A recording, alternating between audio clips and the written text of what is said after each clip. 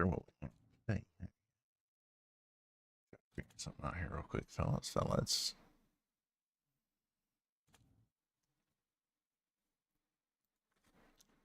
If you don't mind me listening to a little bit of music for a moment. I got the keys to the country. My diamonds kinda dusty. Dirty like a president, so can't nobody touch me. I got the keys to the country, 20 deep when I go clubbing. Only baddies hit my blood and ride a Harley, motherfucker. My bank account looking George Strait. I ain't worried about that. Got more ice and kid rocking a mitten state in the winter season forecast. Yeah, backwoods, my style still slapping the black hoods. Dirty ass in a black shirt, rocking Chevrolets with a cow hood. And it sounds good. Never ending that spot time. I bring hip hop to these tall pines. The CMAs let a rapper in and be up church on that dotted line. Red thicker than a redneck with 10 lines. Ride a willy like a thick bitch on my time. The back row Fred dripping off my mind like sauce to the ribs. I want honey on mine. Some honey's on the line when the Cadillac's live. This is my life and I'm just swinging that child. I ain't made no plans in a long, long time. Cause I drift like a cowboy off in the night. Just listen for that rumble. Be aware of that smoke. Just know there ain't another one of me. When it ends, it's all that I wrote. I got the keys to the country. My diamonds kinda dusty. Dirty like a president, so can't nobody touch me. I got the keys to the country, 20 deep when I go clubbing. Only baddies hit my blood and ride my Harley, motherfucker. I got the keys to the country. Keys to the country. Ride around my city with the keys to the country. I got the keys to the country. Keys to the country. Only baddies hit my blood and ride my Harleys, motherfucker. Stay bridges to big ballin'. Gonna do my whole life. Where's the 69 charge? Confederate flag flying proudly while I'm smoking loudly. If you don't like my people, tell the game they can all leave. Motherfucker, I don't care. We had banging, smoking killer pot. We be sipping out of jars and passing out on Rocky Top. Go ahead and call the cops. I got my cattle gates locked. We ain't turning down until our bodies hit the ground and stop. That Southside living, swamp Bergini still dripping. Party at my house this weekend. 20 girlfriends went missing. They say I flex too much. Well, bitch, I got that southern comfort. You should get you some. I got the keys to the country. My diamonds kinda dusty. Dirty like a president, so can't nobody touch me. I got the keys to the country, 20 deep when I go clubbing. Only baddies hit my blood and ride my Harley, motherfucker. I got the keys to the country. Keys to the country. Ride around my city with the keys to the country. I got the keys to the country. Keys to the country. Only baddies hit my blood and ride my Harleys, motherfucker. All right, let's see. What do we want to do today?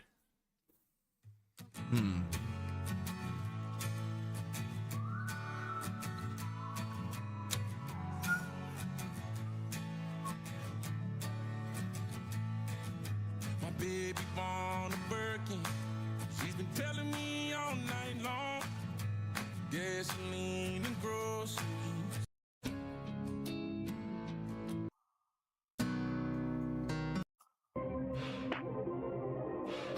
Raise hell and eat cornbread. Raise hell and eat cornbread.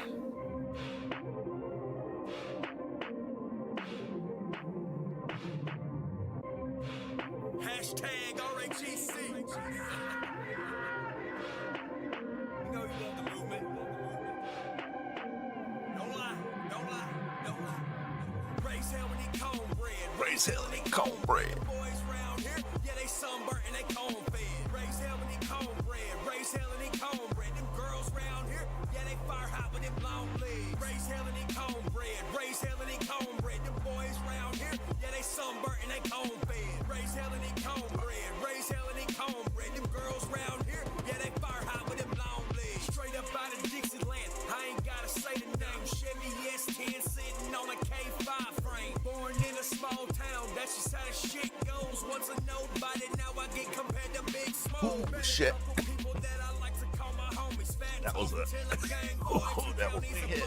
The public seem to love me, but these haters say Hit the wax be hitting hard. let me show you something. Yeah. We got trucks that look like grave digger, 35s and go bigger, AR-15, 223 rounds with hair triggers. Straight tatted up like I'm dating Cat Von D. Country boy, Fred fresh representing Middle Tennessee, Kentucky, Alabama, Georgia, Florida, Louisiana, Maryland, and Mississippi, and both of them Carolinas. RAGC, raising hell up in them Tonka toys. RAGC, yeah, you know that worldwide noise. Raise hell in they cornbread, raise hell in they cornbread. Them boys round here, yeah, they sunburnt and they corn-fed. Raise hell in they cornbread, raise hell in they cornbread. Them girls round here, yeah, they fire hot with them long legs. Raise hell in they cornbread, raise hell in they cornbread. Them boys round here, yeah, they sunburnt and they corn-fed. Raise hell in they cornbread, raise hell in they cornbread. Them girls round here, yeah, they fire hot with them long legs. From a grade 4 with a hell of a lot of hunt stickers. Born where my roots tend to run just a little deeper. Barefoot bandit grew up as a true creeper. Pops up at Highland Rim, mama was a chill hit. The devil was in Georgia, then he traveled down to Tennessee. I guess somebody told him that he had to come and challenge me. I put his ass in check like the kid with the fiddle. Then I left his ass numb with them backwoods riddles. I ain't trying to be a boaster, but I roast you like a toaster. I'm as good as cold beer in the summer, and you know it. Got you high like THC while you swinging off a rope swing. CEO boy, hashtag RAGC. Dude, I need to do week 5 still, boy. I ain't even done week 5 yet, guys. Yeah.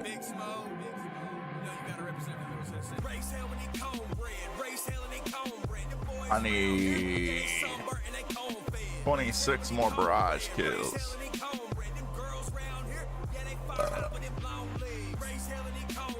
I need an ion core streak. Oh shit, how do I get that? I need ether shot.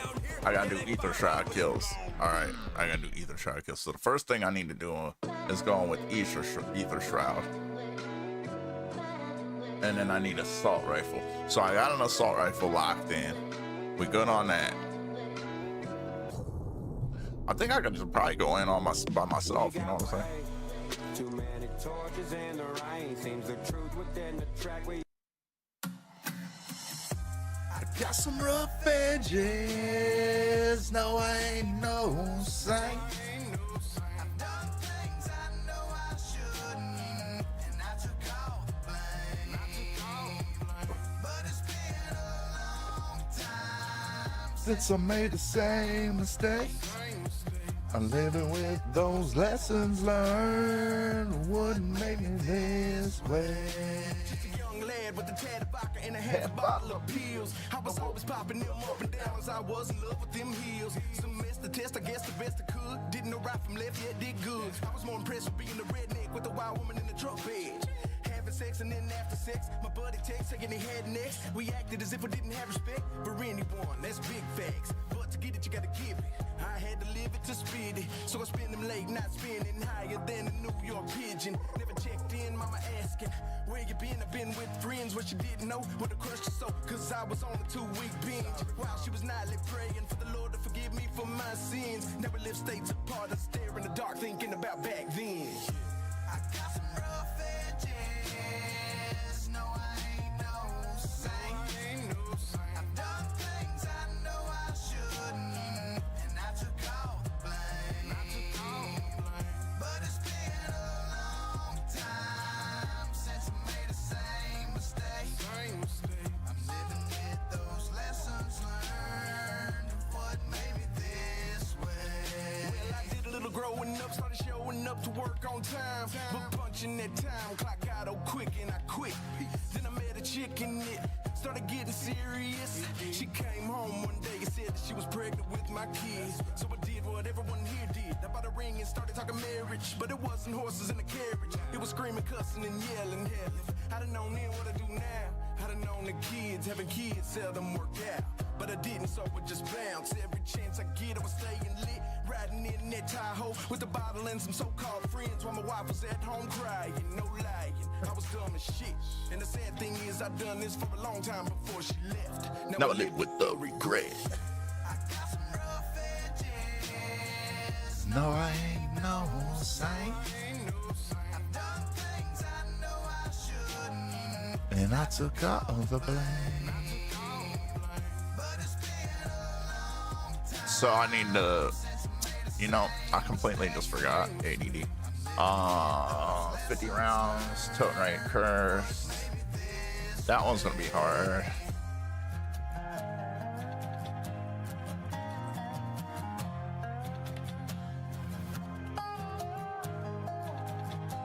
Is there anything with a ion core?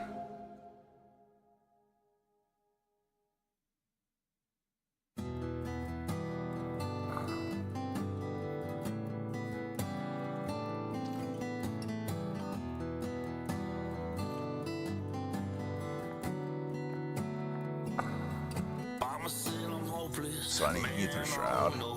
I'm living only way I've ever known. Am I right or wrong? But now that I'm grown, I see why they always cast them stones. Another bottle is gone, but I can hear my demons want some more.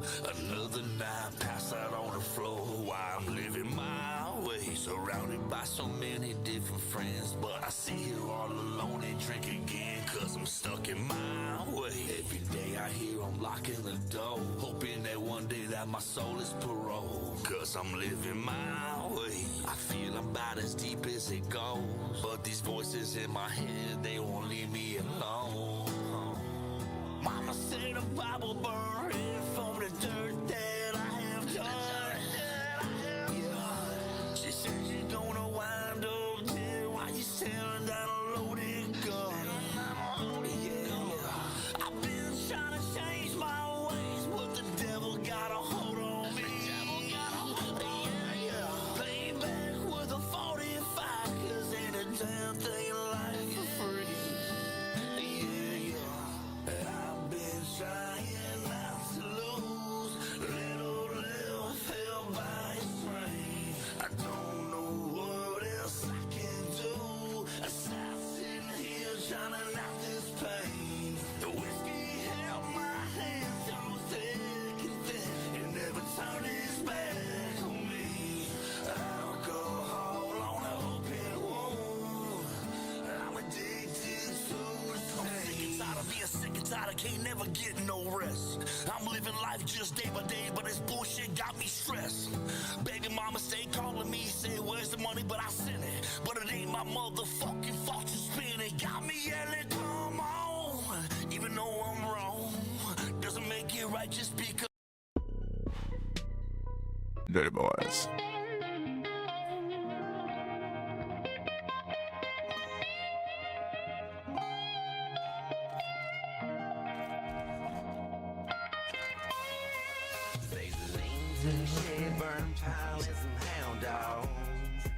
No boy like me just get lost. Drifting up, feeling nice. And I've been gone the whole night. Really ain't no need to call. The truth is, everything to worry at all. I'll be just fine, long as I can just get lost. Chilling way back in the pines, and it's alright if the clock just stops for a while. Now all them rowdy friends of mine, they all call, but y'all, I got some things on my mind. Need a half a gallon bottle, not a cell phone. I wanna close my eyes and just sail on. There's a place in my mind there to go, to rewind, kick back, let go, and try to lose it sometimes. I've been thinking about leaving, going to a place where I can think without a reason. All of my worries left out in the space. Come Monday, it's back to that old rat race. Shed pile burned and some hound dogs.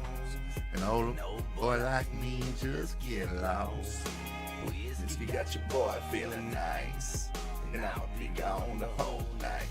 Really ain't no need, Because the truth is, don't even worry at all. I'll be just fine, Long as I can just get lost. So many phone calls and deadlines, articles and headlines. It's okay, another busy day, but I need to get my head right. Ain't clunk the four-wheel driving quite a while, you know the kind. Jump in the truck and find some mud and cruise around to ease my mind. Ripping through the Georgia pines, sunny skies, I'm feeling fine. They don't sell beer up in here, so I guess I'll hit the county line. Stopping by the river's high, maybe catch a fish to fry. My tackle box stays in the bag with my old Zepco and my spider wire. Slow it down and figure out what this this life is all about. It ain't the money or the cloud, it ain't the future, it's right now. So tell me what y'all know about them dirty country roads. Getting lost to cleanse the soul ever since the days of old. Lane to shed, burn pile, and some hound dogs. An old boy like me just get lost. Whiskey got your boy feeling nice, and I'll be gone the whole night. Really ain't no need to call. The truth is that you don't need to worry at all. I'll be just fine, long as I can just get lost.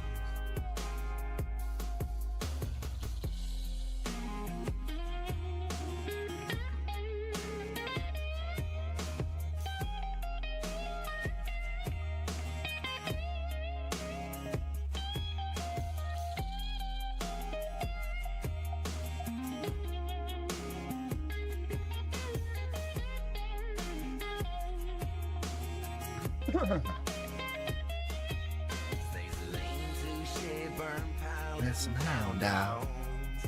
An old boy like me just get lost. Whiskey got your boy feeling nice. I'ma be gone the whole night. Really ain't no need to call. The truth is you don't need to worry at all. I'll be just fine, long as I can just get lost. Bam.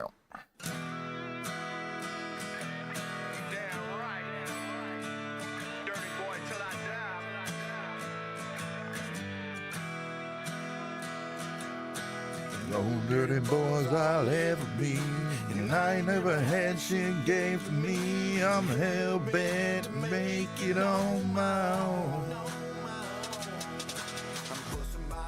Hold it down for mine, and I ain't no good at walking the line. Hell bent to make it on my own.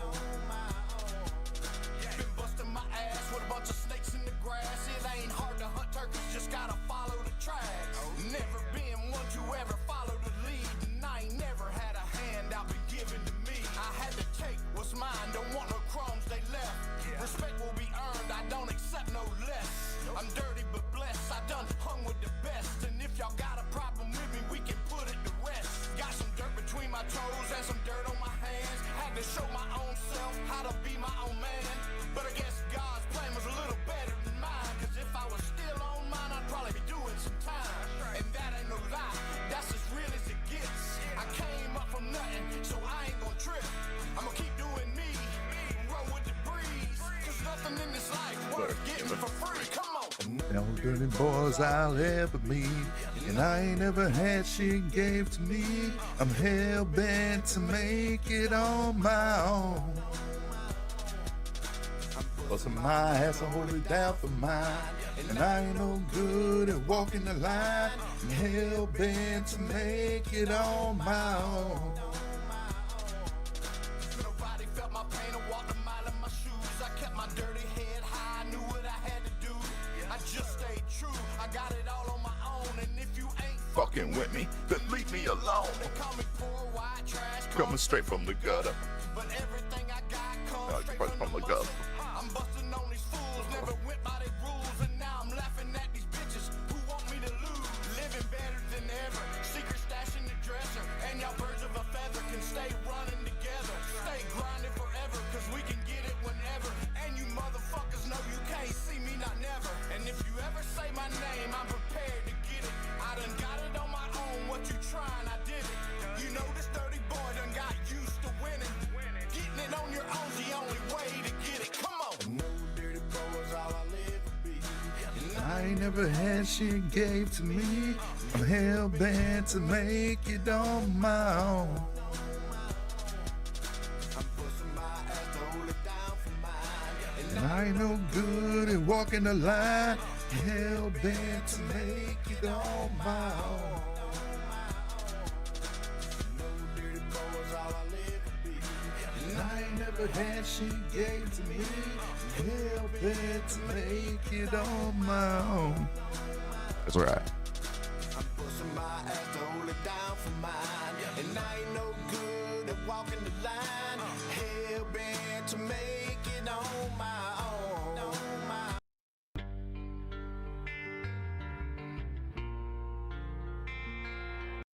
Church,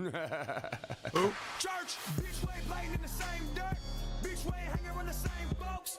Everybody with me got kitchen tattoos and a heater so hot, watch a shy head burst. They don't wanna see me win, they know that's a fact. They wanna get a knife and stick it in my back, but they ain't close enough. I got the boss to act, so when I'm looking at you, I'm like, who the fuck is that?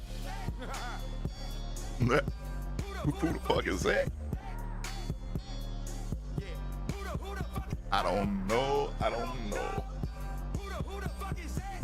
I don't know. I said, who the fuck is started out with nothing, truckied up and rusting, thought they wouldn't accept me. Then I felt like fuck it. You can't tell me nothing, country bunking, putting wagon wheels up on the fucking cutlass. You can suck my rooster, yeah, I got the scratch. I'm fighting till I'm dead. I'm coming with the gas. If you can't speak my language, we can hang for that. I'm from the dirty, filthy in the back. Bitch, I hang with folks who don't got Instagram, but I can make you disappear for 50 grand. Robert Ely with the shit, cause I'm the man. Leader of the South, just read it on my hand. Middle fingers up, they broke on fuck you mode. Ain't a person in the game I'll ever owe. Keep the South hot, even in the cold. Cheat them kind of shit, Pine Creek Road. Bitch, we ain't playing in the same dirt. Bitch, we ain't hanging around the same folks. Everybody with me got kitchen tattoos and a heater so hot, watch a shy head burst. They don't wanna see me win, they know that's a fact. They wanna get a knife and stick it in my back, but they ain't close enough. I got the boss to act, so when I'm looking at you, I'm like, who the fuck is that? Who the fuck is that? Yeah. Who the fuck is that? I don't know.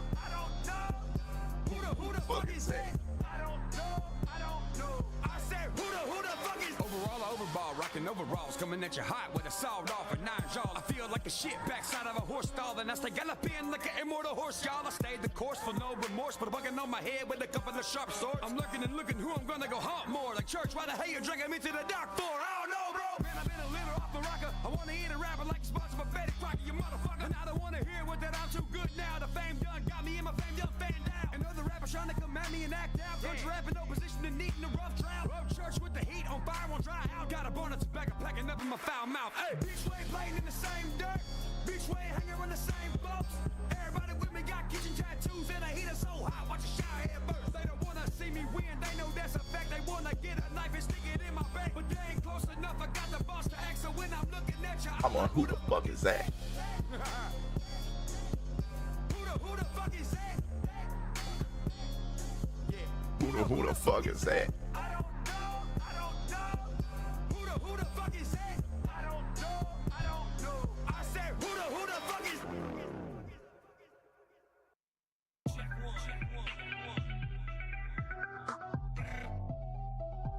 Sir, you have a collect call from fuck your bitch. Been a real cracker from the jump. I ain't never had to live no lies. Holders working hard for the bucks. I don't like to really waste no time. Stay with the smoke like a Dutch. Keep a torch, don't need no light. Arm out the window with a what? I ain't even gotta say that line. OG like I'm Broadnax. Feel like demon in a straw hat. Only make hits like I'm Big Murph. Made 100 grand off t-shirts. Rap about guns, but they been afraid. Shit stain Shane, that boy been a lame. 2,500 now I'm diesel gang. Don't grab Touch my titty titty like, what's the name? They a big po fan, but they missing a tooth. The only fire that he knows is the flame to the spoon. Matt Town said my name just to get him some views. He got a Z in his name cause you hear him in snooze. Rappers real fade like a decoy. Pockets real big like I'm Leroy. Drop real quick like a big smoke show. Get smacked up, bitch. That's a haystack blow. Nerf gun Ned once back on the scene. Guess I gotta block him like Shaq with the heat. What Shane gon' do? Not a goddamn thing. Boy built like Ellen with an eyebrow ring. Switch on my stance like a fight southpaw. Stay with the sticks like my drummer John Paul. Like Strug, that's the real He called that motherfucker Ellen. Jelly till the wheels fall off. Been a real cracker from the jump. I ain't never had to live no lies. Holders working hard for the bucks. I don't like to really waste no time. Stay with the smoke like a Dutch. Keep a torch, don't need no light. Palm out the window like a what? I didn't even gotta say that line. Don't touch my truck. Shut the fuck up. Little bitch, you ain't shot no butt. Fuck that, you ain't never seen mud. Luke Bryan never kicked up dust. Blanco Brown really couldn't get up. Lil Nas X never showed up, cause he probably too busy taking a dig in the bud. Shooting these shots, I empty this mag and then I reload it. Say you the go, but really that's church. Oh, you know that's my boy right there, Pro Roxer. That's my cuz. That's my cuz right there. Rappers be lying, they really be broken and blame it on COVID. Stay with the iron, I carry the club just like I'm a caddy. Like I'm a caddy. I am the one, but stay with the two and I point it right at him. Point it right at him. Poachers a bum, he's really my son. I guess I'm his daddy. Guess I'm his daddy. Checking the facts. What has he done if it wasn't for Adam? Wasn't for Adam. Let me get the gas quick, pour it on this corny ass rap shit. 40 blast quick, zip his ass up in plastic. About to get smacked like you texting in traffic. Dudes I'm with are ruthless savage. You are more into news and fashion. Looking stupid for views, you acting. Wearing dresses and goofy hats. Man, I see you in public, I'm whooping your ass. Stay loaded, you know, and I'm ready. Got a big flow on that bitch, talk heavy. With the Pablo flow, sitting low in a Chevy. Hit the gas real fast, they ain't never gonna catch me. Slide so fast, you ain't never gonna catch me. Got a blicky in the dash and the cash on hefty. Put my city on the map, like I open up the levy. Put the 50 in the mag, like I'm opened up and ready. Been a real cracker from the jump. I ain't never had to live no lies. Put us working hard for the bucks.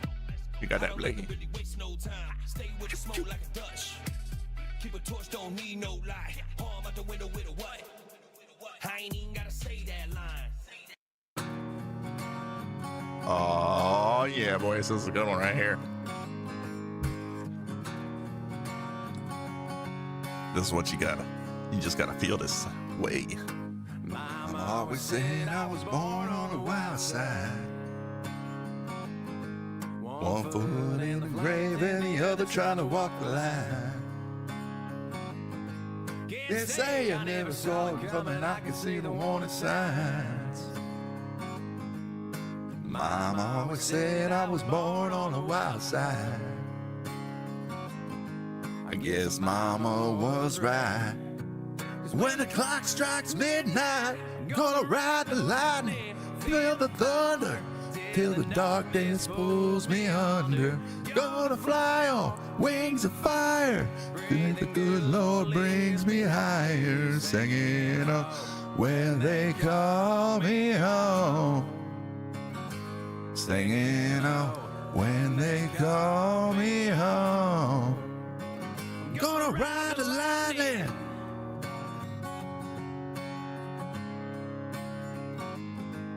There's a Man in a black coupe standing on the crossroads. with a Man in his hand made a blow, missed the lawsuit. They Say, let the gone fools, let the fools go. There's a man in a black coupe standing at a crossroads. And I watched me pass by. When I close my eyes, I'm gonna ride the lightning, feel the thunder, till the darkness pulls me under. Gonna fly on Wings of fire, pray the good Lord brings me higher. Singing when they call me home. Singing when they call me home. I'm gonna ride the lightning. ride the lightning, ride the lightning.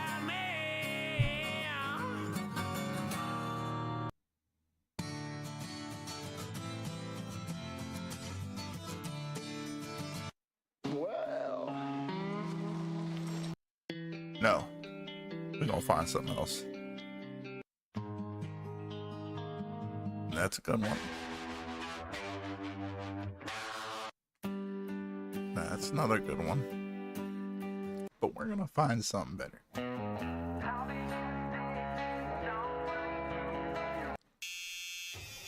We gonna turn up tonight, boys. What?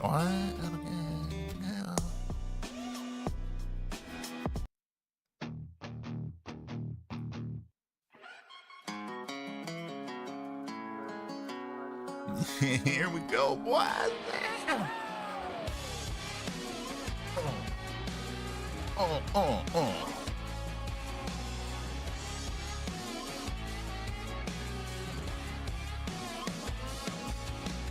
Every small town's got its Boss on, big dog, steady running the show. Two tattoos all swelled up. He's all swelled up with nowhere to go. Everybody's blowing around their quarter dives and jacking up their trucks. Everybody living it not like us.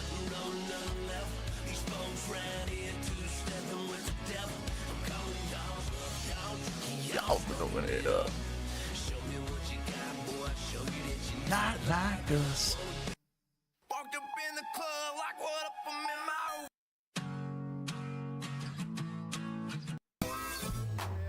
Oh yeah, boy. Running a buck. You know what I'm talking about if you guys like that hunting stuff. Like running them bucks.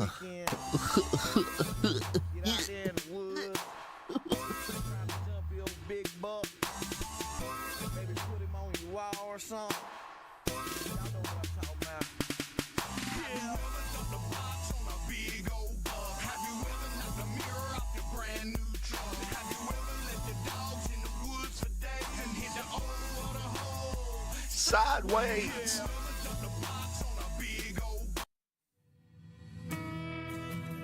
Now we're gonna find something better. Yeah, we riding high tonight.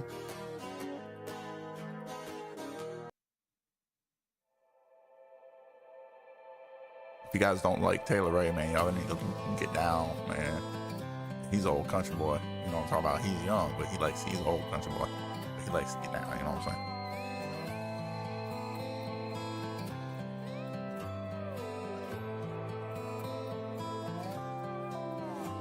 Follow that dust, roll with us, hop in the truck and fill it up.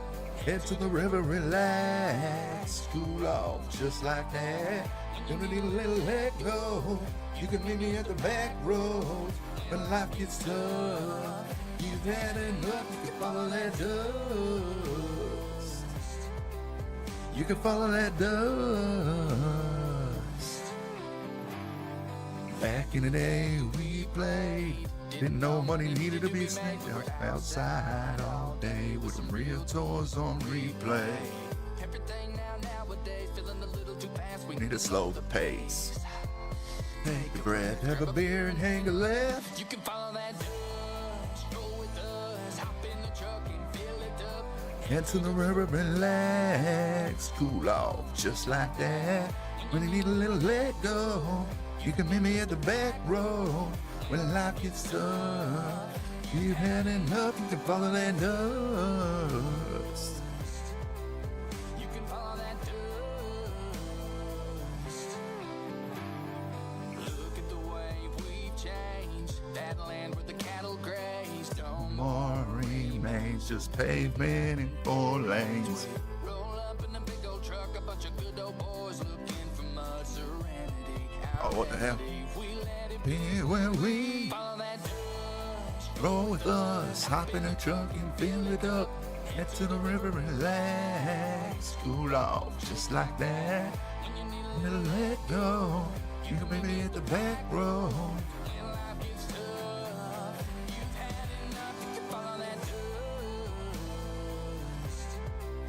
You can follow that dust. You can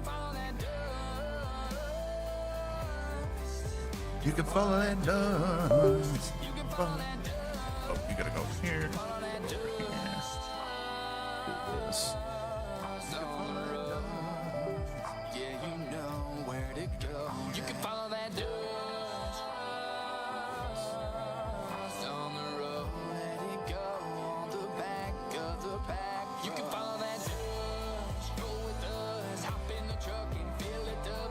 Head to the river, relax. Cool off just like that. And you need a little let go. You can meet me at the back of the back road when life gets tough. I think I have another song we need to listen to right now that's a little more appropriate for this situation. Another song we need to listen to right now that's a little more so you guys don't know more appropriate for this. I'm dying. Everybody knows someone who's sick. 40% will get cancer. Only half's gonna live. Your mom and your dad and your sister stand inside a room. Someone won't survive it. Do you hope it isn't you? I swear that cancer has a cure, but they're refusing to make it. Yo, I appreciate that following. We've been running for the cure and wearing ribbons for ages. How you doing? Why are people still going through radiation? It's fucking crazy. That is crazy. $100 billion industry, they can't afford to end it, and nobody No wants habla to die. español. Our only option is to spend it. We'd give anything to stick around for just another second. Give a fortune to the doctors. Unfortunately. Promise they can extend it. Profits are I wish I could speak Spanish. But I was raised in the Midwest in Ohio, you know. They didn't teach us that. survive. But it's scary because we don't know where we'll go when we die. I was raised in the Midwest. I probably won't be playing for a little bit. I'm just kind of relaxing right now. Kind of talking to people in YouTube right now. I've dealing with my fiance has cancer, and just kind of going through it, you know.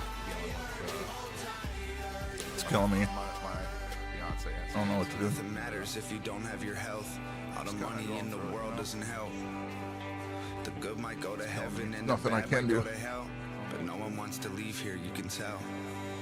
And cancer touches everyone, it's in our genetics. And our world's become so toxic, it's all carcinogenic. We've polluted the water, the air, the food we're ingesting is full of hormones and poison. Our population's infected. They sell us cigarettes and liquor, built a business on addictions. We've been paying them to kill ourselves. We're dying to keep living. It's the system, it's a prison. We keep trying to beat it. We get cancer from keeping all of our demons a secret. And our insurance don't cover the things we need to defeat it. And even if it does, then we might die from the Say a treatment. prayer. Our best defense is living like we do not know what cancer is. Fight it if you have it and pray that there's something after this. Say a prayer.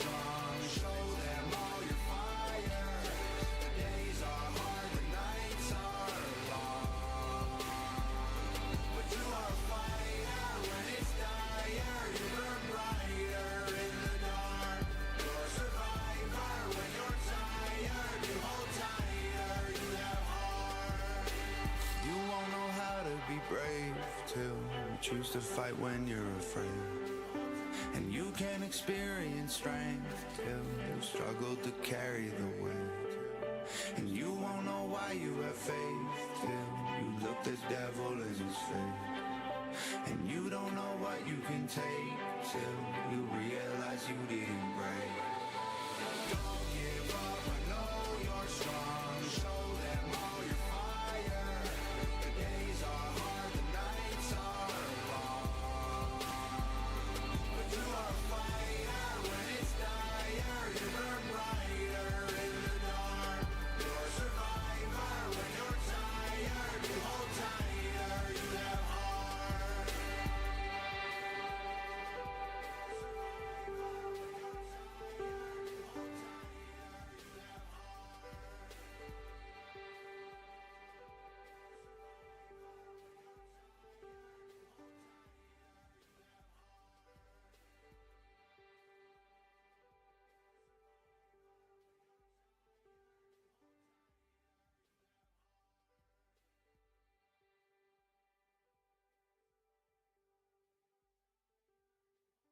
One Sunday morning after church, the preacher was Shaking hands. A little boy walked up and said, "Can I please talk to your preacher man?"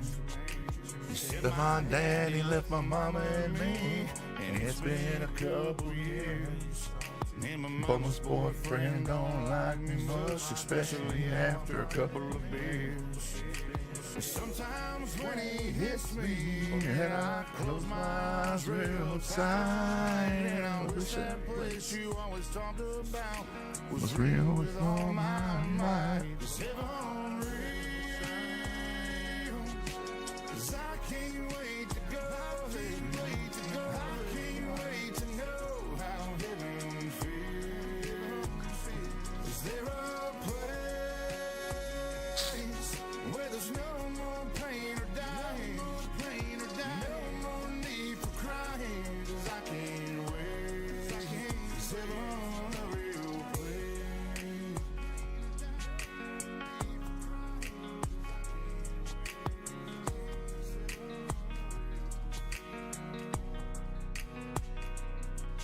Well, the preacher man didn't know what to say, and before For the little boy turned and walked away, the preacher said, "Son, would you like to pray?"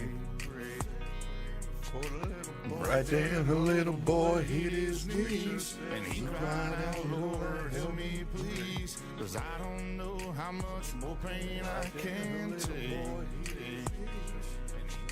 and he looked up with them tears in his eyes. He said, "Preacher man, I don't want to die, but I just want to know if there's a better place." He said, "Oh, I can't wait to go. I can't wait to know how heaven feels.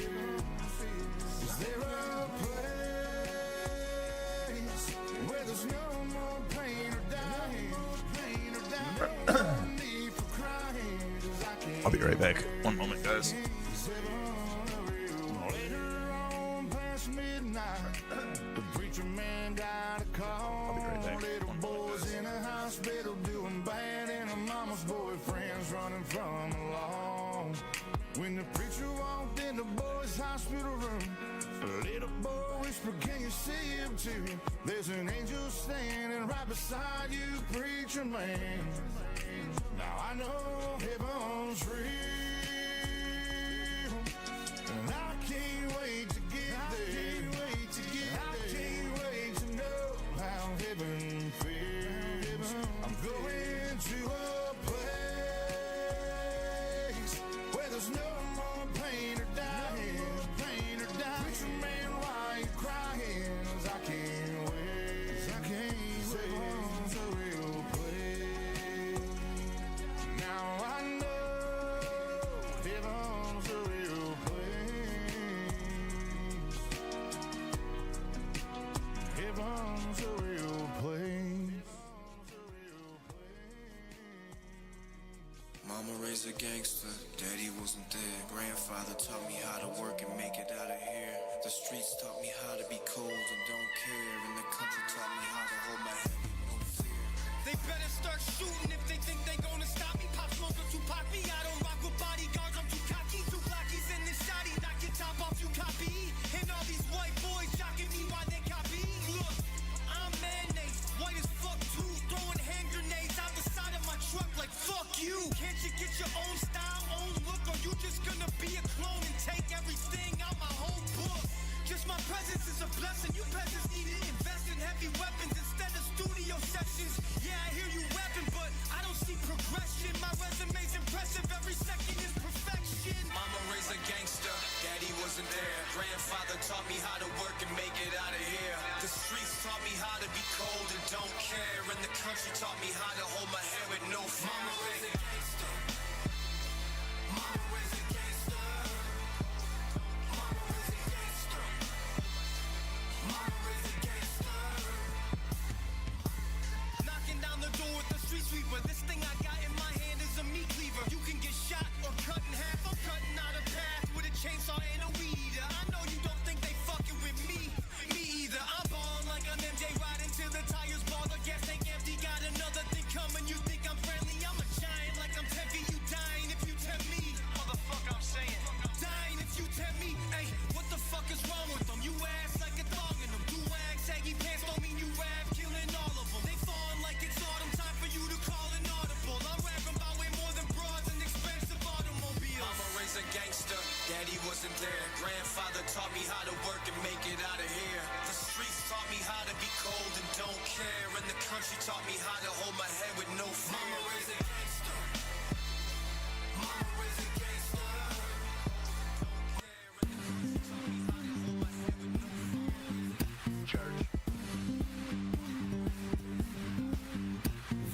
Put me on the opera, won't see me on TV. They say that I'm too edgy, you can't handle love around me. Well, I'll take my pride, and I'll take my songs. I'll black scraped up cowboy boots, will keep on walking tall. Last of a dime breed with a point to make. I'm 25, but I'm feeling like 110. Just sitting on my backbone, steady watching the world spin.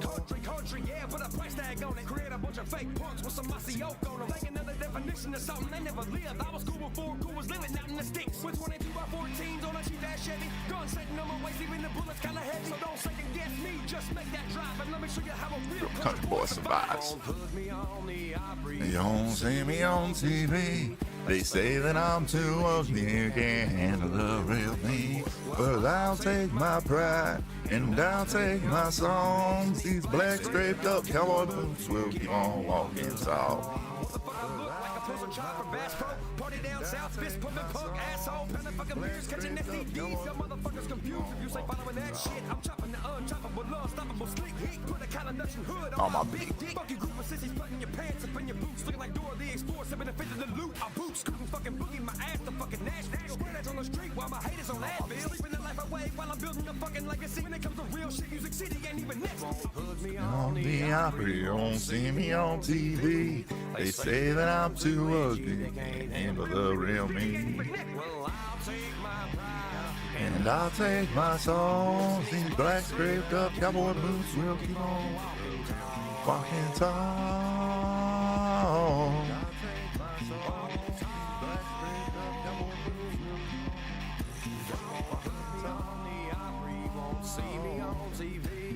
They say that I'm too edgy, they can't handle the real me. I'll take my pride, and I'll take my songs. These black scraped up cowboy boots will keep on walking tall.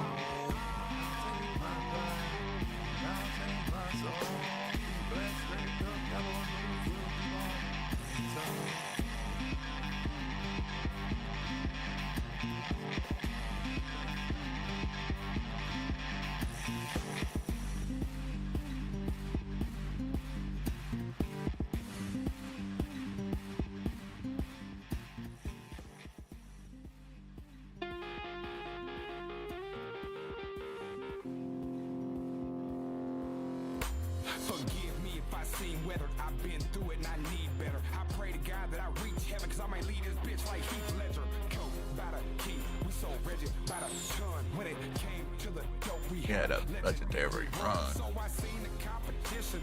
It seemed that we was different, cause these white rappers are life actors and sweeter than a Snickers. They don't be getting no women, they don't be up in the trenches, they just be up in my business. Them nosy ass bitches, even my hippie friends will get it in for Benjamins. That's just how we living it, grow it themselves and ship it in. Hey, let's shake the city in, we with the shit again. I think it's time to make a hater slit his wrist again.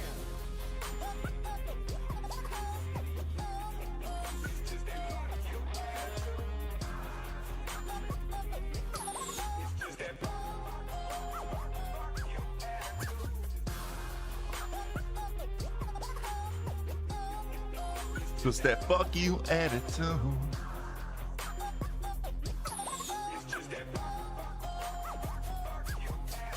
Let's get it right. I've been living life like I'll live it twice, so fuck.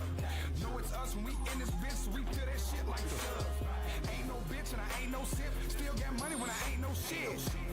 Never again make it rain on a bitch, cause I ain't no trick. Pull up to the club on a bankroll, bitch. Pull up to the club with a bankroll, bitch. Man, I swear to God that I ain't no pimp, but it ain't no bitch that I can't go get. Came up by ourselves, so ain't nobody jealous. But the friends you think will be proud of you were the first ones that's jealous. So lately I've been staying to myself, praying to God. I take another puff of this and head straight to the stars. We walk inside this bitch and make our way straight to the bar. I'll end up taking a bar. They say I Take it too far.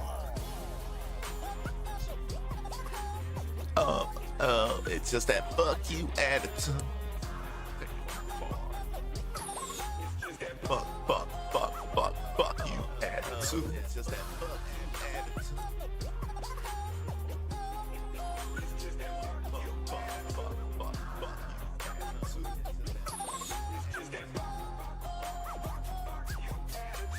Baby, here's my resume.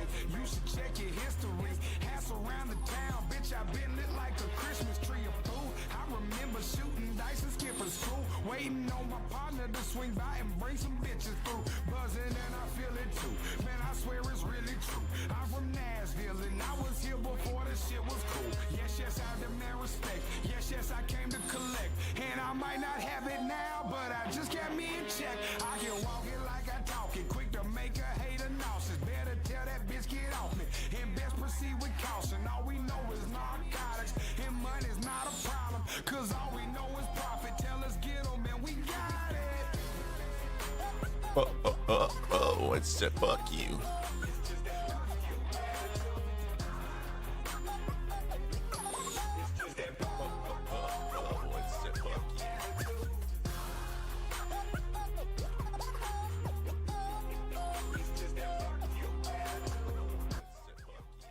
All right, let's do it. Hey, these fellas can't hear me. Can you hear me? How you guys doing? All right. They can't hear me. Listen, matter. They can't hear shit. Hey, I'm chat band. Can you hear me? How you guys doing? I'm a fucking chat band. I'm fucking chat band. I'm chat band. You fucking chat band for saying got a horde of zombies. I said I got a horde of zombies. About 2 seconds later, it said your chat band. Got a horde of zombies. I said I got just a horde of zombies. Fuck you, attitude. Later, it said your chat band. Give it a bit of bop. Smoking that motherfucking crack rock. That's what they was doing back in the 80s, boys. Smoking that motherfucking crack rock. Just a fuck you attitude. Back in the 80s, boys. Good luck. I guess I gotta throw glasses on for this shit because I cannot see it. It's gone kaput. It's gonna kaput. Alright guys, we're gonna pop a couple of these little gobblegums. Well, not pop them, but we're gonna crush them. We're gonna convert them, crush them. I'll get that money up, you know what I'm saying? Get them stocks up. Pop a couple of these little gobblegums. Well, not pop them, but we're gonna crush them. We're gonna convert them. It's just that fuck you attitude. I don't know if I want to waste my fucking Armageddon yet. It's just that fuck you attitude. I will definitely pop one of those. I will definitely pop one of those. I will definitely pop one of those. I will definitely pop one of those. It's just that fuck you attitude.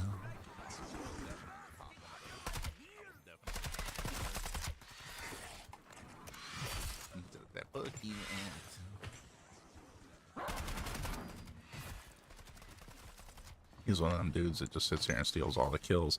You're that type of dude. I see. Look, I probably got barely any kills. Look how many kills I got. I got 5 kills. Right?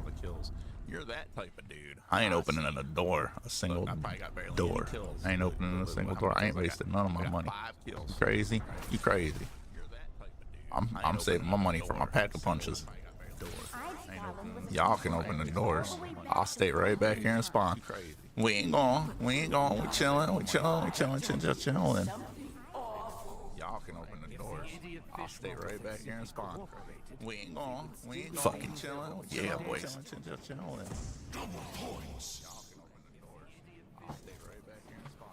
Fucking get them, boys.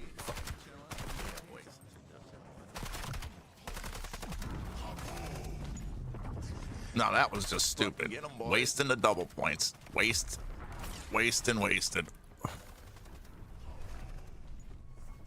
No, that was just stupid. Wasting the double points. Wasted. I'm just that fuck you attitude.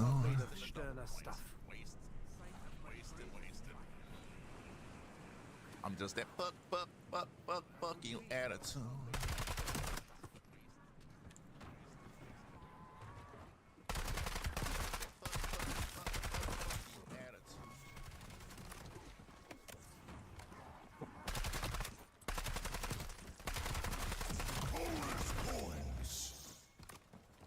Why would I waste my money on y'all when y'all ain't doing nothing? I ain't wasting my shit. You out here thinking crazy thoughts, bro. These guys are thinking crazy thoughts. These guys is thinking crazy thoughts. I ain't wasting my shit. You out here thinking crazy thoughts, bro. These guys are thinking crazy thoughts. These guys is thinking crazy thoughts. See, I told you, I ain't opening them doors. They can open them motherfuckers. He did look good in that uniform, though. See, I told you, I ain't opening them doors. They can open them motherfuckers. Tear them to pieces.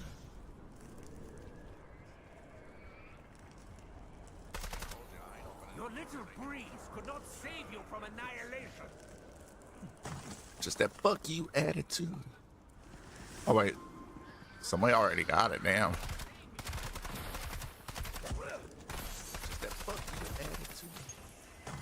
Oh wait, somebody already got it, damn.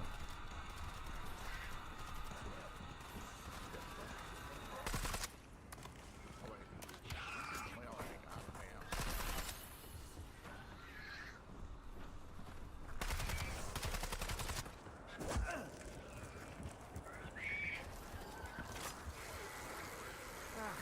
not think it's possible, but it stinks worse. Yeah, see, I just pop in here and get ice off me for a quick second. Be alright, you know what I'm saying? Be alright. Be alright. Yeah, see, I just pop in here and get ice off me for a quick second. Be alright, you know what I'm saying? Be alright. Be alright. It's just that.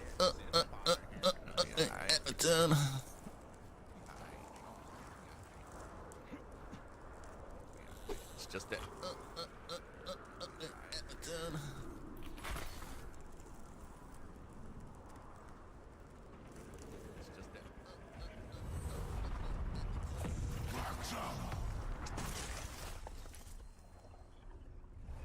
I feel my hook pierce the flesh. I feel the hook pierce the flesh.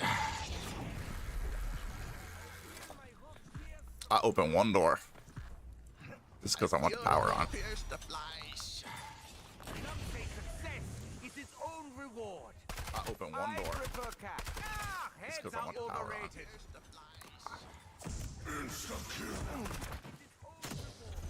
So you can kill zombies without PhD flopper when it's on insta kill. See? Oop. Oh shit! What? So you can kill zombies without PhD flopper when it's on insta kill. See? Oop. Oh shit! What? Kill zombies without PhD flopper when it's on insta kill. See? And you get good points for it too. You get good points for it too. I'm just that. And you get good points for it too. You get good points for it too. I'm just that. And you get good points for it too. You get good points for it too. Did the Shadow Smiths withhold my restoration just so they could rub my nose in these ruins? I am not some verdammt puppy to be housebroken.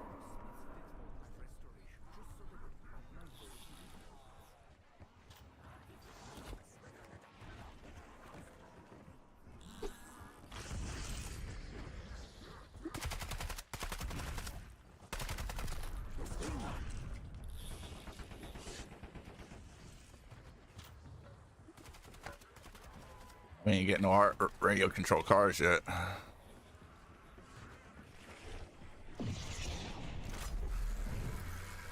We ain't getting no hard radio control cars yet. Whoa. We ain't getting no hard radio control cars yet. Whoa. It's just that fuck you attitude.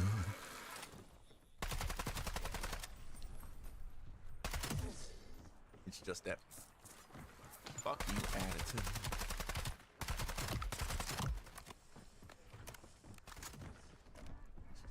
It's just that. Alright, well, fuck. We're fucking fishing. Alright, well, fuck. We're fucking fishing. We're fishing, boys. We're fucking doing it.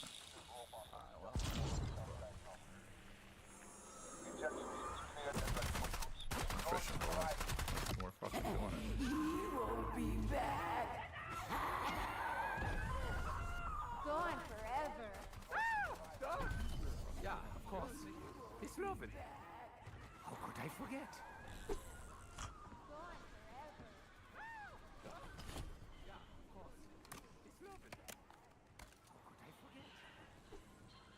Nobody even grabbed the chain yet.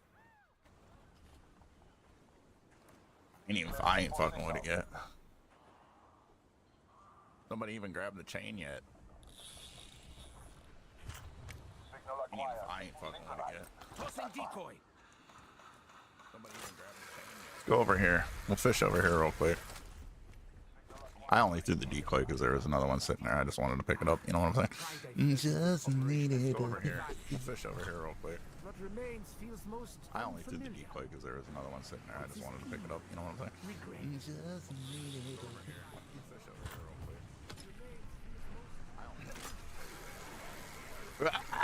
Rah, rah, rah. They said rah. Rah, rah, rah. Hey, who threw meat at me? Don't throw fucking meat at me. Decoy through. Hey, who threw meat at me? Don't throw fucking meat at me.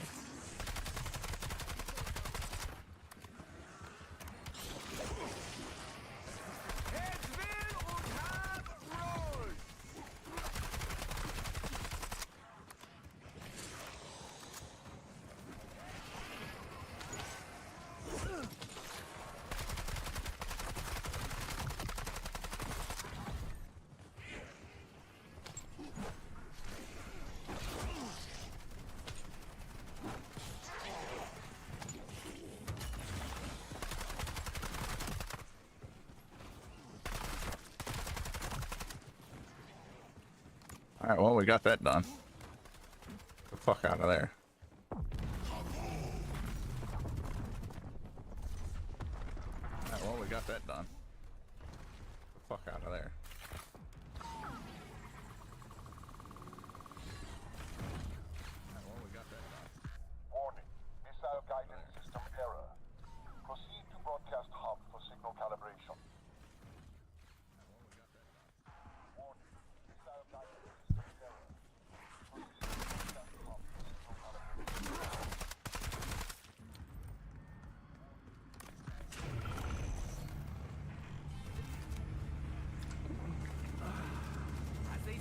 Hey, I popped that earlier. Why did it not?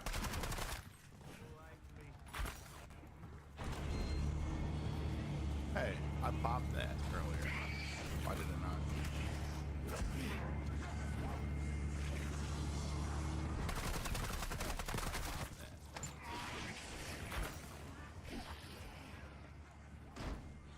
This chain looks positively ancient.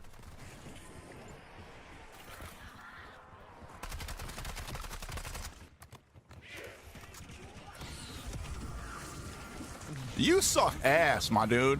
Fuck you. Trying to take all my fucking zombies, bitch. Fuck you. Fuck you. Fuck you, asshole. Fuck you. Fuck you. Fuck you, bitch. Fuck you, bitch. Fuck you. Fuck you. Fuck you. Fuck you, bitch. Fuck you. Fuck you. Fuck you, bitch. Fuck you, bitch. Fucking hoe ass bitch. Taking my fucking shit, man. Fuck you. Bitch ass pussy. Fuck you, bitch. Fuck you, bitch. Fucking hoe ass bitch. Taking my fucking shit, man. Fuck you. Bitch ass pussy.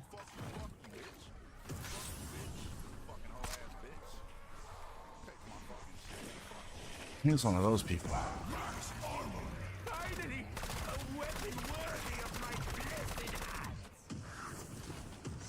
He's one of those people.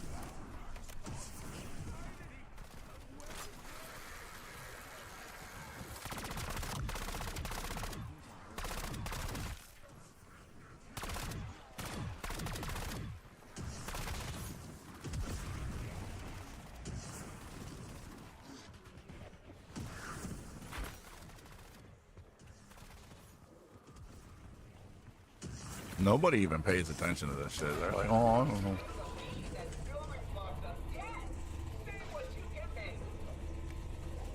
Nobody even pays attention to this shit. They're like, oh, I don't know. Tossing decoy.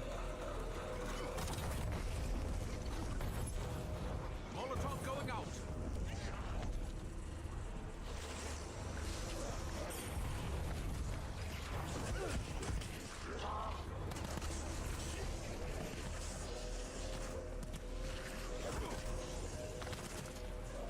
Deploying C4.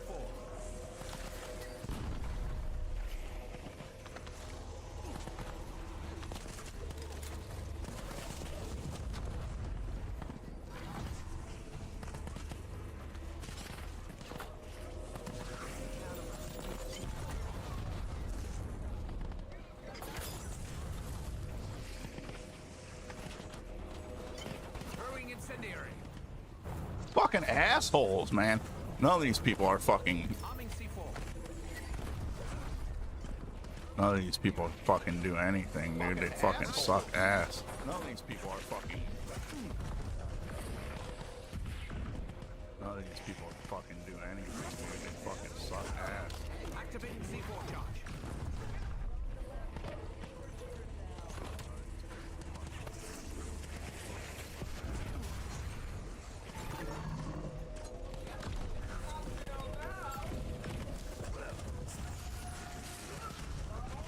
Man, these people suck, bros.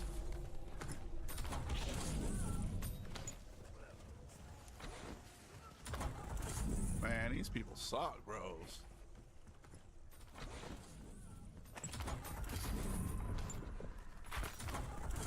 Man, these people suck. Why can't I equip it or drop it? It won't let. That was so fucking weird. Why can't I equip it or drop it? It won't let. I really feel like X-filling. I really feel like X-filling. I'm just gonna X-fill because these guys suck, man. I really feel like X-filling. I really feel like fuck these guys. I'm just gonna lame asses. They don't even know how to do the Easter egg because we had already done the bear part. Fuck these guys. Lame asses. Don't even know how to do the Easter egg because we had already done the bear part.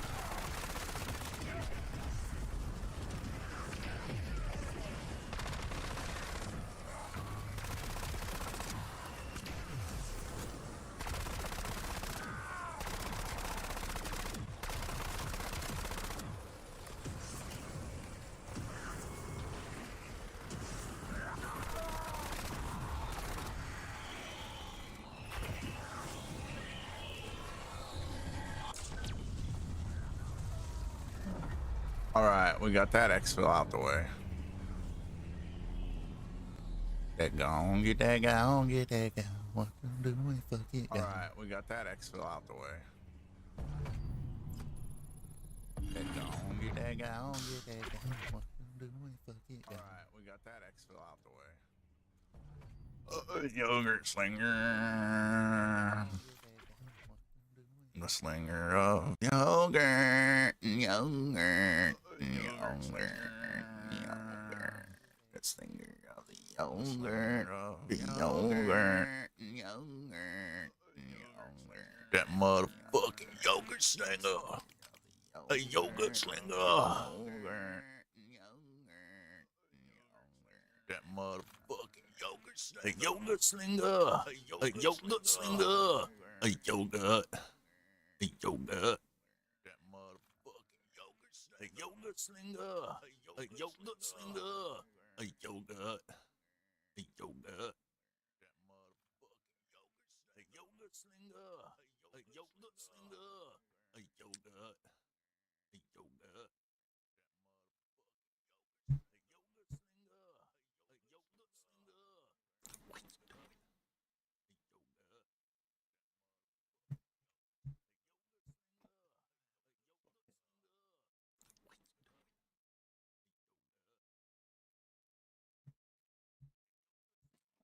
Furry kitty.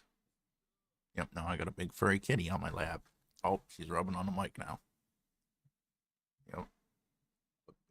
kitty. That's her. That's my peaches. Yep, now I got a big girls on my lap. Oh, she's rubbing on the mic now. She's a big kitty, huh? Yep. Kitty. That's her. That's my peaches. And I mean, she is big, not fat. She's a big cat. She's a Maine Coon. She's tall. Yep. That's her. That's big paws. I mean, she is big, not fat. She's a big cat. She's a Maine Coon. And she's peach, black, and white. Yep. And a little bit of gray. Big paws. And her name's Peaches. And she's peach, black, and white. Peaches. And a little bit of gray. I can hear her purring in the microphone. Yep. And her name's Peaches. And she's peach, black, and white. And a little bit of gray. I can hear her purring in the microphone. Yep. And her name's Peaches. And she's peach, black, and white. And a little bit of gray. I can hear her purring in the microphone. Yep.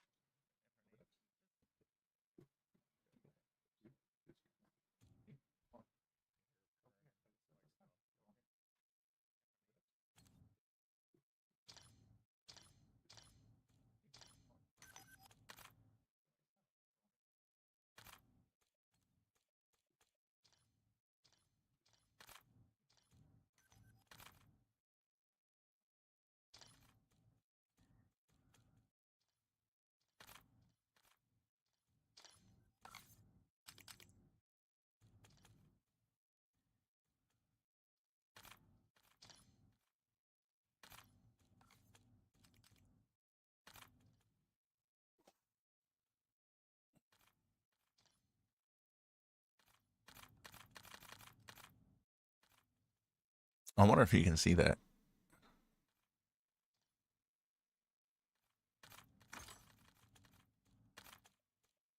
I wonder if you can see that.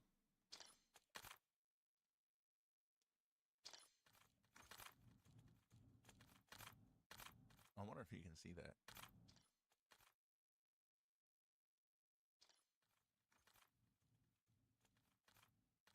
I wonder if you can see that.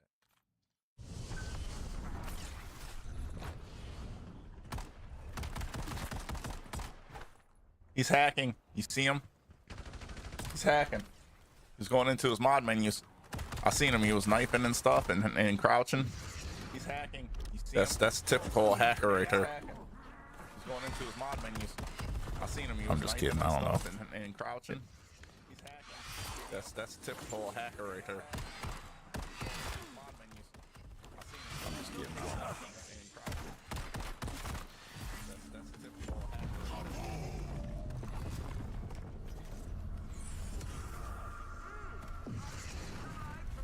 Even though we're a long way away from any battlefield, this is where they won the war. Crazy, right?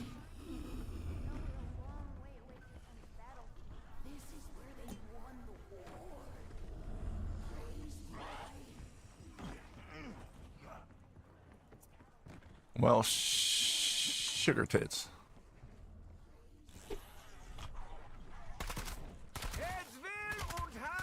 Well, sugar tits. Gently does it, Edward. Slowly works the pole. Sugar tits. Gently does it, Edward. Surely works the pole. I like that one. That's fucking hilarious. Edward. Surely works the pole. I like that one. That's fucking hilarious. You know what? I'm gonna leave the match. Leave the match. Whoa, whoa. What up? What up, Stinky? I'm gonna leave. Oh shit. Am I in? Leave the match. Whoa, whoa. What up, Stinky? What up? What up, Stinky? Don't rampage on me. Am I in? Maybe we can get Mr. Yogurt Slinger to join us, sir. What up, Stinky? Don't rampage on me. Maybe we can get Mr. Yogurt Slinger to join us, sir. 5 minutes, mate. I'm just sorting some out. No worries. Maybe we can get Mr. Yogurt Slinger. Hello, hello. Hola, senor. Slinger of the yogurt. Very good, very good.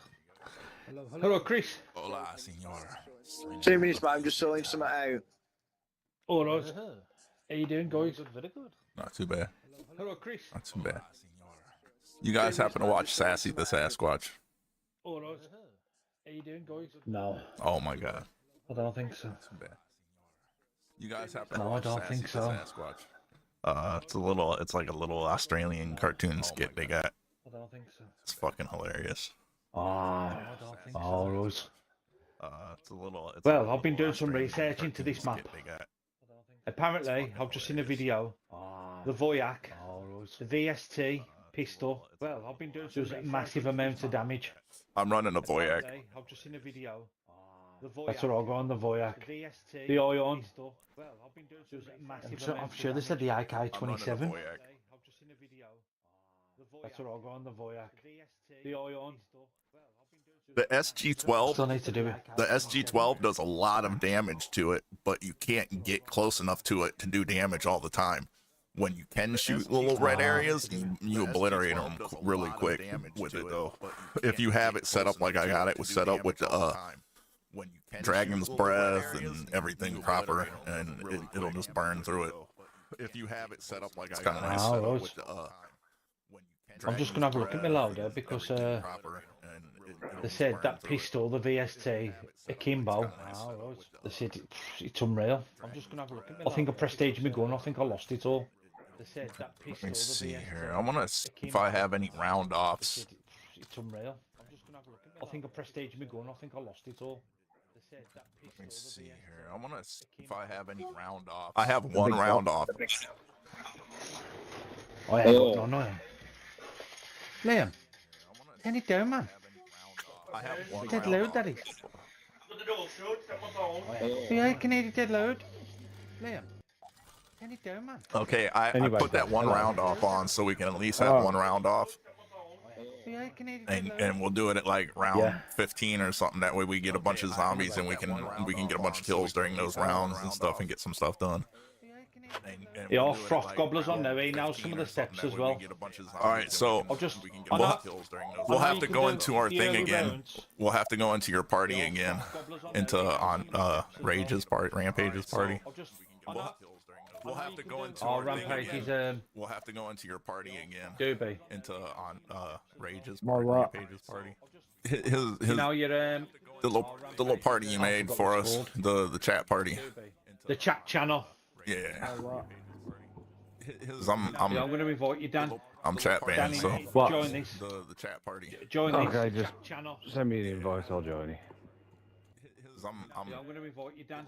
I'm chat banned, so Yeah, because you can get an RCXD. Unable to join. Can't you? Send me the invite, I'll join. Unable to. Oh, it's probably be Chris then. Chris, he's got to invite it then. Unable to join. I ain't got nothing there. I invited you. What? Probably be Chris then. Chris, he's got to invite So it here, Hold on. hit your right. If you're on controller, Froth, hit your right thumbstick in, right, and at the top. Yep. At the top left, you'll see the little folder for the with the file for the invite. Thumbstick in, be like a little envelope deal. Okay. Yep. At the top left, you'll see the little folder for the with the file for the invite. I've clicked on it. All right, you should be able to accept that invite. No, nothing's happening. Huh. I've clicked on it. All right, you should be able to. All right, well, I'm on it and I'm clicking on it. It might be like last time, guys. We might have to have Froth make us one, or we can use Yogurt. Hold on, let me see if I can invite him to Yogurt Slingers. All right, well, clicking on it. Because I'm still in Yogurts. We might have to have Froth make us one, or we can use Yogurt. Like the channel, recent Froth, invite. But I'm still. Did you get that one? Like the channel. I'll double check. Oh, hey, Yogurt. Didn't you tell him he had to like do something with his in that one menu to change it to where it was invite with friends and everybody or something? Tell him he had to like do something with his. Hold on, I think Yogurt's in the party. Hold on, one second. I think he's just joined, mate. Yeah, I think he's in your party. Hello? I think Yogurt's in the party. Hold on one second. Oh no, he's not in there. He's just joined, mate. Yeah, I think he's in your party. What the heck is he? Hello? Huh. I don't know what. Oh no, he's not in there. I don't know what party he's in. Oh, I can hear you now. I don't know what party Yogurt's in. It says he's oh, there he is. Hello. I don't know what party he's Yogurt. How did you do that to where you could make it to where you could accept those invites? Remember you had to push on that one thing to where it was like party and friends or something. How did you do that to where you could make it to where you could accept those invites? Remember you had to push on that one thing. Yep. And then who are we inviting? Froth. Let Froth know because he's the one that needs to navigate. Invite to chat channel. Invite to Rampage's chat channel. Let Froth know because he's the one that needs I have to to send navigate. Yeah, but I think he's not getting it because he doesn't have it set to where he can accept it like Yogurt had to do the other day. Yeah. Yeah, but unable to join session. Okay, so to where he can accept. Okay, Yogurt, go ahead and talk him through it. So Dan, press your 3 lines. Okay, Yogurt, go ahead and talk him through it. Right, and then get to social. Yup. Then get to Rampage's name. Yep. Click on it. Right. And then have you got join channel there on there? Then get to Rampage's name. No. Click on it. Right. And then have you got join channel there on there? Rampage's name. Keep playing up the other day. This was unless you want to try Discord again. Oh, you know what? Let's see if Discord is open. I bet you it is today. It was open this morning. It was all working this morning. Good. You know what? Let's see if Discord is open. I bet you it is today. It is currently working for me as well. It was open this morning. It was all working this morning. Good. Oh, we need to. Are you there, Chris? I'm still here. Working for me as well. Who's part to be joining? Are you there, Chris? I'm still here. It's either be Discord in a minute, mate. Yeah, I'm on Discord now. Are you there, Chris? You're on Discord now? Yeah, on PlayStation. I don't know who to join now. Yeah, I'm on Discord now. Oh, hang on then.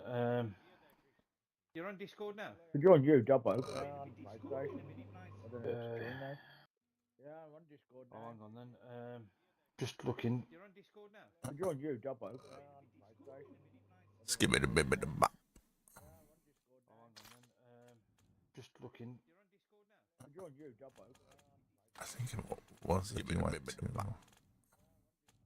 to Adio. Gaming. For me and my friends. Create server. Gaming. I want to share it. How do I share a link? How am I supposed to share the bloody link? So if you're on the thing at the top where it says the name of the hub you're on, click on it and it'll have an invite option. So if invite you're members. On the thing at the top where it says the name I'm going to invite Rampage. Click on it and it'll have an invite option. And what's your name again, mate? Was it Killshot? 420X. I will whisper you the what it is. Killshot. And what's your name again, mate? Was it Killshot? 420X. I will whisper you the what it is.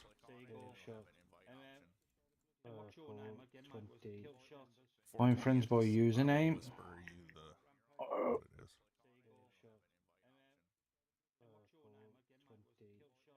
Find friends by username. Just sent you a friends request. Rodders. It should come up Rodders 5283. Yeah, Dobo. That's it. A friends request. Accepted. Rodders. It should come up. Alright, I'm gonna wave at you. Yeah, Dobo. No, that's it. Hey, yeah. Invite members. Accepted. I voted you, Chris. I'm gonna wave at you. Yeah, Dobo. No, and I've invited you, Dan. Thank you, you sexy bitch. Which one are you on? Which one do you go to? Gaming or lobby? Gaming, I think it is. Alright. Let me just I'm in there. change it over on the Which one are you on? Which one do you go to? Gaming or lobby? Xbox and have a look. Gaming, I think. Yeah, I went to gaming. If not, I can go to the other one. It's over on the Which one are you on? Which one do you go to? Gaming or lobby? Xbox. Invite your friends. Double Send your set. first message. I went to gaming. If not, I can go to first one. Can you hear me? Yeah, I can hear you, sir.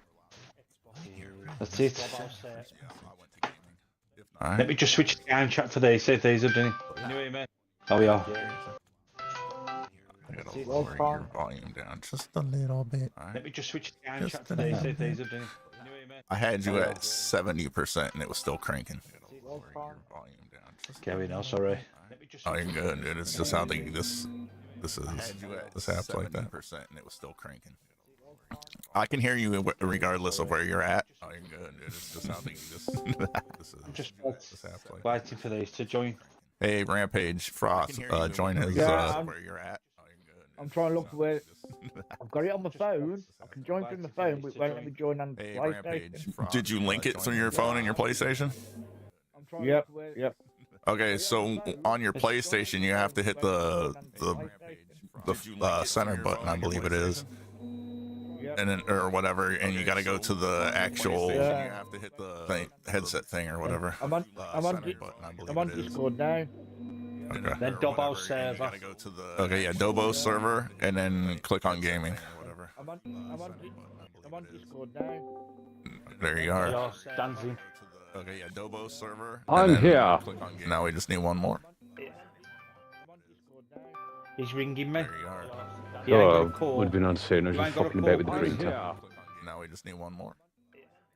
Tell you what, you sound a lot better in here than you do on the PlayStation and the game. Holy cow. Fucking about with the printer. Now we just need one more. Tell you what, you sound a lot better in here than you do on the Froth. Are you there? Game. Holy cow. Yes, I am here. Rampage, are you there? Tell you what, you sound a lot I'm here. Okay, join. Are you able to join his thing? Yes, Can't join I it. am here. That's Okay. why I was calling down. He's got PlayStation. Oh, okay. Let me send you another one. Are you able to join? Dan, his help thing? him out to get in the thingy. Yeah, And he's he votes helping him. again. He called him on the phone. PlayStation. Oh, okay. Oh, Are you able to join? Dan, help him out to get in the thingy. What? Yeah, I he's can join helping it on him. the phone. He called him on the phone. Yeah, I'll join it on the phone. See what happens on the PlayStation. I Yeah, think- more when it rings on the phone, it comes up on the Xbox as well. Yeah, I'll join it on the phone. See what Yeah, it's a little different on PlayStation though. Xbox owns Yeah. it, so Xbox has had Discord like built in, even in Xbox One, where PlayStation didn't have it for PS4. Yeah, it's a little different on PlayStation though. Xbox owns it, so Xbox has had Discord like built in. Before they took 360 off the air, you could even do Discord on there. There you go. I've got it there. It's It back is. on the PlayStation. Before they took Hey, 360 off the air, he's fucking here. Yeah, we're all in now. There you go. I've got it. All there. right, fucking A, boys. It's back on the PlayStation. Fucking. Get a round of applause there. All right, fucking A, boys. Fucking. A bit. A round of applause there. Big weapon. Where's the drink that you took upstairs with you? A bit. Where is it? Don't get it then. Where's the drink that you took upstairs with you? Are we ready? A bit. Here we go. Where is it? Yep, We're ready. Don't get it then. Where's the drink that you took upstairs? It's handy as well because Dan knows some stuff. Here we go. Where is it? Dan does. Only had to get the wonder weapon. Yeah, I gotta round off. So when we like I was telling them, when we get to like round 15 or so, I'll pop that round off. That way we can get some other stuff done for the Easter egg real quick. Like maybe like the fish, or we can do the fish immediately after round 10, and we can do the wonder clock or the drop clock thing at any round. But we all have to be there. That's the only issue. You can open the thing as well. If you go into Market Square, there's a RCXD. Oh yeah. You can go into that big and blow that straight away. Oh yeah, well, I know that thanks. step. I forgot about that. Yeah, thank you. If you go into Market Square, there's a few little things. Yo, I appreciate that follow, Nikki. The Nikki OPC. How you doing today? Oh yeah. Let me drop this down so I can see my chat. I can see the chat. There we go. All right. How you doing today? All right, guys. Are you streaming them, yeah? Yeah. Yes, sir. Yeah. Yes. Here we go. I'm gonna put me. Quick question. I got an answer. Can they hear us? Yes. Yeah. Yes, sir. Oh, 100%. I'm gonna have fun with this. Quick question. There's currently 17 people watching. Yes. Hey, you guys. Have fun with this. Hello, you sexy bastards. Love from the UK. There might be one or two of them watching from the UK, to be honest with Sexy you. bastards. Oh, even better. I know where you live. There might be one or two of them watching from the UK, to be honest with you. Oh, even better. I know where you live.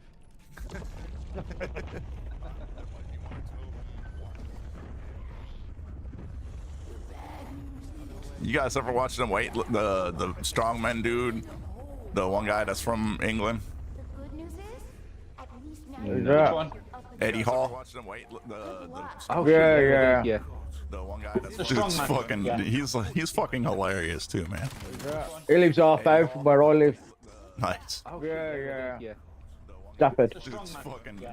He's fucking Somebody's from hilarious. Idio. What I realised he was He lives Stafford. half hour. Yeah, Stoke. Nice. Oh, is he? The staff's hard, you know what I'm saying? Somebody's from Idio. Stoke on Trent. Yeah, Stoke.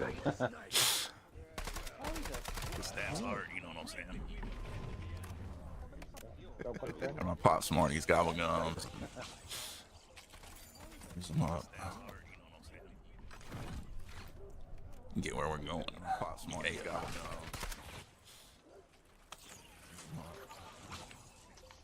I will definitely pop one of these since it's us playing. Yeah. All CXDs here. Fuck. Okay. I will definitely pop one of these. Got a 3-plate going. All CXDs here. I wish I could like give gobble gums, or you guys could give gobble gums. That'd be kind of cool. Share them all. Yeah. There was a share button. Why won't you let me convert it? Yeah, I'm converting most of mine. The ones that I. Won't let me. Won't let me. Yeah. What do you mean? You gotta press and hold Holding it. it. You gotta hold it for a long time. You can't just press it. Hold wide. Oh yeah. No sec. The triangle. Triangle for. You gotta press and hold it. Yeah, you got all the right, didn't you? You can't just press it. Yeah. Oh yeah. No sec. The triangle. Triangle for. I got a bunch of these ones. I Yeah, you got can all the crush the right, crap didn't out you? of them. The re-equipments, and they actually give me Oh yeah. No sec. The triangle. a little over 1,000. I got a bunch of these ones. I can crush the crap out of them. The wonder what the stock option gives me. I accidentally crushed one yesterday. It was my armor getting. Oh no. Fucking. I was gutted. You silly boy. That's only like 500. Crushed one yesterday. It was my armor getting. Oh no. I was. Yeah, man. That's only like 500.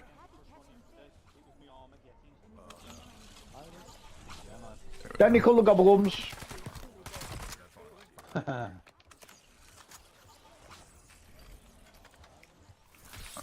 Danny, call the gobble gums.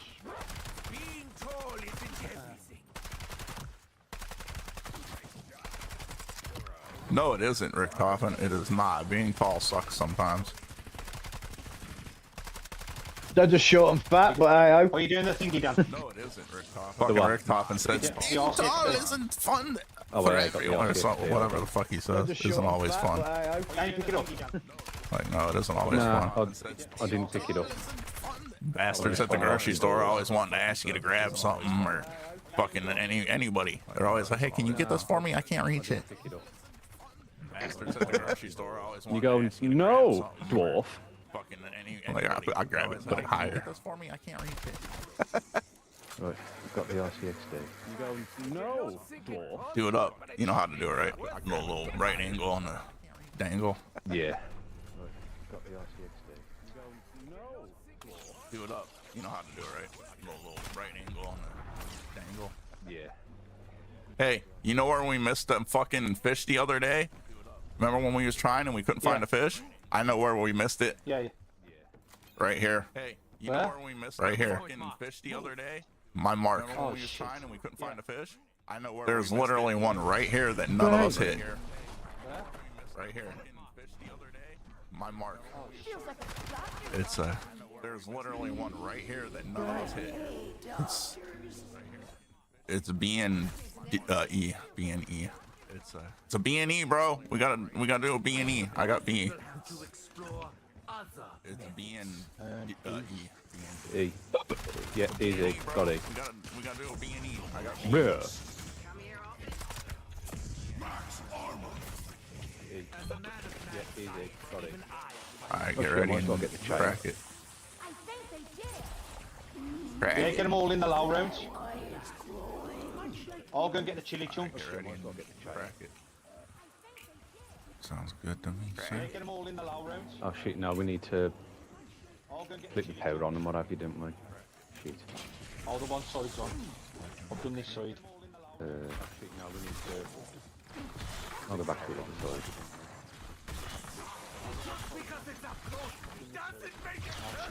Can't get in the foot. I'll go back to I am not pleased how easily we penetrated my security system. Please, how easily we penetrated my security system.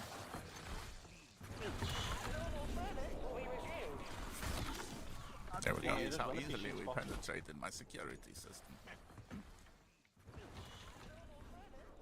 Yeah, right here.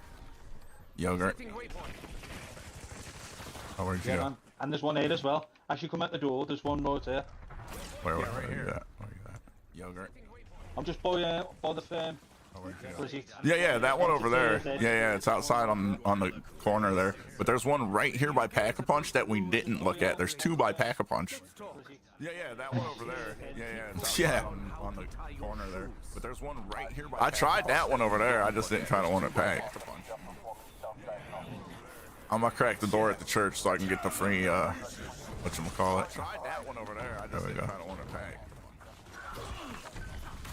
I'm gonna crack the door at the church so I can get the free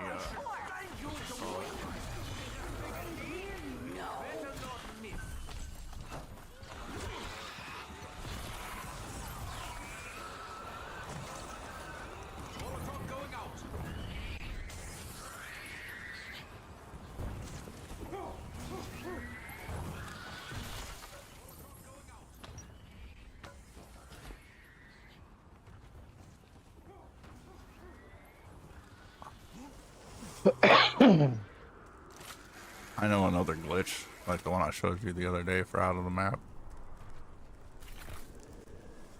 I know another XP and Gobblegums. Yeah, this is an easy one too. You just gotta climb the tower and just jump right out of the map. For XP and Gobblegums. Here, I'll come open. You just gotta climb the tower and just jump right out of the map. The beating heart of the operation. Here, I'll come open. Such a beautiful offering. Jump right out of the map. The beating heart of the party. Now, fuck off!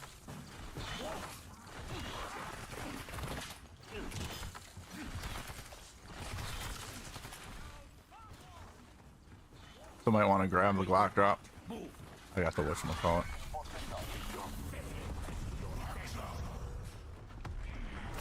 Somebody want to grab the Glock drop? Right, chili chunks are done. Superb. Starting a pack right now. Have a vendetta against progress. Starting a pack right now.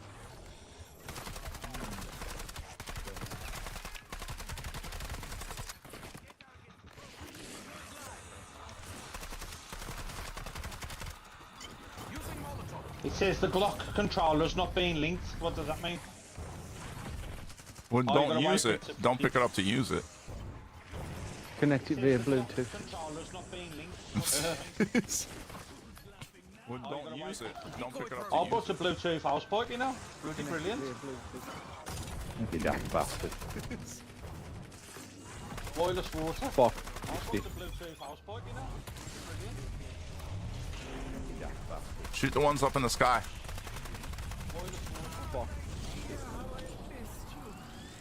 Damn, we didn't get nothing. Sometimes it'll give me shit. Shoot the ones up in the sky. Has anybody else noticed that my... I don't know if you guys are getting it too, but I'm not getting my Pack-a-Punch camo on my gun. Have you got the option to Yes. before you No, I do not. It's on. It is actually on. Or if you punched... Yeah, look, if you look up here, No, say, look. I haven't punched it. It's still like it. That's your max ammo up there, look. Yeah. If you shoot that. Yeah, I don't need it at the moment, but yeah, I know what you're saying. Punched it. I found that one. I found the double punch one as well. Yeah. And then there's little You're on, gnomes. Chris. You know the little gnomes I'm too, trying, right? mate. Yeah, I've seen that Oh, with good. the gnome. I am now. You're on, Chris. You know the little gnomes. Yeah, I trying, saw that mate. with the gnome. Yeah, I've seen that Oh, with the good. gnome. I am And, there. and the Jotun Star. Yeah, I saw that with an owl. Missile guidance system error. Proceed to broadcast hub for signal calibration. And the Jotun Star. Yeah, I saw that with an owl.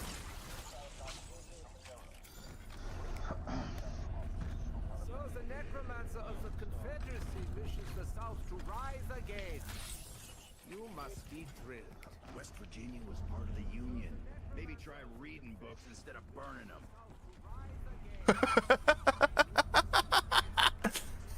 I have a deal. He said West Virginia was part of the Union. Maybe you should read books instead of burning them. He comes up with some raw shit though, Ian. Oh, dude. Dude, Nikolai is the best when it comes to crazy sayings. I don't know what Samantha says to him, but she says something to him, and he's like, "Do not show Nikolai your butthole. It will make him vomit." Crazy sayings. I don't know what Samantha says to him, but she says something to him, and he's like, but my favorite one is the one where he says, "In socialist country, your headshot is also Nikolai's headshot. Yay, Nikolai!" But my favorite one is the one where he says, "In socialist country, like that shit's so true." Fucking, it's like them kids that get fucking participation trophies. Like that shit's so true. The fuck is that shit? Like we're not getting a participation trophy for this. I'm telling you. Fuck. Hey. We're not getting a participation trophy for this. Fuck. You said taking pleasure in others' pain, them. See, but I thought you said you had nothing in common. You said taking pleasure in others' pain, them. See, now we just gotta wait till around 10. I guess we could probably. What else can we do here? I could burn that. Wait till around 10. I guess we could probably. I could get me a. Oh, I already have 3 plate. I don't need that. Burn that. I need another gobble gum. I already have 3 plate. I don't need that. Purple one. Yeah, soda fountain, baby. I need another gobble gum. I already have 3 plate. I don't need that. Purple one. Yeah, What are the ingredients? Something you got to know about. I'm just gonna go and pack. Have you got enough money to pack yet, Chris? Yeah, I've done one. Oh yeah. Fucking hell. I'm just gonna go and pack. I'm trying to sell gobble gums. Yeah, I've done one. Oh yeah. I need to buy some fucking. I'm trying to sell gobble gums. Yeah, I've done one. I need to buy some fucking. Good news, bad news is. Bad news is there ain't no good news. Good news, bad news is. My ears are ringing. Bad news is there ain't no good news.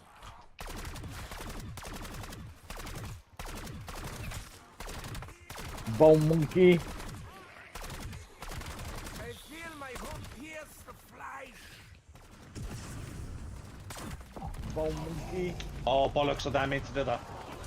I thought it was fucking easy to kill. Pierce the flesh. Sorry, sir. It's alright. We're just hitting around 10. I'm gonna come over here to the area where the old bear ski's gonna come out at.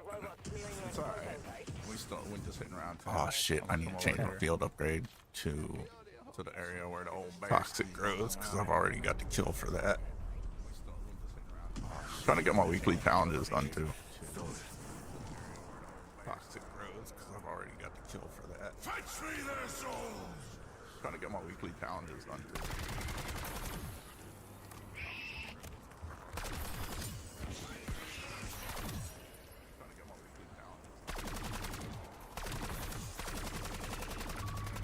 Oh, you slag. Oh no. Nice one. Whoever done that. It was me. Oh, you slag. Say before you go in the boss fight, apparently they said put frenzy guard on as well. Yep. Oh, I got teddy bear. Say before you go in the boss fight. I got a teddy bear. Oh, teddy bear's fucking clawing my ass. Oh, teddy bear. I want to play with the fluffy bastard. Oh fuck. He growled at me, bit me. Oh fuck, he's gonna fuck me. I I want to play with this fluffy bastard. Oh fuck. I don't like that. That's my no-no spot. Don't touch me there. You This take the is my front, I'll no-no take the rear. square. He's off. He's off. Don't touch me there. Oh, full tower the fucker. There we go. You take the front, I'll take the rear. He's off. Yeah, boys and girls, we got it. Go. There we go. Anybody got a hot water bottle? Pack a punchy throws. Just punch it. Throw a Molotov at it. Shoot it. Or punch it. Punch it. Punchy. Lick it so your tongue Anybody got a sticks. hot water bottle? I paid half for the door down here. I can't get in. Throw a Molotov at it. Shoot it. Or punch it. Punch it. Lick it so your tongue sticks. I paid half for the door down here. I can't get in. I paid the other half. Alright, I'll count the first one if I can, and the second one I'm gonna try. I paid the other half. Alright, I'll count. I won't let me place it. If I can, and the second one I'm gonna try. I paid the other half. Did you pick it up? Oh, shit. You picked the lantern up. I'm thinking, dude. I'm thinking. Place stone. Thank you. Did you pick it up? Oh, you picked the lantern up. I'm thinking, dude. I'm thinking. Oh shit. Oh no. Thank you. Save a zombie. No, it's alright. Just save a zombie. Oh shit. I've got one here. I've got 2, 3. Just save a Kill zombie. you. Kill you. I'll get some zombies by me. I'll kill you. I've got one. Bloody I've got one bastards. here. I've got one here. I've got That's 2, 3. Yeah, now Texas, somebody. I'll get some zombies by me. I'll kill you. I've got one. Nope. I've got one here. I've got one here. I've got one zombie by me. Did you do any I've of got them one yet? by me as well. No. Okay, it's the whale. Not yet. The whale's coming out. Hey, do you know my dad's wife? Did you do any of them one yet? by Oh me no, as well. yeah. No. Okay, it's the whale. Not yet. Seal. The whale's coming out. Hey, do you know my dad's wife? Got that done. Fish. Yeah, fish. There's 2 seals. The fuck? Fish. 3 seals. There's 2 seals. The fuck? That was really weird. 3 seals. And the fucking star pointy looking thing that's pointing up at the sky. 3 seals. The fuck? I don't even know what the fuck that is. And the fucking star pointy. I don't know what to call it. It's pointing up at the sky. There it is. Star pointy thing. I went and also, Dan, if you get the lamp, get get Melly Macchiato as well. Apparently, fucking smashes them harder. I've got the iron. I've got a pack of punched iron. Get Melly Macchiato. Oh, you beautiful bastard, you. I've got the iron. I've got a pack of punched iron. Alright, fellas and fellettes, get ready. Hold that zombie way over there. We're gonna have us some. We're gonna have us some of them there purple eyeball zombies now. You know what I'm saying? Zombie way over there. We know what you're saying. We'll have us some. We'll have us some of them there purple eyeball zombies. I remember the first time I saw Andy Dufresne.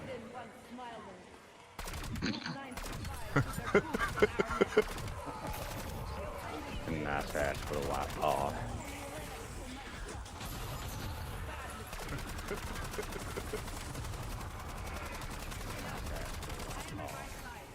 She is revitalized. We're gonna bring her on over here to the truck failures. I got me one of them there Phoenix ups. Oh shit. I hope Phoenix can get me up if you know what I'm saying. One of them there Phoenix ups. Oh shit. Erection. I hope Phoenix can get me up if you know what I'm saying. There's this place in Akron, Ohio. There's this big tower that this guy built, Ernest Angelique. He was a big minister that used to be on TV like big back in the 80s and 90s and early 2000s.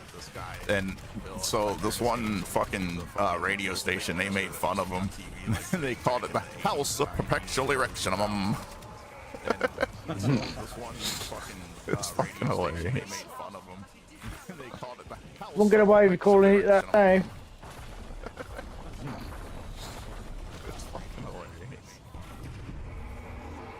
Don't get away with calling it One that zombie name. has turned into two.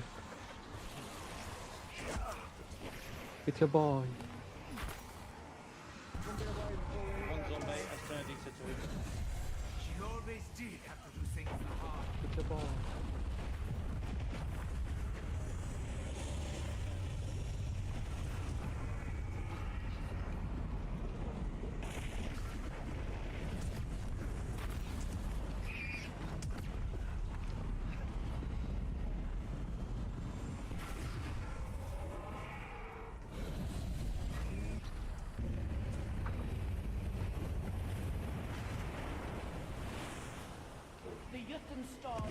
The Judson Star.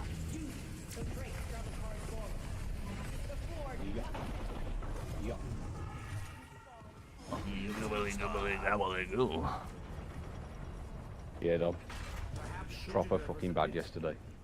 Okay, guys. What's she done? I got the thing. If Yeah, you want to said get the you was- bullet, if somebody wants to get the bullet and place it. Yeah, Dom. Yeah, I'll get the bullet. Okay, guys. What's she done? I got the I'm thing. If you right want to by get it the bullet, anyway, Dom. if somebody wants to get the bullet and place it. Oh, yeah. Yeah, for ages. Danny said you was online. Yeah, I'll get the bullet. I didn't quit the game, did I? I just switched off the PlayStation. Yeah, for ages. Danny said you was online. I think he was like, I'm still on fucking line, Eve. Yeah, no, me being the absolute fucking genius that I am. Hold on. Yeah, no. Oh, Randy shit, Watson. yeah, the bullet. Fucking genius that I am. Hold on. What the fuck is he? Oh, Randy Watson. Shit, yeah, the bullet. That case thing. The bullet. There's a couple of them. Four of them. There's one at spawn. Anyway, there's a couple of them. Four. I'll go to the one at spawn. There's one at spawn. Okay, I've just been to. Oh, the one off the bridge. the one by the boat.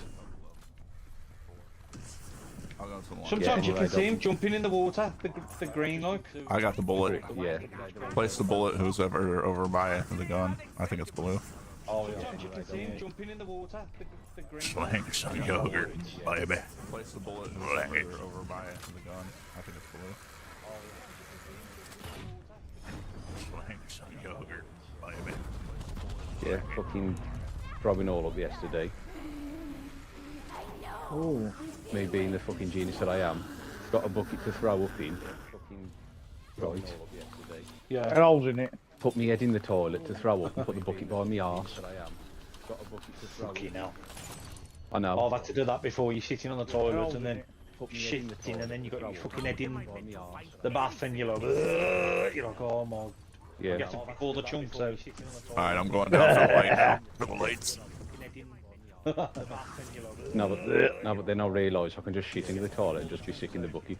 Alright, I'm going down for the light now. For the lights. I had the bucket by my arse. Just no, but then I realise I can just shit into the toilet and just be sick in the bucket. Nothing worse when you fucking. I had the bucket by my arse. I know. I still lay 100% now.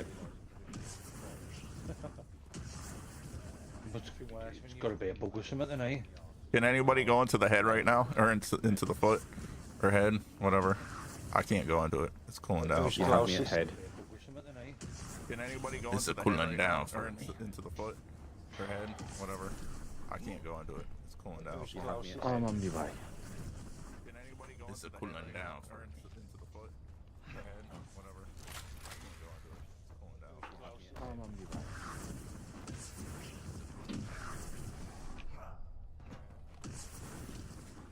Right, what have I got to do in the head? Place the thing at the top left above the stairs. That little, like, open power panel, little switch panel.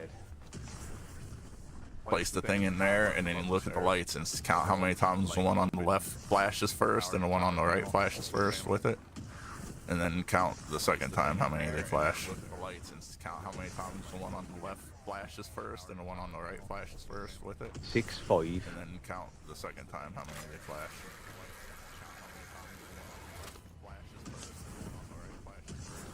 6-5. And then count the second time how many they flash. 1-8. 6-5-1-8. Okay. 518.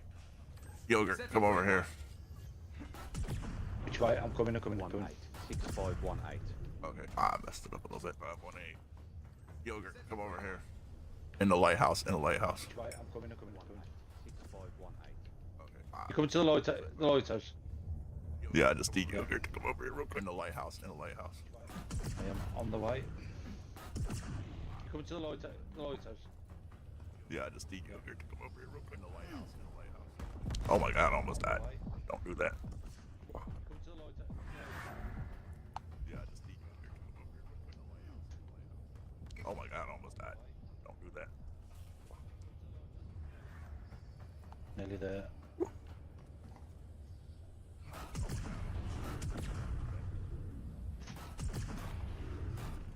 Nearly there.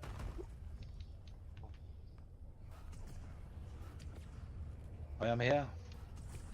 Come up. If you're right here, right? Yeah. I am here. Give me 1 second. Come up. You're hungry, lost away for breakfast, go to bed. Good night, love If you. you're right here, right? I still got a bunch of bacon out there. Okay, see how there's a window above us? Where is it? Hungry, lost away Yeah. for breakfast, go to bed. Good night, love you. Right here, right? No, I still got a not bunch of now. bacon out there. Okay, see how there's a window above us? Get to. Where is it? I think the zombies just died, I'm not sure. Yeah, it did. It's alright. Okay, so see how there's a hole right here in the wall that's open above Not us? so dead, Lily. If you Yeah, use this and you no, jump up and you go left a little bit and do a double jump, you can get over to it and you can jump off of it, off of this, and you can mantle that. And you jump up and you go left a little bit and do a double jump.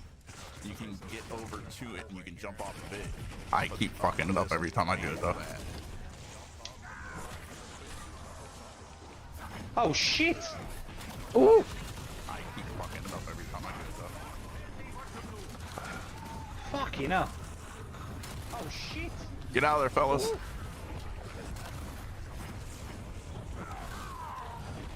Fucking hell! Get out of there, fellas.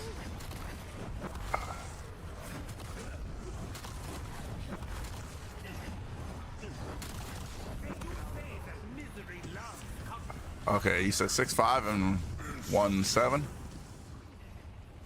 18. 1'8", okay. I was testing you. You said 6'5" and 1'7"? 18. 1'8", okay. Don't test me, I'm an autistic little boy. I was testing you.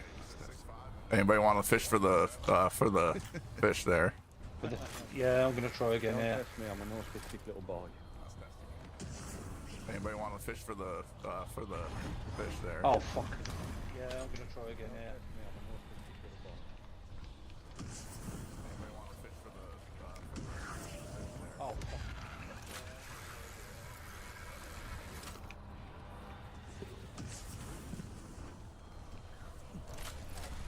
Here he is. Marked him. Oh no, I ain't marked him. He's down marking, he's found now. Marked him, he's on the move. Oh no, I ain't marked him. He's down marking, he's found now.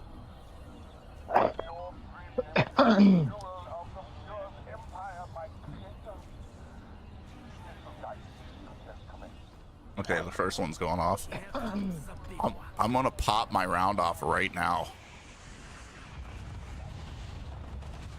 The Germans again. I'm gonna pop my Is round off right now. Where's he gone?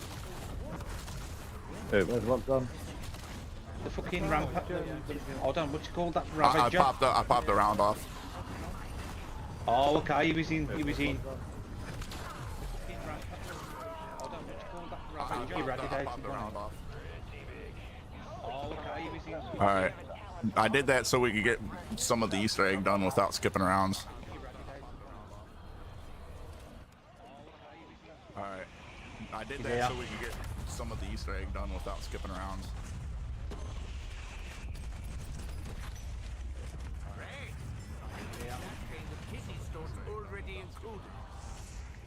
All right, I'll be right back for my mutant injection thingy, my jigger. I'm gonna go blow up the building real quick. Get that done.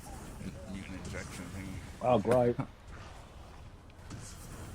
Save a zombie at the last round of the round off. I'll tell you when it is. Oh, great. We're still at the middle of it. Save a zombie at the last round of the round off. I'll tell you when it is. We're still at the middle of it. No, no, no, no, no, no.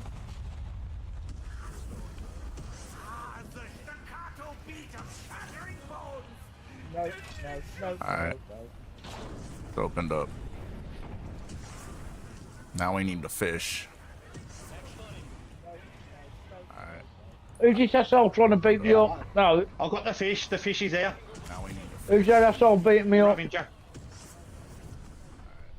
Who's this asshole trying to beat me up? Where's the fish at? Down there? The fish is here. He's over here. Who's that asshole beating me up? Who's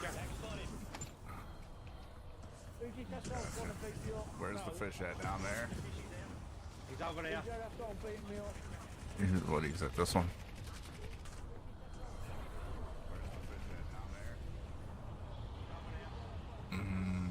No, that's not the one. He appears.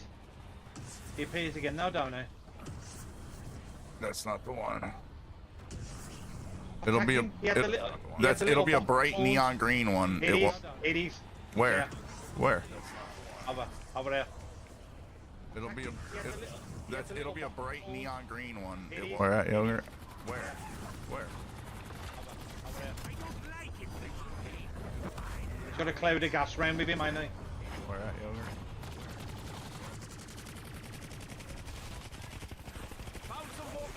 That's him right there. That's the one we need to kill. He's behind us now. That's him right there. That's the one we need to kill. He's behind us now. He's stuck in a box. Got it. Now we just need the one from the whatchamacallit. Okay, this is the last round of the round off. Save a zombie at the end of it. Got it. Now we just need the one from the whatchamacallit. Oh shit. Okay, I this need is ammo. the last round of the round off. Save a zombie at the end of it. I gotta go grab a gobbly gun.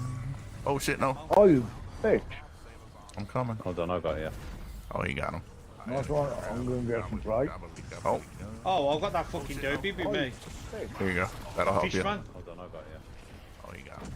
Nice one. I'm going to get Yeah, we're good with the fishing. Oh, I've got that. Got that all dopey done. with me. Here you go. That'll help you. You can grab me a gobble gum so I can get more perks. Got that all done. Grab me gums so I can get more perks.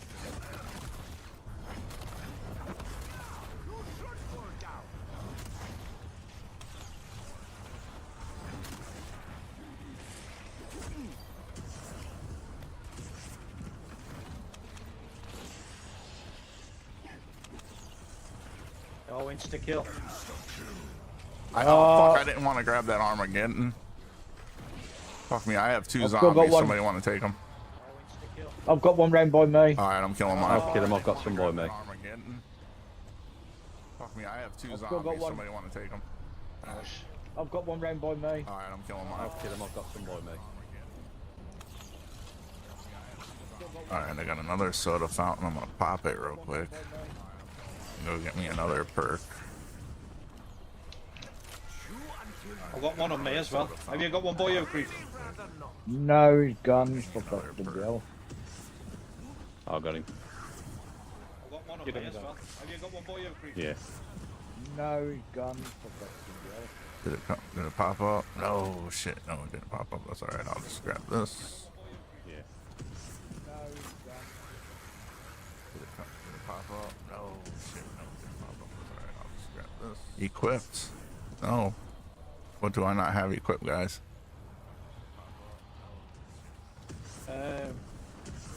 There's three.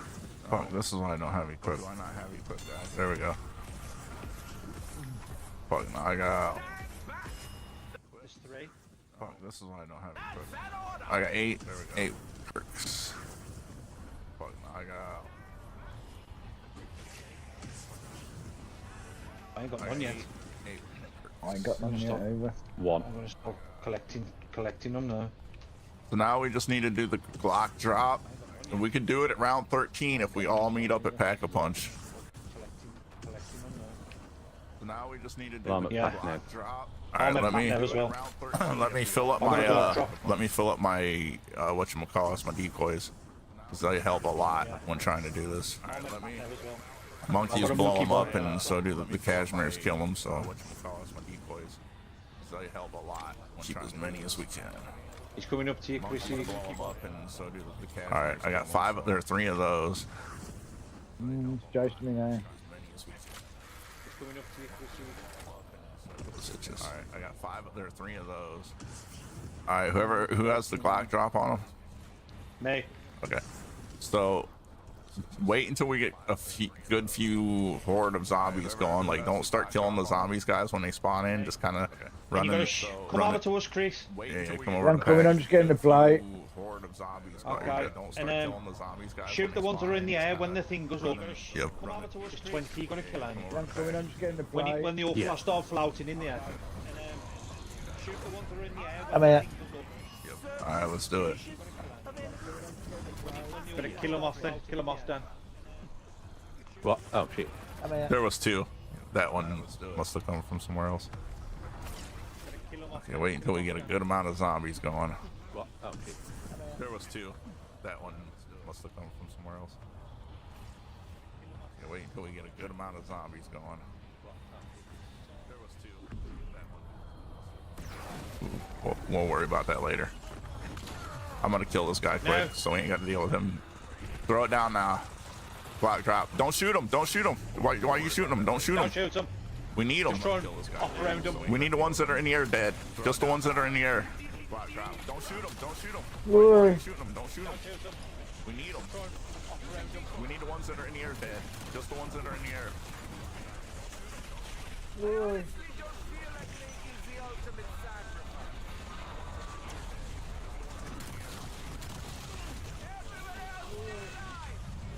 We got it. We got it.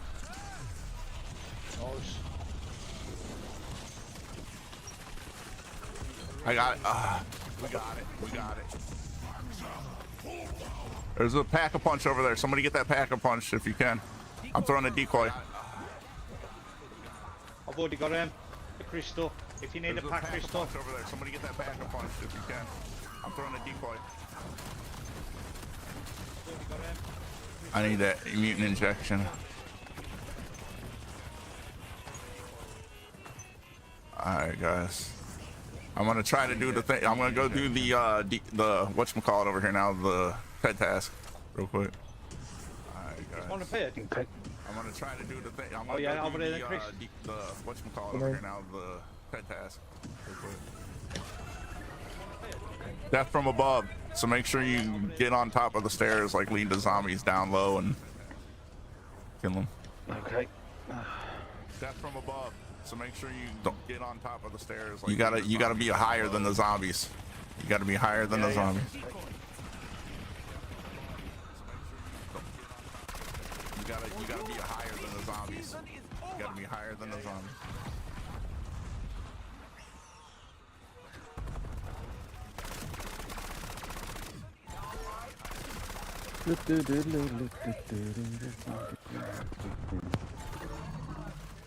Got another one of those monkeys? I have, yeah.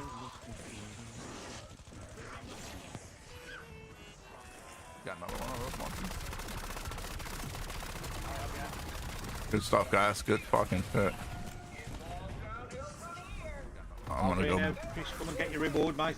I'm gonna buy another perk here before I get my reward.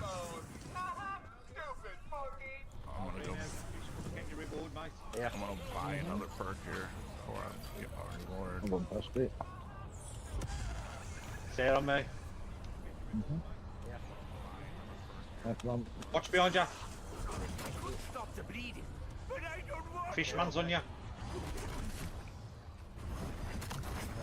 Watch behind you. Get out of it. Fishman's on you. Oh, Oh shit.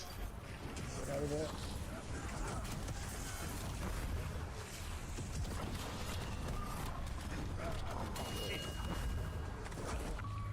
Oh, you slag!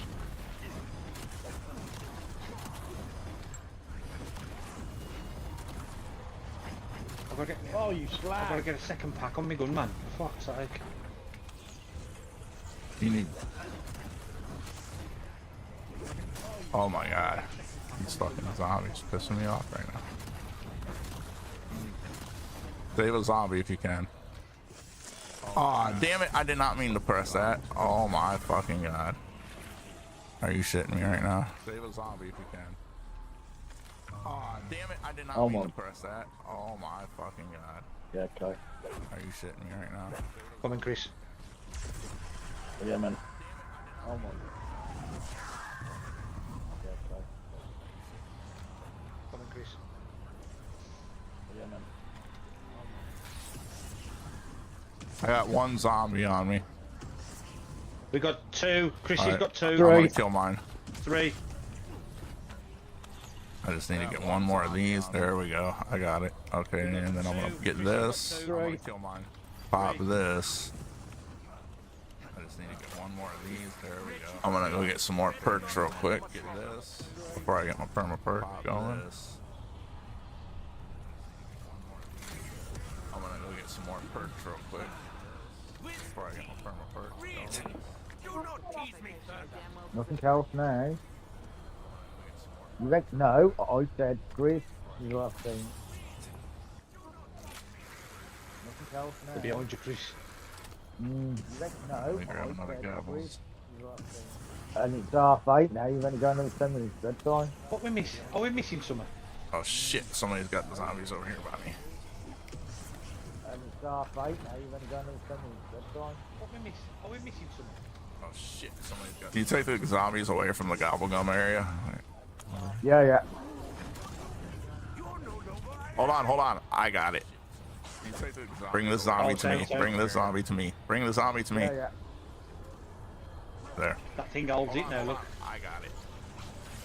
Bring this He's just zombie down to me. there. Bring this zombie to me. Bring That's the what he's zombie to me. saying. There. That thing holds it now, look. He's just down there. That's what he's saying. Trying to get enough points to get one more gobblegum, and I'll have my perma perks. Or perma perks. Trying to get enough points to get one more gobblegum, and I'll have my perma perks. Or perma perks. There we go. Some more Ted tasks, are we? Do something. When we played the other day, when was it, Friday? They had the Ted task about round 4 when it come. Yeah, it was round 4. That was When we played crazy. the other day, when was it, Friday? They had the Ted task about round 4 when it come. Yeah, it was round 4. That was crazy. Let's do some fishing then, see if we can get anything.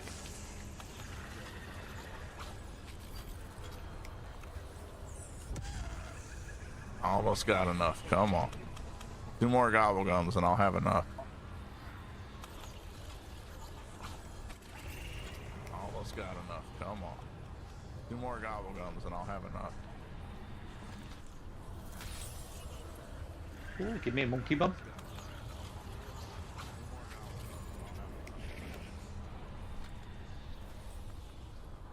Ooh, give me a monkey bum. I think that's enough.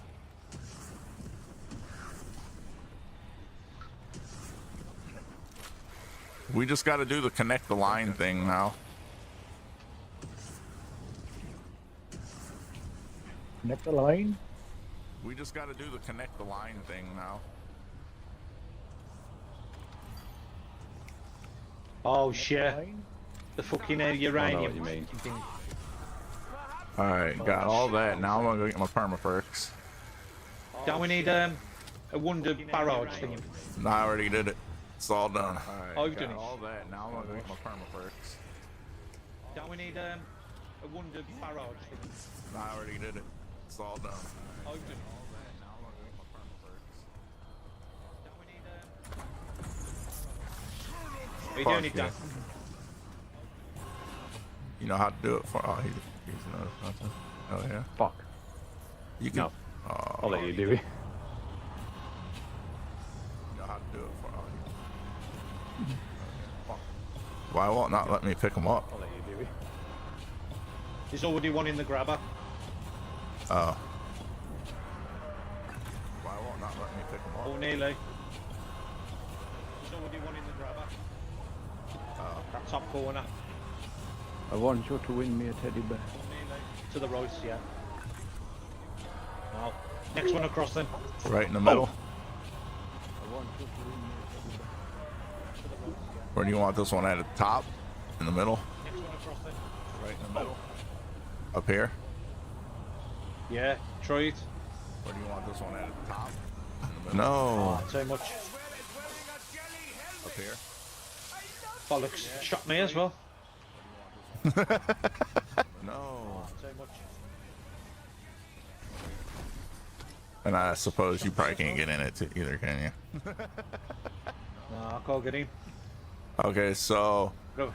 that would give us. In the round of it. You probably can't get in it either, can you? Yeah, go ahead and flip it. No, I can't get in. Okay, so I don't have any more round offs. That would give In us. the round of it. Kill that zombie Yeah, I'm going to it. if you can.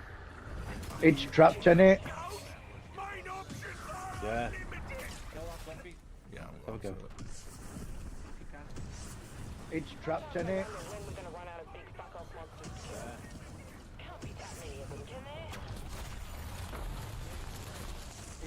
Oh, let me go on. Oh yeah. You gotta wait. You gotta wait for a second. It takes a second before it'll actually let you. I wish I had a round. Anybody have a round off gobble gum? You gotta wait. You gotta wait. I don't. For a second. It takes a second before it'll actually. No. I wish I had a round. Anybody have a round off gobble gum? I don't.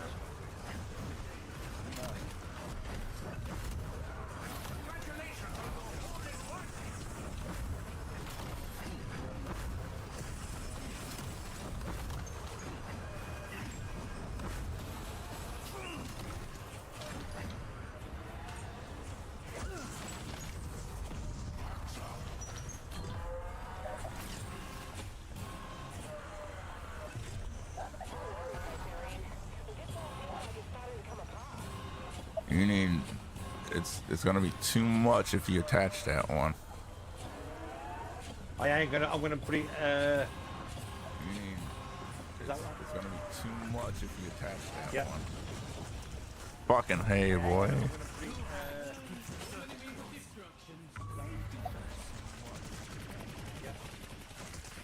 Fucking hey, boy.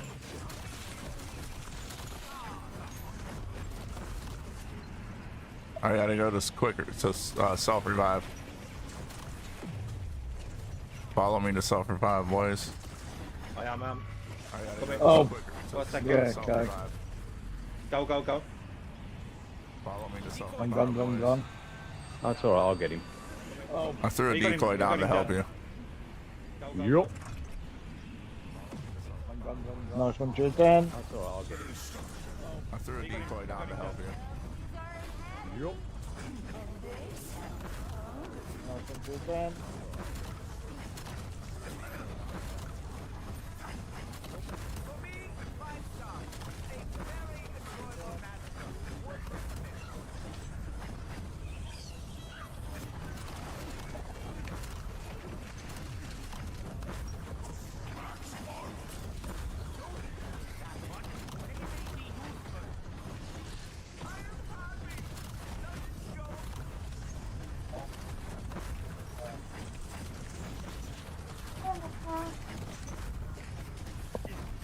Take a line. Bring your bed then.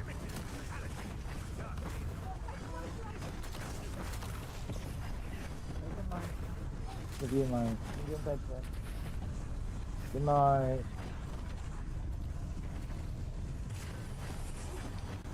Give you mine. Good night. Using decoy.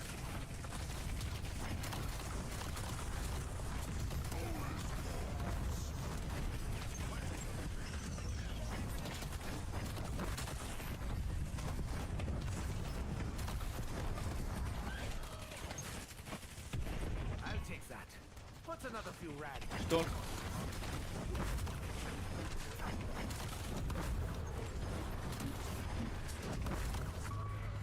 Oh. Fucking ice cube. Oh. Fucking ice cube. Oh, it's no good. I've got nothing. Full power. Okay.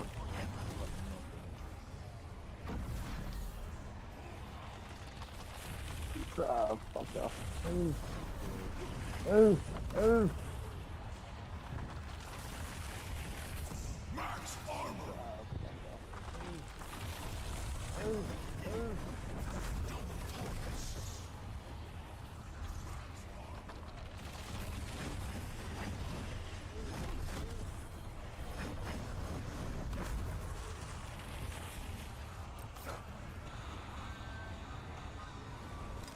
Establishing point turret. Over this way, Chris.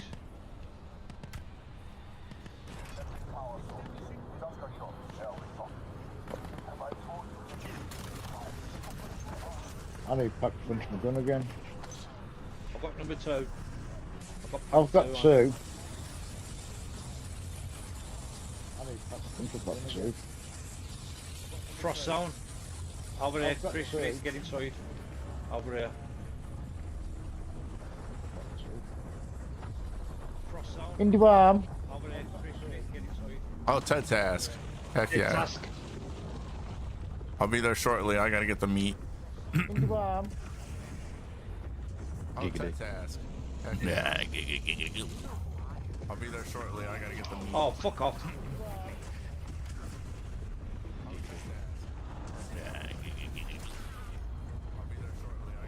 Oh, fuck off.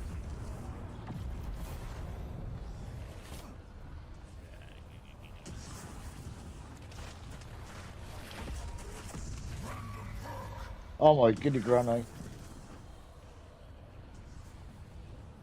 Hold on. I got him. Oh my giddy granny. Let me think about it. Come out there, Chris. They're gonna keep surrounding you. Fucking things. Oh my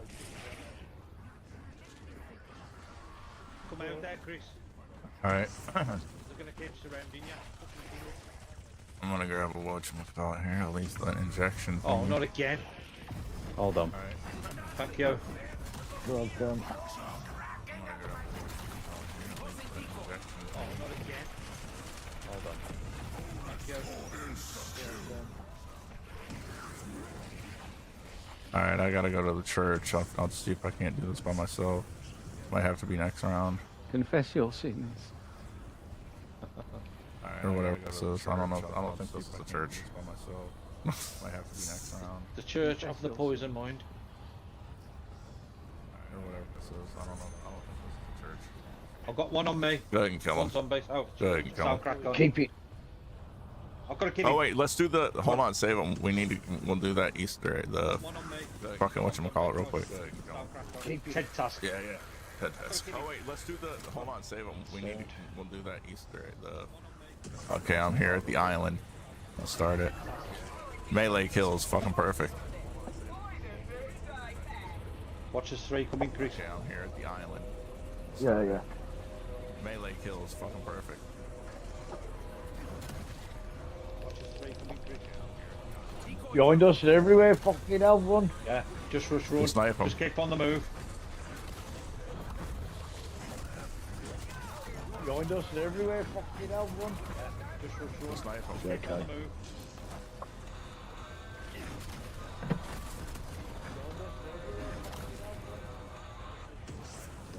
Just run, Chris. Just keep running. Run, round. run, run.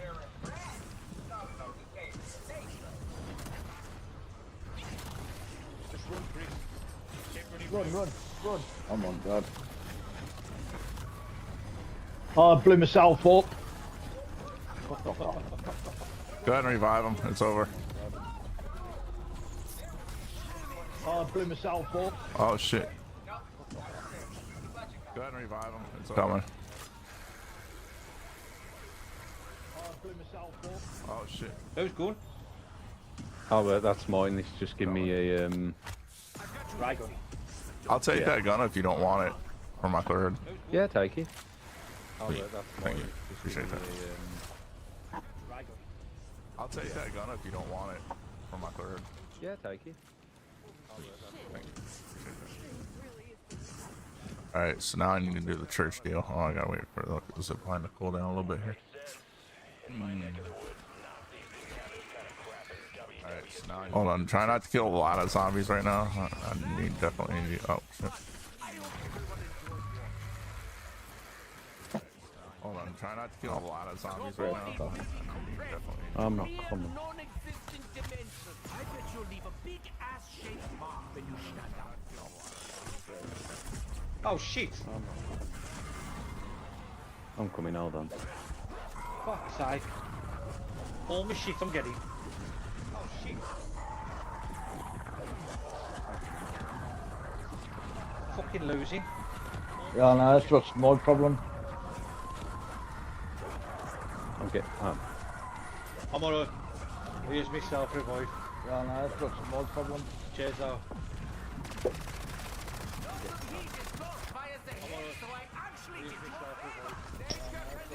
Oh yeah.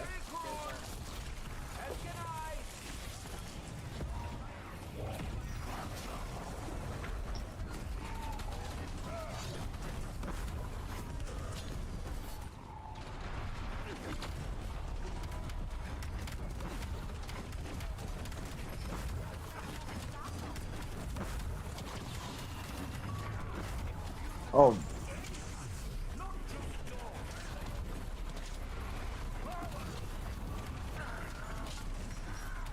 Oh.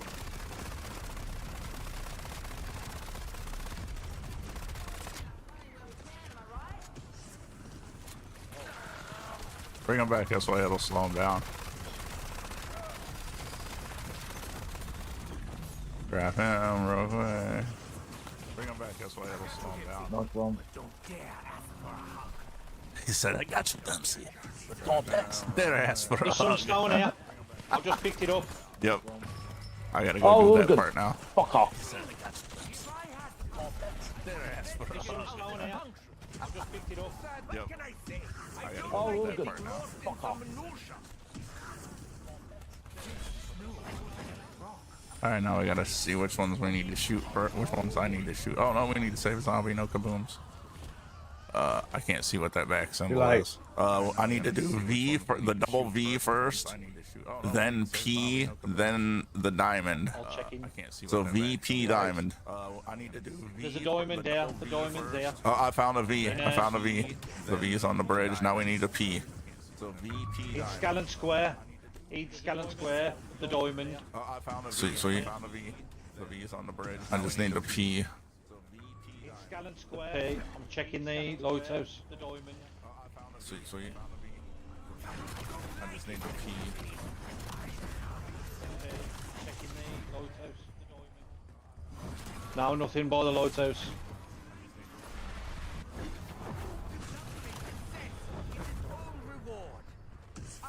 Now nothing by the lighthouse. There's the V. Oh, that's the F. Let me see if I can go up here and see it anywhere. There's the V. Oh, is it behind the church? Let me see if I can go up here and see it anywhere. Oh, is it behind the church? It's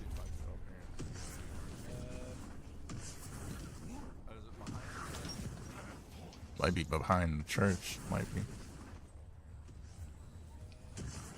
the diamond. I can see the diamond. Might be no P there. The P might be on the island, at the back side of the island. The diamond. I can see the diamond. There's like a V sign here. It's spawn. Yeah, I got the Diamond's there. Yeah, I see the diamond. I need the P. The diamond in the middle. I need the P. There's like a V sign here. It's spawn. Yeah, I got the Diamond's there. Yeah, I see the diamond. I need the The P. diamond in the middle. I need the P. Nothing out here. I'm just checking.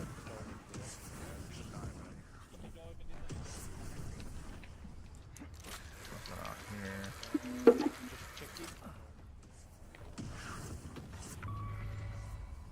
Oh, is that? Yeah, Chris. Yeah, it was. I've lost everything. I need to go and buy Who's that? Yeah, Chris. my shit again. Yeah, it was. Here's the P or the S. The F's here. Buy tiers. I need I've to lost pee. everything. I need to Oh, go I and found a buy pee. my shit again. Here's the P or the S. The F's here. I pressed X and it took me inside the robot's head. Oh, I found a pee. Oh, it's giving me a fucking double points. Alright, now I just gotta go do the diamond. Oh, it's giving me a fucking double point. Alright, now I just gotta go do the diamond.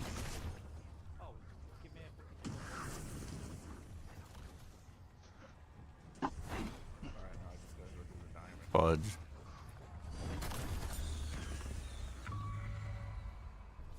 Chris. Fuck off. Fudge. I've been there more times than Bonnie Blue. Fuck off. Where's the... Yeah, more time. I need to buy plates and have to have done voice my nice. Oh, yes. Yeah. Where's the... There you I go. need to buy plates. 1911 pistols there. Oh, yes. Do you want this XR or I know. 1911 pistols there. No, I'm good. What the fuck just growled at me? We finished the Easter egg. We're just right. All we need to do now is just go start it. Chris, Yo! come and pick this pistol up, then pack a punch it. But make sure you got PhD on. Start it. Oh, it's disappeared. Too late. Yo. Disappeared.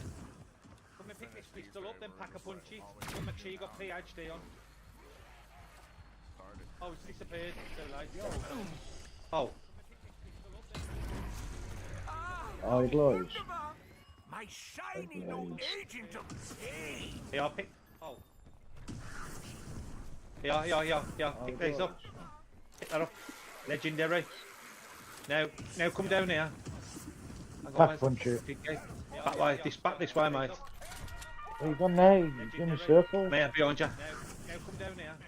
You guys want to go to the Easter egg right now? Back this way, mate. It's up to you. Get pack a punch. PhD, sorry. Now shoot one of the bullets. You guys want to go to the Easter egg right now? Nothing. It's the explosive. No. Now shoot one of the bullets. You guys want to go to the What? No. Oh, have you No. Is it pack a punch or just is it? Just No, it's legendary? normal. No. Just a normal gun. I need to go and pack a punch it, don't I? Oh, pack a punch it then, yeah. Is it pack a punch or just is it? Just No, it's normal. I've got 3 fire. Normal gun. I need to go and pack a punch it, don't I? Don't put it on yet. It only lasts for like Nah. 30 seconds. I've got 3 fire. Normal gun. I need to go and pack a punch it. Let's get juked. Don't put it on yet. It only lasts for like 30 seconds. I mean, we could go start. We could literally start it right now. 1 second. I mean, we could go start. We could literally start it right now. What's the one? What's the one that makes you fire quicker? Rapid Fire the fire. bullets quicker. Oh, double tap. Yeah. Double tap. Is it? Let's do. Double tap. There it is. Oh, that's me. Makes you fire quicker. Where's that on the map? Rapid fire. Fire the bullets quicker. Oh, just go to the Find to it. the thing Close. to the island. Just go to the island where the lighthouse is. It's got all the perks. Where's that on the map? Perk Oh, machines. oh, is it Just there? go to the Find to it. the thing Close. to the island. Just go to the island where the lighthouse is. Oh shit, It's yeah. got all the perks. But double taps over here by where we do the thing in the tower, the Easter egg in the tower. Oh shit, yeah. Superb. But double taps. Whoa, over here by where we do Oh, the thing in the tower, the Easter egg in the tower. A little lag right there. Just a little lag, fellas. Where's the... Whoa. You say double tap around there? Yeah, I read. Double taps over here. I am. I can't mark it. It's over where that tower is. It's where the big tower is. Yeah, I read. Double taps over here. If you're wanting to find double tap, it's over this way. It's over where that tower is. It's where the big tower is. Who needs a perk machine? If you're wanting to find double tap, it's over this way. That's just double tap, but if you want to have all the perks, oh my god, I just lagged again. I'm just like killing all these stock options so I can try to get 30k. If I can get 30k on this gun. I'm just like killing all these stock options so I can try to get 30k. If I can get 30k on this gun.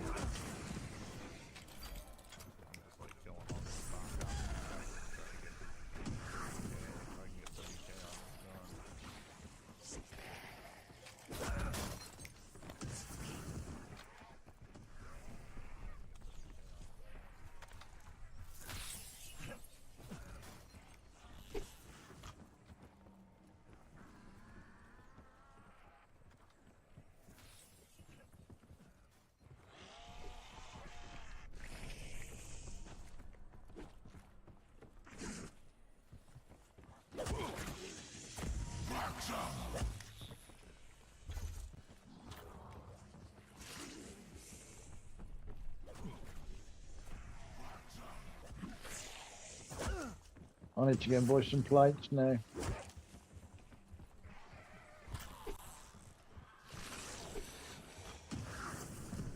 Well, that'd be boaties and dock in it. You can go to the church too. There's a plate thing at the church. Place to buy plates and Yeah, stuff. craft table. Now I was going to buy another plate. Oh, round's gonna switch. Place to buy plates and stuff. Oh shit. It's alright. You can get perks now and stuff. And save up some money real quick. Chris. It's alright. You can get perks That's now and it. stuff. Fucking fire them at the zombies, Chris. Real quick. Round there. Shoot down there. Fucking fire them at the zombies, Chris. Round there. Shoot down there.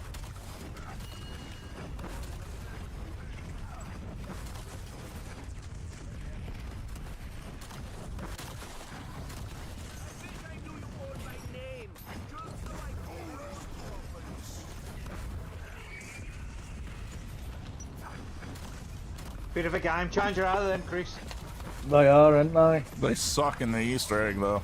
They don't do shit against the They do boss. absolutely fuck all to the boss though. Bit of a game changer out of them, Chris. They are, aren't they? They suck in the Easter egg though. They don't do shit against the boss. So I've just wasted my money pack-a-punching them and now you tell me the crap on the boss. They're good against the zombies though. And there's a lot of zombies. So I've just wasted my money pack-a-punching them and now you tell me the crap on the boss. They're good against the zombies though. And there's a lot of zombies.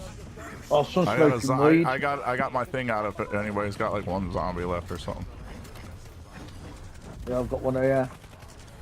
Oh, some I got smoking weed. I got my thing out of it. Anybody's got like one zombie left or something. Oh, where's the last zombie? Where's the last zombie? He was up there behind me, I just jumped off. Nah, somebody's got the purple. You got him? Got Frost? No. Oh, no. No.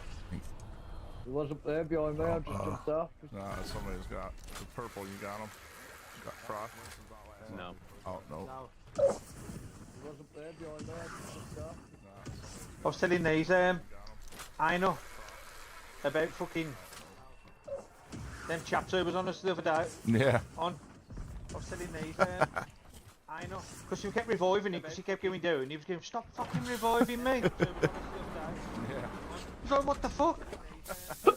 Yeah, them dudes was getting Kept pissed. reviving him, because he kept going down, and he was going, stop fucking reviving me. He's like, what the fuck? Explains a great deal. They all lived in one of their mother's basements.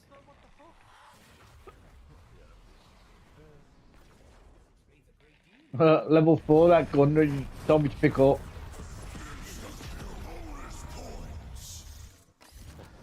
Never used it before. Level 4, that gun that you told me to pick up. They're good, but like I say, in the boss fight they're good, but against the boss they're fucking wank. Never used it before. They're good, but like I say, in the boss fight they're good, but against the boss they're fucking wank. Oh shit! What you done? I'm stuck in a corner. Oh shit! What you done? Oh fuck, I'm gonna die. I ain't. Oh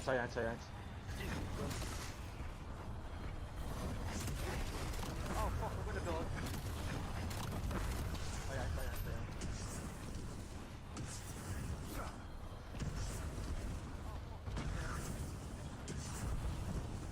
I ain't. Keep one. You've having too much fun with them, Chris.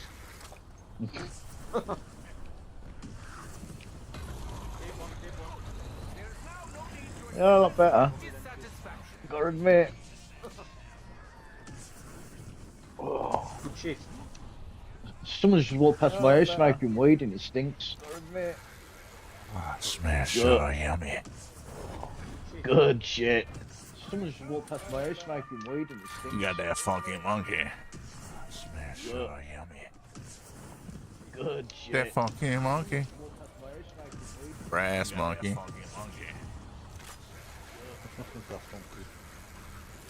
That funky monkey. Brass monkey. Need another 20 grand to pack through. Oh, I've only gone two. I'm You're stuck it on this fucking handgun. I'm 2 on 2 of mine. Oh, I've only gone two. You're I'm two. stuck it on this fucking handgun. I'm 2 on 2 of mine. Oh, I've only gone two. And I ain't got a clue how many fucking gobble gums are fucking scrapped tonight. And I ain't got a clue how many fucking gobble gums are I've got one zombie on me. I've lost hope. Who's paying? I've got one zombie on me. I've lost hope. Who's paying?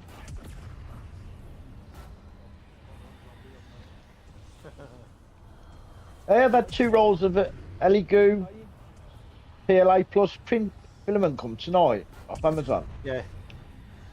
And you know the tubes are on, the rolls. Eligoo PLA Plus. I've stuck it on the machine, It's like a prick in the shirt sleeve, it keeps falling off. And you know the tubes You have to print an adapter. I've stuck it on the machine, I'm going to print an adapter when it keeps falling off. Oh shit, you've run out of Yeah, I've run out and I've put it on. I'm just watching it, she's balancing there at the moment. I've done all the torso of Elbow now, but I've run out to go. I've put it on. I'm just watching it, she's balancing. You know the 4 cases that go on the side of the machine to keep your filament dry? What do you fellas print? Just anything and everything. Dildos. I'm just doing a massive... No, Dan, Dan does butt plugs. Anything and everything. I've moved on to fists. Oh, you do no? No, Dan. Does that come with the arm or just the fist? The arm all the way to the elbow. Oh, fucking hell, mate. Use Vaseline on that. Or elbow grease. No, going dry. Will you take this off me? Will you just take this zombie off me, Chris? Yeah. Just so I can go and I'm gonna craft me a war machine. Will you just take this zombie off me? Now then phone card pops I've done. Finished printing and all. Fucking good now. Now then phone card pops I've done. Finished printing and Luigi's done today. I've done the M and the L on the hats. Luigi. Luigi's done today. I've done the M and the L on the hats. All Frank's life. He's been kissing Peggy's left tit because the right one's missing.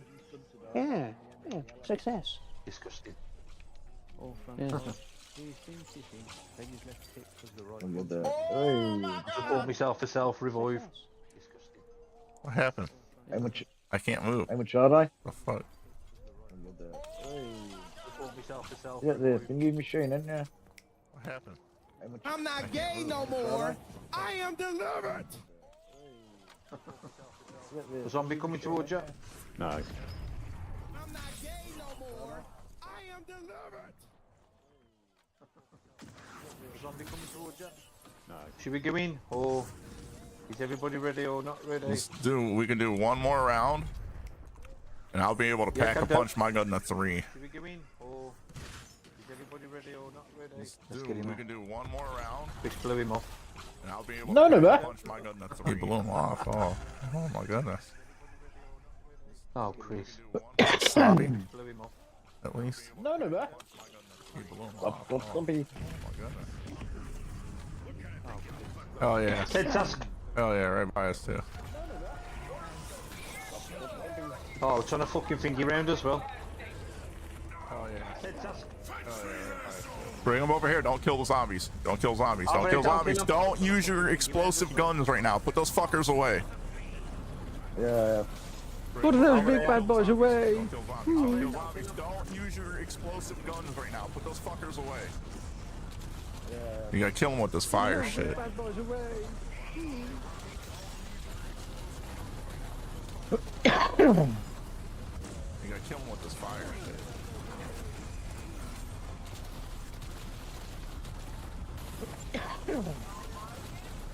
Anybody have monkeys or anything? Throw monkeys or whatever down. I've got a monkey. Throw it down in the middle. Oh, Casimir. Oh, Cashmere's work. Anybody have monkeys or anything? Throw monkeys or whatever down. I've got a monkey. Throw it down in the middle.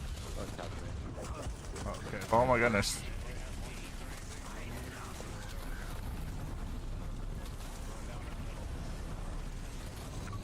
Oh my goodness. Oh wow. You're laying under the flames. Run up there and slide under it like this with them behind you. You're laying under the flames. This will get it. Run up there and slide under it like this. Need a couple more zombies. Don't slide in. Don't kill them. Quit shooting them. But quit shooting them. We need more zombies over. Oh my god. Need a couple more zombies. There we go. Don't kill them. Quit shooting them. But quit shooting them. We need more zombies over. Oh my god. No shoot, Chris. No shoot. Oh, Now you can kill the fuck out of them if you want now. No shoot, Chris. No shoot. Oh, Now you can kill the fuck out of them if you want now.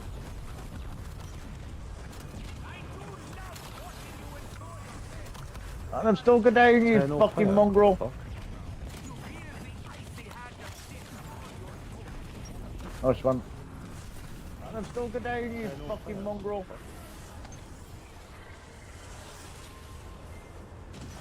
Nice one. I'm still good down, you fucking mongrel.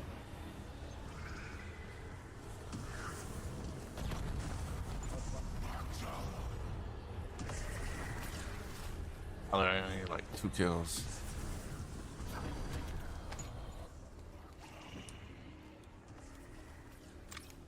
I need like 2 kills.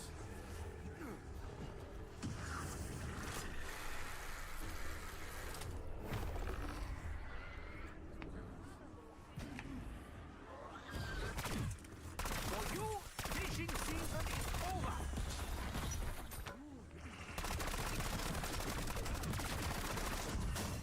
What's your stick now? What's I hitting don't know, now? someone's hitting me as well. Got a death barrier?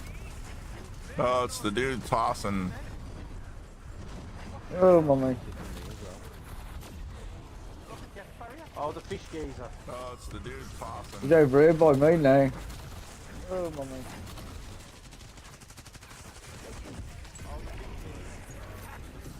He's over here by me now.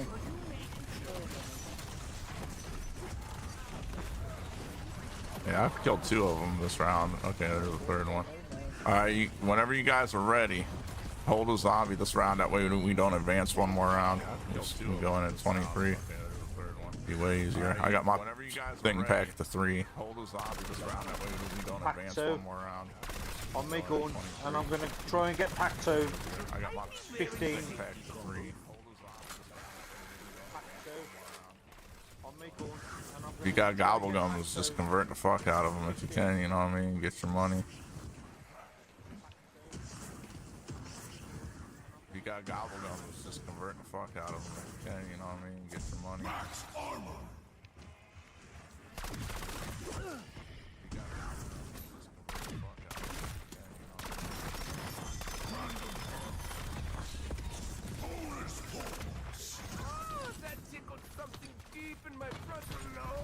I have a massive headache. No.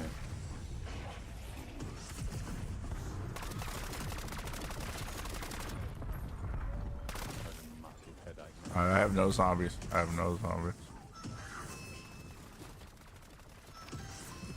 I could hear him. Can't see him, mate. I have no zombies. I have no. Alright, whenever you fellas are ready. I could hear him. Yeah, I'm ready. I'm ready. Oh man, I got fucking fishman after me. Whenever you fellas are ready. Yeah, I'm ready. Oh man, I got. Ah, fuck, we advanced. We're gonna go now. I'm gonna start it. I don't want to go around 25. Ah, fuck, we advanced. Nah. We're gonna go now. I'm gonna start it. Hell Yup. yeah. I don't want to go around 25. Except.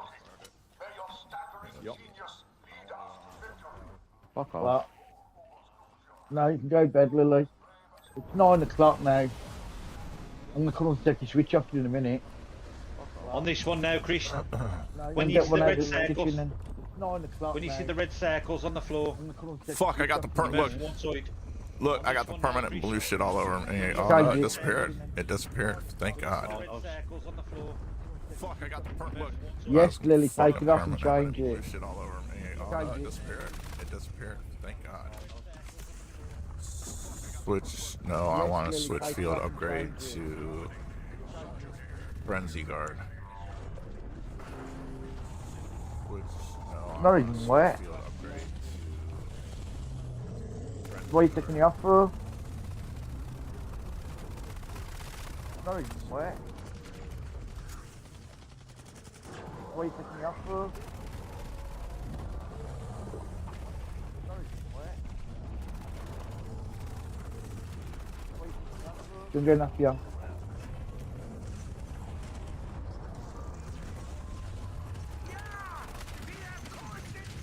Don't get enough here.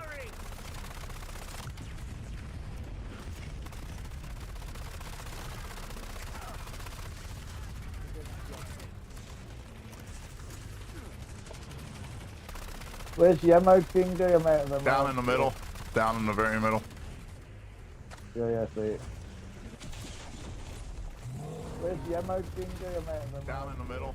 Down in the very middle. Yeah, I see it. It's cruel to prolong suffering.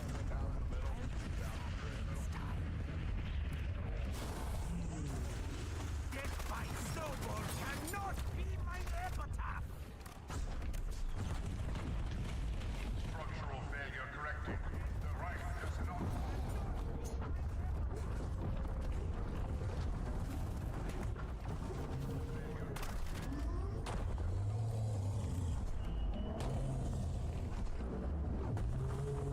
You're ready to shoot the shit out of his arm again.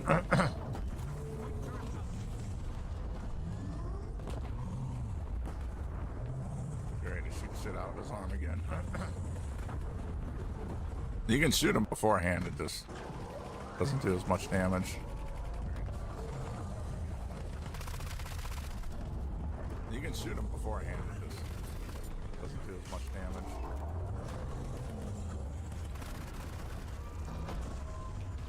Now shoot the red.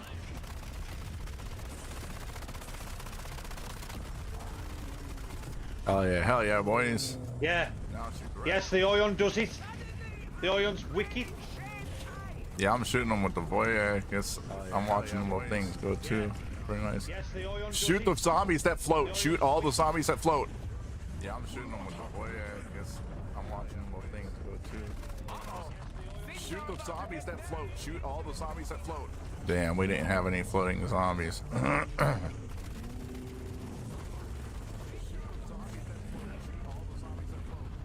we didn't have any floating zombies. Shoot his red. I'm throwing a fucking thing. Don't worry about the zombies for a moment. Shoot his red. I'm throwing a fucking thing. Don't worry about the zombies for a moment.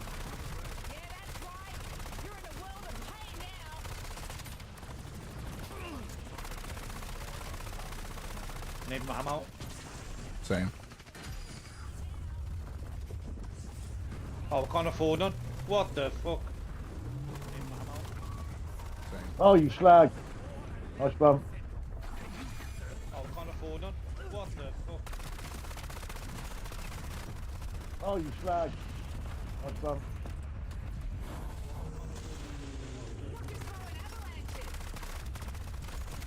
He said the fucker's throwing avalanches. I wouldn't be down there in that ice area, man. Y'all need to get out of there. You're gonna die. Come on, Chris. You're gonna die down there. It kills you while you're in the cold. You can't be in that cold. I mean, I ain't coming in that motherfucker to revive. I had no bullets. Yeah, but when it's like that, you just not to worry. Need to worry about it. You just need to stay up here. I had no bullets. Yeah, but when it's like that, you just not to worry. Need to worry about it. You just need to stay up here. I had no bullets. Yeah, but when it's like that, you just not to worry. Need to worry about it. You just need to stay up here.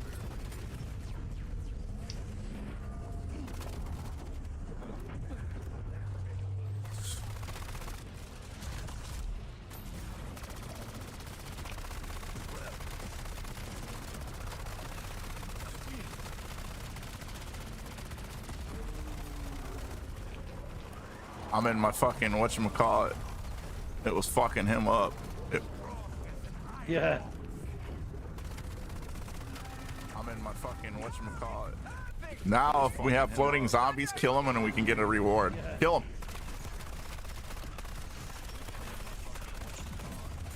Now if we have floating zombies, kill them and we can get a reward. Kill them. Stuff. Oh, watch out for the ice things. Hell yeah.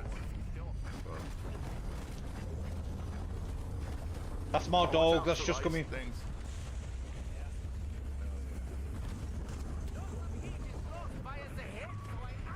That's my dog that's just coming. Don't kill yourself with that gun. That's what Try No, it is. Yeah, we got him. Don't kill yourself with that gun. That's what Try No, it is. Oh, you. Yeah, we got him. Oh, you.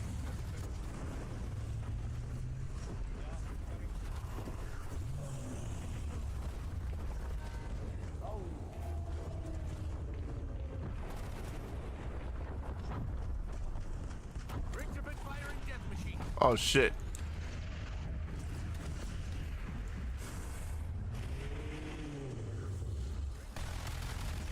Oh shit.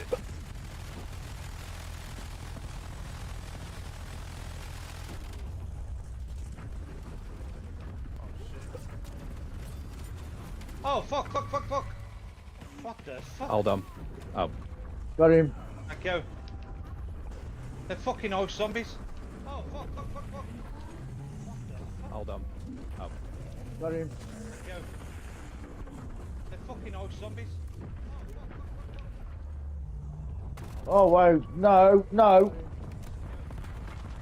Yeah, anytime there's a white thing, you just got like the ice area. You want to stay as far away as possible from it. No, no. Like you guys should probably be up here with us. White thing, you just got like the ice area. You want to stay as far away as possible from it. Like you guys should probably be up here with us. Fuck me, now bastard ammo again. That's right. Just get in and it throws over me.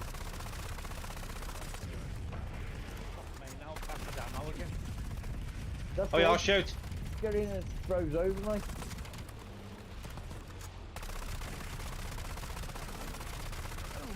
Oh yeah, I'll shoot. Oh fuck me.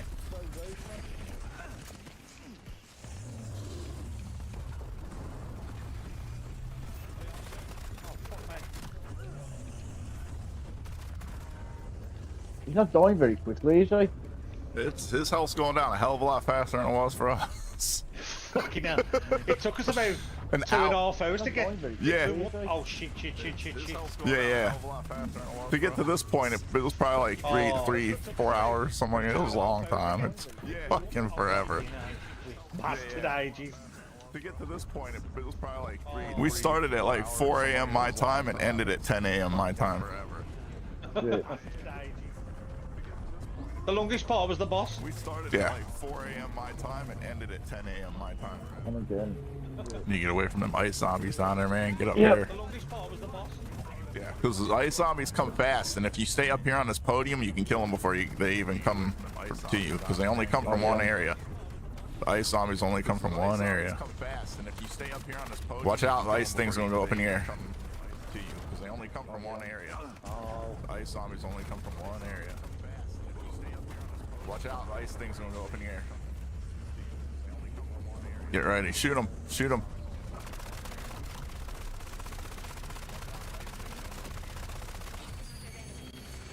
Get ready, shoot them, shoot them.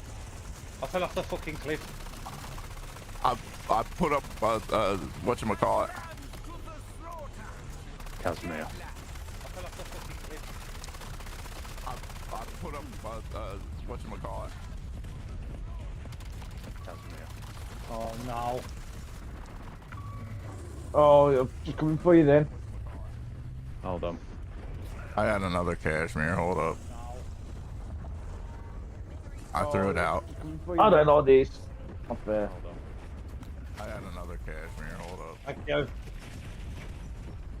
I threw it out. I don't know this. What? Thank you. What the fuck? Every time now again. I'm gonna start for you and keep shooting zombies. You shoot him. What the fuck? Every time now again. Oh, that don't work. I'm gonna start for you. Keep shooting zombies. You shoot him. Don't reuse it, don't use it. That don't work. Oh shit, too late. It's alright. You're ready to shoot this dude again. Don't reuse it, don't use it. Oh shit, too late. It's alright. Oh, fuck off. You're ready to shoot this dude again.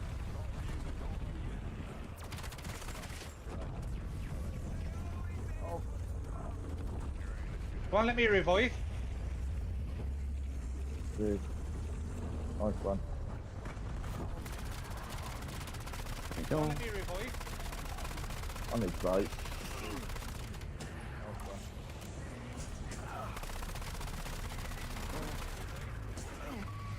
Oh, fucking cornered me.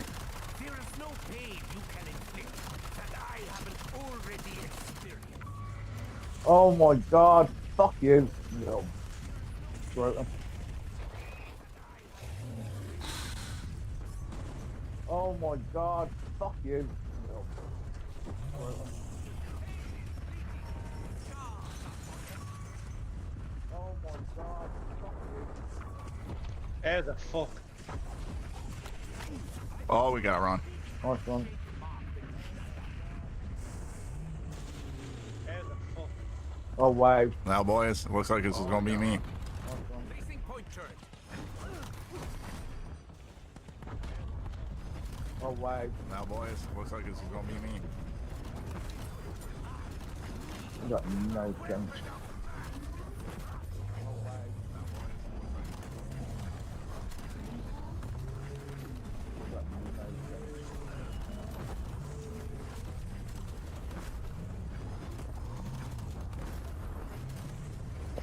Thank you.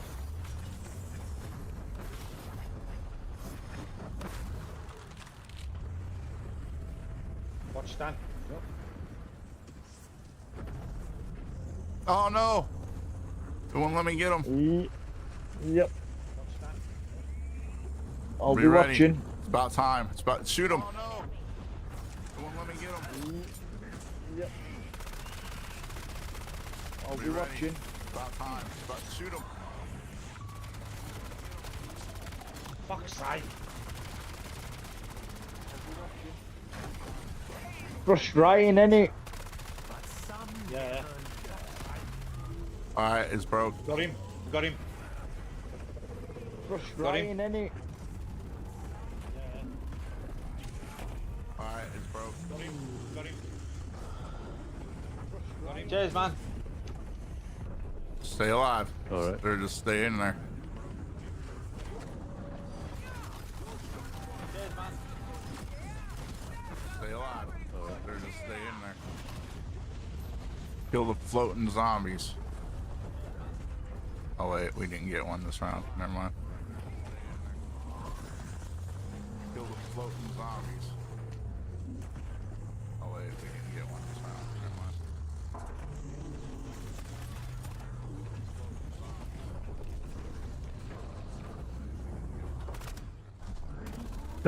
Never mind.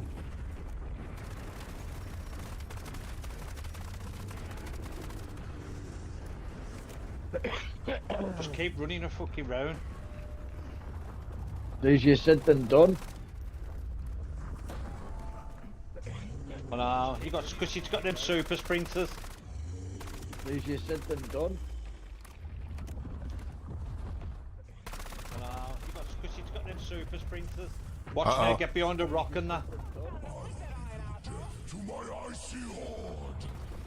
Here, that's what I got chat banned for. Saying icy horde, my icy horde. Yeah, yeah. Here, that's what I got chat banned for.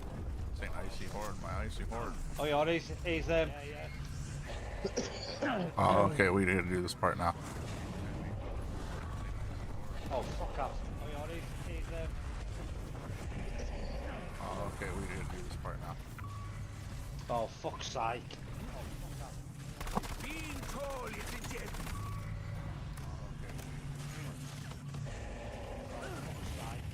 We need a grenade.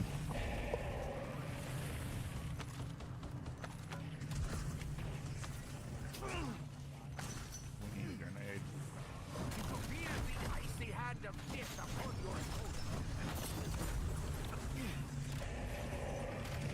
I'm gonna get you first.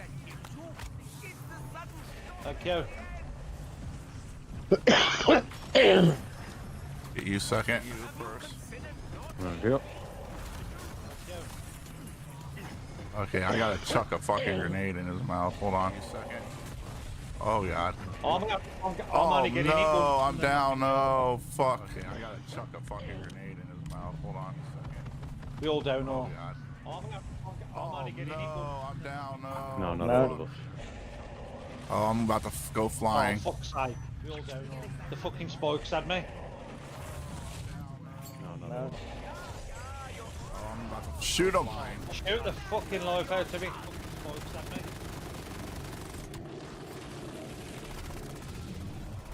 Shoot him. Shoot the fucking life out of me. No. Fuck. We're all fucked. No, we're not. Oh. No. Fuck. But you only have yourself to blame. You miss me? No. Eat this. Oh my god. No plates, no nothing. Can't do nothing. Be thankful my cannon. Holy shit. There's a few after. Oh, fuck.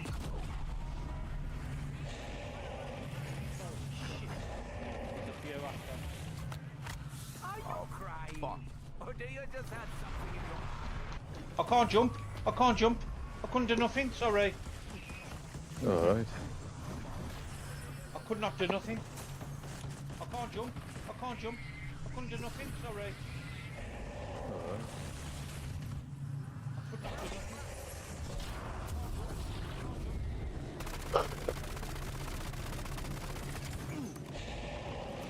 Look how many zombies there is. No! I'm dead. Game's over. Oh wow. Hold on. I might be able to get it. I might be able to get it. I gotta crawl to it. No! I'm dead. Game's over. Oh wow. Where is it? Hold on. I might be able to get it. I might be able to get it. I gotta crawl to it. Where's the green thing? Where's the green thing that's floating? Where is it? I'm dead. There's a green thing that's floating I need to get to. The light. Can't see. I can't see it. I don't see it anywhere. There's a green thing that's floating I need to get to. Can't see. I can hear you. I can't see it. I don't see it anywhere. I can't see. Fuck me. I can hear you. I can't see. We just need to come in with the proper gobble gums, man. We need like max gobble gums for our for our points. We just need to come in with the proper guns, man. We need like max. We just didn't come in and set up. That's all. I have my shit points. Damn. We just didn't. Oh well, another time, guys. Another time. I have my shit. Another time. Yeah, man. Yeah. Damn. Oh well, another time, guys. Another time. I have my shit. Another time. Oh no.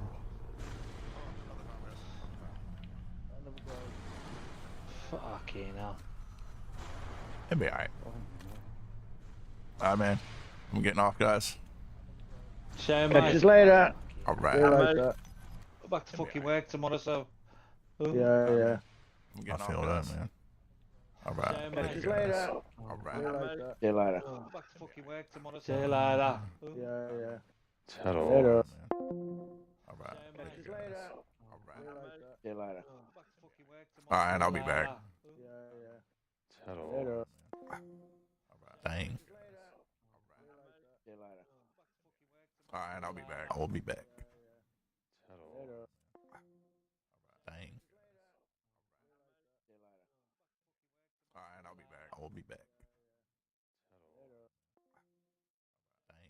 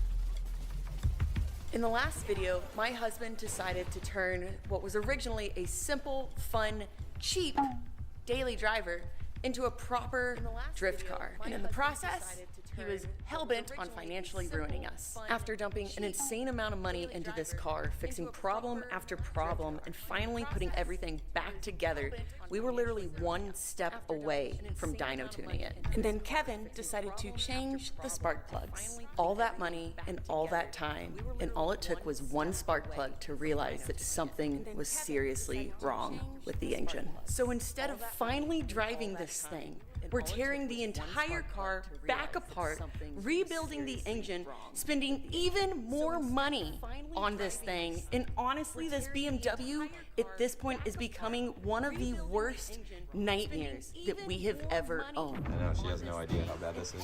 And somehow, even knowing all of that, it only continues to get worse from here. Look at that. That's freaking awesome, ain't it? That's wonderful. I love when you have to get this far down into stuff. This is great. How great is it? It's great. This is exactly what we should be doing right now. All right, I got it all apart. Look at that. Motor, head, good to go. Good news and bad news. Good news is everything's fine enough. Not really, but fine enough. Bad news is I liked not knowing what was inside the motor. I liked not knowing the issues that I had because I didn't really have issues until we bore scoped it and then saw some issues. There's some really deep grooves in a couple of the cylinders. Part of the bad news is we didn't have to do this. This could have all just stayed like this. And I think that's from the previous owner not running an air filter and getting debris in through the intake, into the cylinders, and scoring up the cylinder walls. Good news is we can just slap it back together and keep running it because it's been running for a long time like that. It doesn't look like it fits properly, so there's like big gap, but you can see the rings. Look how much you can see the rings past there. We thought all that on the borescope was piston eaten away when really that's just a coating. But it does have that nasty groove. Look at that thing. Oh my God. You should not run a motor like this, but since it's already put together and everything's been running, we're just gonna send it. This is not fixable. This would have to be bored out and sleeved or just replaced. And there's a couple other scores on cylinders. Yeah. So see all that reflection from the carbon? That looked like detonation, but it's not. All the pistons look good. This is number 6 through number 1. You can tell these two are lean. This is the leanest, so this is the one that the spark plug that looked not good, you can see. But that's good because I think we caught possibly it's either a fuel rail issue because it feeds from the back. If there was pressure drop, it would get leaner and leaner. But I don't know why 2 would be worse than 1 unless there's an injector issue. So the injector could also be a problem. So we're gonna have those cleaned and flow tested. At this point, we know the engine is.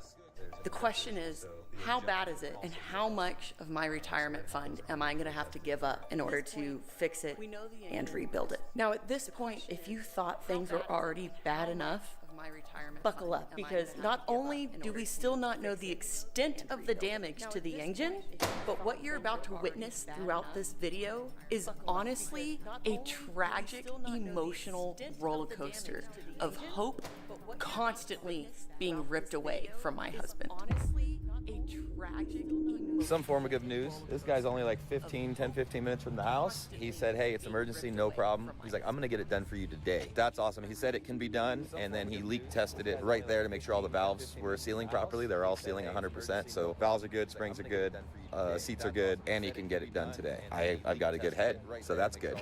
If you guys need any head work, this is your go-to, man. Later that same evening. So here it is all cleaned up. He had to take the 6 thousandths off because the outside, but only 3 thou came off the center, and he said there's still plenty to cut, like if I had to do it again. He said there was still enough. So nothing looks bad at all. It all looks really, really good. So we're good to go. Slap this baby on. All right, the faster you go, the better, so it just dumps into it, if you can do it fast. We're good to go. Yeah. Slap this baby on. Look at that. that would have just splashed everywhere. That was actually pretty slick. We're finally ready to get the bottom of this motor apart where we can actually inspect all the bearings and the crank and see just how bad this is. But as we get it apart, we notice that the bearings look great. The crank looks amazing. There's no scoring, there's no marks. The rods look amazing, and everything really starts to look good until we look a little bit closer and we start inspecting the pistons and the side of the pistons. That's where things kind of start to go downhill and we realize the extent of the damages. All right, so right there is where the mark was at in the cylinder. Somehow it didn't really damage the side of the piston, definitely damaged down below the ring. And right there, it looks like maybe it it broke a piece of the ring off. That's what looks like it's wedged in there right there. That looks like the ring's broken, because there shouldn't be that big of a gap. So that's what the gap should be.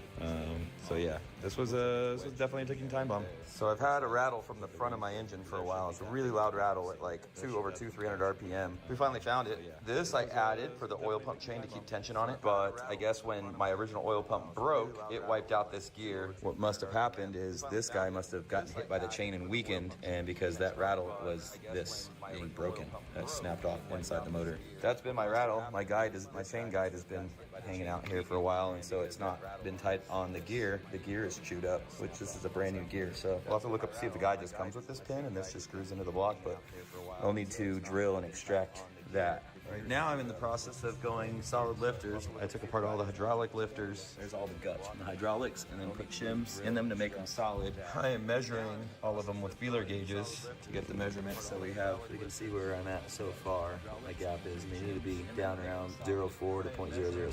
So I got to pull them all back apart, put another shim in them. Now we'll be able to rev up to 8,000 without worrying about collapsed lifters. All right, now while Kevin is busy spending all of my money on this drift car of his and the BMW. Well, I guess it's a drift car of ours because I drifted also. But while he's busy spending all of my money, I'm trying to find out new ways to save money and earn more money. And I've found this. Now, this right here is the Upside app. And if you look, it actually gives you cash back deals at dining, groceries, and gas stations all in your area. Now, right now, we're at a Terrible's gas station. I got to fill up my Bronco because, as you can see, I've got 22 miles to empty. And right now, they're offering a cash back of 25 cents per gallon on premium fuel. Because, as you can see, I've got 22 miles to empty. And right now, they're offering a cash back of 25 cents per gallon on premium fuel. Because, as you can see, I've got 22 miles to empty. And right now, they're offering a cash back of 25 cents per gallon on premium fuel.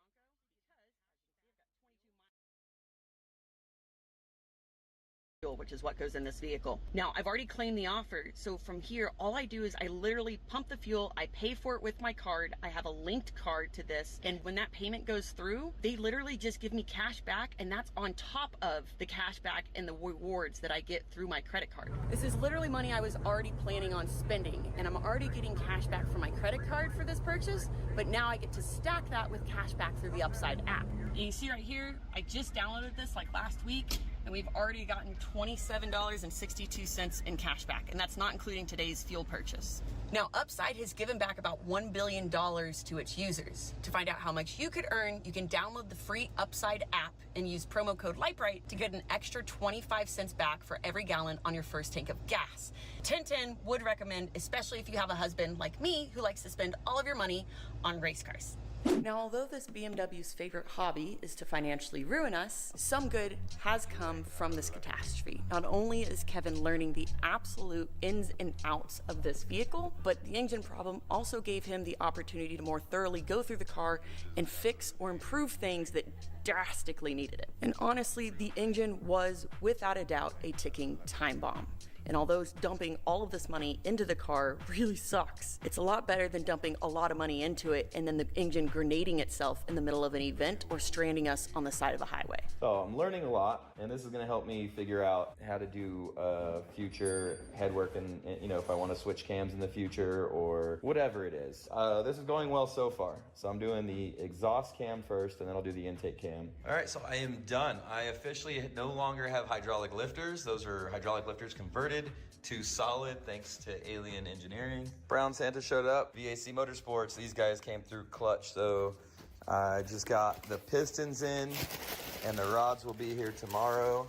Bearings, oh yeah.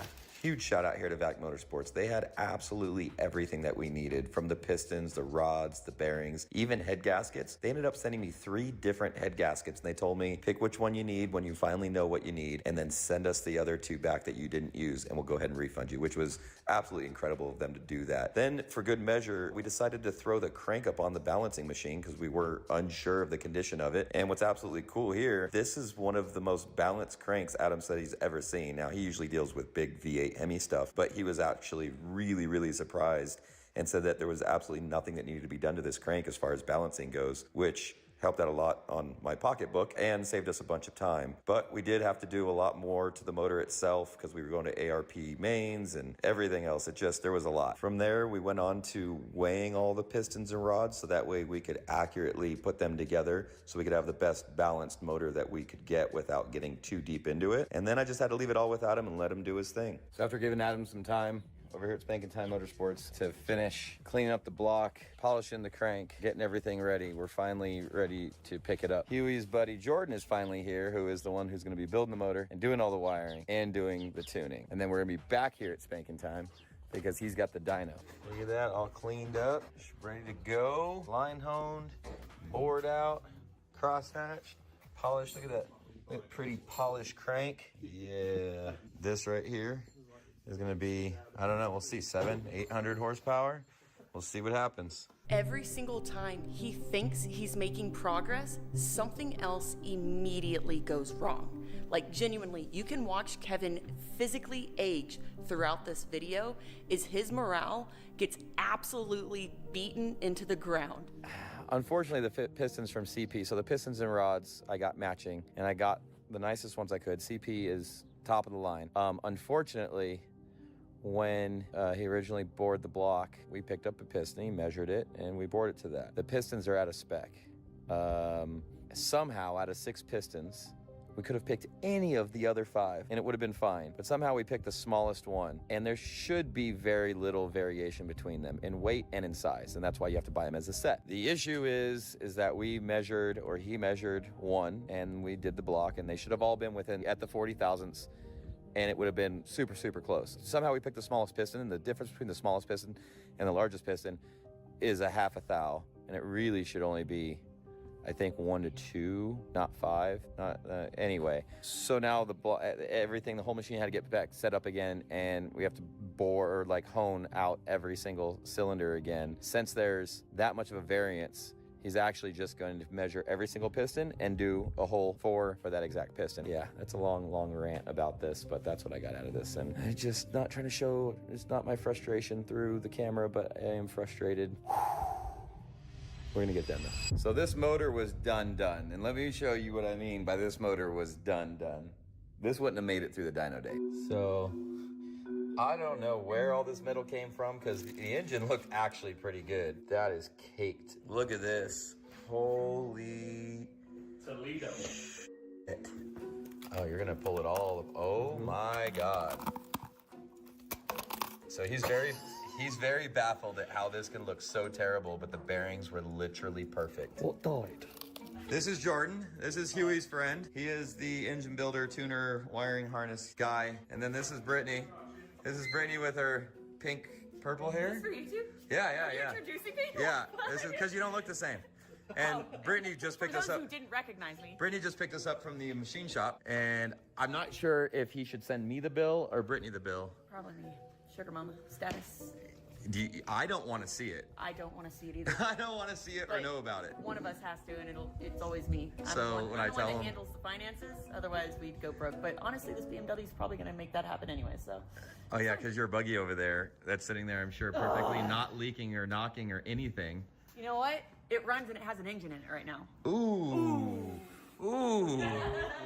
Ooh. But with that being said, you also have to understand that the financial damage here is not just in car parts. It's also an ungodly amount of money in specialty tools just to rebuild this engine and work on this car. Not to mention, we have paid for a mechanic and fabricator, Huey, and a tuner and engine builder, Jordan, to fly out from the UK to the United States to work on this vehicle for us. I'm housing these boys and I'm feeding these boys, and they eat a lot. All right, she's going in and going together. I see rods and I see pistons in holes. That is very, very good. And the good thing is that it's all turning over very nicely. As you can literally grab the crank and turn it over. There's nothing dragging, nothing feeling bad. It feels nice and free and loose, but not too loose. This is exciting. You excited? You excited to make some choo-choo noises soon? Always. I'm excited. You gotta love the tuning part. Probably not this part. I'm excited to blow it up. It's working out, I guess. I just made the run. I've got the sensor. We'll plug. We gotta get all the gauges still set, but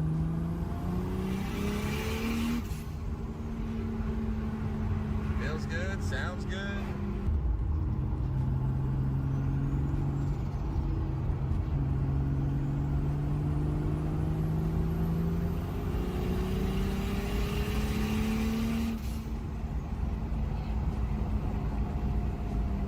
Everything's very nice. Just did like 45 minutes of pulls, breaking in the motor from like 1500 to 4. Which is dyno day. And that's where things can get really scary, because doing a couple pulls on the street is one thing, but strapping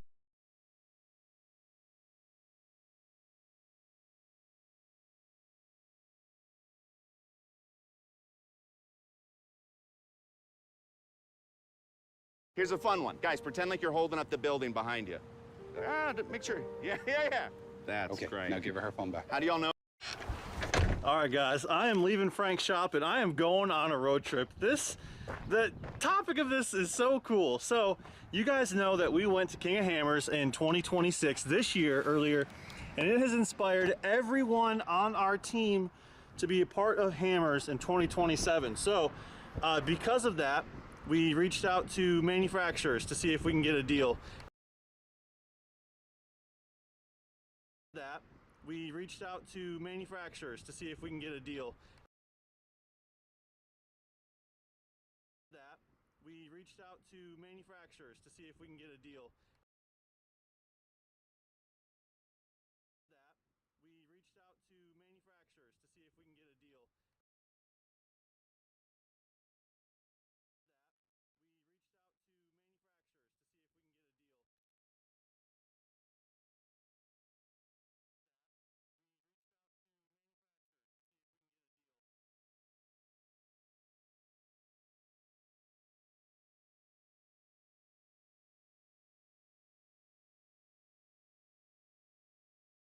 W has put us through, hearing it come back to life, honestly.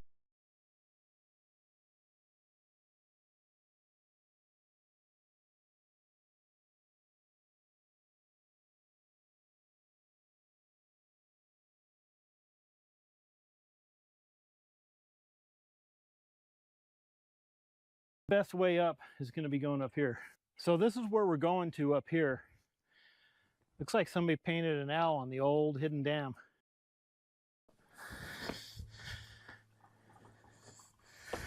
I'm going to step down here, probably hit some slight slimy slick spot and end up in the pool. Well, let's take a look. Well, there's where the water's coming out. Let me get you closer in. Take you inside. It's dripping in there. Falls it down here and then comes down here into the pond.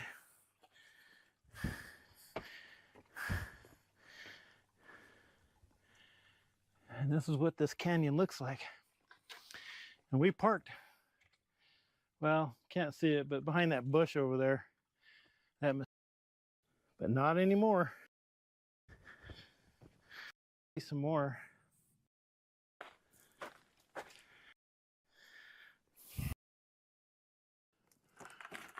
See if I can put my camera in here and give you a shot perspective from inside out.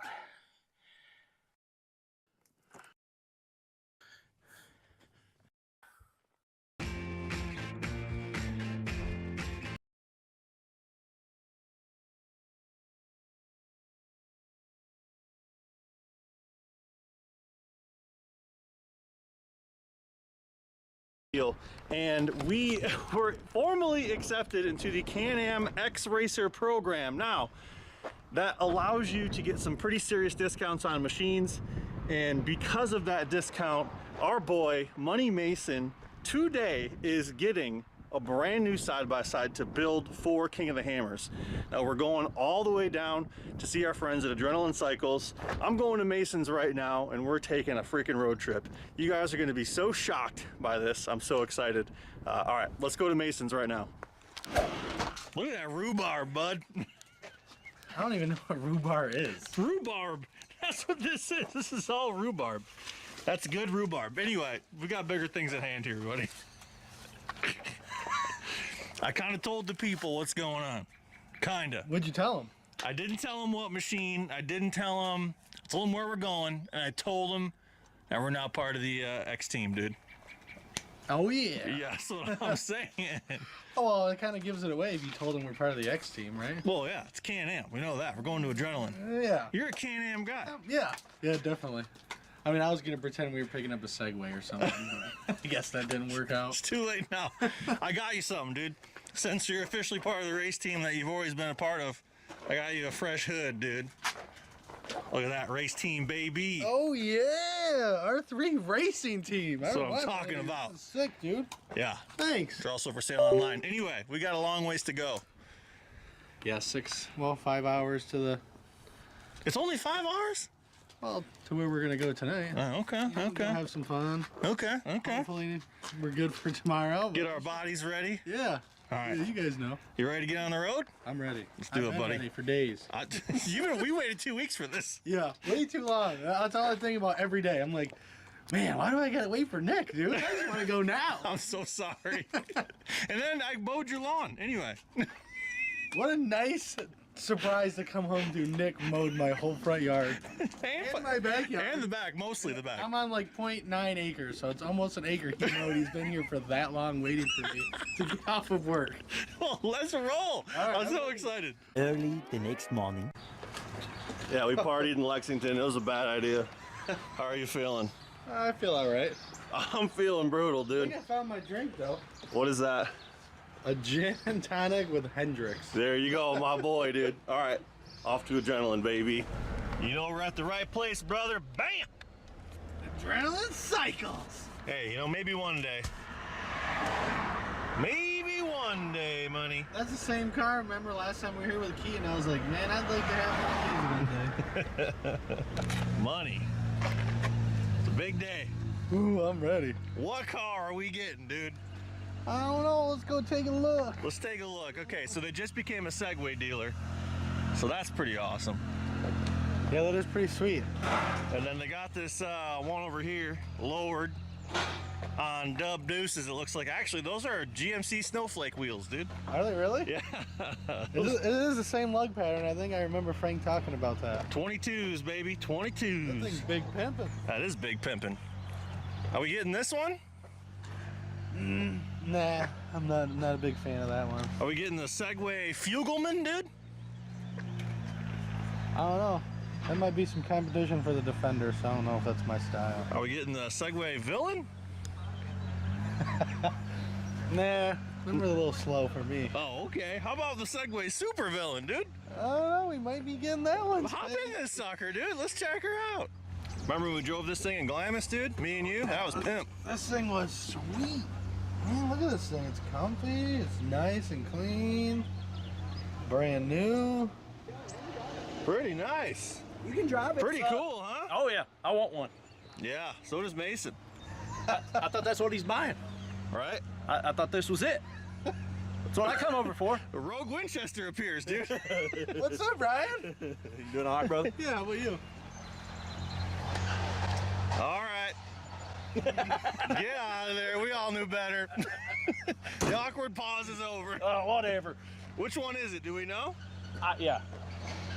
I'm pretty sure they said this one right there. Oh, really? Yeah. Even got a little soul looks sign good, on it. doesn't it? Oh, dude. Oh, boy. I don't even want to pan over yet. You ready? Oh, yeah, I'm ready. Money Mason. Yeah. Proving his name. Yeah. Bam, son. Oh, my gosh. Remember when we were here with Keaton and you said you were going to get one? Mason, you're looking to make a big purchase here today, bud, or what? Soon, dude. Yeah, but not this one. Yeah. This one didn't exist at that time. No, it didn't. Holy moly, brother. This thing is huge. Huh? Thank you. It's so big. So big. So, Ryan, you know all the differences here. Money, you do too. Like, this is no normal Maverick R. No. Nope. What does it got, bud? Well, the biggest selling point for me was the 4-seater trans in it. Right, boom. So if you guys remember looking at Frank's car, he does not have that transmission. The ring gear, everything is way, way bigger. And to make room for that, what'd they do, Ryan? Oh, made it longer. Yeah. Yeah, it's 110 wheelbase. Yeah, so was that 4 inches longer? Yeah, I think it's No, 2 inches longer wheelbase, but the chassis itself is 4 inches longer. Got it. So that's a huge advantage for climbing. yeah. Yeah. Can you 30% gear reduction? Yeah. 30% gear reduction in low. Dang, dude. And it comes with a stereo system. I don't know how long we're going to keep that for. Seemingly minutes from what I'm hearing. Yeah. Get that out of here. Get out of here. Get out of here, stereo. We'll have to use it at least once. I'm so excited. Well, what's the plan for the car? You know the deal, dude.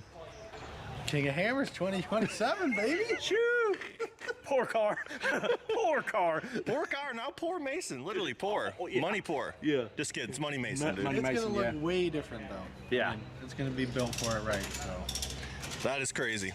I told him he's an idiot. He should use his X3. No. Why? This. Because this costs a lot of money. Yeah. Yeah. Oh, get out of here with that. You guys are nuts. Well, get in there, bud. Fire it up. Let's see what the sound system sounds like. Yeah, this thing is crazy. I'm going to hop in with you. All right. So, yeah, the XRC comes with all sorts of stuff. Comes with a winch. It comes with a light built in here. Comes with a stereo built in. It has the big screen. Like, this stereo is actually sick. Well, give her a go, bud. How does it feel? Feels unreal. It's definitely unreal. We should probably check to make sure this is your actual car, because there is 3 of them sitting here. This is a non-Smart Shocks, right? Yeah. Yeah, okay, right. Yeah. This thing is just unbelievable, guys. Are you keeping anything on this car? What about the color? The color's so nice. I really like the color a lot, so. What is this, like an army green metallic?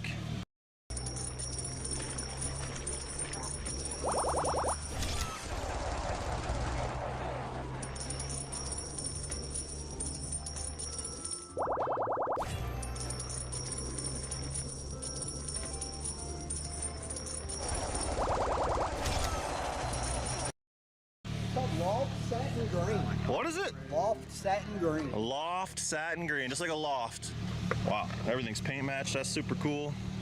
Oh, and it's got big dog skid plates. And in 26, they didn't advertise this a lot. It has the metal fender wall plate sandwiched in between the exterior plastic and the interior plastic. So it does have a fender guard in there as well. For real? Yep. Oh, even better. Look at you. Are you keeping the firewall?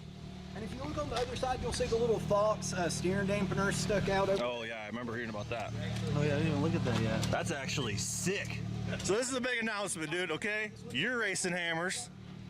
You're racing hammers. Yep. I'm racing hammers, dude. Frank's racing hammers, and we got a late bloomer, dude. Yeah. Dan Snyder. No way. He locked it in. Woo! Crazy. Yep. Love it. That's what I'm saying, boys. That's what I'm saying.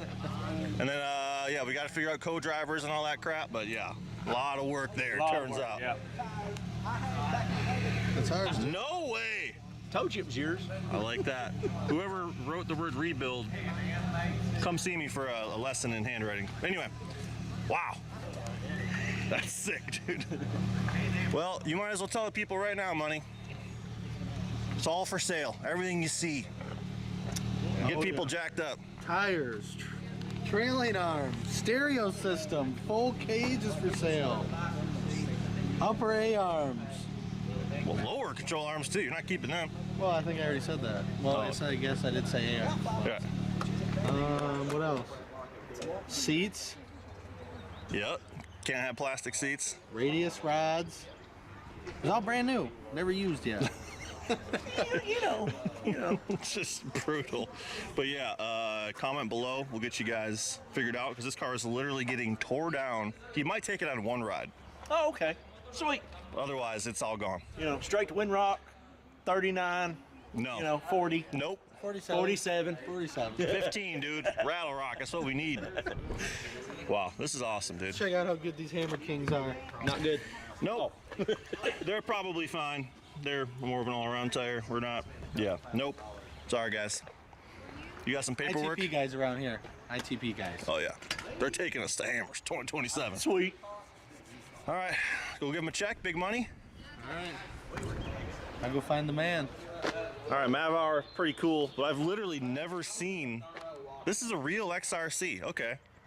I don't think those are factory. Those are those. Yeah, those are theirs. the skidders. But man, that's really cool looking. It is. Yeah. This is more me for hammers, dude, you know? Just a little beater. Not this big dog limousine over here. So what are you racing in hammers? The old Pro R. Oh, buddy. Yep. Old Pro R, 22. Hey, my car was a 21 last year. I think I'll have, no, Frank's car's an 18. Oh, wow. He's gonna have the oldest car. Yeah, sweet. Shouts out to Can-Am too, dude. Big sponsor guy. Kinda. What do you mean, It's kinda? more of a. You're part of the X team now. It's a support team program. Oh, that's pretty cool. He's sponsored. Yeah. Yeah. In a way, yeah. I'm happy. Super excited. Look at him. Look at him holding this check. He's holding it like this. It's like, I'm happy. I'm happy. Well, it's a lot smaller than it could have been, I'll tell you that. Look at this. It's like a look into your future, bud. Yeah, look how beefy these guys are. Dude, that's insane. This Uniball looks like something out of a freaking trophy truck. Yeah. And what's crazy though is when you get these things outfitted, your car is probably going to be 3,200 pounds. So like, that's a heavy rig. You think it's gonna be that heavy? Oh yeah. I thought Frank's was only like 2,200. No, Frank's is 26 with him. Holy cow. Yeah. Well, look at that. That Definitely is beef. not an X3. Oh, it's definitely beef. Look at all the internal gussets too. So sick. I mean, this thing is just. Oh, are these billet? Oh yeah, you can see the machine marks in it. That is insane. Look at the big uniball on the bottom too. I love that. Hey, congrats on your new CA stuff, bud. Let's go. Thanks. Factory Can-Am. Okay. Maryland Power Sports. Okay. Savages. No way. Savages. Yes, dude. All right, whoever did this, you guys are good. Good people here. Made in America, baby. Savages, baby. Ready to go rock climbing right away. It's official. It is a fish. There she is, boys. Deal, pickle. Should we go ride it around a little bit? Yeah, go take it through the parking lot. Take it up and down the road. Oh, Is someone that Frank over there? Look at the X3 XRC. That's actually sick. It really is. When I first pulled in, I thought that was a Maverick car. Yeah, it looks so cool. Let's take it for a ride. What a great dealership to work with. I know. Yeah. Everyone's super cool. We're getting ready to ride in this XRC. Me and Money Mason. We'll see how this turns out. See if any of this footage gets used. It's looking right up your nose. Yeah, I know it. Just right up my nose. No, yeah. 2.4 miles. Yeah. What is going on? It's a Can-Am. It don't want me to ride. Yeah, right. There you go, big boy. We gotta figure out how the launch control works. Let's go.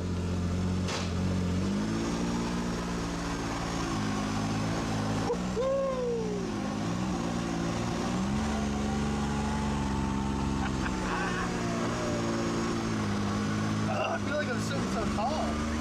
It's because you are. Money. We'll have to lower the seats.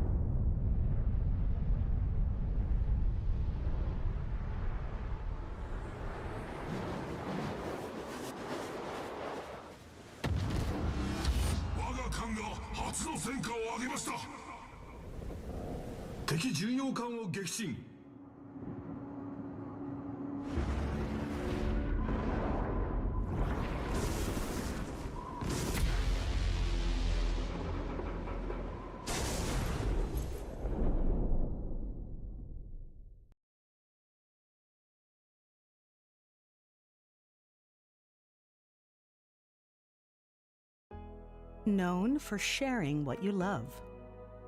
No one wants to be known for cancer, but a treatment can be. Keytruda is known to treat cancer.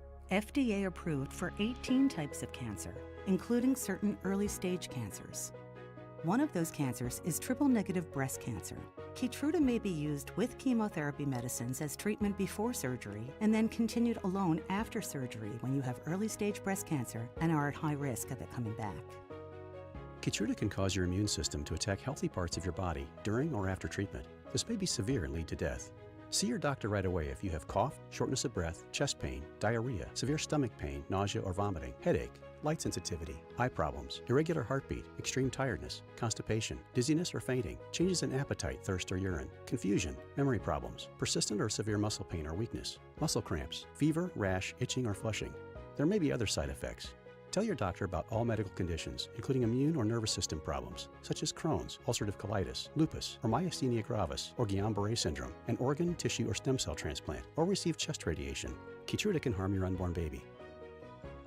Keytruda is an immunotherapy and is also being studied in hundreds of clinical trials exploring ways to treat even more types of cancer. It's true, Keytruda. See all the types of cancer Keytruda is known for at Keytruda.com and ask your doctor if Keytruda could be right for you. Man, it does got some pull to it, don't it? Yeah, it does for sure.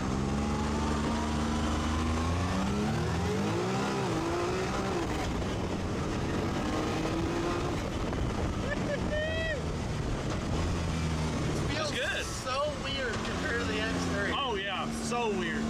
So weird. The shifting is crazy. And after driving Frank's with a tune, like the shift points are different. We're gonna get an Evo tune on this right away. Oh, there you go. Yeah. You wanna do another one? I don't care.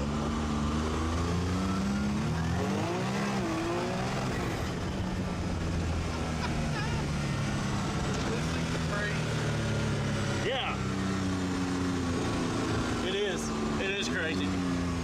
Get out of there, Ryan. Get out of here, Ryan. How is it, buddy? It's freaking sweet. Pretty cool? Yeah. Oh, you start to smell the break-in, the super glue smell. Oh yeah. Look at this sucker, dudes.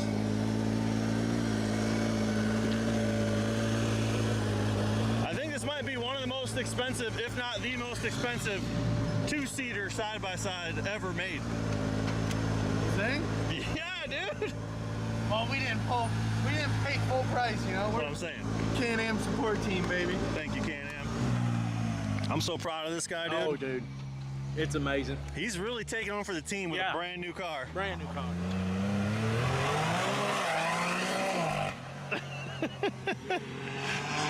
It's hard to believe he's tearing it apart. I know. All of it. Taking it all apart. I had a hard time doing that with my 21, dude. Yeah. That's just where we're at. That's the level. That's it. That's it. This should be cool.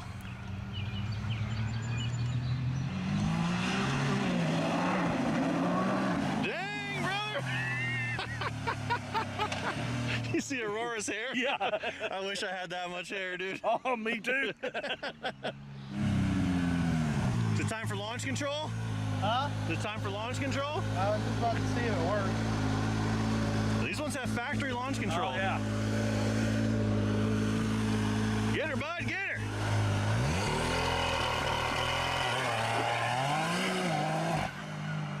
How cool was that? Yeah. What? Like it's going to ride a wheelie. Dude.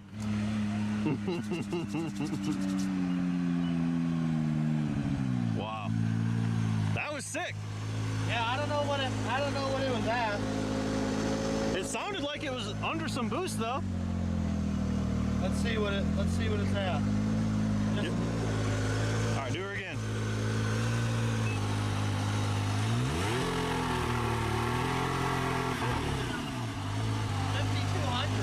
$5,200? Wow. That's crazy. That's higher than like most of the Evo ones. Yeah, a little aggressive. Wow.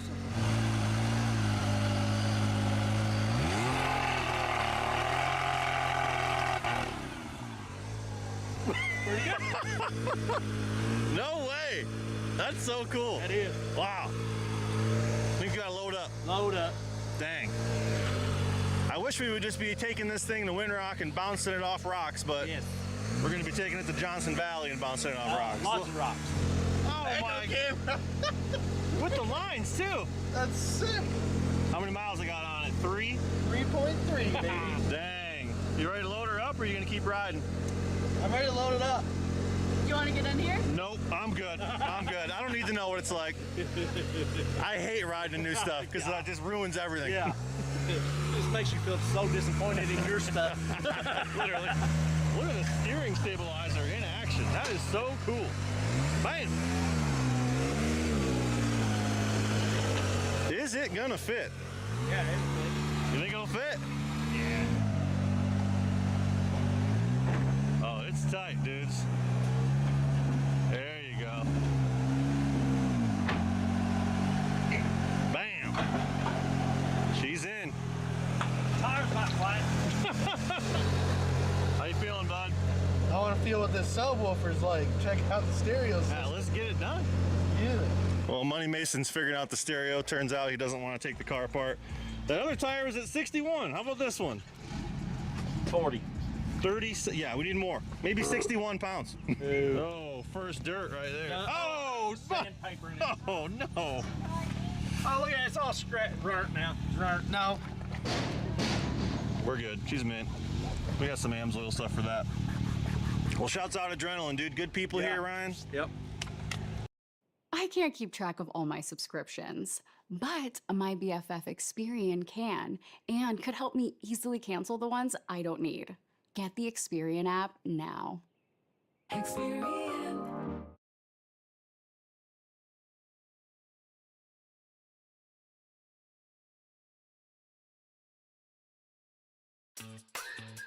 Every certified used Hyundai is backed by a rigorous and extensive 173-point inspection. Actually, make that 174 points.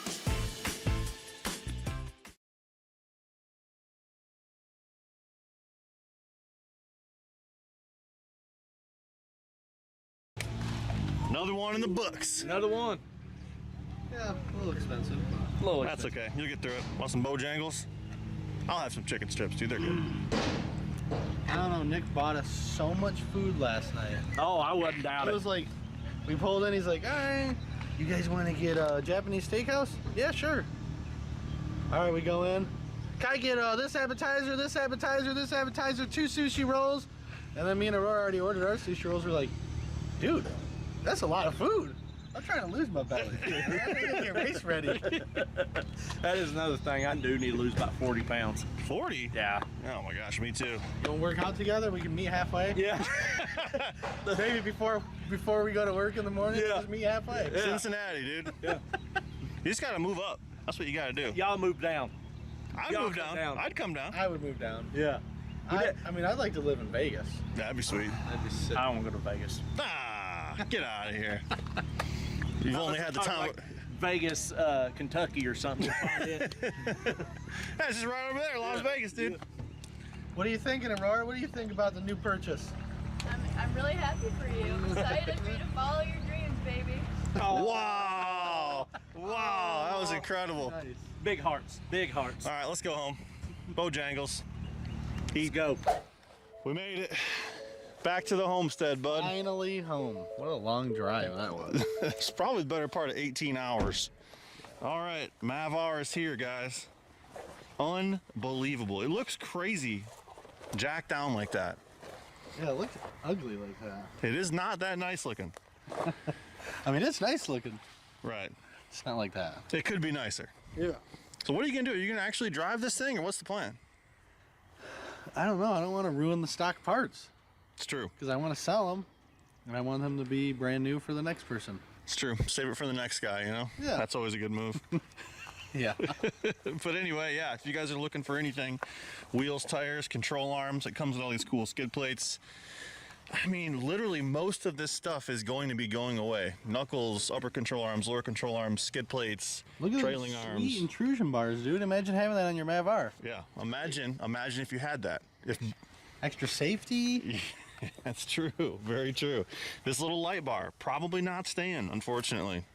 Radiator, not staying. Bumper, winch, gone. Seats, gone. Sad to hear about. Stereo, gone. Tilt table test results. 39.1. That might be the best number I've ever seen. Gone. I don't even know what that means. Well, they put it on a table and they tilt it and they see when it tips.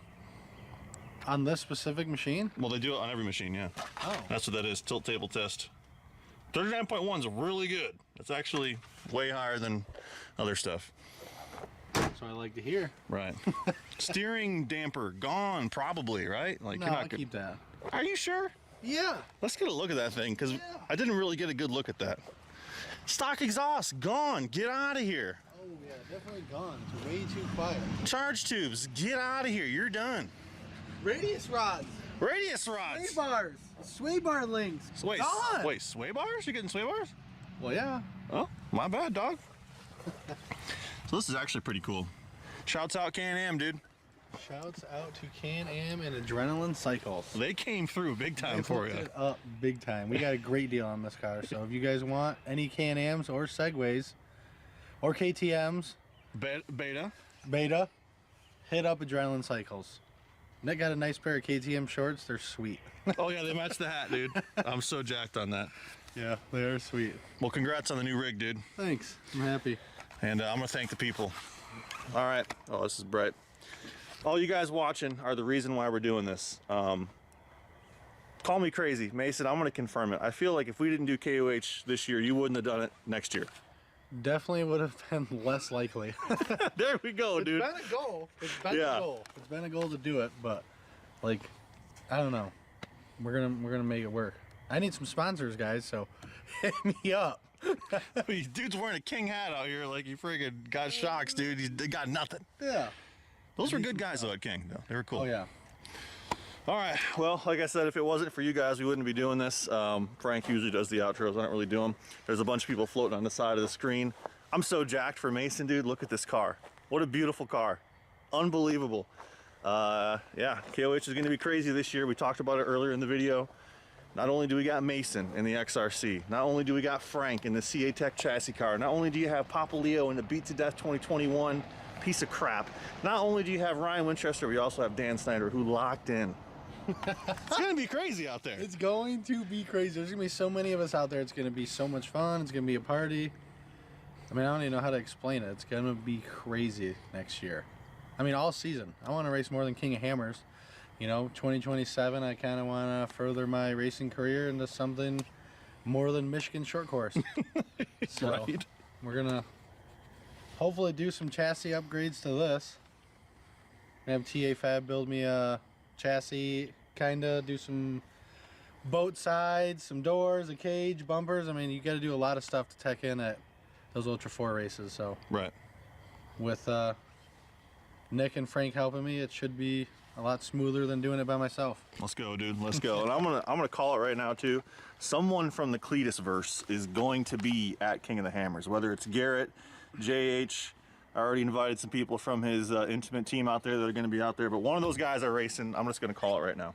All right. That'd be sweet. They're going to do it. I think it might be JH in a Z10. Ooh, that'd be cool. Or Cletus in a Popo, dude. Ooh. That'd be cool to see too, you know, you're a racing maniac now. Right. All right, shouts out Papa Ron for the truck. Yes, Papa Ron always coming in clutch with the truck.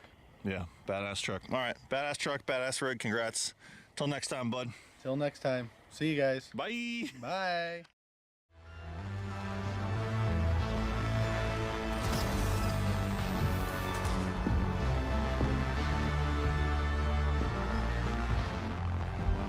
Ladies and gentlemen, I would like you to meet Aries.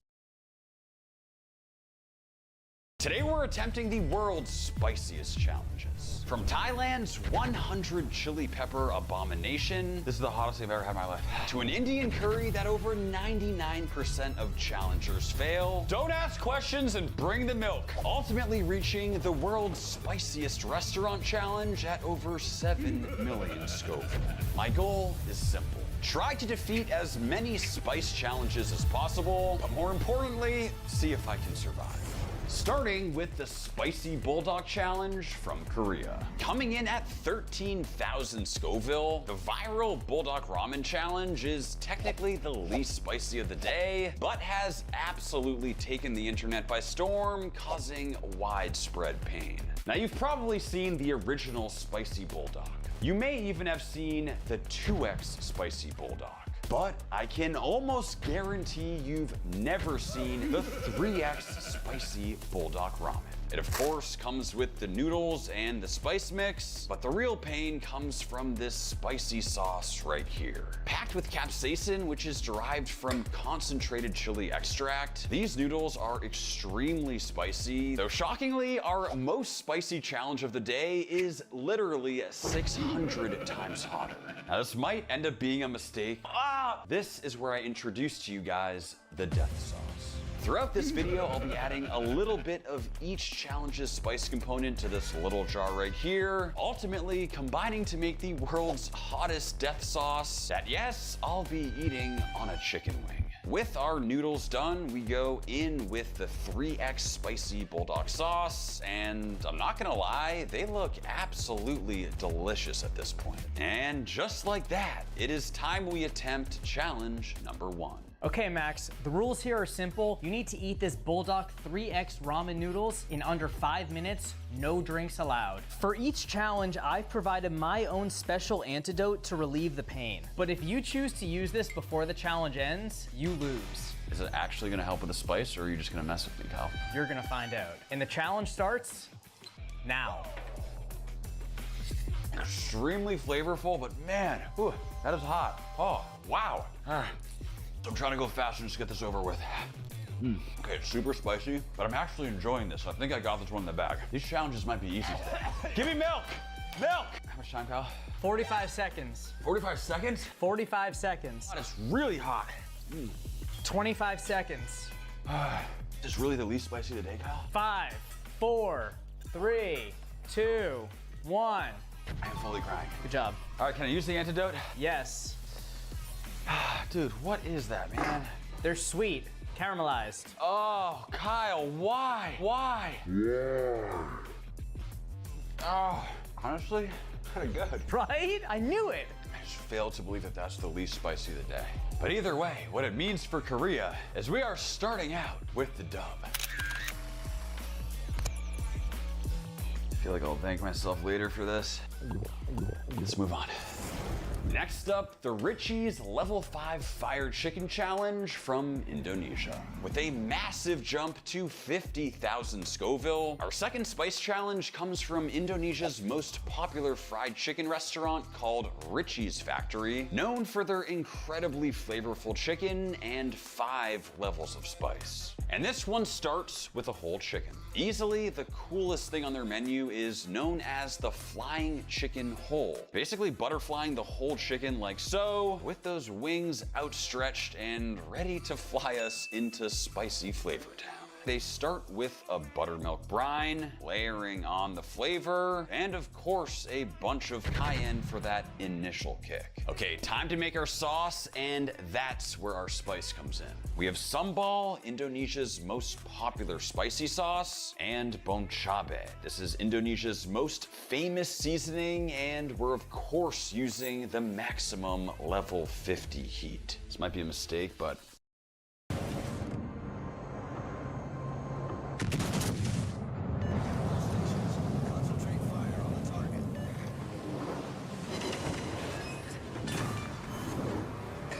Battleship sunk.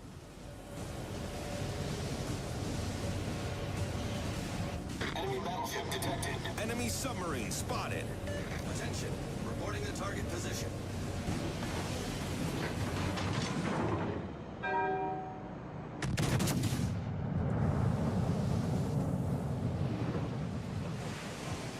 Enemy heavily damaged.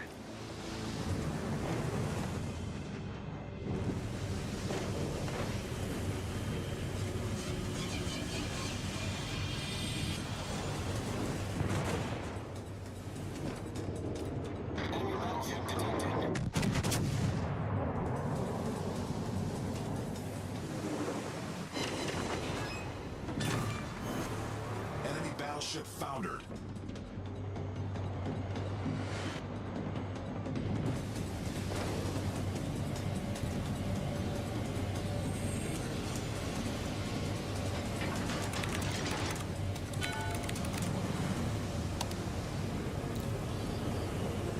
I need intelligence data.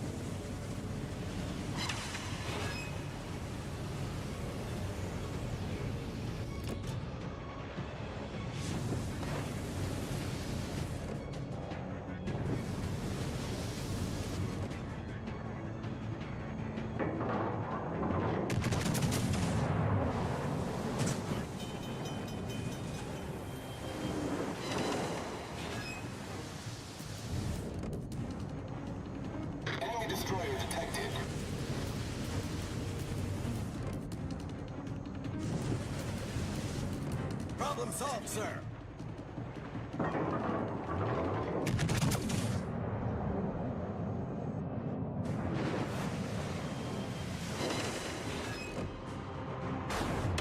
The ship is on fire.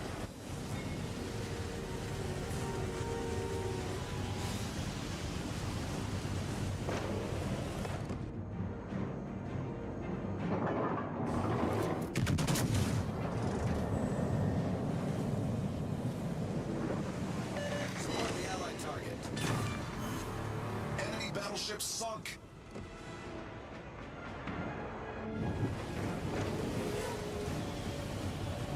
All stations, reporting the position of a strategic target. Requesting support.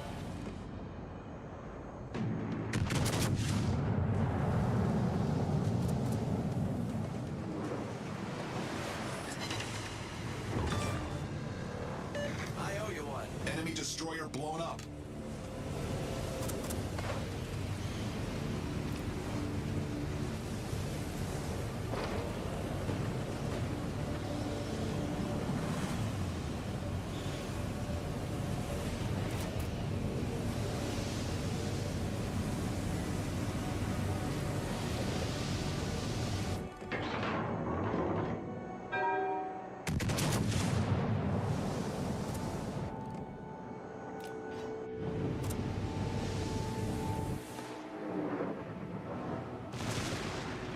Engine boost deactivated.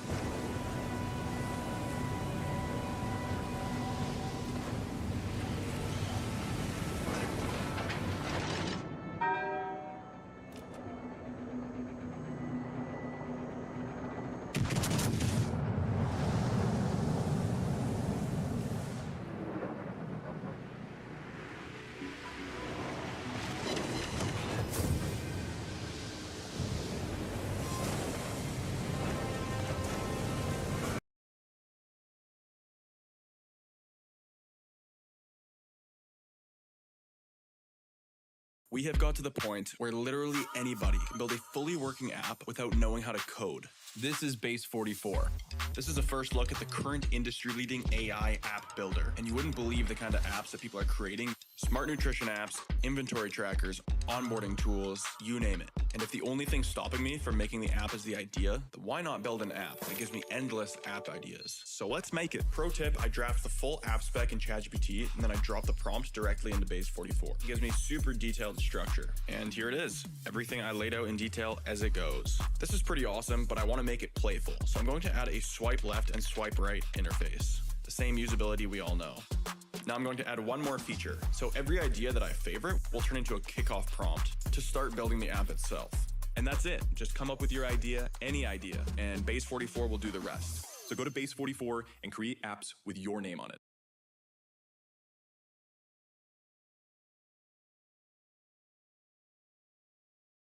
See?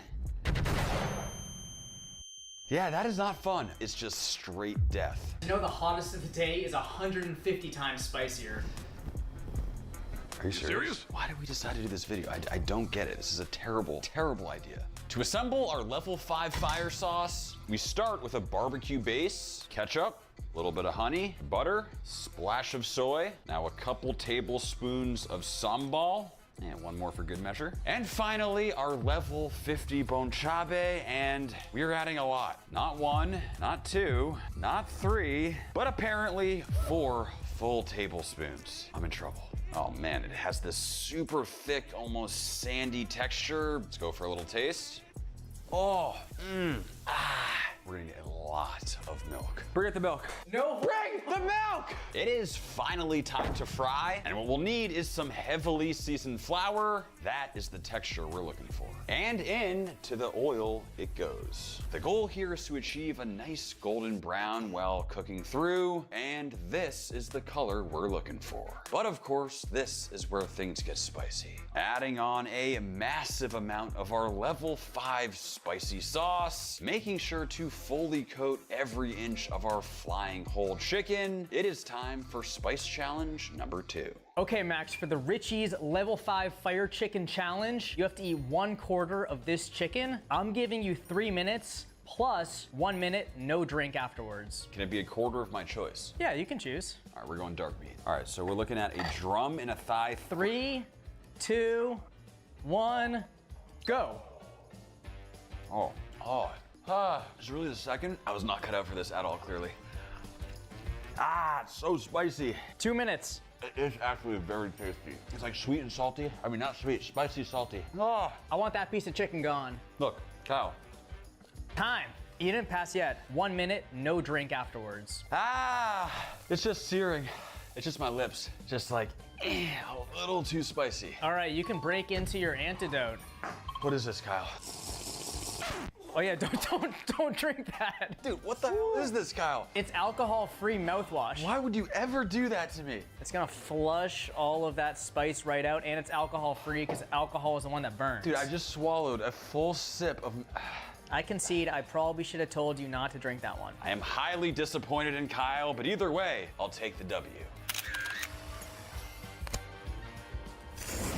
We have made it to the Koko Ichibanya Level 20 Spicy Curry Challenge from Japan. We have reached a spice level of 75,000 Scoville, a super popular online challenge that's taken over YouTube from one of Japan's most famous curry restaurants. So let's talk about where all that heat comes from. First up, we have dried cayenne peppers. Next up, this is the real curry powder Koko Ichibanya uses, and it is extremely flavorful with some citrusy notes. Lastly, we have Japan's most popular chili powder, the Togarashi 7-Spice Blend. As always, adding a dash of each to our death sauce that I'll unfortunately be suffering through later. Let's cook. Starting with a bunch of butter to sweat down the onions, building texture with grated carrots and apple, thinning it out with chicken stock. Next, adding this House Foods curry brick. This exact brand owns Koko Ichibanya, so the flavor should be as close to the real challenge as humanly possible, and we go in with the Koko Ichibanya powder. Not just one whole container of the Togarashi, but 2. This is already an ungodly amount of spice, but now we have to add 2 full tablespoons of cayenne. It almost has this like sludge texture incorporating all of those powders. This is just deadly. We'll get that mixture completely blended up, finishing with some butter, and it's time to plate. Going down with a nice serving of that extremely spicy curry. Next, a beautifully crispy pork cutlet right over the top. Wish me luck. It is time for challenge number 3. Okay, Max, for the Koko Ichibanya Spicy Curry Challenge, you have to finish this entire plate of food in 10 minutes. No drinks allowed. This whole thing? This whole thing. This is a lot of food. And you got a nice antidote right over there. 3, 2, 1, go. Ooh, it's grainy from all the spices. There's no way this is the third one. This one takes its time and then it just creeps and creeps and creeps. The flavor of the curry is completely masked by all those spices. What is in this thing? It's like biting rehydrated powders. I don't know, man. I could eat the rice. I don't think this is possible. What are you doing, Kyle? I'm trying it. It's like sand. I'm taking it out. You can try the antidote, because we got chocolate. I hate you because I don't trust you. 2 types of chocolate here. One of them is a delicious chocolate that is nice and sweet and amazing. One of them is the world's spiciest chocolate. Here's what's gonna happen. I'm gonna take a bite of one, and I have no idea which is which, and you're gonna take a bite of the other, and we're gonna sit right here, and we're gonna chew the whole thing. Here you go. Damn, I know. Really? Yeah. Yes, yes, yes! Wow, that's so sweet. Oh, it's so hot, man. It's really hot. You won this battle, but not the war here. That's gonna be a wall of shame. Unfortunately, this one was a fail. Next up, we have the 100 chili papaya salad from Thailand. Yes, 100 chilies. And yes, we have blasted through 100,000 Scoville heat units with this one. In this social media challenge, you request the Thai spicy heat level, and food stalls know exactly what that means. They absolutely loaded up with 100 chilies, and the entire plate, including the peppers, must be consumed. For this one, it's all about the chilies. These are bird's eye chilies, aka Thai chili peppers, and they pack a major punch. The people of Thailand are known to have one of the highest spice tolerances in the world, so for them, they're probably no big deal. But for a regular guy like me, I have a strong feeling they're gonna cause immense pain. What I have in front of me is precisely 100 Thai chili peppers, and yes, we're gonna use them all. And to show you how spicy even just one of these are, Kyle, come here. I want you to just put this on your tongue. Open up. Oh, it See? gets you. Yeah. I'd be scared if I were Max right now. And we'll just chop up all 100 of these peppers. Kyle, what are you doing over there? Are you serious? From that one little tap? Oh no. Freaking seed went directly in my eye. Ow! Here, dude. Milk. Oh, what? In my eye? Oh, fudge. Oh, you can't go blind, right? No, dude, it's like pepper spray. Ah. What do you mean it's just like pepper spray? The last time the police pepper sprayed me, it only lasted for Kyle, 15 minutes. What are you talking about? All right, that is more than enough chopping for the day. It's time to smash. In with all 100 chilies, seeds and all. And in with the garlic. Going safety glasses on for this one because I'm extremely paranoid. Let's smash. Crushing it all up like so, letting all those oils combine. From here, we'll add some savory dried shrimp. Next, we have some authentic Thai palm sugar that comes in this cool kind of compressed ball. Next, we need a whole bunch of lime juice. Finally, adding in a whole bunch of fish sauce. From here, it's tomatoes, green beans, and for our most important ingredient, this is not your average papaya. It's green and very firm, and that's because it is very much not ripe yet, which is exactly what we want for this dish. This is actually probably my favorite salad, and it's all because of that super crunchy texture we get from the green papaya. Whoa, these seeds are insane. They kind of look like Dippin' Dots or Rice Krispies, and we'll get them all removed. Now shredding into little matchsticks just like this, and getting that all into our 100 chili and garlic concoction, some crushed peanuts, Thai basil, fresh shrimp, and finally, we mix. For a second, I almost forgot that there was 100 chilies in here. This looks so good. I know that it is deadly spicy. Plating it all up, it looks and smells absolutely delicious. But unfortunately, I know that looks can be deceiving. It is finally time we find out if I can pass my next test. You need to finish everything on the plate in 10 minutes. Let's start in 3, 2, 1, go. Woo! The fresh chili spice is completely different than anything we've had before. It's like immediate right in your face, like a freaking punch. I'm not gonna finish this. I can't do it, Kyle. What the hell is that, Kyle? Deconstructed mashed potatoes. Why? Is it milk or cream? It's cream. You're sick. Hot potato. Give me the damn milk. Oh, Jesus. I almost slapped you. Well, that went horribly, horribly, horribly wrong. I think I knocked out almost half. Shout out to my Thai people in the audience. You guys clearly know how to take some heat because that was no joke. It's gonna be another fail. If you have tried multiple oral antidepressants and they haven't worked, did you know that after 2, you can try another path? Spravato works differently to rapidly reduce depression symptoms. Spravato is the only FDA-approved nasal spray taken with or without an oral antidepressant for adults with treatment-resistant depression. While the exact way that Spravato works in depression is unknown, it acts on glutamate, a chemical messenger in the brain thought to regulate depression. Spravato can cause serious side effects, including sleepiness, fainting, dizziness, spinning sensation, anxiety, feeling disconnected, breathing problems, increased blood pressure, problems thinking clearly, or bladder problems. Your healthcare provider must monitor you for serious side effects for at least 2 hours after taking Spravato. There's risk for abuse and misuse. Don't take if you have a blood vessel disease, an abnormal connection between your veins and arteries, a history of bleeding in the brain, or are or may become pregnant. Spravato may harm your unborn baby.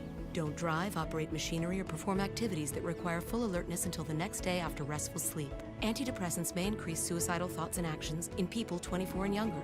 Spravato is not for use in children. It doesn't prevent suicide or suicidal thoughts or actions, relieve pain, or replace hospitalization. Call your doctor right away about changes in behavior, worsening depression, or thoughts of suicide. With fewer depression symptoms, you may begin to feel like yourself again.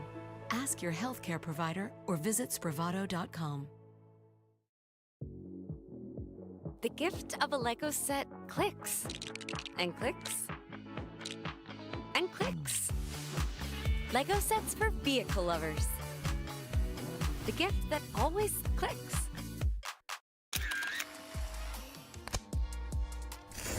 It is time for the Buffalo Wild Wings Blazin' Knockout Challenge from the USA.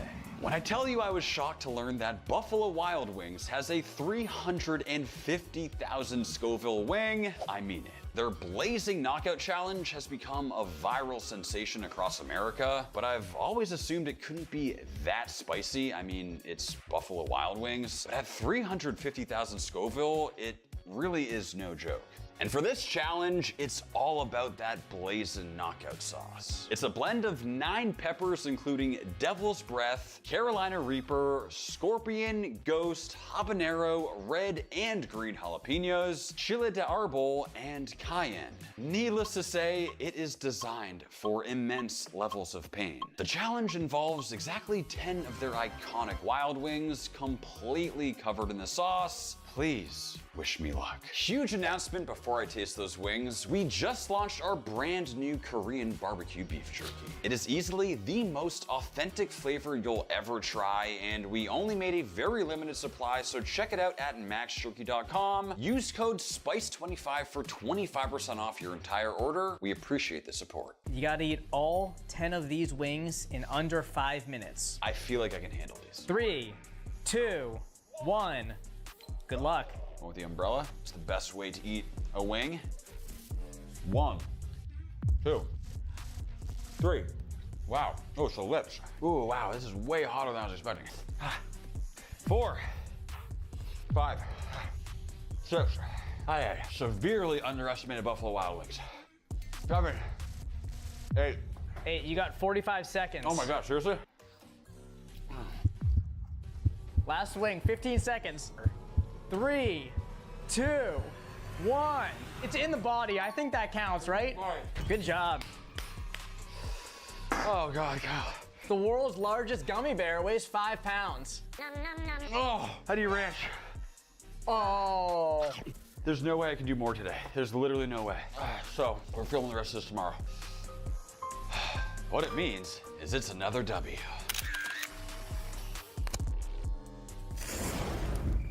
Guys, I'm down bad right now. If you haven't subscribed yet, please do me a favor, subscribe to the channel. It really uses support.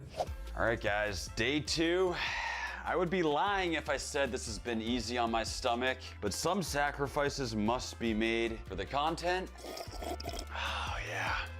It's time for the Hot Doubles Challenge from Trinidad. Wish me luck. Trinidad is known for being one of the spiciest cuisines in the world, and their famous Doubles Challenge comes in at a whopping 400,000 Scoville. What we're eating is the country's most famous street food called doubles, and you're about to see why this challenge has caused so many people to fail. Challenge you to go to your local double vendor and get as much hot pepper on your doubles as possible. And our spice component is all about these guys right here. Scotch bonnets are over 12 times hotter than the jalapeno, but a staple in Caribbean cuisine. It'll add some nice freshness to our death sauce, or at least that's what I'm gonna tell myself, because this sauce is honestly starting to freak me out. The first thing we need to do is assemble our fiery doubles chili sauce. This is the sauce that challengers need to specifically ask for heavy,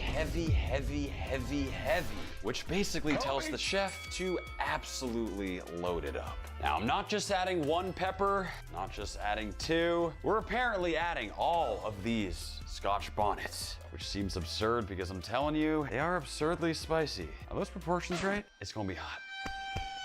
What have I got myself into? Either way, let's get it all blended up. Oh my gosh. There's so many hot peppers in here. Poor little stomach. That is a way more powerful bite than those bird's eyes we had. We've entered a new level of spice. And let's assemble our doubles. This is some authentic chana, which is basically a super flavorful Trinidad chickpea curry that will get heated up. Next, this is authentic bara. A soft, fluffy, and savory fried flatbread. It's flavored with a touch of turmeric for this unique color, and we'll get it lightly toasted. Down with specifically 2 baras to authentically assemble our doubles, a couple nice dollops of that beautiful looking chana, some pickles, and finally going heavy, heavy, heavy, heavy, heavy on the homemade Scotch bonnet sauce. You ready for the hot doubles challenge? If you pass this, that homie on TikTok will repost you. We'll set a 5-minute time limit. That's definitely enough to eat that. What? Day 2, prayers for Max's stomach. He's gonna need it. 3, 2, 1, go. Wow, that actually tastes so good. Ooh, whew. Got a kick, but man, that is delicious. Oh, I feel like I actually have a chance on this one though. Oh, my lips hurt so bad. I need Vaseline. We don't have that. Chapstick, chapstick, chapstick.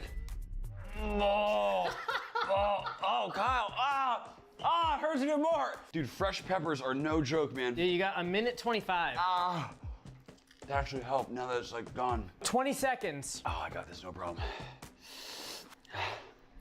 Down?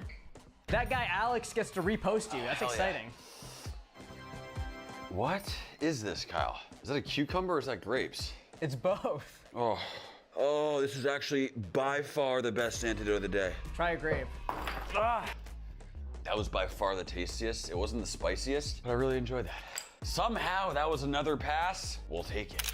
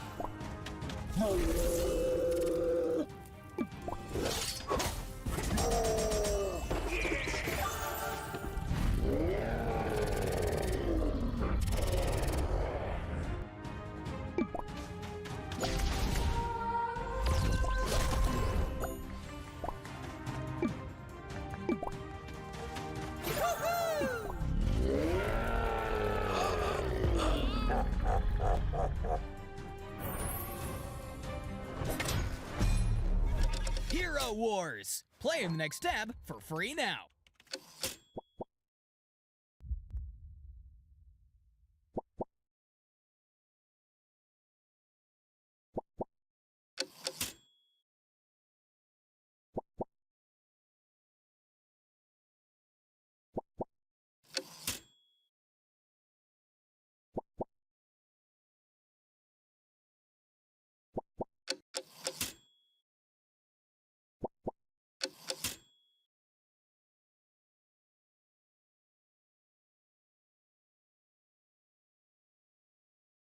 Every certified used Hyundai puts your mind at ease with industry-leading unlimited mile roadside assistance. You know, so you can focus on other more important stuff. Donuts.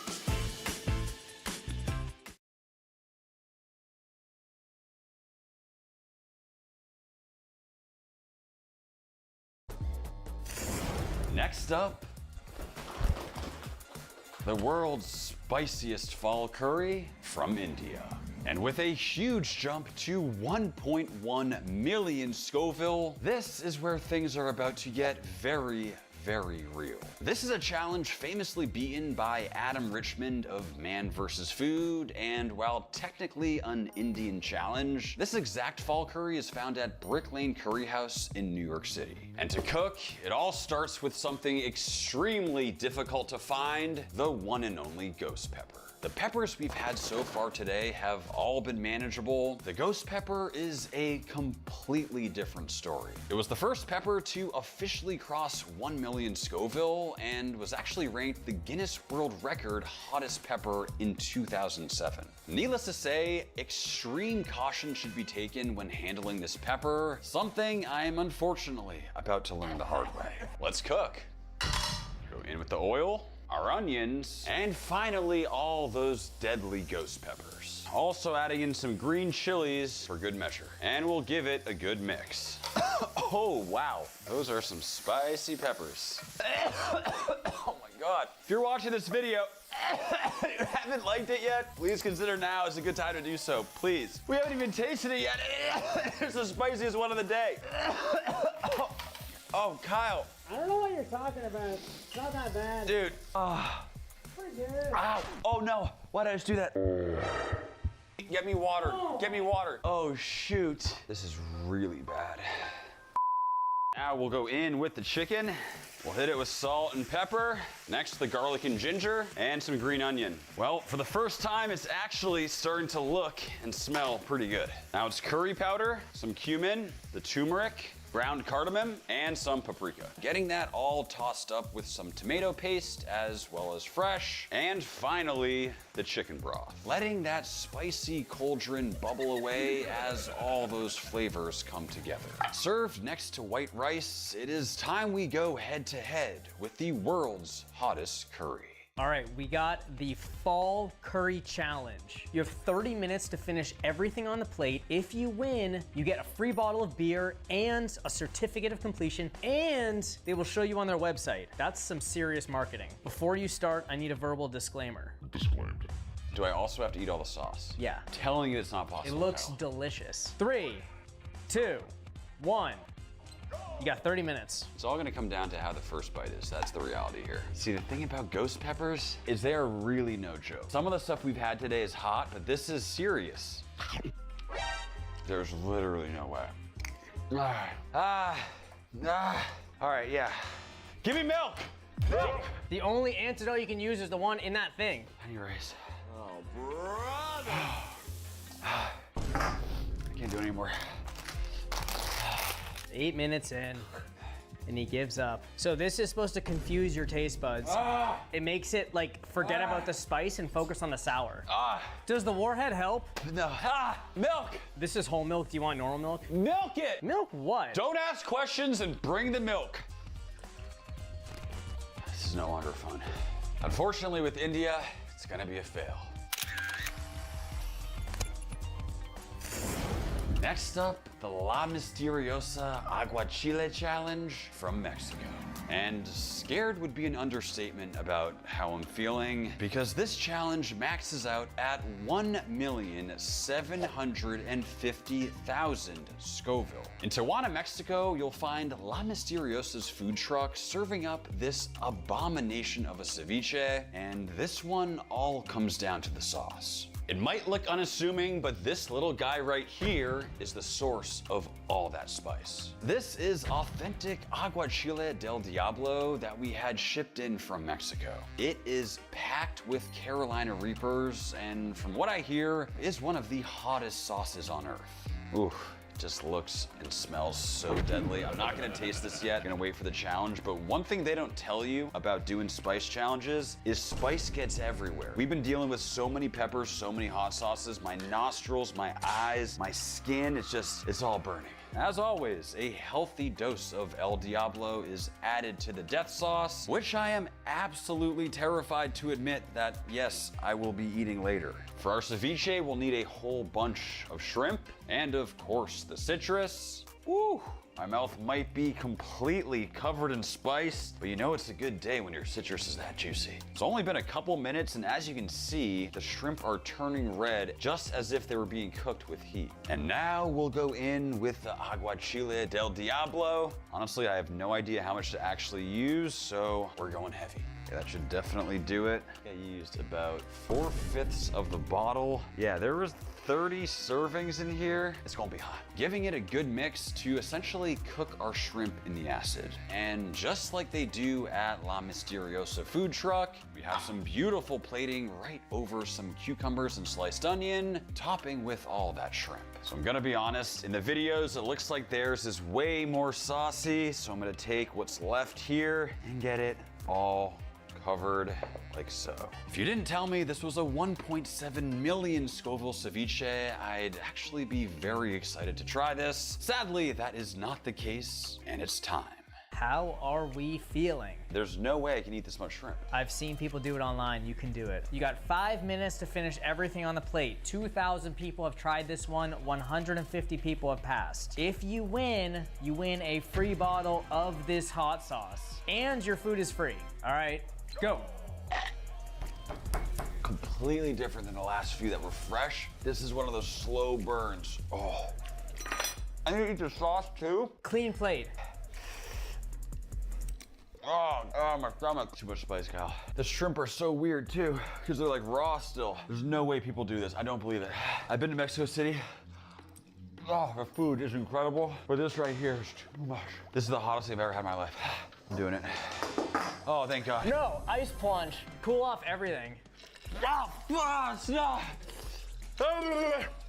It's so cold. Dunk your face in. Oh, yeah. Yeah. This ice cream is so good. Oh, by the way, time's up. This is worse than our last spicy video. Mexico's Spice Challenge. Unfortunately, it's gonna be a fail. So I wanted a new credit card, not a hit to my credit. Good thing Experian has no ding decline. They match me with cards that won't ding my credit if I don't get approved. So I got the card that I wanted and didn't worry. Get the app from your big financial friend, Experian.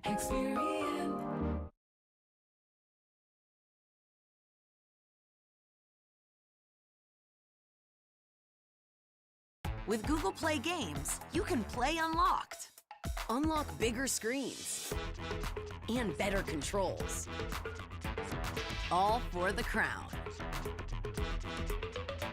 Go play on mobile and PC with Google Play Games. Download now.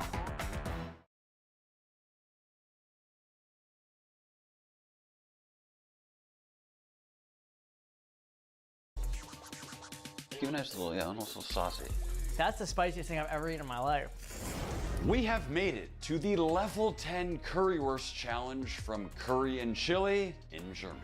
We have arrived well above the natural limits of heat at a shocking 7.7 million Scoville heat units. This is pure chemically engineered pain in sausage form. After confirming you're over 18 years old, you need to sign a waiver, basically removing any liability from the Curry and Chili restaurant. Needless to say, I'm in huge trouble. For our heat source, this right here is not your average hot sauce. This is the actual 7.7 million Scoville spice extract from Curry and Chili in Berlin.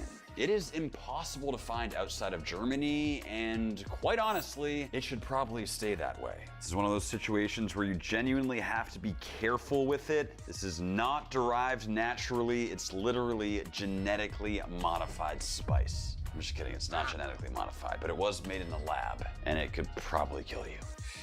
Oh boy, just take a look at that thick texture. Literally a single drop of this is hotter than any pepper on earth. Being very careful here, only adding in about a drop of this stuff. That's a little more than a drop. Okay, let's cook. So Germany is definitely not known for spice, which is why this challenge is confusing, but they are known for brats, getting them seared. While that cooks, let's assemble our currywurst sauce. In with the ketchup, a little bit of Worcestershire, good bit of curry powder, garlic, paprika, sugar, salt, pepper, and finally it is time to add our level 10 Berlin curry chili sauce. This is where things start to get a little bit sketchy because there is no specific recipe, so I'm just gonna measure with my heart. One drop of this is like absurdly spicy. It's very slow moving, it's kind of like black tar. Okay, hello. Ooh, yep, okay, we're gonna stop you right there. That is still okay. That feels very excessive. It's definitely more than a couple drops to it. I hope I didn't just overdo it. We'll finish here by slicing up our beautiful bratwurst, plating next to fries, and topping with all that fiery curry sauce. Things are about to get real. This one I'm actually a little bit worried about Max here. That would make two of us, Kyle. This challenge, you're required to sign a waiver. So it sounds like there's no time limit, so you take all the time you need. There's a world where this is like, go to the hospital spicy. Been through a lot in this video. Just want to say thank you for joining me on this adventure. It hasn't been easy. Oh, my stomach. Too much spice, Kyle. Dude, I don't feel good right now, Kyle. Bring me milk. This is no longer fun. Over 7 million Scoville. As you can see, for all the haters out there, this is a thoroughly coated bite. See you guys on the other side. Oh, it hurts so bad. Ah, fry. I'm telling you guys right now, we added way too much. It really makes you feel alive, this one. Wow, I've never felt this in reality. Oh, I'm officially done, dude. I tap out. Dude. Open up. Oh, what is that? Why did you do that to me? I don't want that. Kyle, was that milk? Yeah, that was milk. Out of a super soaker? Yeah. On that note, there's just one thing left. It is time for the last dab, the one and only death sauce that we've spent the entire video making. It's got a little bit of every challenge concentrated into one final bite. Ah, I'm so done. Thank you guys so much for watching. I appreciate the support, and I'll see you next time. Kyle, bring me the milk.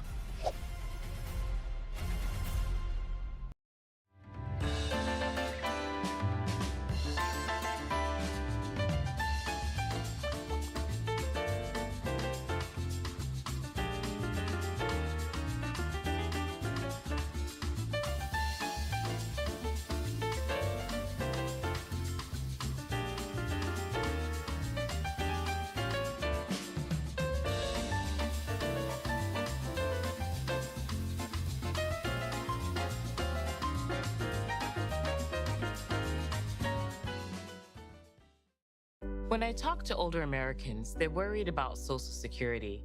It's something they really count on. Social Security helps cover what I need. Medicine, groceries, it's a lifeline. This is money that people have earned, and our country has kept that promise for 90 years. I hear Social Security may run short of funding in a few years. AARP will never stop fighting to protect the Social Security payments you earned. Join us. Today we're tasting food that's reached the pinnacle of world rankings. Beyond MasterChef, more exclusive than Michelin stars, I'm talking about YouTube's S tier. From timeless classics to legendary culinary creations, we've compiled the greatest dishes ever made on this platform in a winner-takes-all battle to find out who comes out on top. Let's get started. And starting out with a Max the Meat Guy video, we actually posted this a couple months ago, rating every Outdoor Boys meal. The Outdoor Boys are absolutely legendary. Here we're making their iconic bread and honey butter. Bread flour, sugar, salt, yeast, and water. Very simple bread recipe. Got that fire lit. It was an excruciatingly hot day. Literally just throwing that flatbread directly on the coals. God, it's just bringing me back that char flavor. I actually still can't believe that worked. Warm honey and melted butter, that combination is just perfection. Right over that warm bread. That right there was not just S tier, but straight up one of the best bites I've ever had in my entire life. Let's make it again, but this time we're going crazy with it. It's time we take this recipe to the next level in more ways than one. Bread flour in, we'll carve out a little hole. From here, we literally just eyeball everything, including the amount of yeast we use, salt, and sugar. Throw on some warm water and just kind of mix it in, and we'll just let it sit to absorb. As you can see, we got some bubbles forming, so we'll slowly start to add more water, mixing that in as our dough is formed. Once again, just like Luke says, we're completely going by feel here. Zero measuring whatsoever when it comes to literally any of these ingredients. It is extremely sticky at this point, which all should be part of the plan. Oh yeah, oh that is just, get your sloppy joes, just slop them down. I'm gonna throw in a little more flour. I think this is a bit too wet, and we'll just start to knead. Finally starting to tighten up. We'll throw this into a bowl to rise and get started on the next step. Next up, we're gonna be making the iconic honey butter, but believe it or not, we're starting by at least attempting to make our own butter. Now, I've never done this before. I have no idea if it's gonna work. Apparently, all you need to do is start with a mason jar. We got some heavy cream that I'm gonna pour halfway. We'll seal it up, and now we shake. I'm trying to think of what the right method to use. So I go like this, so I go like that, and like that. You get a shake, you get a shake, you get a shake. All right, Kyle, you're up. 2 dudes shaking cream. I mean, we are 30 minutes in. I'm freaking exhausted, but I think we're almost there. Dude, I'm dying. We started with cream, it turned into like thicker whipped cream, and now it's like a liquid again, but I believe there's actually butter in here right now. Let's check it out. Whoa, whoa, what the?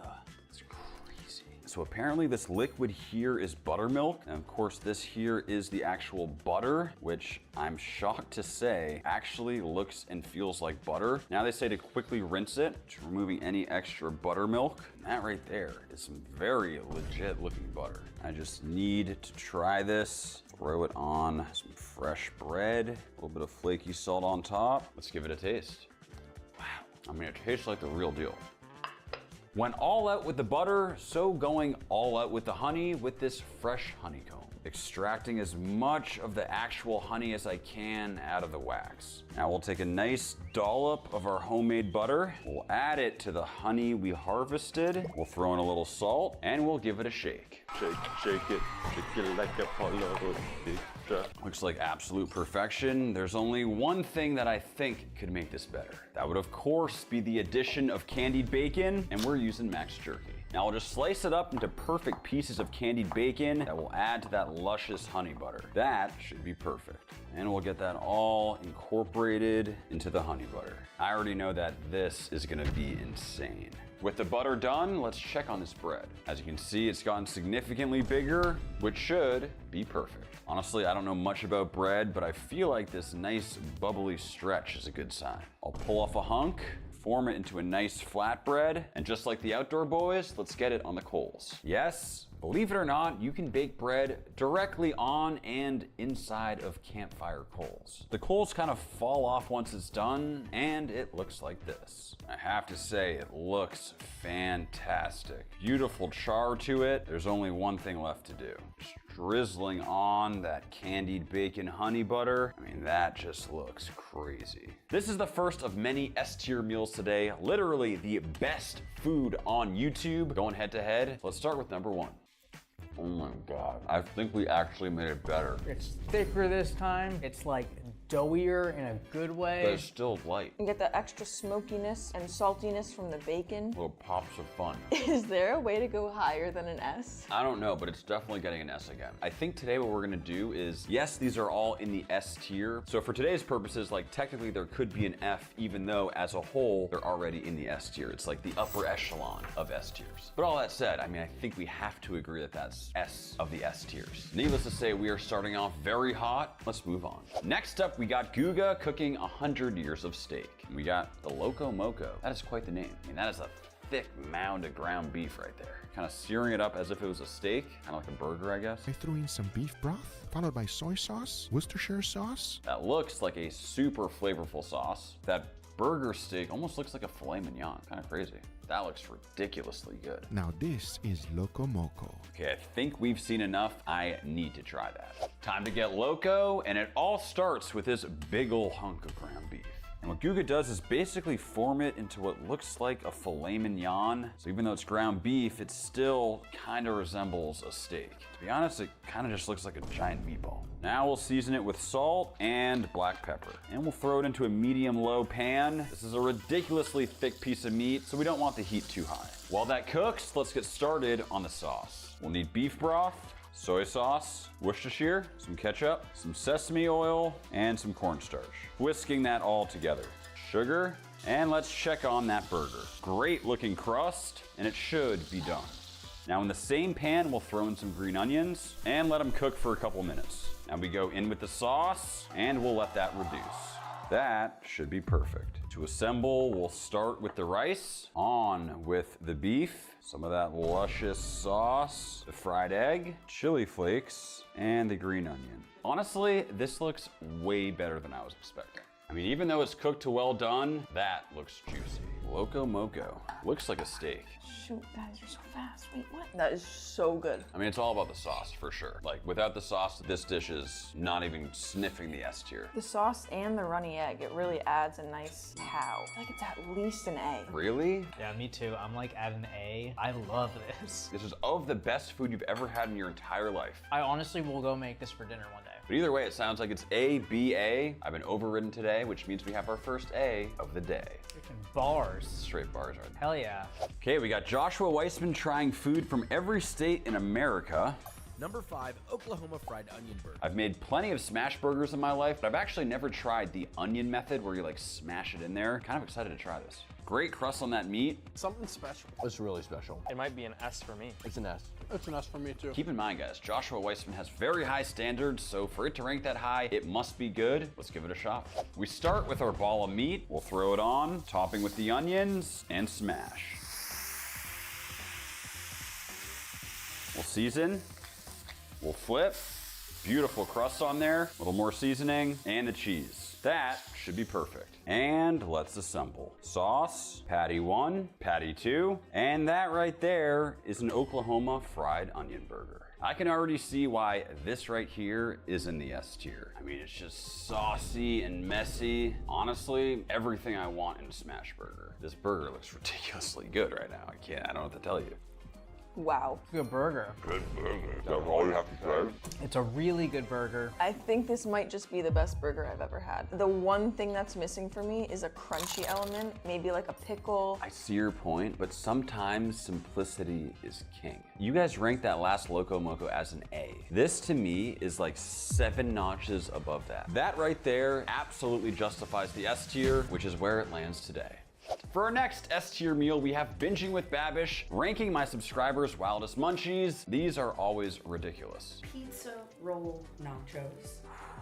There's nothing like those pizza rolls. You know when you eat them, you're just gonna destroy the roof of your mouth. It's gonna burn everything. But with those as the foundation of this dish, you already know it's gonna be insane. Then topped with sour cream, salsa, guacamole, fresh jalapeno coins, and crystal hot sauce. I mean, there's just no way this could be bad. I don't see anything but improvement upon a pizza roll. If you eat this and you are like, this is dumb, you're dead inside. We might have found our best dish of the day. I cannot wait to give these a go. Before we move on to the craziest munchies cooked by Babish, I'm excited to announce that the sponsor of today's video, Dowstrong, just dropped something special. The Valhalla series Annihilator Cleaver. A heavy-duty 14-inch long, 6mm thick blade, but it's been sharpened to a razor-fine 8 to 12 degree edge. This bad boy's in scalpel territory. Sophia, get the close-up camera. You're gonna need it for this. Yes, it can handle delicate slicing, but at the end of the day, this is why I really love it. Still good as new. Use the link below to get 10% off your order, and let's get back to the munchies. It all starts with Totino's, the best of the best. Mostly just because I'm interested. Let's see what's going on the inside when they're still frozen. I don't know what I was expecting, but there we have a frozen pizza roll cross section. Now I'm really gonna let my intrusive thoughts win today. It was weirdly pretty good, and probably the first time somebody ate one of these and didn't burn the roof of their mouth. We'll get them air fried, and just like that, they should be done. But realistically, the only way to know for sure, they're done. On with the Monterey Jack, and we'll broil. I mean, these already look good. Hey everybody, Walton Goggins here. Starting a business is never easy, but with GoDaddy Aero, that endeavor is about to become a whole lot easier. Hey man, you got this. Create a website that looks like you know what you're doing, even if you don't know what you're doing, because you're using a website that developed a tool that knows exactly what it's doing. It helps you design a logo. This is what we came up with. We put it here, we put it everywhere on our website, and we even put it right here. What I'm telling you, from one central command center, you can have all your social media empire operating. You're doing it all, everything, fast. Let's go, Daddy!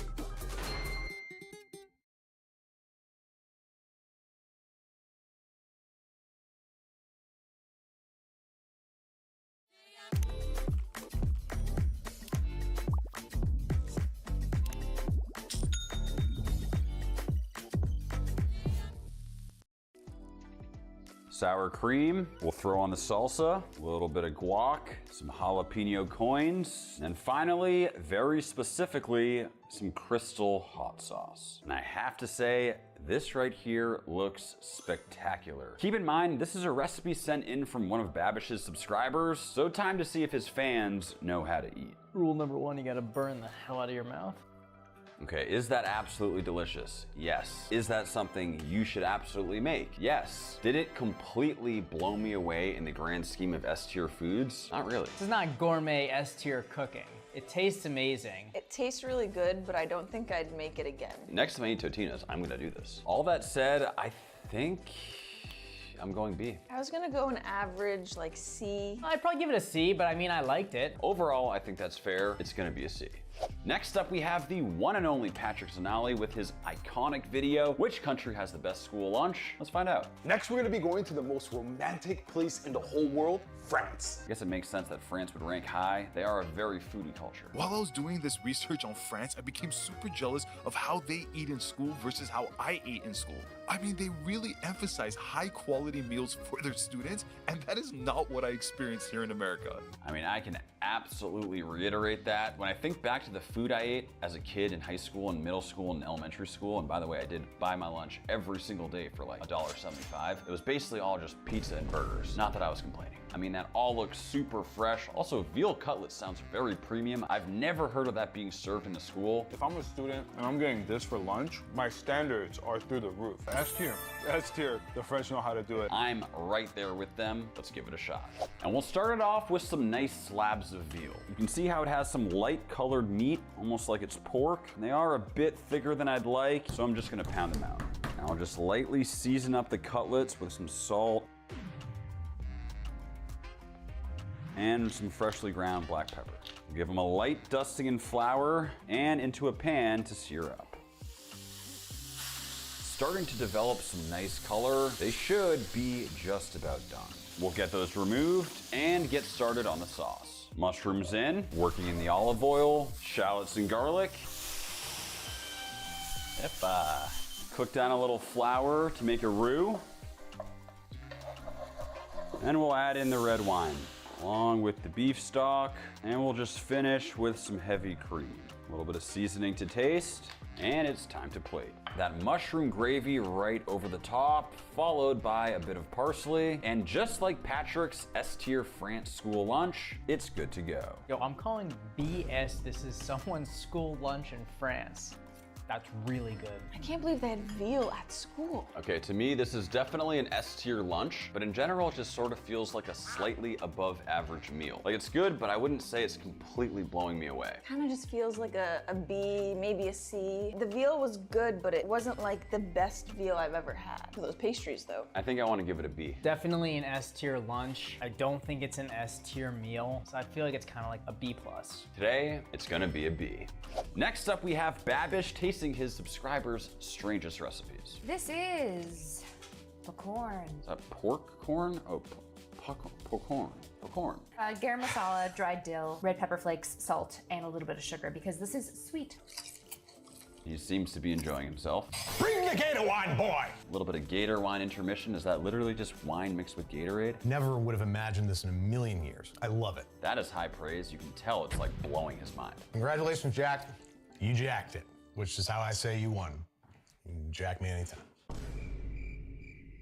Let's give it a shot. And we'll start with some freshly popped corn. Settle down now. We'll get it in a bowl. We got the garam masala, which, to be honest, don't really know what it tastes like. I feel like I'm getting some cumin, maybe nutmeg. Interesting. Throw on a bit of this, bit of dried dill, the red pepper flakes, some salt, and sugar, and toss. Ooh, wow, okay. Wow. For popcorn to be in the S tier, this better be the best dang popcorn this side of the Mississippi. Super unique. It's not too salty, but what really jumps out is the garam masala. It has a nice little kick too. And I'm not usually a popcorn fan. That is good. How do we rank this though? Because it's popcorn. Like realistically, this is probably the best popcorn I've ever had. It feels disrespectful going lower than a B. I like it. I'd probably give it like, yeah, B, C. It's a really solid snack. I'd give it like an A or a B. It's so addicting, and if you make this, go heavy on all the spices. Because like when you get the really seasoned pieces, it's just out of control. But what it all means is today, it's gonna be a B. Next up, we once again have Joshua Weissman tasting food from every state. This time, it's breakfast. They call this one a grilled sticky. That is quite the name. Honestly, this sounds like something that you would have in your diaper in kindergarten. On a food video, he really had to go there. Sliced sticky bun loaf, fried in butter until crispy golden brown. Doesn't look healthy, but it does look good. Brioche bread and a cinnamon roll, and they made love. And then it became almost like this custardy French toast, crispy caramelized thing. S tier. It's an S tier. S's across the board, and later on in the video, he said that was the best breakfast he's ever had. So of course we gotta try it. To get started on the grilled sticky, we're actually gonna attempt to use our old Outdoor Boys dough. I will say this is not a sweet dough, so we'll see if it works. We'll do a light dusting of flour and roll it out. Honestly, I'm just kind of freestyling this recipe, but hitting it with a bunch of brown sugar. Throw on a little bit of cinnamon. Yes, we gotta do it. I'm gonna finish it off with a little bit of that candied bacon honey butter right over the top. And now we'll just gently and tightly roll it up. No idea how this is actually gonna taste, but given this flavor combination, there's no way it could be bad. And now I'll just slice. To be honest, these kind of just look like little baby cinnamon rolls. Now to a container, we'll throw down a little glaze. It's filled with brown sugar, milk, and butter. Pretty much the best things in life. We'll add in our little rolls, nestled into that sweet glaze, and we'll bake.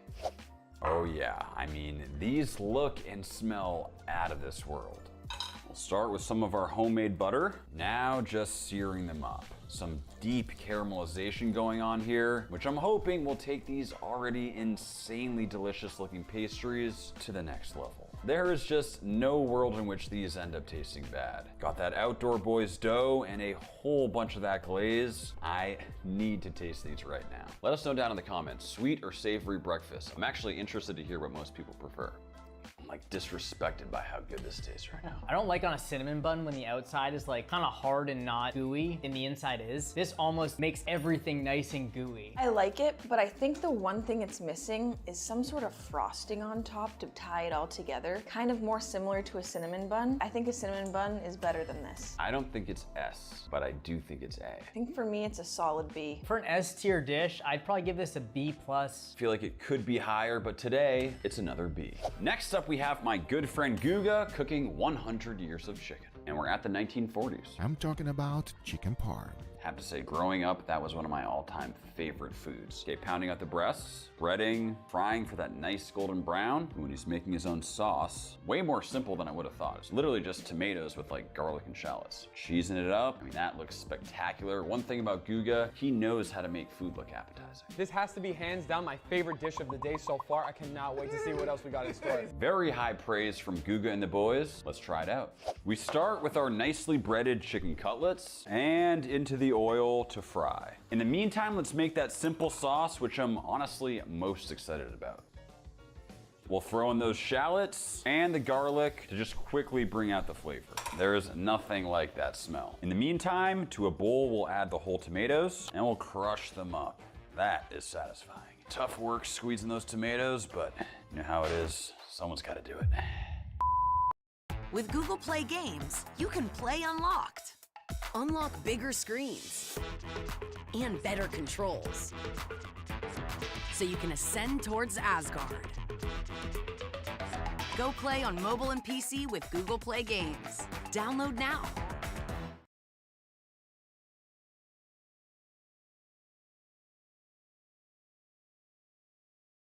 OpenArt brings the tools to the storytellers of today. Creating a character is simple. Whether it's from a sentence or a single image, OpenArt brings your vision to life. But that's just the beginning. Once your character is created, you can use it in any story or setting with perfect consistency. With OpenArt's 3D pose editor, you can adjust your character's position and movements with ease.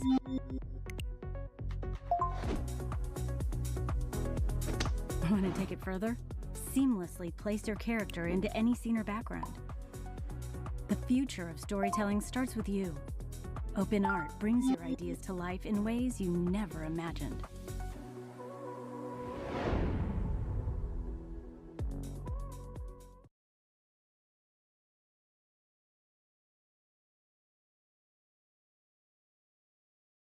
We'll add in the garlic and shallot mixture, a little bit of salt, a bit of olive oil, mix it up, and that sauce should be done. Let me try this out.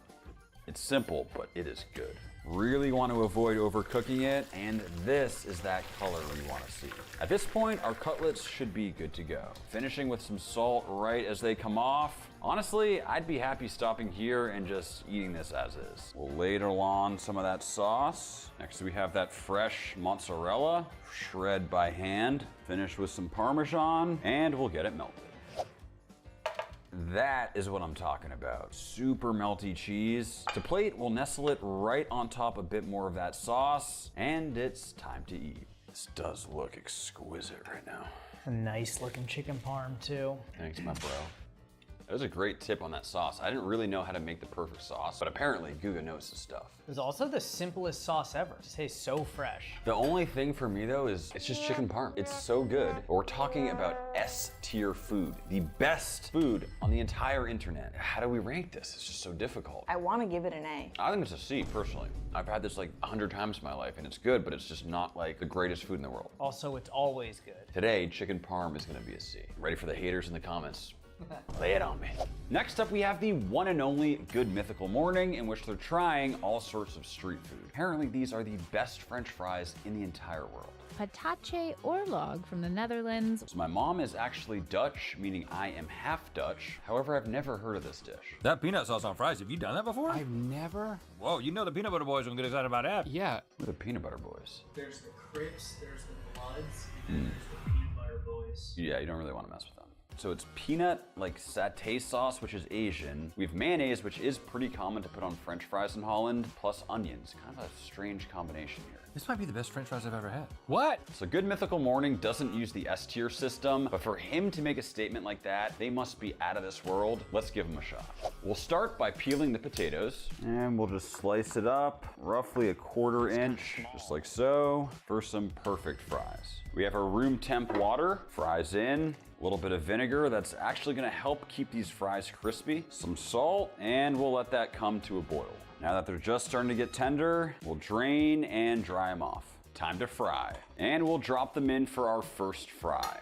Okay, it's been about a minute, so now I'll just remove and let them come back to room temp. And now we'll throw them back in for one more fry to get them super crispy. As you can see, they're picking up incredible color. We'll remove. That right there is a French fry. We'll season with salt, pepper, and toss. And let's assemble. We'll hit it with that peanut sauce on one side. We'll hit it with that mayo on the other. And we'll finish over the top with the onions. And that right there is my first attempt at Patache Oorlog. If you're Dutch, please let me know how to pronounce that. Dude, that works. Oh my God. Whoa. I'm starting to see why this was ranked as the best street food in the world. It all works together so well, but the peanut sauce ties it all together. It's so unique. I was not expecting to like that one as much as I did. It's like an insane flavor bomb. I also really loved the crunch of the onion, and it gave it like a juicy crunch instead of just like a potato crunch. And one of my favorite dipping sauces is mayo, so that mayo, What I realized, it has to be unique, for me at least. And this is very unique. It could be an S, but I think it's an A. I'll let Kyle be the final judge. I'm gonna go ahead and give it a nice big old S. Wow! All right, there it is, guys. Clearly, you should try this one at home. Okay, next up we have Nick and Babish cooking every food from SpongeBob. That's a throwback. I guess I could use one of those. Hey, waiter! We need another one over here. I will say, something about cartoon food, they just make it look very tasty. So we got a mountain of ice cream here. Now we just got to make it into a triple goober berry sunrise sundae. It's a very well-shaped form on that ice cream. And then the eyes blue, and then green, and then pink. Last part, just a little touch of hair. Hair is overrated. That ice cream is not melting at all. I will say they made it look pretty good. Excellent mouthfeel. I would put this in the S tier without question. S tier. Is that really what made it to the S tier on all of Nick's videos? This is it? Let's give this a shot. We'll start with the ice cream. We'll try to add the first arm. I feel like there's no way this is actually gonna stick. In with the other arm. This is way harder than it looks. A little hat over the top. Eye number 1, eye number 2, nose, mouth. Oh God, it doesn't look good. Oh no, oh my gosh, how did they do this? I'm gonna have a talk with Nick. I'm not sure if that was real ice cream. This is very difficult. Got a little bit of chocolate sauce as hair. Oh, his mouth is going down. A little bit of chocolate hair. Oh, it's okay. Ta-da! I give you a triple goober berry sunrise. What a mess. Oh my God, what? This thing looked way cleaner in the show. I mean, talk about probably the worst assortment of toppings you could possibly have. Bananas, not a fan. Fake cherries, also not a fan. Twizzler, terrible. Whatever that thing in the front, terrible. I don't like it. My biggest issue is the flavor of the ice cream. I don't want just vanilla. I mean, realistically, it's not bad, but like, guys, today we're talking about S-tier foods. In the scheme of S-tier foods, is this up there? I don't think so. In fact, I think it might even be an F. It's a bold claim. Normally it would be a C. That's a good point. Maybe it's a D. I'd go with D. All right, what do you think, Sophia? I think I gotta go with an F. That right there is a shocking F. Next up, we have Ludwig, an extremely popular streamer, ranking every YouTuber food product. I've heard so much about Joyride. It's Ryan Trahan's new candy company. Let's see how it is. Yeah, dude, that's actually really good. And that's 20 calories. I'm no nutritionalist, but that sounds pretty good. It actually looks like he ranks it as A. The sour strawberry ropes. I am not fronting. I ate an entire pack in one day on 2 separate occasions.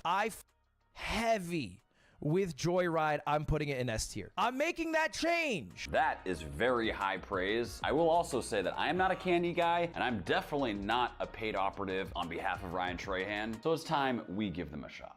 Time to find out if the Joyride hype is real. So this one right here, the strawberry ropes, is the one that Ludwig was absolutely raving about. 70% less sugar. That can't be a bad thing. Pretty sticky. Looks like they have some sort of filling, creamy filling in there. Now for an accurate comparison, we have the sweet tart ropes, which appears to be a near identical product. But of course, this one's full sugar and looks like it has way more calories. Let's see how they compare. We'll start with the sweet tarts. Ta-da! That's satisfying.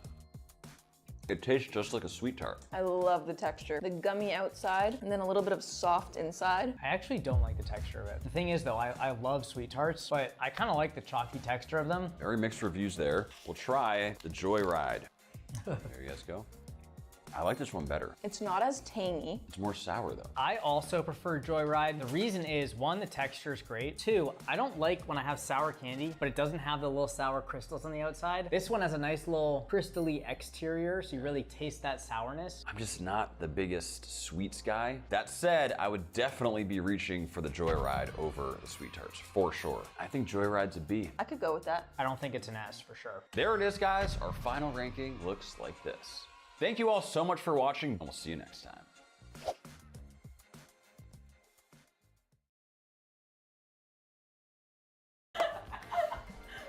And let's give it a mix. We've reached a really nice, almost clay cement-like texture. It should be perfect. Does anyone remember George the Snowman? But every snowman must eventually meet his end. He's back. Danger! I'm sorry, brother.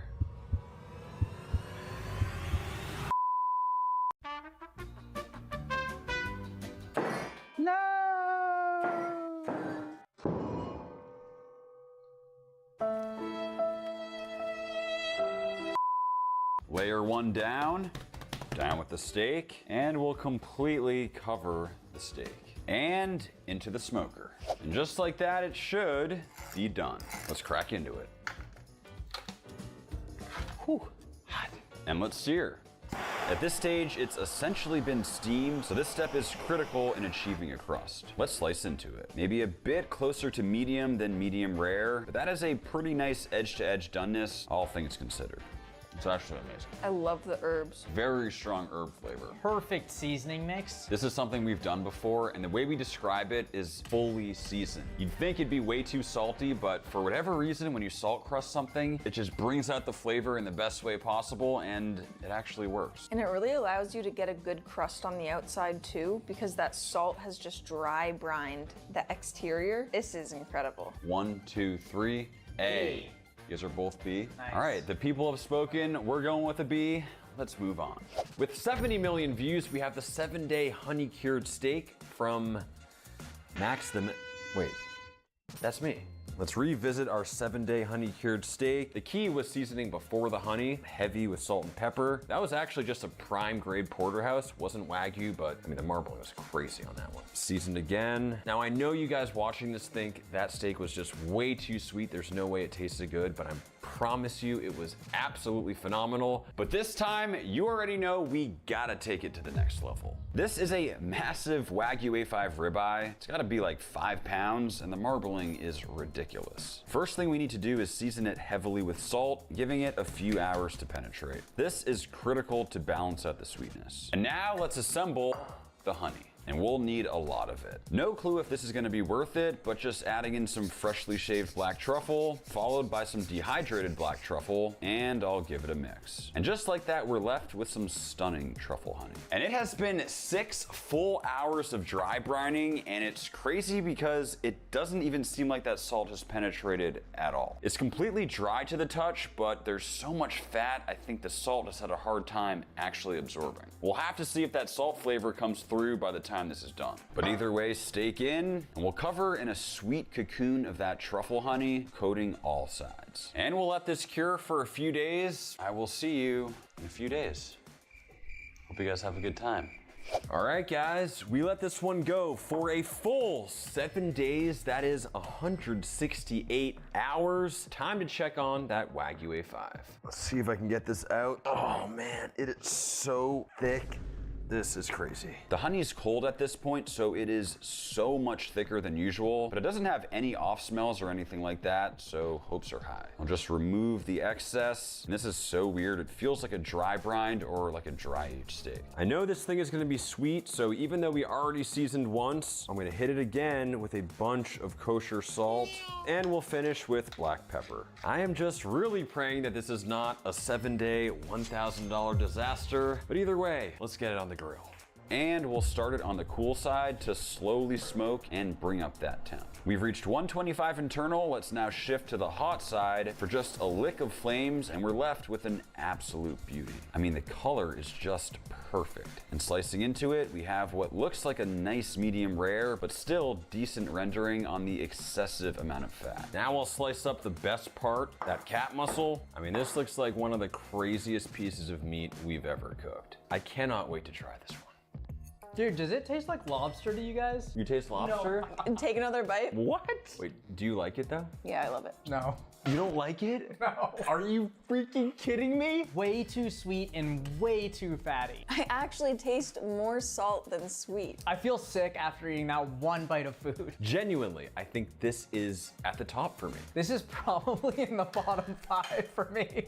I feel good because now I'm giving them the real opinion, you know? I hate you. I genuinely hate you. You hate me as much as I hate that steak. Sophia, what would you rank it? I'd give it an S. It is absolutely an S. So SS, what are you giving it? I think it's like a D. That comes out to a shockingly low average of a B. Kyle, we're gonna have a talk after this. Let's move on. You knew Gordon Ramsay was gonna be on this list. With 73 million views, we have Let's Make a Steak Sandwich. Let's make a steak sandwich. Whew.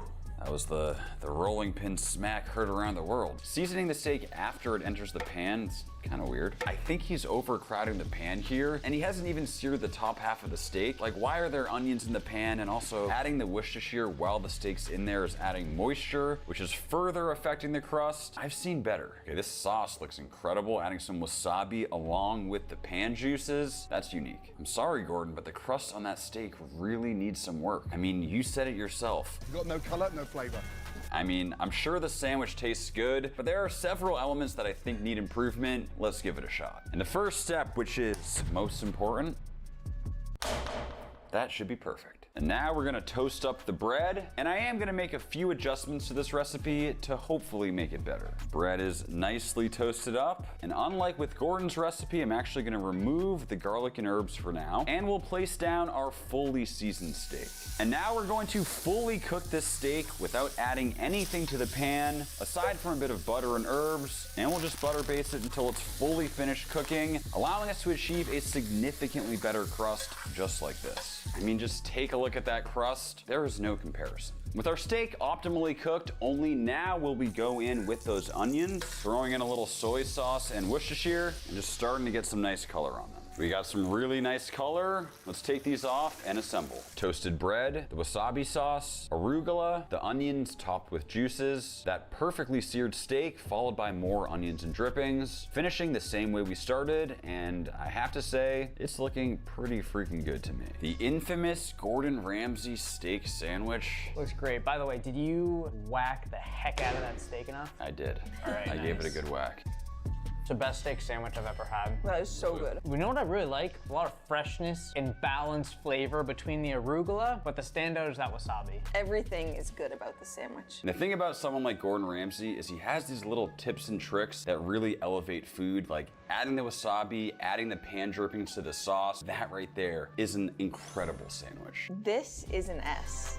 Gordon's is an A. Exactly. Because his crust was lacking, we're giving it a very respectable A. With 75 million views, we've made it to the Protein King, and it's the usual suspects, QCP and Rush. Just starting off so intense. If you just pause and look at his face, like, that is a terrifying human, but the thing is, if you've met him, he's like the sweetest man ever. It's convenient. He's back in. That is a massive bun. Somebody count for me how many times QCP's been in the pool. Jumbo patty, a lot of bacon, and we got the tomahawk. That is an unbelievable cross section. Bon appetito, bitch. Let's make it. To start, we'll need the ground beef and a tomahawk. Almost kneading out the beef as if it was dough. Just trying to get it to its final form. The world's biggest patty.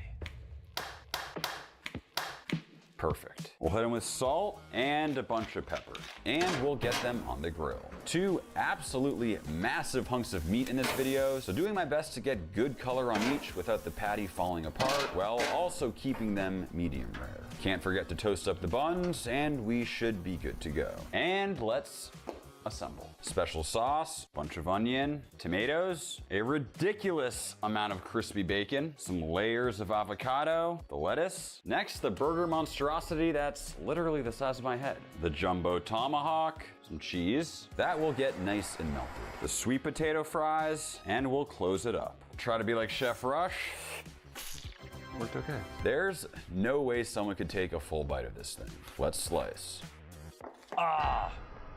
That right there is a cross section. Guys, let me know down in the comments, is that burger raw or cooked to perfection? 1, 2, 3. Kyle, 1, 2, 3. I don't know what I got. I got everything. Oh my God, you did it.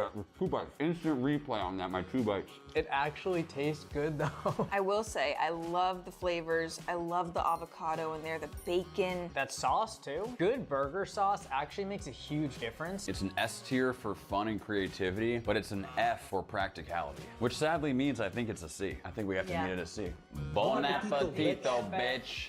Next up, we have steak tacos with Kian, and looks like we got Chef Rush in the building. You already know it's gonna get intense.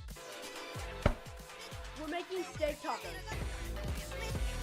Nice sear in the pan. Kian is always on point with those knife skills. Look at the size of that watch on Chef Rush. That is a large man. I'm telling you, his biceps are probably the size of my thighs. Everything about them is different, except for the fact that they both can cook. Perfect medium rare. Pretty simple, but this video has 98 million views. We gotta make it. And starting off with flank steak, definitely an underrated cut. Has those really long muscle fibers, so you have to cut it against the grain, but it's perfect for tacos. They went super fast on the seasoning, but this is what I think they used. It looked like some combination of salt, cumin, onion, garlic, maybe chili powder and black pepper. But Kian and Chef Rush, if you're watching, please let me know exactly what it was down in the comments. Let's get it on the grill. Flipping frequently to get some nice color on it. And I'd say so far so good. Let's slice. A nice medium rare. When sliced against the grain, flank steak is super tender and I think underrated. Let's assemble. Beef, avocado, salsa, and lime juice. It's simple, but looks and smells amazing. Oh yeah. This might be a hot take, but I actually prefer the tortilla unfried, but it is a phenomenal taco. The toasted flavor is nice. However, it does get a little bit too greasy. Honestly, I think the salsa is what puts this one over the top for me. It is so good. I agree with those points, and I do think it is quite delicious. It's a very well executed taco, but it's missing something to put it over the top. I think B is a good score for a basic, delicious taco. And we have made it to our very first video, over 100 million views. It's Bayashi with his rare steak with cheese sandwich. Let's see what we got. We're already starting off in the wrong direction. Is that American craft cheese on top of a filet mignon? What has the world come to? Hey, Dims. Wow, we actually have Bayashi speaking in a video. That is few and far between. His name is Dims the Meat Guy. He handles Asia, I handle America. We've talked a few times, but let me know if you think we should collab down in the comments. So it's pretty clear to me that he did not age it for a full 40 days. That's like 24 hours maximum. Nice crust. To be honest, it looks a little bit raw, but I'll take it. Questionable sandwich to say the least, but let's give it a shot. So I actually have no idea what cut Bayashi actually used for this, but just to be safe, I'm using the tenderloin. It's lean, but the most tender cut on the cow, considered by many to be the best. What I'm gonna do is remove the tail, which is this right here. Next, I'll remove the head, which is this part right here. And what we're left with is the prize center cut, AKA the Chateaubriand. This right here is generally the most expensive part on the cow, and for some reason today we're covering it in American cheese. Bayashi, I'm trusting you on this one. Okay, so don't tell Bayashi, but I am actually going out of order with this. I'm gonna season it before I add the cheese, but it's all part of my plan. We're gonna lay down the cheese slices in almost a checkerboard pattern. I'll lay on the tenderloin, and I'll very carefully roll it up. Kind of crimping off the edges there. That should be perfect. And into the fridge to age.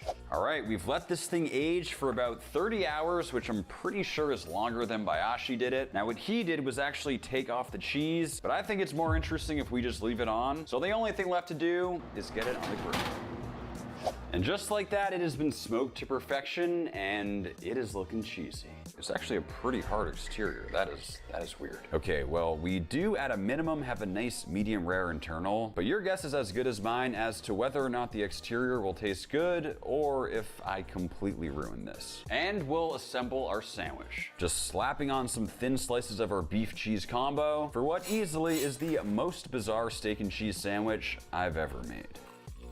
This is amazing. Why do I like this? I was so ready to hate on this dish. It's really good. Right? This is like the perfect grilled cheese with steak. Nothing about this sounds right, but if this is wrong, I don't want to be right. I can't believe I'm saying it, but I think it's worth covering meat in cheese and smoking it. But what I will say is that that is not exactly what Bayashi did. He actually removed the cheese. This deserves an S or an A, but his specific dish doesn't have that cheesy element. As much as I love this sandwich, I think it needs to be a B. I agree. If this didn't have smoke flavor, I think it would be a lot worse. Still very solid. We'll give it a B for Bayashi. And we have made it to quite possibly the most viewed steak video on the internet. 325 million views, that is just mind-boggling. And you already know it's Albert and the crew. Guys, we can fix this. Okay, Chef Rush has brought out the meat. Looks like we have some tenderloin. That is not something I had to see on a Monday. This is my type of cake. If you're gonna have a cake, it might as well be a beef cake. That is a lot of caviar. This one's gonna be expensive. There is just a lot of yolk in there. Well, it's time to find out, does the most viewed steak video of the day actually taste good? Let's find out. And we'll start with some of that leftover tenderloin. Starting with some nice thin slices here, then I'll get them chopped up into little bite-sized pieces for the tartare. Hit it with a little soy sauce, some sesame oil, kind of freestyling at this point, but we're gonna hit it with a little gochujang, some ginger, garlic, some lemon juice, a bit of seasoning, and sesame seeds. And now we mix. And just a bit of honey. Time to go for a taste. Really hope this is food safe. That is actually fantastic. And now, we assemble. We'll start with a layer of beef. Now we'll add the cucumbers and that final layer of beef. An absolutely astronomical amount of caviar. This one hurts the wallet, but gotta keep it traditional. Oh, this just feels wrong on so many levels. Get it all spread out. Finally, a layer of chives around the sides. 1 egg, just the yolk. See what happens when I take this thing off. Whew. Few candles for Bayashi, I think it's his birthday. And that right there is the beefcake of all beefcakes. Gotta make a wish. Ooh. Gotta go for a little slice. Oh. Happy birthday to Bayashi. Happy birthday, Bayashi. Happy birthday, Bayashi.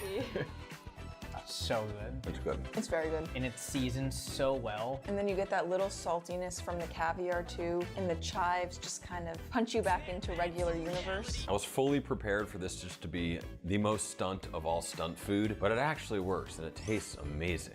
I'm so torn. I think it could be an S. I love this. I could totally go for S. Is it as good as Babish's sandwich? It might be. I'm gonna make the call. Based on what those 3 guys did to that cucumber, we are not allowing this dish into the S tier. It is gonna be still a very respectable A for Albert. And what that means is Binging with Babish has taken the crown on this one. Woo! Thank you all so much for watching. Be sure to check out maxjerky.com if you're interested in supporting the channel, and we'll see you next time.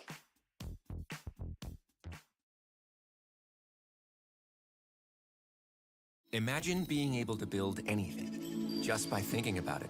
Meet Base 44, a complete AI creation platform made for anyone with an idea and a drive to bring it to life. Describe what you want and watch it take shape. You can plan, customize, and expand in any direction. From tools built for one to platforms ready for many. From passion projects to enterprise-grade systems. Everything is built in and ready to launch. It's a new world of creation, where you can go as far as your imagination takes you. Can you imagine it? Let's make your dream a reality, right now.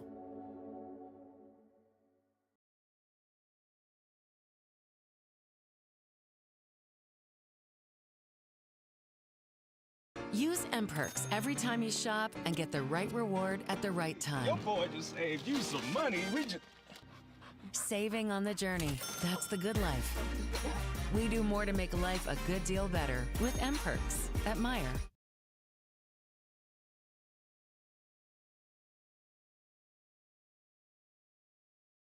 I asked you for your wildest, most unhinged steak recipes, and you did not hold back. From Cheeto-crusted ribeyes and ranch-flavored ice cream, to microwave steak hacks and umami bombs, I'm testing it all. Are we about to discover the secret to the perfect steak? Or am I about to end up in the ER with severe food poisoning? All I wanted to do was throw up. Let's find out. And starting off with the Krispy Kreminator from Lawrence in Minnesota. Honestly, I have no idea if this is gonna be delicious or absolutely disgusting, but apparently this is Lawrence's once a month cheat meal, and it all starts with this beautiful tenderloin. Now he doesn't specify if we should season it or not, but to be safe, I'm gonna hit it with some salt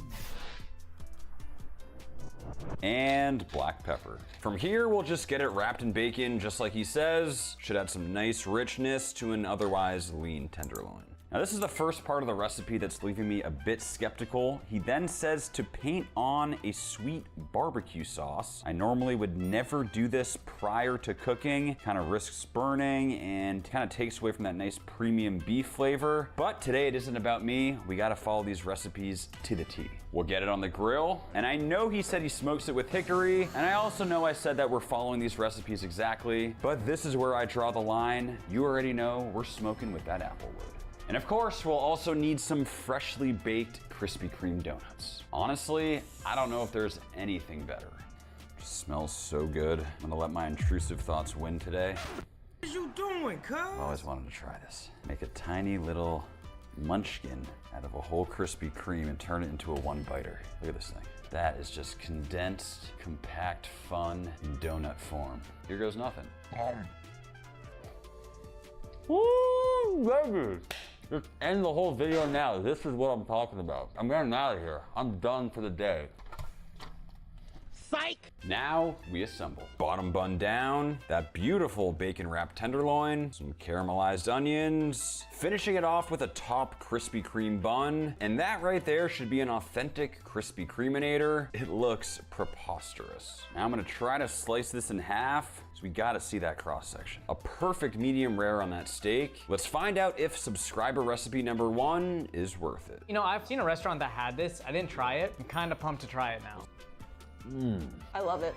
This is so good. I wasn't expecting to really like this, but I do. It's incredible. I'm in meat heaven right now. This is insane. Overall, this is sweet, salty. You get those onions. Everything is so good. The barbecue sauce also works. I like the tang from the onions. If there was a crispy component, I feel like it would definitely be in the S tier, but because it doesn't, I feel like it's an A. Kind of agree. I can do an A. I think that's fair. We are starting off very hot. That right there is an A. How did he come up with this? I was gonna say, shout out to Lawrence. This right here is what I call a cheat meal. Next up, we have an absolute abomination. Full disclosure, this recipe was by someone who provided some of the most out-of-pocket ideas I've ever seen. This is one of many she sent that caught my eye. It's the Meat Book by Miss Cray in Sweden. She kept it simple. All she said was layers of different meat glued together. Fortunately, I got a bunch of meat, and I also got some meat glue. For the meat book, we got pork, emu, lamb, elk, ostrich, and cow.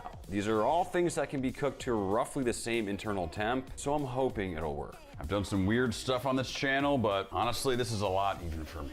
And we'll start with a nice base of emu, and we'll throw down a layer of the meat glue. Lamb down, more of the glue, and a little bit of elk. Why not? Glue, steak, little pork chop, and finally, the ostrich. I don't know if I should be impressed or concerned at this point. We'll get this wrapped up and into the fridge to seal, and I'll see you guys tomorrow. Just like that, it's been 24 hours. Let's see if this worked.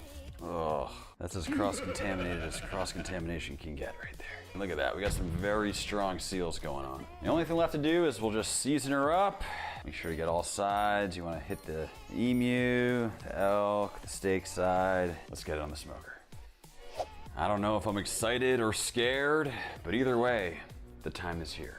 One thing I can say for certain is that this is the very first time someone has ever cooked a pork mula ostra elk cow steak, or at least I really hope so. That is just such a wild cross section, but I have to say it does look very juicy, and clearly that meat glue worked very well in binding all the proteins together. Let's see what the team has to say. Max, what the heck am I looking at right now? I don't know if I want to answer that. It's like a meat cake. Dude. It tastes good, Yeah, but mentally, it is so not chill. Honestly, I love the vision. It's like tiered cake situation. And after the first bite, it's actually not bad. It's really just the aftertaste for me. I agree, it actually doesn't taste bad. The biggest thing for me is the mental side of it. Like immediately I put that in my mouth and all I wanted to do was throw up. A big problem is that you don't get a crust on any of the internal layers, and that kind of helps the flavor of those meats. So you just get like slimy, gamey flavor with zero nice Maillard reaction in there. It's just not good. But you can't eat it right off the, oh. As a tech founder, you start scrappy. You have to, and I live that. Pulled 2 on-editors in a weekend to launch Codedex and made sure it was live. I thought of Azure as what only the huge enterprises use, but I learned that its power and resources were amazing for a startup like ours. Teaching the next generation of technologists is why I started Codedex. There are lots of videos on the platform featuring our team, but they take forever to make, and it's impossible to keep them up to date with curriculum changes. Now, in less than 24 hours, I can build an AI avatar in our courses for the visual learners and update them dynamically as needed. Because Azure gives my team all the tools they need in one place, tools like Azure AI, compute, storage, we save time on building, which means we get an extra week to gather user feedback and refine from there. And that's just a fraction of what we do with Azure. It can do a lot for tech startups like yours too. Sign up for a 30-day free trial today and let me know what you're building in the comments. I mean, how the hell is anyone supposed to afford to live in this country if they get sick? Well, if you're ugly, there's GoFundMe. If you look like me, it's OnlyFans. Good heavens. Look, you don't have time to get involved. You have too many patients to see. Hey, dummies, let's go. TikTok.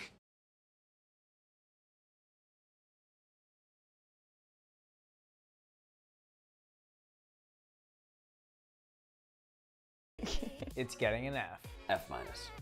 Next up, we have Thomas from Washington, D.C.'s Black Cube Steak. Now, apparently with this one, he guarantees flavor you can't achieve any other way. But when you hear this recipe, you might be skeptical. We start by getting this thick steak on the grill with 0 seasonings. Word for word, he says, you'll want a very thick steak so it doesn't overcook the center. You burn it. Cook in a 2,500 degree Fahrenheit oven until it's blackened on all sides. When I say blackened, I mean freaking midnight, no moon. Well, here it is. Midnight, no moon. I think we achieved that. Now we'll remove that outer crust layer, leaving us with some completely raw meat inside, which is all part of the plan.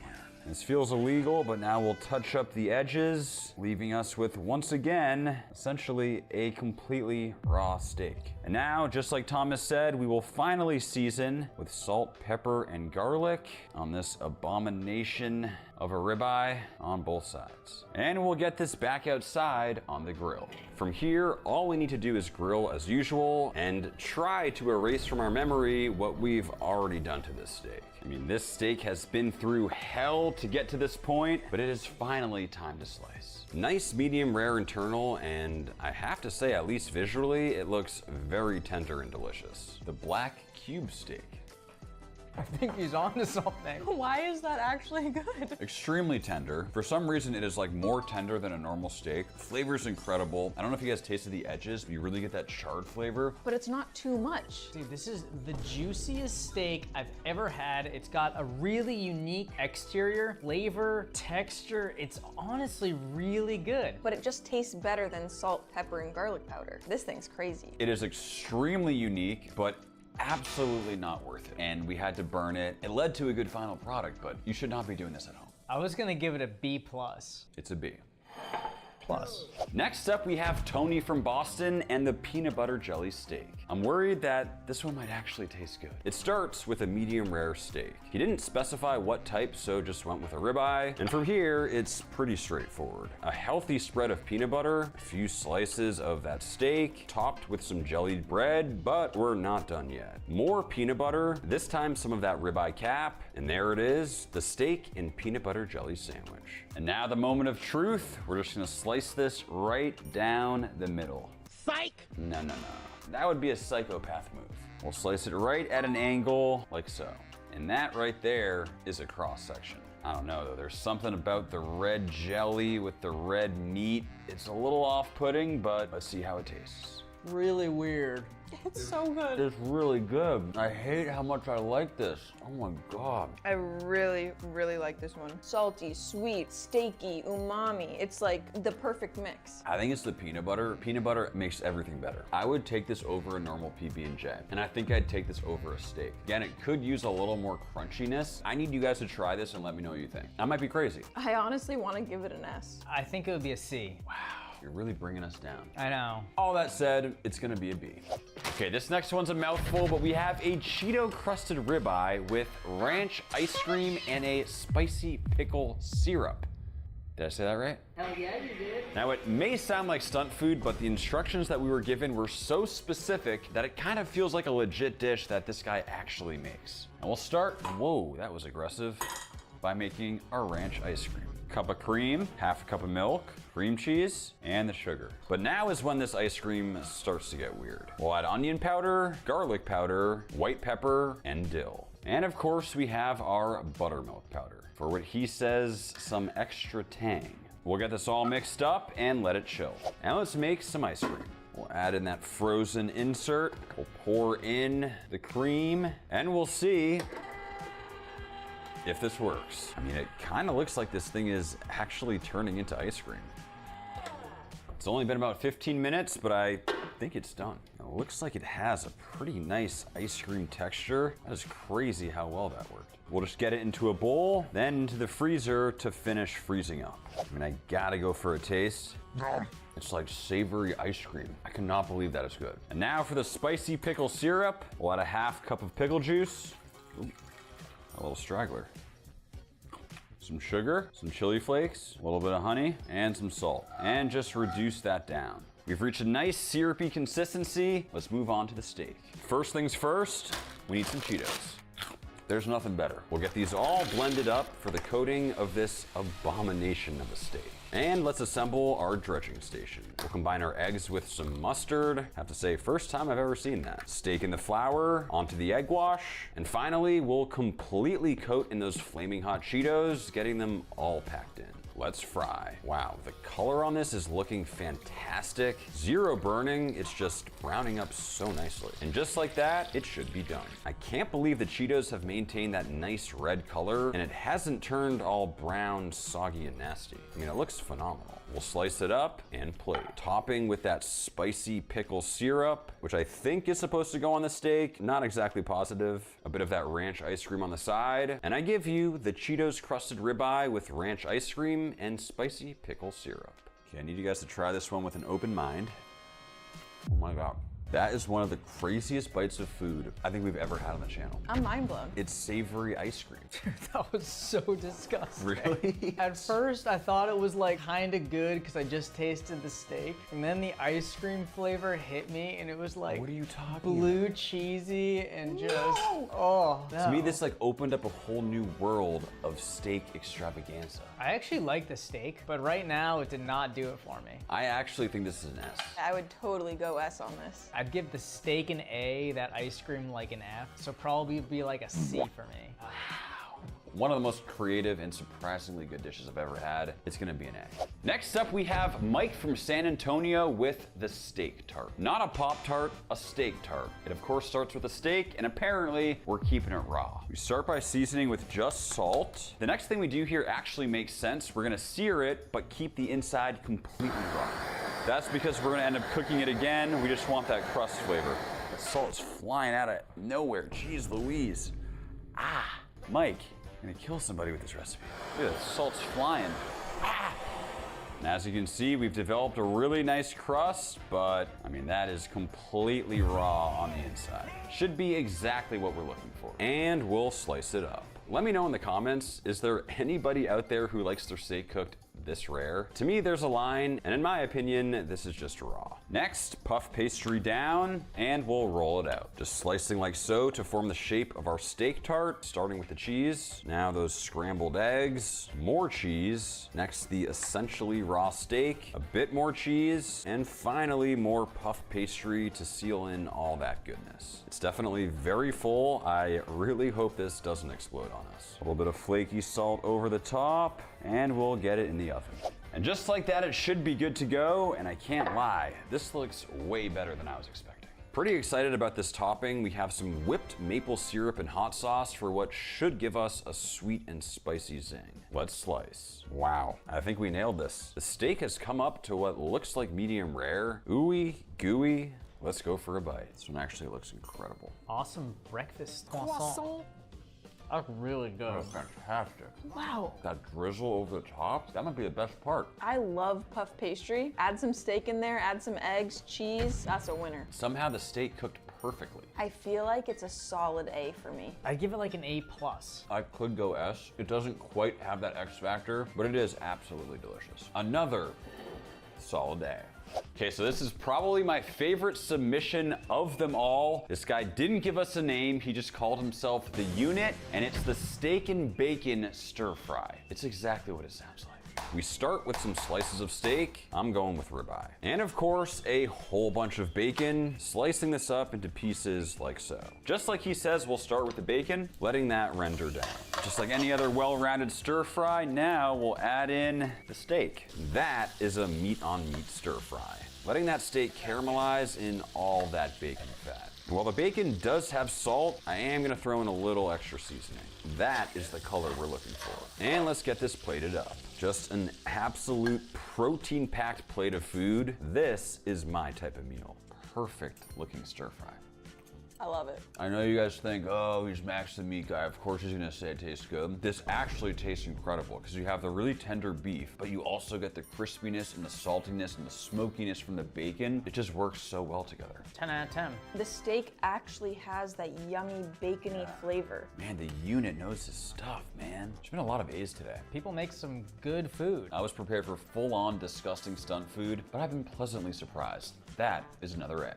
Next up, we have Nathan from Alabama and his steak with Dale's marinade. Now, honestly, I've heard a lot about this marinade over the years, so I'm excited to try this. Gotta give this stuff a taste.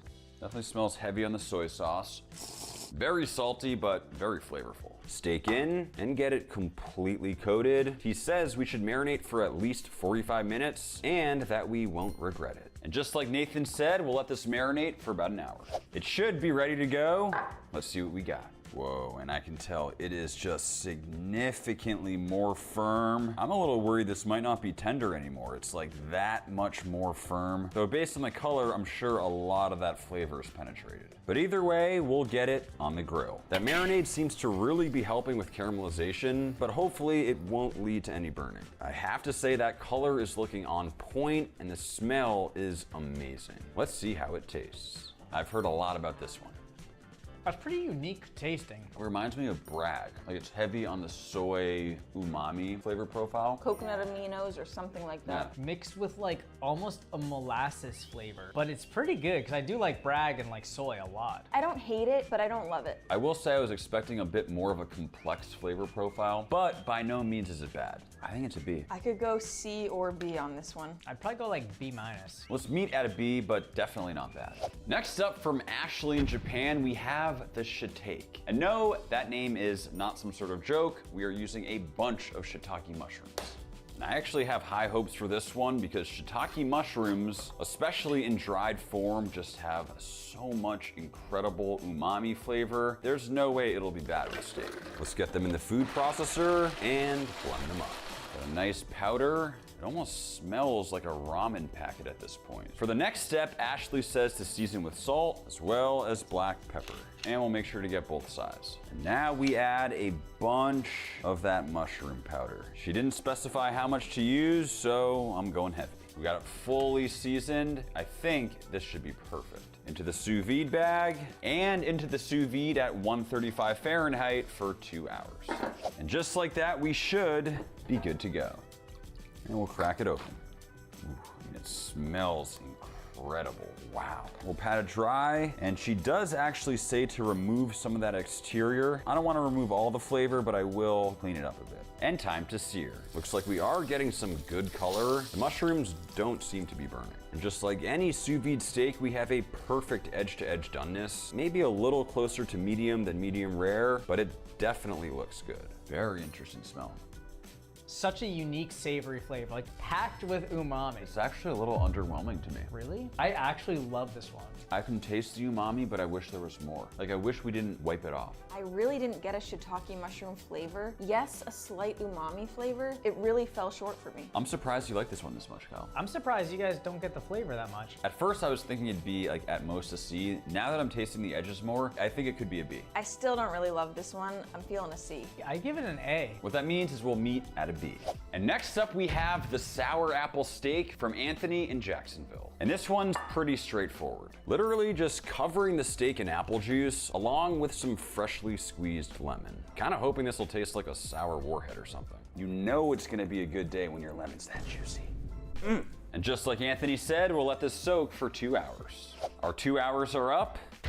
Let's check on the steak. You can tell it's really firmed up quite a bit. It almost has that metallic look to it that you see sometimes with like raw tuna, but surprisingly it still has a pretty nice red color. I was expecting it to be completely gray at this point. Moisture is the enemy of a good sear, so I'm just patting it very dry, and we'll season it up like normal with just salt and black pepper. And we'll get it on the grill. Due to all that moisture, kind of having a tough time getting a strong crust on this steak, even though this grill is ripping hot right now. Well, maybe not the best crust of the day, but of course, what matters most is how this thing actually tastes. It is really juicy. Really juicy, and it tastes really weird. The fat from the meat mixed with that tang of the lemon, it kind of reminds me of like a lemon cream dessert in a weird way. I actually really like it. You eating a strawberry right now? Whoa, whoa, whoa, whoa, whoa. I'm not eating anything right now. Can we get a little replay? Did Kyle just sneak a strawberry during the steak taste test? I hate you. The one thing it's lacking is the crust. Because it was fully submerged in that liquid, it was almost impossible to get a really crunchy exterior. Like the flavor is subtly sweet, it's not too sour. I like tangy stuff in general, but it's kind of weird on a ribeye. I'd probably give it like a C. I'm feeling a solid B. It's a B. B for berry. This next one honestly sounds diabolical, but Pablo in Arizona has his steak omelet. It's rare that the microwave spits out great food, but apparently that's what we're using today to make this omelet. Either way, we'll start with some chopped steak. Now we'll throw that steak into a bowl. We'll add the onions and the peppers. Next, we'll throw in the eggs. Doesn't specify how many, so I'm gonna go with 4. And it doesn't say to do this, but I am gonna add salt because there is no way this would be good without any seasoning. And I'll just give it a mix to kind of, I guess, form the omelet. I'm not gonna knock it until I try it, but the fact that there's gonna be no sear whatsoever on this steak is just concerning me. Into the microwave and let it cook for 3 minutes. Honestly, it smells pretty good. Okay, that is definitely not fully cooked. I'll let that go for another couple minutes.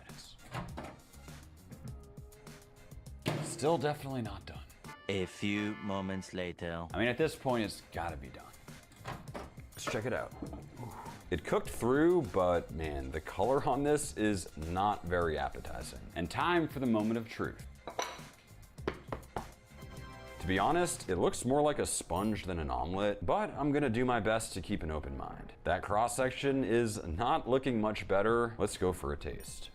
I mean, the flavor is not terrible. You get that pepper and onion. It's seasoned well too. The texture is weird though. I think I'd say the flavor is pretty nice, but the way it's all cooked is not nice, and it just kind of ruins the dish. To me, this is like 75% as good as a regular omelet. Like, it has a lot of the good components, but it does have some drawbacks. Like, the steak is completely overcooked. There's no crust, so you don't get that extra flavor and crunch. It just really falls short. I think this is a D. I would go D or F, honestly. I was gonna go like a low C. D, don't make this. This one actually looks like a somewhat legit recipe. We have the Old Bay steak from Steven in Maryland. He claims this is a common steak trick in Maryland. And of course, start with a good amount of Old Bay seasoning, followed by a bunch of hot sauce to infuse. I hope this doesn't turn out way too salty or way too spicy, just getting it all combined. And we'll let this soak for a few hours. And let's see what we got. This thing is a lot more firm to the touch. Kind of makes sense that acidic sauce has been kind of breaking down the meat. Does look a lot more gray. I really hope it's still juicy. Old Bay and hot sauce already have a bunch of salt in it, so we're just gonna get this baby directly on the grill. Looks like we're getting a pretty decent char on here despite all the moisture from the hot sauce, and I have to say it smells incredible. Let's see how this thing tastes. Whoa, whoa, whoa. I do not think this one will be good. That's the kind of marinade I like. You get that kick, you get that meatiness. It's the Old Bay for me. Like, the hot sauce does give you a little bit of heat, but combined with the Old Bay, it's like seasoned. You get a lot of different flavors in there. I'm shocked by how basic this is, but how good it is. This might be the best one of the day for me. And it's a shocker because it's only 2 ingredients. It's a little bit basic, but it's also, maybe it's like perfect simplicity. I think this is a solid A. I'm okay meeting at A if we can all agree that this is our best A of the day. There will be an S tier, I have faith. So this is one I've actually been meaning to try for a while. We have the ramen steak by Nitik in the United Kingdom. And this one is really as simple as it gets. All we need from the ramen pack is the beef ramen seasoning packet. This is literally all we're gonna use for our seasoning. Using the whole thing here and getting both sides completely covered. That right there honestly smells absolutely incredible. We gotta see what's in this. Enriched wheat flour, sodium carbonate, canola, palm, sodium, beef fat, riboflavin, folic acid, vegetable oil, hydrolyzed wheat protein, hydrolyzed soy protein, potassium carbonate, soy sauce, and there's still more that I can't pronounce. I understood like 10% of those, but let's see if it's good. We're just gonna forget the fact that this steak appears to be essentially covered in various poisons and admire that beautiful crust we were able to achieve. It looks very juicy. Let's taste. I wish it was seasoned all throughout with ramen flavor. I get a lot of almost like MSG type flavor. Definitely missing something. I think it's missing salt, like regular, just straight up salt. Yeah, I got like ramen flavor for 1/10 of a second, and then the flavor went right away to a bland steak. Very good, and it does taste like ramen, but it's just missing salt. I think it deserves a C. I'm going C. I mean, I can live with a C. That's what it's gonna be. And next up, we have Emmanuel from Connecticut with the cow chicken chip. And what we'll need is some cow, chicken, and you guessed it right, chips. And we'll get our chips crushed up. Side note, if you haven't tried low and slow chips, you absolutely need to. They're literally smoked chips, one of my absolute favorites. Crush them up, and just like he says, we'll season with some additional garlic powder, paprika, and salt. We'll start into the egg wash, those crushed chips, just kind of pressing it in. Want it to be nice and coated, and into the oil to fry. This is essentially a chicken fried steak situation, but I'm hoping the smoky chips will give it a nice depth of flavor. Color looks good. Let's go for a taste. See, I can already tell this is the issue. There's no crust on the meat itself, even though we have some crispiness. The Cheeto worked though, so I have high hopes. Enough talking. Let's do it. Oh God. That is rough. I'm sorry, Emmanuel. That was not good. It was just oil log. Those smoked low and slow chips by themselves are fantastic. This dish right here did not work. If you wipe off the exterior and just look at the steak, it is exceptionally bland. You can't get more gray than that. I'd probably give it like a D or an F. The only flavor I'm getting is oil. It's gotta be an F for me. I'm very sorry, Emmanuel, but today it's a D. Next up, we have the Taki crusted steak from Ethan. Needless to say, I'm skeptical of this one, but some things must be done in the name of steak science. Haven't tasted one of these in a very long time. I mean, it tastes amazing, but there's no way that is healthy. I'll start by pounding them all out, followed by an oil binder on the steak, and now I'm essentially just seasoning this steak with the ground Takis. I mean, as long as this thing doesn't burn, I kind of have a feeling this thing may actually taste good. Let's get it on the grill. Thankfully, this time we're not deep frying it. It seems like a lot of that seasoning is staying on the steak. It really doesn't look that bad. There is, of course, a very unnatural blue color going on that exterior, but honestly, the inside looks perfect. It's not look very safe to eat, for being real. I got one word, disappointing. Do you taste any Takis? I taste the bad part of the Takis. You know, like when you suck the flavor off the Taki? No, I do not. And you're left with like a corn chip? Back to this steak. Takis are just a punch of flavor, and I don't get that in this steak. I'm a little surprised. I get a little bit of an aftertaste of maybe Doritos, but it's not even Takis that I'm tasting. It's just kind of a steak with a weird chip aftertaste, but it's bland. The crust also just isn't there. Unfortunately, this one is no bueno. I didn't enjoy any part of that. I'd give it an F. 100% F. Takis are great by themselves. Steak is great by itself. Do not combine them. I'm sorry, Ethan. Unfortunately, that right there is an F. What this means is we're ending off with a huge tie in the A category. Let us know down below in the comments who you think won. Thanks for watching, and we'll see you next time.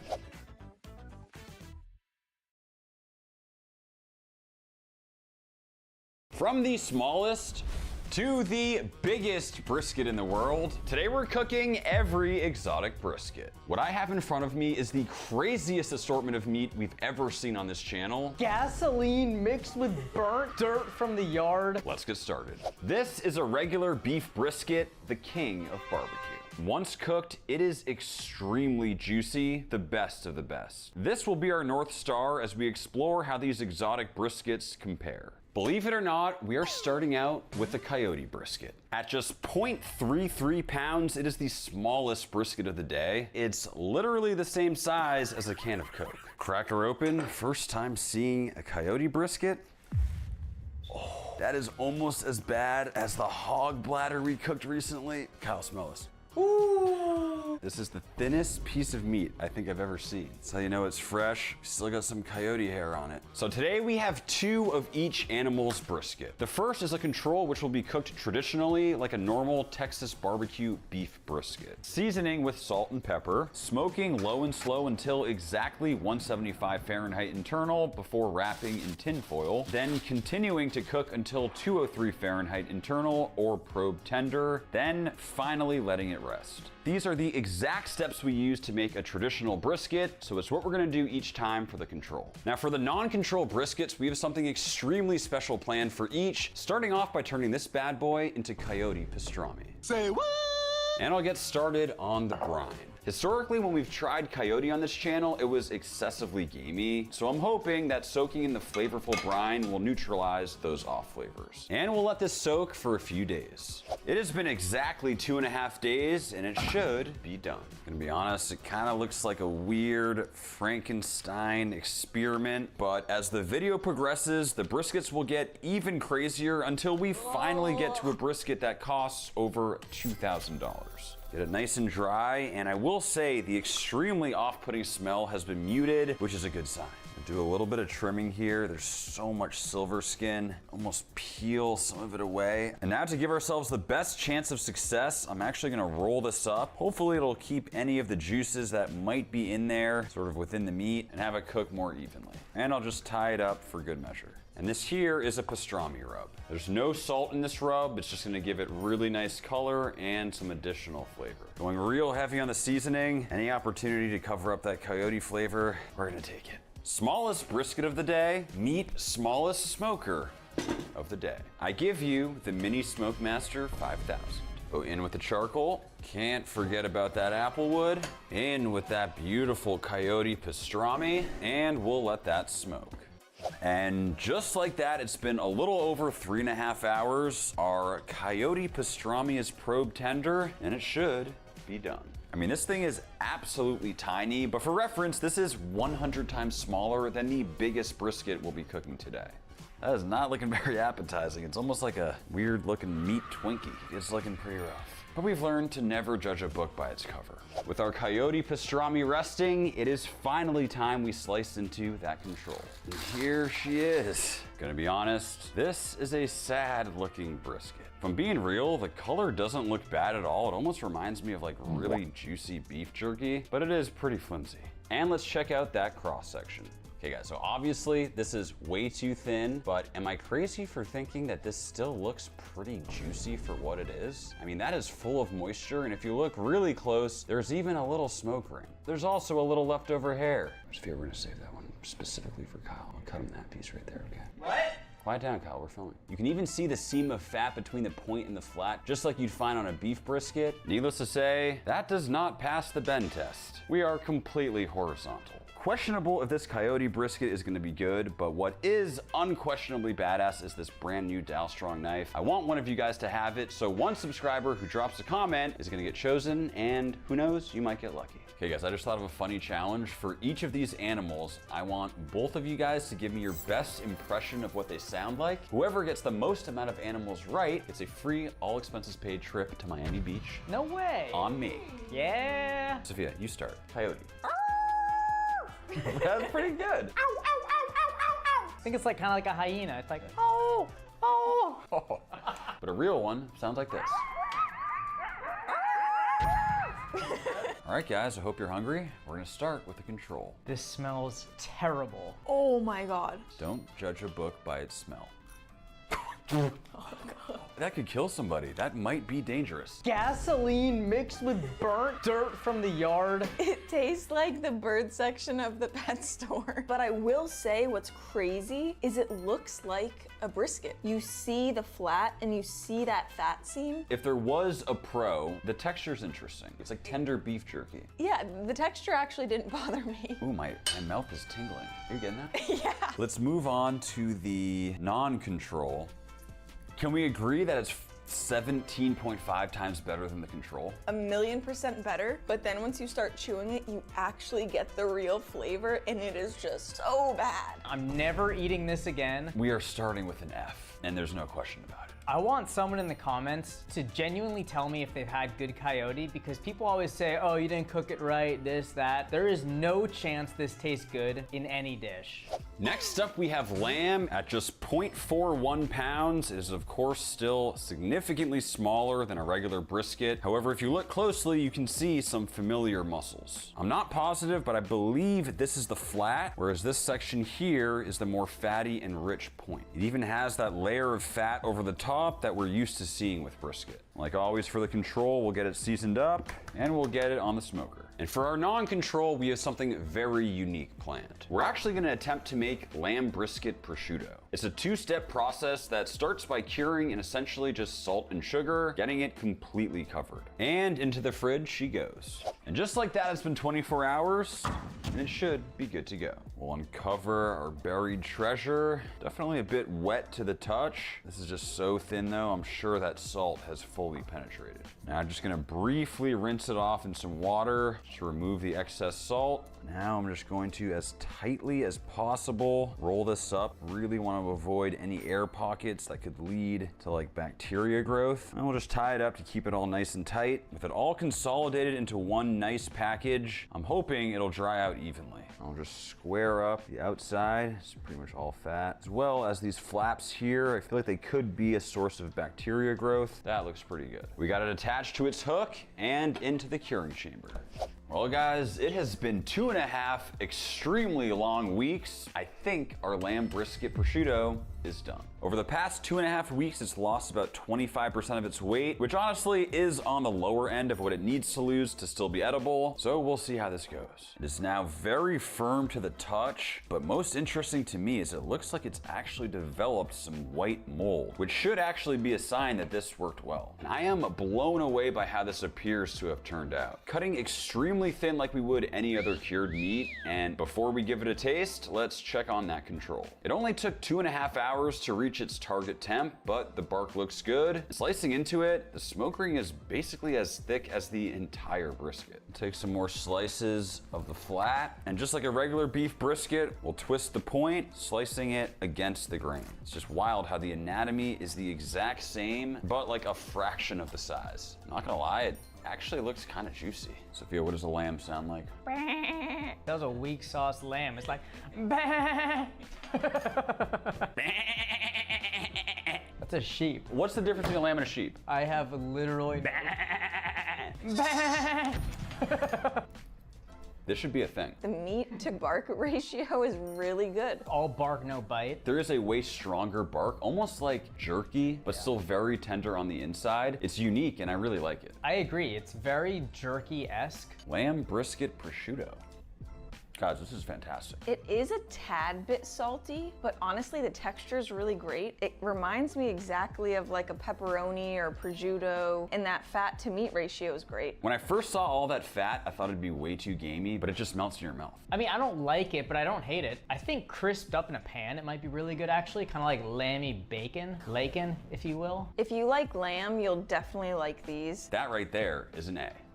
And next up, we got beaver brisket. Just an incredibly gamey smell to it. Sort of reminds me of the coyote, except it's a bit bigger, but still quite thin. My thought is what we're looking at here is basically the whole chest section. There's that extremely thin part on the side. It's a little bit thicker over here, which I assume is more of like the traditional brisket muscle. If you look super close, we even have a little hair on here. We'll be sure to save that for Kyle. Save what for Kyle? And we'll season up the control with salt and pepper. We'll get it on the smoker and move on to our non-control, where we're attempting a beaver brisket sausage. And for this one, we'll need to grind, as well as we'll be needing some hog casings. You guys might remember in a recent video, we used hog bladder to cook chicken. This is a different part of the digestive tract, the intestines. Ooh, it smells a lot less bad than the hog bladder, but it's still pretty rough. It kind of smells like blue cheese. Either way, we gotta let them soak. And we'll grind.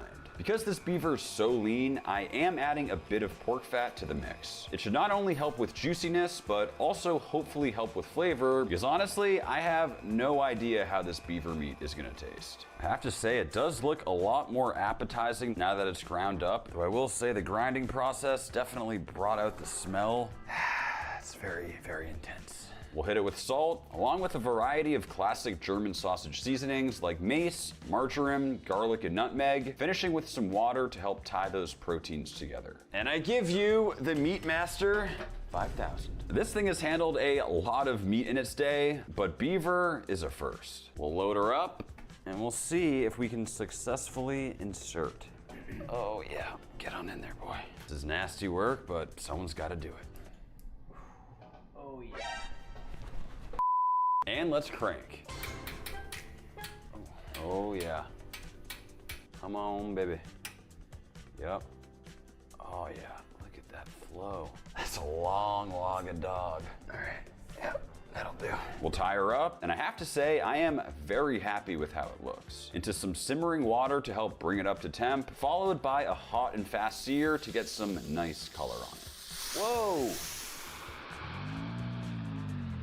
And just like that, it should be good to go. Nice golden brown color. You can see some of those seeds in there. I mean, if you didn't tell me this was beaver, I think this was a perfect looking sausage, but that doesn't necessarily mean it'll taste as good as it looks. But of course, we can't forget about our beaver control brisket, and this is what it looks like. Extremely thin, but it actually has a smoke ring. I believe we have the flat on the bottom, that seam of fat between, and a very thin point above. Took some slices of the point just to see what it looks like, but we'll have to see how it tastes. Let's guess what a beaver sounds like. Swimming on their back and they're like, That's what you think? That's pretty good. An actual beaver sounds like this. Let's start with the control. oh. I feel like I just took a scoop of scum from the bottom of a swamp and shoved it in my mouth. Pond scum, that's Yeah. all I get. It's like licking the side of a really dirty fish tank. All right, well, let's move on to the non-control. I think you guys are gonna love this one. I love it. I don't love it. Dude, I almost just threw up. I actually think the texture came out pretty good though. It's a good sausage. It's horrible. It's so bad. It's like the textures and then the herbs and then like you get a punch of pond scum. It's like F minus. Negative G. Sadly, another F. And next up, it's llama brisket. Ah, it's so gamey.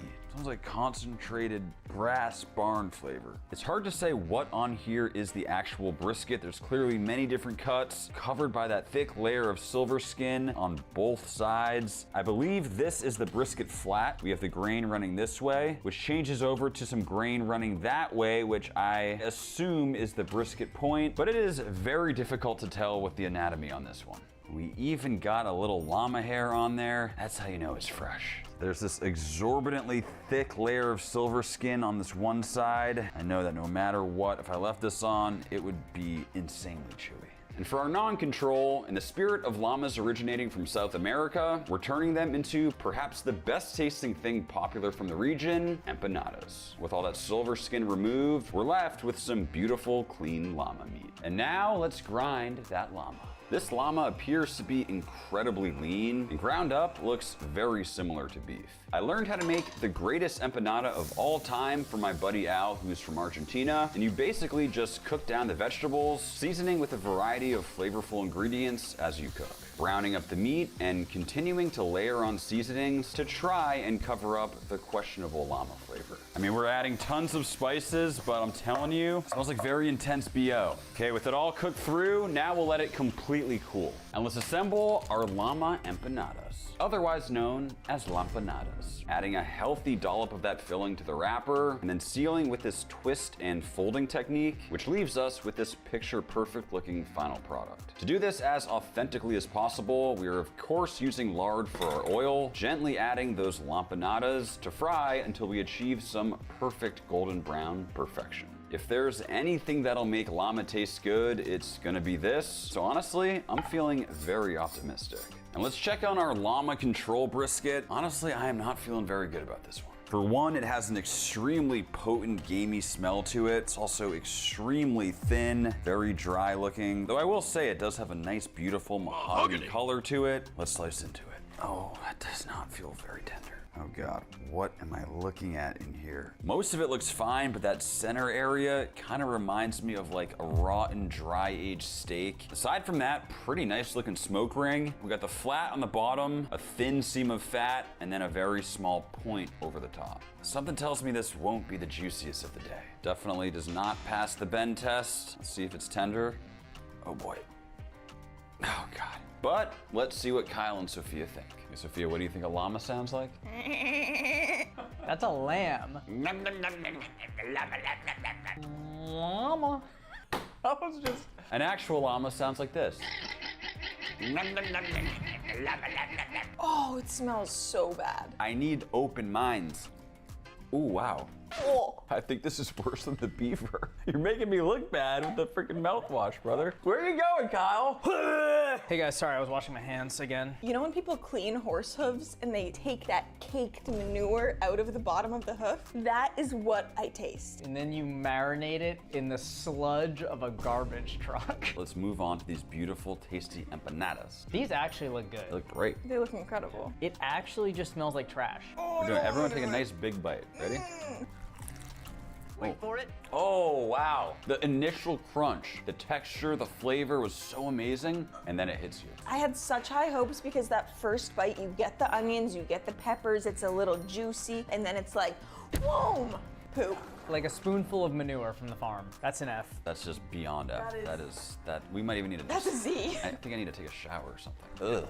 Well, we've finally made it to a brisket that I'm actually excited to cook. We got elk. And unlike the previous, we finally have some familiar looking muscles. I can clearly tell that this is the super lean flat, tiny fat cap over the top, and essentially zero marbling in there. But then moving over here, there is a distinct point section. You can definitely see some marbling on that point. We'll get our control brisket all seasoned up, and we'll get it on the smoker.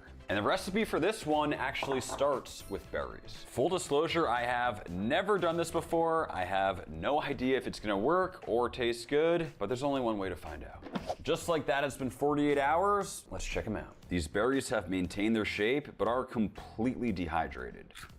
It's a little bit tart, but that is so good, almost like candy. And we'll grind them up. Not only will these provide a pop of color, but my thought is that the wild berries will pair well with the wild flavors you find with elk, but we shall see. Now we'll just add a bunch of the blackberry dust on one side, followed by the raspberry dust on the other. You guys know the drill. Now we'll need a whole bunch of salt. And yes, this brisket is being cooked completely covered in it. Some water gives us that wet snow consistency. We'll lay down the first layer, a few herbs, that brisket, then pile on more of that salt. We want this completely sealed to hopefully season it well and keep it juicy. And into the oven to cook.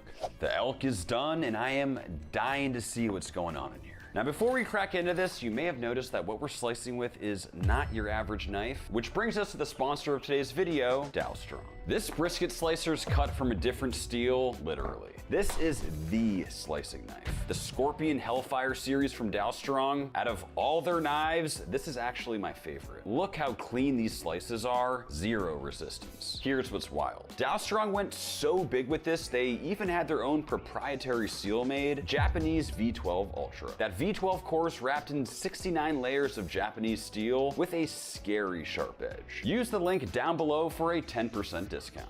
With that, let's open her up. Oh my gosh, look how small this thing got. It's like paper thin. Am I going crazy or is this just like not even the same piece of meat? Oh, that doesn't feel very tender. So the truth is I may have let this cook a little longer than I should have because it hit 200 Fahrenheit very quickly but didn't feel tender at all. So we'll have to see if there's any moisture in there and if it's tender. And let's check on our elk control. To be honest, it kind of looks like the Millennium Falcon. And we'll slice into it.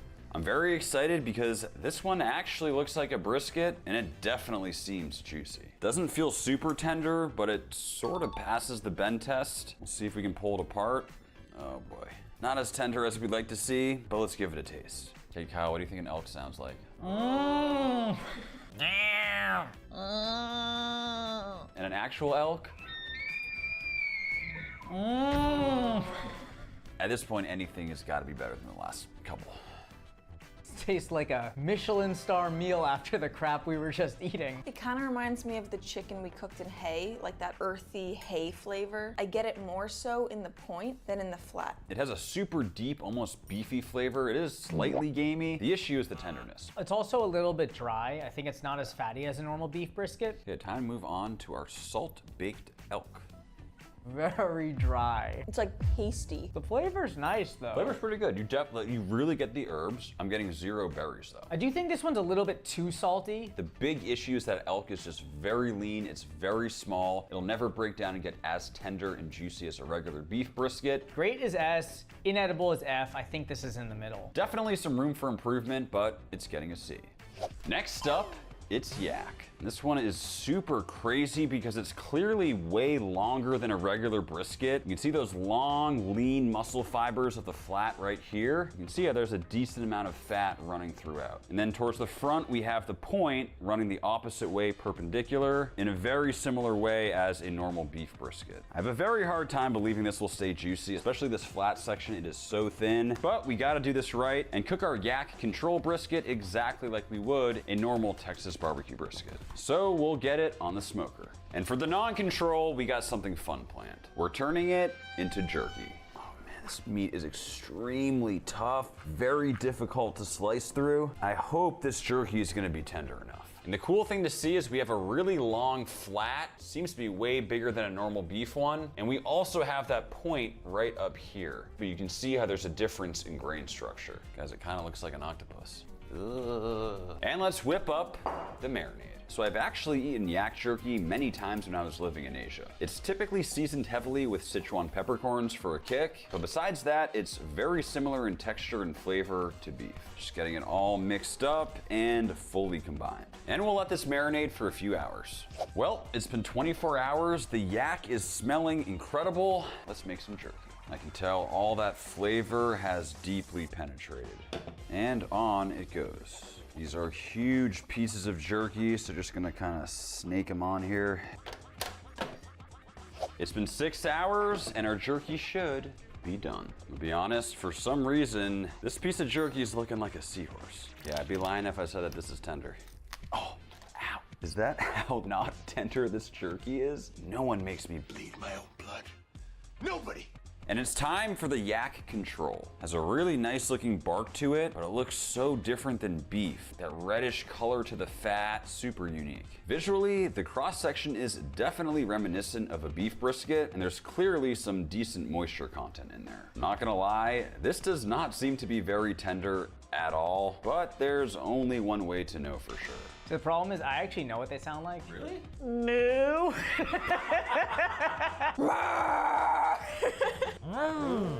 A real yak sounds like this. Dude, I feel like I'm gonna yak. It's musky, but it's not terrible. I've eaten yak before. Kind of like a cow that's having a rough go at life. Yeah. It's a little bit worse all around, the flavor, the texture, but it's not terrible. It's really the texture for me. It's almost like chewy, sinewy, gummy. I don't think I ever want to eat yak again. You're going to have to because this is your yak jerky. Oh gosh. It actually smells pretty good. Oh my God. I don't remember it being this tough. This isn't edible, unfortunately. It's like plastic. The flavor of this little piece that I got off is fantastic. It's a great flavor. Salty, a little bit sweet. I just wish I could eat it. It's like nice to just gnaw on, you know, for the flavor. A little jerky lollipop. I almost feel like it has to be a D. I'm definitely going D on this one. Tough start to this video, guys. Some of the worst taste testing we've ever done. And we finally have ourselves a familiar animal. Next up, it's pork brisket. Interestingly, you can see how this side area almost looks like bacon. This is essentially what's connected to the belly, so that would make sense. Then over the top, we have the recognizable fat cap that's on top of the flat. And it was sort of hard to find, but over here, we do have that grain structure we're used to seeing on the point. We'll get it all seasoned up. I'm interested in seeing why pork brisket isn't more popular, and on to the smoker. No idea if this is gonna work, but the goal is to attempt to make pork brisket bacon. Going with a standard bacon brine here with kosher salt, pink curing salt, sugar, black pepper, paprika, and chili powder. From here, we're essentially just covering the brisket with the brine ingredients so they can fully absorb from all sides. And into the fridge for 7 days. It has been 5 full days. Let's see how it looks. Really nice smell to it. You definitely get that black pepper. And as you can see, it has a nice reddish hue from those curing salts. Gave it a super brief rinse. Let's get it on the smoker. 4 hours of smoke and it is looking beautiful. And we'll take a slice right down the middle. I'll start by taking some bacon slices from the flat. Even though it's only cooked to 155, it actually feels extremely tender. And I know this is technically brisket, but this just looks like great slices of bacon. Now I'll try slicing some of the point. Super deep red cured color. The result are some beautiful pieces of bacon from the flat, as well as from the point. And just like normal, from here we'll get them all seared up. Oh man, the smell is insane. There is nothing like homemade bacon. You already know we had to do it. Let's assemble the perfect pork brisket bacon BLT. Going heavy on the bacon, season up those tomatoes, and that right there, at least visually, is perfection. I mean, this is all I ever need to see in a cross section. And now let's check out that control. The bark on this pork brisket reminds me of a perfectly cooked pork butt, but it seems to have a more sliceable texture rather than the pullable texture you find with pulled pork. But there is no question that this looks very tender. Oink, oink, oink, oink. I feel like they're like squeaking. Yeah, that's it. An actual pig sounds like this. Brother, may I have some oats? An actual pig sounds like this. Yeah. High hopes for this one. I'm so relieved right now. That's amazing. It's got the tenderness, it's got the smokiness. It almost reminds me of pulled pork. Honestly, I like this way more than pulled pork. Really? Something about the fat content feels a lot better with this. For me, it's like equal with pulled pork. This one's great. It has a really nice bark. It's not too thick, so almost every piece has a great crust. I'm honestly surprised that this isn't sold normally. Like, I've never heard of a pork brisket. That should be a thing. I love a BLT. Whoa. I've had a lot of bacon in my life. Brisket or no brisket, straight up, this is some of the best I've ever had. Top tier. That's the best BLT I've ever eaten. The bacon is meaty, but so tender and crispy. Homemade bacon is always better, but I think as brisket, it's even elevated beyond that. Just a little extra flavor. Texture's also a little bit more meaty. It is just bacon on steroids. I mean, the bacon feels like S tier. The regular brisket feels like A. It could be S, but today it's gonna get a very respectable A. This next animal is one that I have yet to make taste good, but maybe we can do it with the brisket. It's camel. And this thing is absolutely massive. It's an extremely complicated grain structure, but I think I figured it out. This right here, I mean, it's gotta be the flat with those long, lean fibers, all sort of moving in this direction, which means flipping it over, I believe this sort of area right here would be the point. It's extremely hard to tell. I mean, the meat looks so different. It's a really crazy dark red. The texture is also like nothing I've ever seen before, but either way, it's time to cook. And we'll get our control completely seasoned up. I have no idea how this thing's gonna smoke given how wide but thin it is. This one should be interesting, but either way, we'll get it on the smoker. And for the non-control, we're putting a twist on a complicated but super flavorful dish called makluba. And we'll start by just chunking out the camel brisket into roughly equal sized pieces, just like this. I mean, it looks very similar to beef. And from here, we'll give this camel a nice initial sear to start building flavor. Now that we've gotten some nice color, into the pressure cooker. And from here, we'll throw in a variety of Middle Eastern flavors, spices, and aromatics. These flavors are far out of my everyday comfort zone, but we're putting our faith in the pressure cooker on this one to bring them all together. And just like that, it should be done. Actually smells pretty good. And now we assemble. Full disclosure, this is the first time I'm attempting this dish, but from what I can tell, it's basically an upside down cake where we layer on a whole bunch of vegetables and meat. While traditionally it isn't made with camel, I'm hoping it'll be a good substitute and elevate the protein. Now we'll throw in all the strained broth and we'll let it finish cooking. And it should be done. Smells out of control. Now it's time for the hard part. First of all, this cutting board is like 1,000 pounds. Second of all, I used the wrong pot because we got the handles and there's a space there. Oh, wow, that's heavy. Woo! See my friend Golden Balance do this a bunch? And time for the moment of truth. What I should see in front of me is a perfectly symmetrical piece of rice that looks all beautiful and not crumpled over. Oh, it's coming apart. Oh God, no. I think I cooked it too long. There's a reason I don't call myself Max the Makluba guy. Despite the fact that it doesn't look as pretty as it could look, the smells coming off this dish tell me that we might be able to make up for it when it comes to flavor. I'm gonna be real with you guys, not sure what's going on with our control camel. I mean, this straight up looks like charcoal, but checking out that back area where the skin is, oh, camel skin, that is not crispy at all. We can slingshot something. Give me something to slingshot. Perfect opportunity to use this baby cucumber. Oh no. I have way too much time on my hands. Extremely odd shape to it, but it's looking surprisingly juicy. This for sure is tender. I have no idea what a camel sounds like.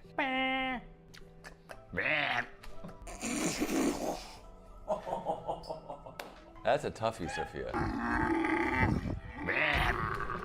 Moving on. Start with the control.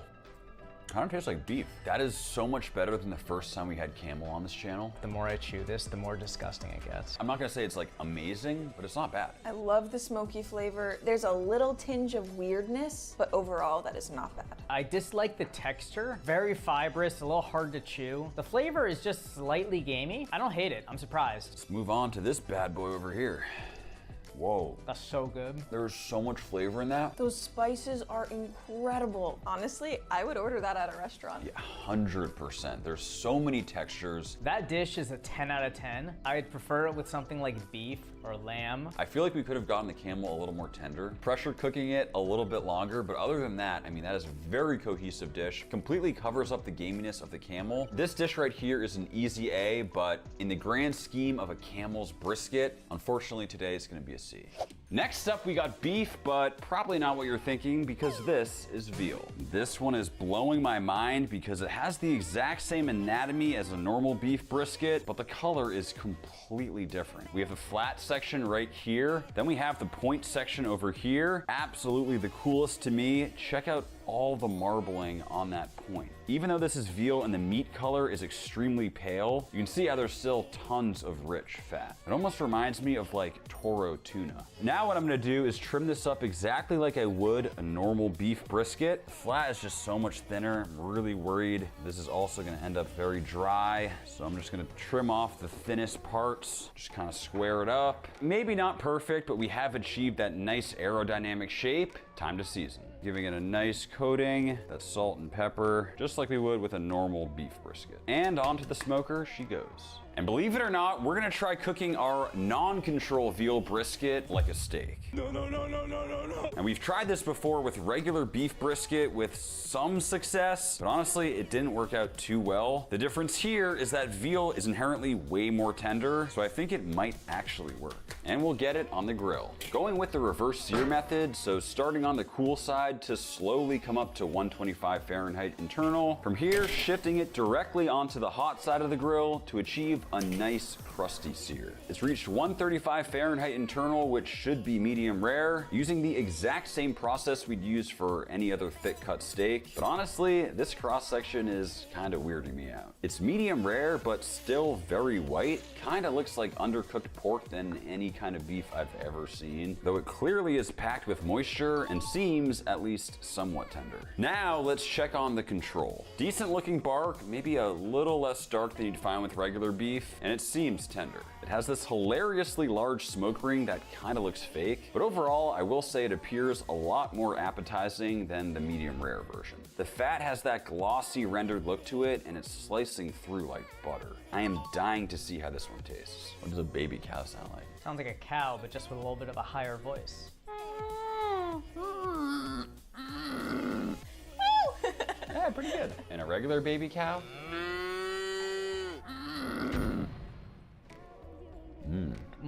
I love it. I think I like this more than regular brisket. Really? It's almost lighter, not as deeply smoky and dense. It's a bit more delicate. It's almost sweet to me. Yeah, it's like a super clean pork to me. It's a great change of pace from beef. I don't necessarily think it's better than regular beef brisket, but it's close. This one's looking a little bit like medium rare chicken. Whoa. Completely different. That is the juiciest piece of meat I have ever eaten in my life, genuinely. It reminds me of Wagyu. The fat is a little bit sweet and it's juicy. Extremely flavorful, more tender but the same juiciness and flavor, and this would be an easy 10 out of 10. What would you rank it? I think it's an A. I much prefer this over a beef brisket. I agree. I thought it was a B, but I can meet you guys at an A. This was very good. And next up, we got bison brisket. See how it has that beautiful deep red color. However, it does look extremely lean, especially that flat section. There's essentially zero fat. However, up on the point, there is quite a bit of exterior fat. It weirdly looks almost yellow, kind of like we've seen with different types of wild game. We got some interesting anatomy. You can see here, there's this flap of meat. This is where the bones typically are, so I'm gonna start by removing this. kind of peeling it away, just like so. Leaving us with a normal looking brisket, we have, again, that flat right here with the fattier point over the top. Now, because this is the control brisket, I am gonna trim it up, squaring off that super lean side. It's just crazy how much less fat a bison brisket has over beef that we're used to seeing. Wow, check out the color of that fat. It is just a stunning yellow, completely different than beef. We'll hit it with the salt and pepper, making sure to get the sides, and we'll get it on the smoker. Now for the non-control bison, we have something very interesting planned. What we're making is a traditional Native American survival food called pemmican. Pemmican is a traditional indigenous North American food predating European colonization in America, and apparently was a key survival food. Extremely lean beef is required, so what I'm gonna try to do is separate the point from the flat, which is a lot easier said than done. But by following the muscle fibers, you can kind of peel away that upper point section, like so. That took longer than expected, but the flat is completely removed of fat. And now I'll just take some slices. I mean, this stuff is as lean as it gets. And now we'll get our meat on the dehydrator. Feels very weird doing this to completely raw, unseasoned meat. Typically when stuff goes on the dehydrator, it's already been fully marinated and seasoned, but we're going with the traditional method. And we'll let this dehydrate overnight. Okay guys, we actually let this dehydrate for like 2 days at this point. If this isn't bone dry, I don't know what is. With all the moisture removed, we can now blend this up essentially into a powder. Whew. That is meaty. But I think this is the texture we're looking for. From here, we'll finally add a bit of flavor. But from what I can tell, this dish was way more about survival utility over taste. Next, I've heated up some beef tallow. We're just gonna slowly start to incorporate it. The tallow should turn this into a bar-like texture once cooled. It's also adding a ton of calories for extra energy. And into the fridge to cool. We've let it completely harden in the fridge. Let's see what we got. I think it'll actually come right out. Oh yeah, it's like a loaf of brownies. Now we'll just slice up some bars. And we appear to be left with what's basically meat granola. But I'm gonna be honest, texturally, these are exactly like those Nature's Valley bars. They look good, then you open it up and it just completely falls apart. And let's check out the control. Nice dark bark, very similar to what you'll find with a beef brisket. Let's slice it up. Well, it is clearly very juicy, but man, there's something about that fat. It is so yellow, very strange looking, especially when we're used to seeing more clear fat. But that aside, I'm not mad about how this is looking. Doesn't really pass the bend test, but it does pull apart okay.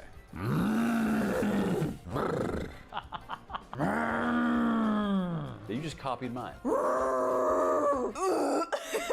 An actual bison sounds like this. Bison.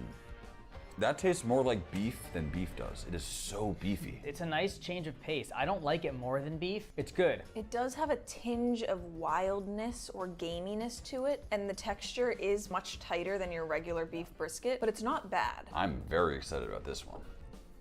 Oh, really weird. So weird, but kind of good. Has a flavor of very like natural beef jerky. Initially it's sweet, then it turns savory, then it tastes like beef. It's like very confusing for the taste buds, but as a survival food, it really isn't bad. Texturally, it really reminds me of shortbread, which is why when I put it in my mouth, I almost want it to be sweet. It smells like bird food or like fish food. I wouldn't proactively seek it out, but I kind of like it. How in God's name do we rank this? Beef or bison? I think it's a B too. Not as good as beef, but a very solid B. And we have made it to not only the biggest, but also the most expensive brisket of the day, Wagyu A5. But as you guys can see, we got a problem. This thing is so massive that in Japan, they actually had to slice it in half. So we have this massive 17.5-pound chunk right here, which is the brisket flat, as well as this giant 15-pound point. So here's the thing. Now we could just cook both these two sides separately, but honestly, it feels a little bit lame. Like if we're gonna do this, we have to do it right. So I have an idea. I give you moo glue. We'll start by opening up the point section here. This thing is looking ridiculous. It's almost like a shark fin or something. Now we'll open up the flat. This cross section is absolutely insane. This is the flat side that's usually extremely lean, but as you can see, I mean, that marbling is just ridiculous. It's honestly more fat than meat. And as you can see, that point side is also just insane. If we look on the bottom here, you can see how there's actually bones here. With a standard brisket, this part is completely removed. In order to glue these together, I believe what's required is gonna be a nice flat side for both, so I'll take a slice. Still have yet to use this tuna slicer to actually slice the tuna, but I think this is just as cool. Try not to remove too much of it. Oh yeah, now you can really see the marbling. That is as crazy as it gets. Now I'll see if I can do the same with the point. And now we'll whip out our moo glue, aka transglutaminase. Just like the name suggests, it literally glues meat together. So we'll start on the flat side. What I'm gonna do is literally just dust the entire face with the moo glue. And we'll do the exact same thing on the point side. Now, there is one key issue with meat glue. They say it is very bad at gluing extremely fatty cuts together. Needless to say, these are two extremely fatty cuts, so we'll see what happens. Okay, that right there is one complete brisket. Now what? Do I just sit here? All right. Okay, all jokes aside, we're gonna try to get this into the fridge, hopefully in this exact position, so it can seal overnight. All right, guys, it has been 30 hours. A wide variety of techniques have been used to try and keep this thing together. We have several supporting rods, a bunch of supporting paper towels, hopefully allowing both sides to stick together. This is what we got. It seems to be stuck together, so I'm not gonna push my luck and try separating them, but I am gonna trim it up like I would a normal brisket. There's just this crazy amount of exterior fat, and I really want the seasonings and smoke to actually stick to the meat itself, so I'm cutting away as much of this as possible. Honestly, this appears to be like 50% fat. Okay, we have finally reached a point where our brisket actually looks like a brisket. This is an ungodly amount of trimming that was required. It's hard to see at this point if both sides are fully stuck together. There definitely is a bit of a seal. We'll only know for sure once it's cooked. And it is finally time to season this bad boy up, but I gotta give a huge shout out to Alpine Butcher. They are the only people on the planet that can source something this crazy. So if you like meat, check them out. And we'll get her on the grill. All right, and we have officially hit 175 internal. And I am pleased to say that the glue seems to be gluing. And for reference, take a look at how much fat has rendered out of this thing already. And as if this thing needs more fat, we're gonna throw some of that right over the top. Whoa, okay, should do it. And now we'll wrap it up. And back on the grill to finish cooking. 17 hours of cooking and a 3-hour rest later, this brisket is done. And that right there is what I'm talking about when it comes to bark. Super dark and flavorful, and yes, it is still somehow fully glued together. And I mean, this should come as a surprise to no one, but this looks like the brisket of all briskets. Just packed with moisture. It's almost like this thing was injected with beef tallow. Let's find out if all this effort was worth it. What does a Wagyu A5 cow sound like? Sounds like a pretentious normal cow. Let's hear that. Meow. That was a really good one. It was like a cow engine. And an actual Wagyu A5 cow sounds like this. Okay guys, we have made it to the most expensive brisket in the entire world. We've come a long way from coyote. It's good. Oh my gosh. That's all I have to say, Cal. It's good. You don't need more marbling in a brisket. It's so rich already. I mean, it is insanely tender. It's ridiculously juicy, but for me, it's slightly lacking the beefy flavor. The tenderness and juiciness of this compared to a regular brisket is just a level above. I really love this. But is it 40 times better? Because cost-wise, that's what it is. It's a little bit too mushy. You think it's worse than a regular brisket? Yes, I do. So how do you rank it? I would give it a B. I'd say an A+. I think if we took price out of it, it's an easy S. Considering how expensive it is, I think we need to meet at an A. Agree. Well, we'll find out who won the free all-expenses-paid trip to Miami Beach based on the sound of their animals, because only our editor knows the answer to that.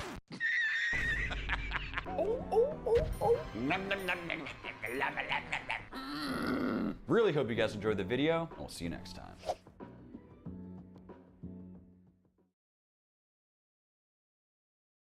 Fossilized wood at this point. Seems like there was clearly way too much heat coming from the top down, but either way, let's see if it's edible. Caveman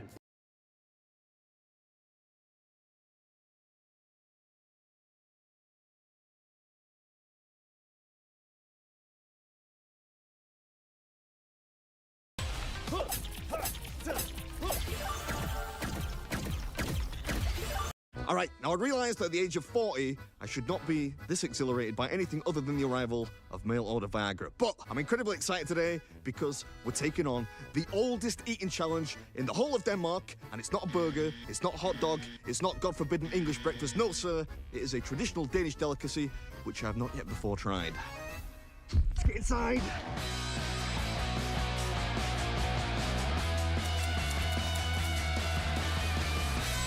If you look around, it's all a little bit strange. Charming, but strange. They've got like caricatures over there. They've got some actually quite creepy sculptures of people with hands sticking out of the top of their bald heads. We probably can't show that on YouTube, can we? They're boobs there. Got boobs like you, mate. I would venture to say it does not get much more Danish than this. It looks pretty Danish. I don't know that much about Danish culture, but this is probably the most authentic spot we've visited so far. We're basically on an island surrounded by a huge lake, and it seems culturally quite unique. What else would you want from a YouTube video? We probably actually almost certainly cannot show this, but this is like, was it an Audi TT? Yeah. Covered in what looks like Viz magazine or something, because it's full of naked caricatures, little kind of comic skits in Danish. There's actually nothing in these. I thought maybe it was, I don't know, dried sausage or something like that. Wow. Hi. Hi and welcome. Hope you're hungry. Very hungry, yeah, always, always hungry. This might be my favorite restaurant in the world already. Perfect. I wonder if we could do sort of a really quick montage of all the mad stuff they've got here, because there are so many quirky little knickknacks on the walls and whatnot that we almost don't have time enough to mention them. So what we'll do right now is I'm gonna cue some music. We'll show you all the funny stuff they got here. You ready? 3, 2, 1.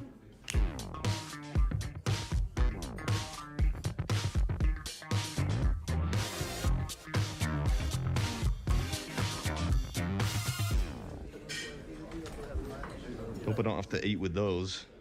That will make it a bit of a challenge. All right, so what we're eating today is a traditional Danish tartlet, which is sort of a savory pastry thing filled with some delicious goodies. And the way it works is you have to beat the existing record holder. So you have to eat the most tarts ever eaten in one sitting. I don't think there's a time limit or anything like that. Just one sitting, no bathroom breaks, no funny business. And the existing record is 5 tartlets, and that's been held since 2014. If you can beat the record, you get a bottle of wine, Primo Vino, and your picture goes up on the Wall of Fame instead of the existing champ, which is cool. You get to replace him on the top of the wall. I've seen them though. These tartlets are big. It's gonna be a tough one, this. It's got a feeling. This is a cool spot. I love the menu. Sort of rustic. Are they good? They're very good. They're good. Yeah? They look big. Are you gonna finish that? No. No? You ready to order? Yes, ma'am. Is it just one flavor, or are there different fillings? Or One flavor. Yeah? For the record. What is it? What's in the tart? It's chicken and asparagus. Right, chicken and asparagus. Yes. Okay, I will take 6 chicken and asparagus tarts, please. So for you, sir. Thank you very much. You didn't even finish one. Come on, what are you doing? All right, so today I'm at a place called Cafe Alro, which is on a little island called Alro in Denmark, and I'm taking on the tartlet record. The record is 5, Yes. and that's been since 2014. Yes. You think I can do it? I'm not sure. How long did it take? How long? It was over almost 2 hours. It took him 2 hours. Yes. All right, thank you very much. Spoon or something? A spoon would be good. Yeah, thank you. For you? Oh, thank you very much. Thank you. I can go? Yes. All right. Good luck. Thank you. I'm gonna need it. All right. Oh, that's yummy. Yummy. Think you'll do it? I hope so. I'll do my best, man. I'll do my best.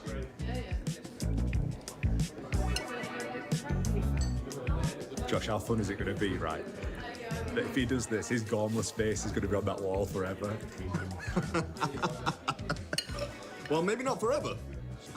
This is one of those times where I sit back and I look at the food and I think that's all got to go in there. How is that going to work? Oh, thank you very much. Thank you. Oh, it's great. Oh, I don't win the money, I can see. I said 10 minutes for all. 10 minutes for all of them? Yes. Did you tell her to say that? Mugging me off here. All right, that's the first tart down. I'm already a little full already. These things are big. They are delicious though. I'm trying to think if there's something similar to this in England. Just like a chicken pot pie maybe. It's almost like a reverse Greg's chicken bake. It's like an inside-out chicken bake. That's what it looks like. But much, much better than Greg's.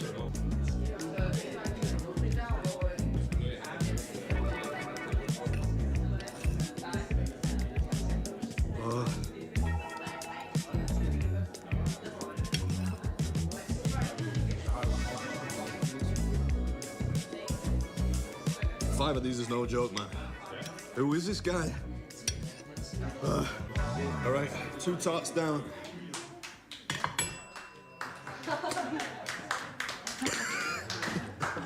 All right, number 3. This is already starting to feel hard. I swear these things are getting bigger.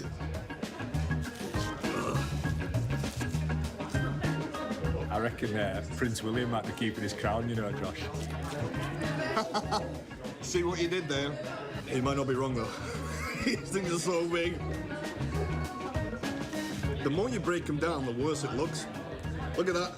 It looks bigger than when I started this plate.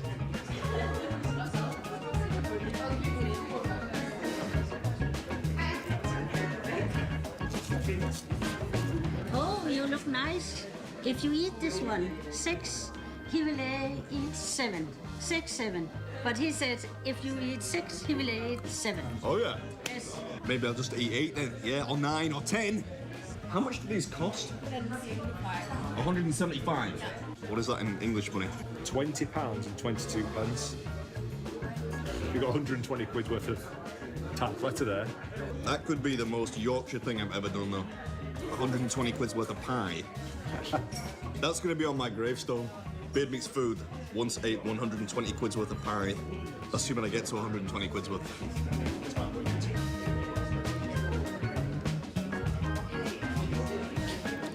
Starting to feel a little full. Halfway down. Halfway. These are getting bigger. I'm starting to realise why they're numbered now. I feel like this is your doing. You're gonna make them slightly bigger. He's paid by the minute, that's why. He's trying to get a longer video out of me. Tart number 4.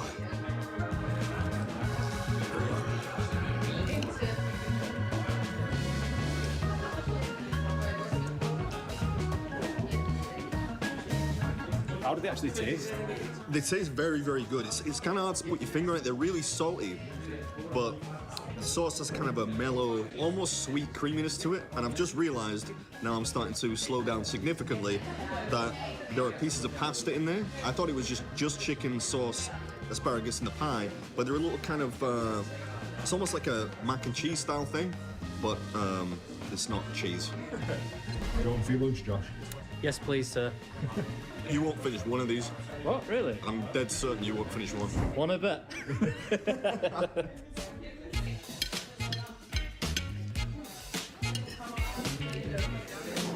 All right, Adam, you're 20 minutes in there, mate. 20 minutes in? And you slowed down quite a bit. I'm starting to see why people don't like you, you know. You want some help? No, because then I won't get on the wall.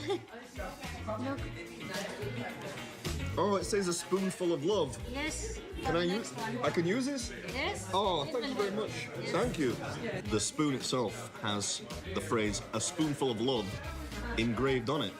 So it's not like she's giving me an enchanted spoon there to help get me over the line. I'll discard my regular spoon in favor of the enchanted spoon. All right, that's 4 tarts. Oh, come on. The creamy sauce is starting to get to me a little now, especially as it cools. You're supposed to do this one at a time, and I'm starting to realize why. That's the technique, if you ask me. If I were a professional eater, I'd have mashed it all together. Rather than eating crispy bits of flaky pastry.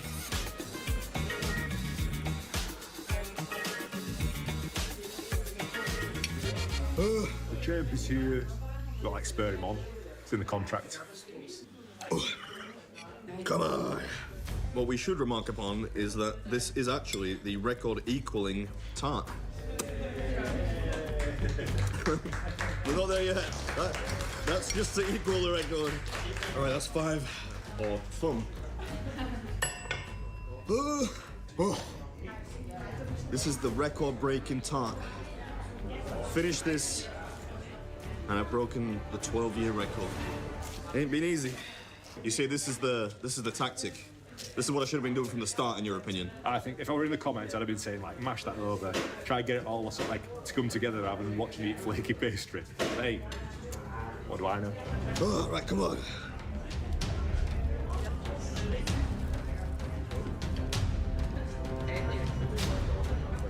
Can I have a minute? Yeah, of course, yeah. Yes. Good. Come try our creamy chicken asparagus, as modeled by Beard Meats Foods Beard.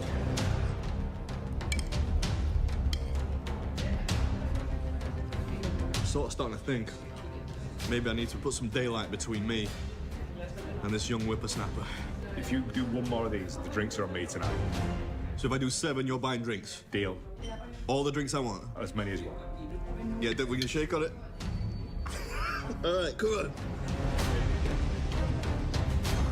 He could drink as much as he could eat as well. Could be expensive. Disgusting, right? Yes, it is. I'm sorry.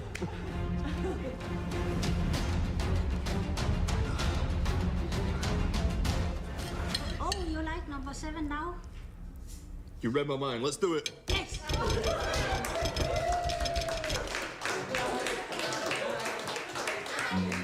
That was such a bad idea. 6 is enough. It's number 6. Number 7. The new champ. Thank you. There's your prize, mate. Oh. You buy 6, you get 1 free. You look here and read what's this for you. Oh, it says, I forking love you. That's forking for the YouTube censors out there. It is like an old-fashioned sort of RPG in a tavern somewhere, giving me like enchanted weapons in order to conquer the foe that lies before me. Yeah, he ain't so bad. This is heavy going, man. This should be piping hot though now. But it's forking hot. So essentially, you don't even come up with your own bad jokes now, you just steal them from the cutlery.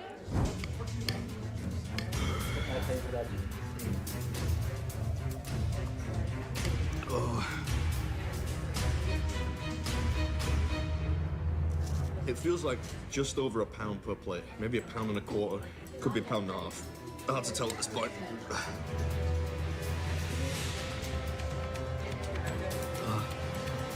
The mad thing is, it actually still tastes good.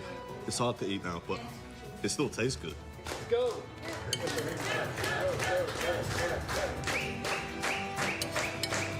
All right, this is Beard Meats Food.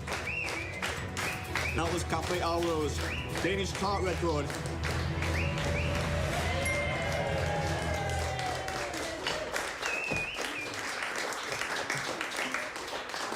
Thank you. I realize now why you didn't actually make it through one part. It makes sense. Do you have desserts here? Yes. Can I see the dessert menu? Yes, we have lemon mousse and chocolate mousse. Which is the best? We prefer the lemon mousse. Okay, I'll go with some lemon mousse. I heard that you have the best Irish coffees in Denmark. Yes. Can I get one of those as well? Yes, of course. He's paying. He's paying. Yeah. Okay. Oh. Nice. Oh, wow. Oh, yes, we have a small gift for you. Oh, thank you very much. For the home and 7. Oh, yeah. And here is spoon, like the same as we. Oh. I love you. First time I've heard that for a long time, believe me. But it's a crazy place. Yeah, I'm getting that vibe. Oh, this is the the legendary Irish coffee. And citron fromage. Thank you very much, buddy. Thank you. That was a sensible recommendation from the owner. Lemon mousse rather than chocolate after all that creamy chicken stuff. That's refreshing. That's hitting the spot nicely. That's the biggest Irish coffee I think I've ever seen. Normally they're quite small, aren't they? Oh, that hits you right in the thorax. Oh, see you later. See you next time. Hey, whatever.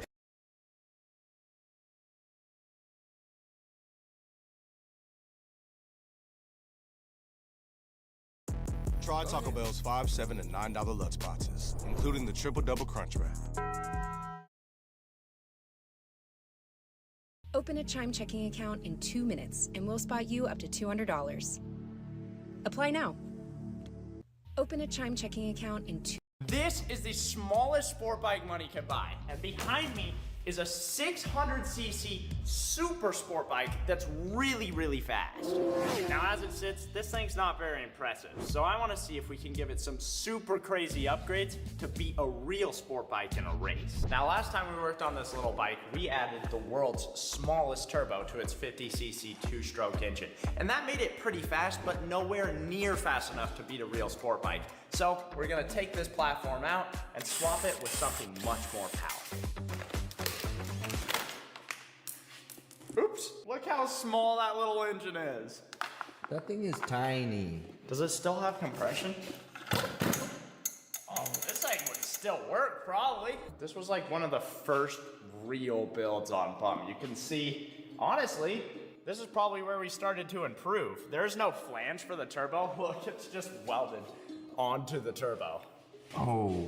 So it's like one piece, but our oiling system, I think we just jammed grease in there. Check that out. We've still got spinny on the turbo. There's water in our turbo. That's not good. No.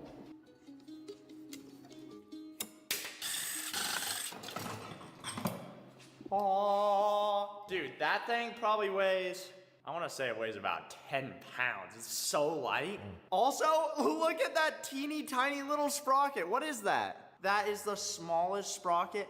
How's that even not snap off? Look at the shaft. Well, this will be a nice little desk ornament. It looks pretty cool. Now that we have that tiny two-stroke motor out of here, it's time to make this little bike a whole lot faster. But it's so small, we can't go swapping in a 600cc super bike engine. So the next best thing is this Amazon electric kit. It has as much power as a Suron, and it's gonna fit up really nice. Check this out.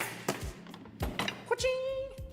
That's nice. That fits in really good. I think the battery's gonna be a problem, but we're gonna be able to figure it out. And this thing only weighs 35 pounds, so it's gonna be an absolute rocket. It's not gonna be as fast as the Kawasaki, but we're gonna have loads of torque to beat that bike off the line. Now to mount this motor, we're gonna take this metal plate and bolt it to the bottom, and then we're gonna take this, align it with the rear sprocket, and then weld that setup to the existing motor mount on the bike.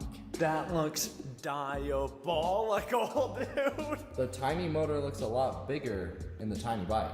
It does. That is gonna whip. I'm actually kind of scared to drive this because we've used this platform in a lot of our builds, and it's quick. Yeah, it's fast. Like dangerously fast. This thing might just be a wheelie king. Hopefully we can get the power down to the rear wheels without just flying upside down. But we've got to figure out how to get that big battery in here now. And I've been thinking about it. And this thing looks small, but when you put it up next to a even smaller bike, it gets suspiciously large. So what I think I'm gonna do is just design a plate that comes off the bottom of the frame all the way to the front tire, and then we'll weld it up, make sure it's super strong, and that battery will just slide in between these two body mounts and be pretty secure.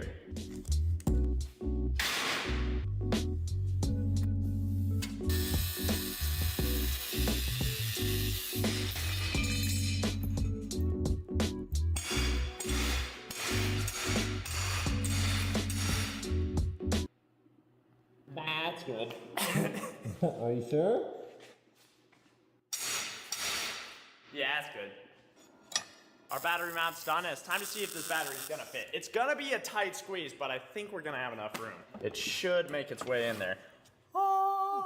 Yeah, that is really tight. But That works really good. I don't even think we're gonna need a mount to support it, like hold it down on here, because these fairing guides kind of wrap around it, and then the fairings will go on there, and that thing's not gonna go anywhere. Nice. We've got our battery in, the motor's mounted, and the last thing we really have to do before we can see this thing rip around is to get this far driver controller wired up and installed. I'm thinking we've got a great spot. Check this out. It can just slide right in there, right up next to where the gas tank used to be. dude, this thing is gonna look like normal when we put the fairings back. Once the plastics are on, it's gonna be a sleeper.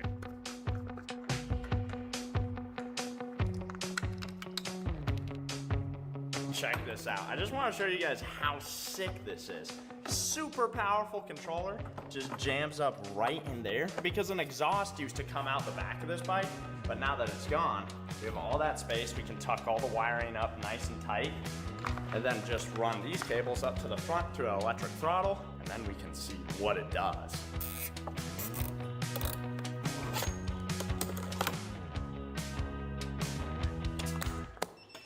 Okay, everything's wired up. Our tune is on 100% all the way. So this thing should be at its max power right now. I think we've got to take it for a test drive before we make it all nice and put the fairings back on, but I just want to see, what is this thing gonna be like? I don't know, I need to see if it works at all. Okay, ready? I'm kind of scared. Okay, go ahead. Oh, that's way faster than the two-stroke, for sure, dude. Yeah, that's instant. Should we take it out and just see what it does? Helmet for safety with this one. I think it's gonna be absolutely insane, but I don't know. Maybe it's just gonna break. We're about to find out. Oh, I forgot how hard this is to fit on. Yeah, it's insanely small. How do you fit on this? Oh. Bro, it's fast. Oh, shit. Oh. Dang. He took off. That's really freaky, actually. Oh, my gosh.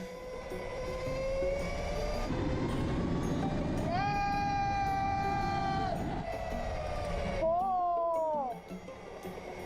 Holy mackerel. That's about, I think that's about quarter throttle. It wants to pick the end up like an R1. Holy cow. That's dangerous. Okay, so as I'm sure he's gonna notice in a second, the kickstand is down. This one might be a little too powerful for its own good. Oh, kickstand's been down this whole time.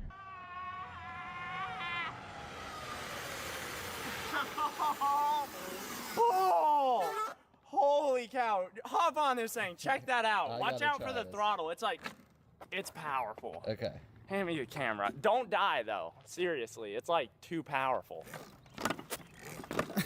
Okay, bro, actually I'm worried, so like, take it easy, okay? I told you, bro. I wanted to keep the hop going. No. Okay, I'll take it seriously. It's too powerful. All right, I'll ease into it this time. Yeah, like ease in and push over the front wheel.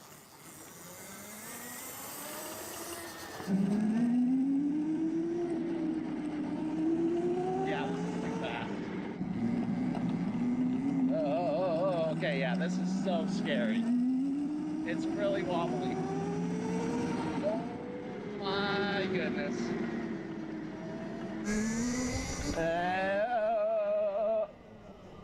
That is terrifying. That is so scary. I didn't even go full throttle. It actually is a lot more powerful than I thought it was gonna be. Okay, we proved that this thing is insanely fast, but we need to figure out if it can actually be a real sport bike. So let's get those aerodynamic plastics on here, take it to the runway, and see what it can actually do.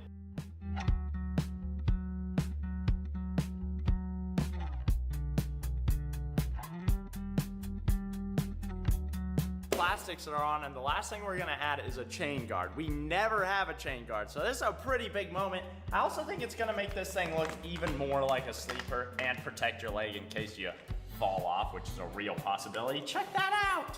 Dude, that's so nice having a chain guard on that. Completely hides the motor. You can't even tell this thing can go wicked fast. We've got both the bikes out at the testing field, and I really want to know, did we build a miniature street bike that can beat a real super sport? And we're about to find that out, but before we do, I want to see how fast this little thing can go, because we never really got the chance to give it full throttle at the shop because there's just too many cars. This is a great long stretch of road, so we should be able to pin it and actually find out its top speed. For this speed test, we're gonna be running GPS, so we're gonna get a very accurate top speed. We're also gonna have it running on the GoPro, so you guys will be able to see while we're going, how fast we're going. And I am so excited to test this thing out because in the parking lot, we really didn't get a chance to go full throttle, and I know it is going to be diabolical. Are you scared? I'm pretty scared, dude. I think it's very easy to fall off, and if we get speed wobbles, it's over. Like, there's no correcting speed wobbles on this thing. All right, well, let's see. Let's do this. All right, we're gonna start this GPS. I'm hoping for some crazy speed. 3, 2, 1, go!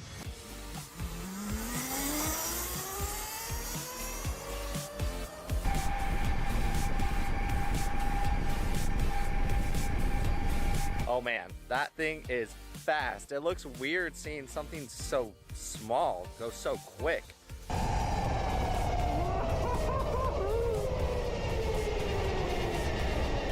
That is criminal.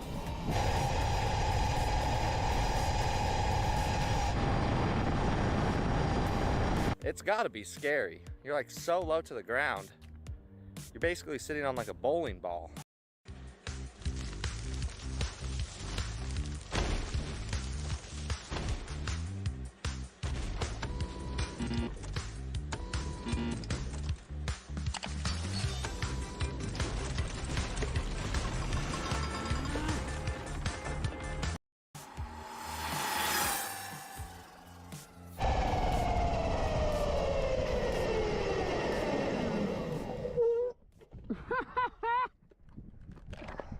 That was crazy.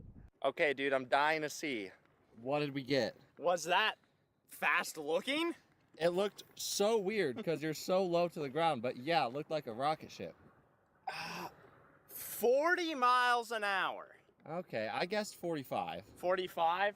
That's kind of what it felt like, but I don't think that's where this thing's gonna win. I think this is gonna win on the launch because I think I can get to 40 miles an hour way faster than you on the street bike. Honestly, probably. It took off. Like, you get to 40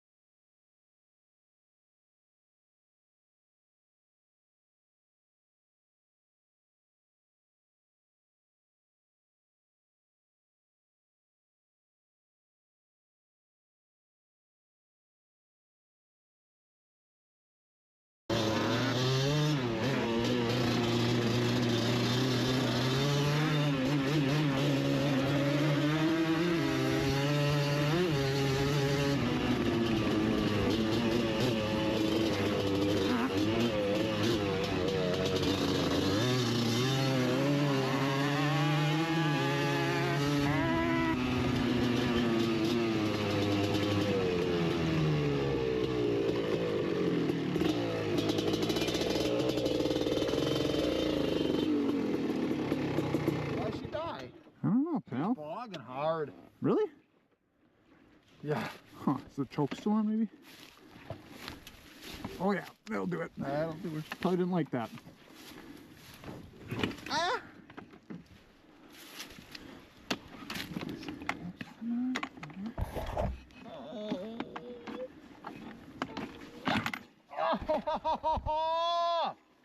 Now what? Oh, no.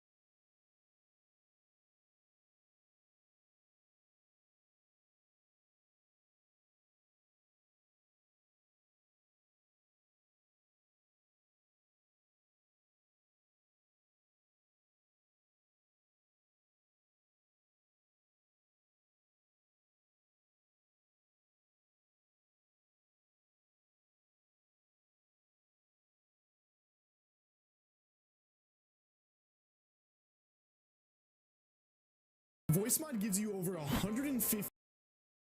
All he does.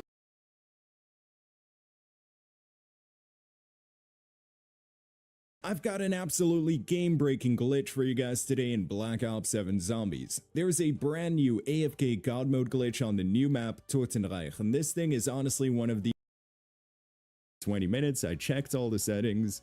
You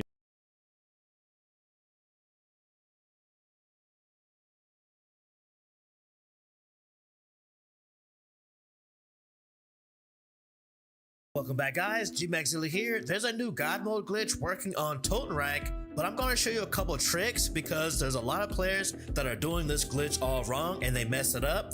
Best part is, once you get in the glitch, you'll never have to leave the glitch to get more ammo. Before we get started, if you guys could drop a like on this video, I would really appreciate it, as it helps my channel grow. Alright guys, the first thing is, if you're not using the Mustang and Sally, then you're probably doing yourself a disservice in this glitch because they are so OP, and I mean, it's just crazy how much damage they do. Also, before you get into the glitch, you may want to get these stem shots just in case you need them. Also guys, Zombie Center on WizT, you'll be surprised how this really helps you out, almost like psychologically, because as you're trying to get into this glitch, especially your first time, you may think it's kind of hard because you got zombies after you as well. But with WizT, you don't have to worry about it. So once you get in that position right here, go prone, jump in the water, and then you're gonna stay in the water.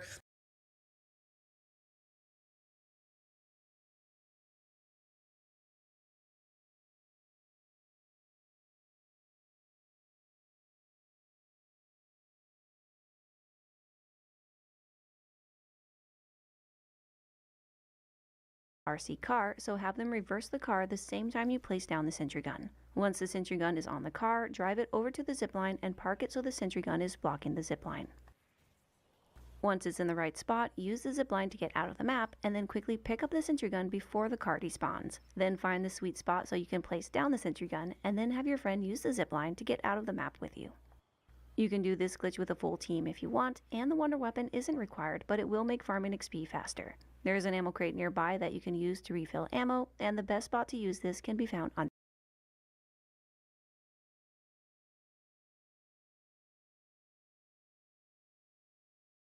one. And then I'll put the head and skull on this side. I put the rubber in that other one. Yeah. Shot's a lot nicer. Yeah, and then we'll adjust this one.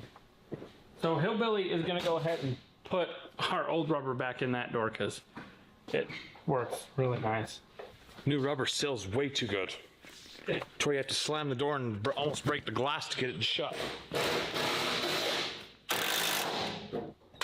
Oh yeah. Oh yeah, oh yeah? Oh yeah, oh yeah.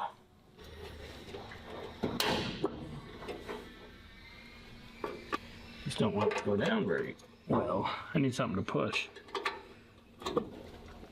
I guess I got my pocket wrench. Oh! Don't do that. Get the right tool.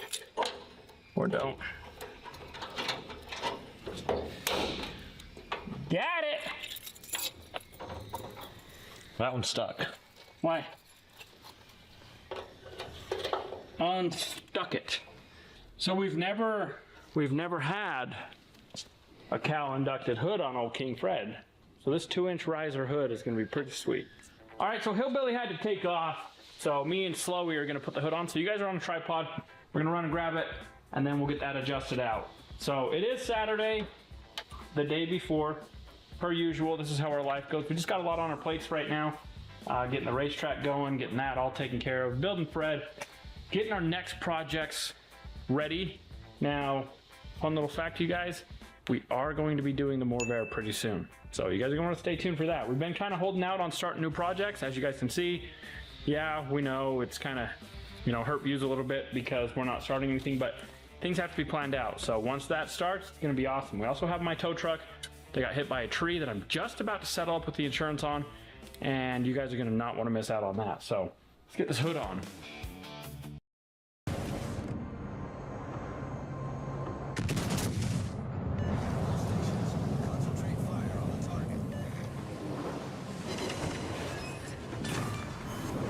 Enemy battleship sunk.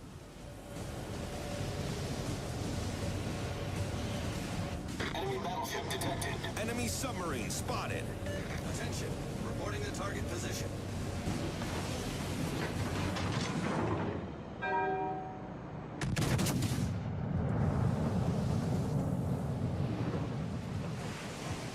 Enemy heavily damaged.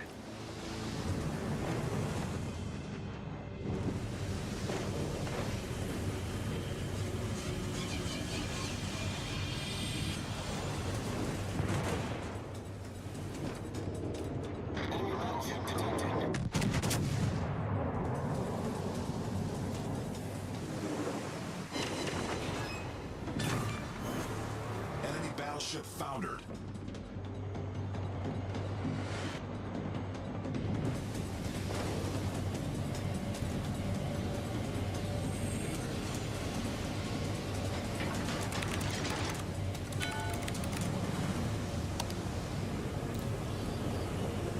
I need intelligence data.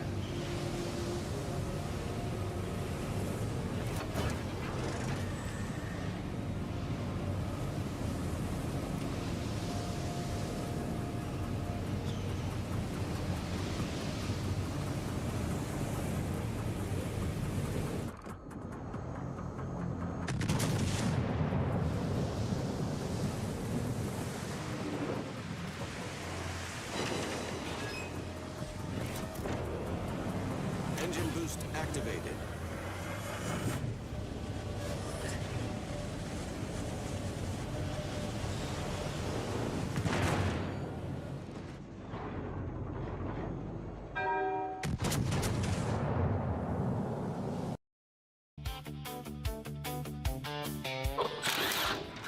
So I'm going to pull the latch completely off so that we don't have to mess with it until the hood is adjusted.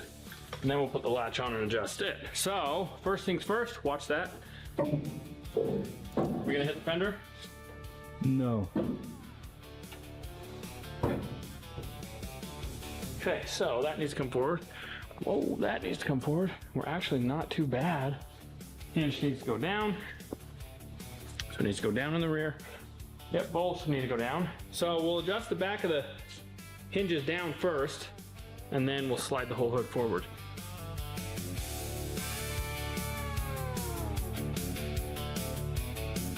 Okay, check it again.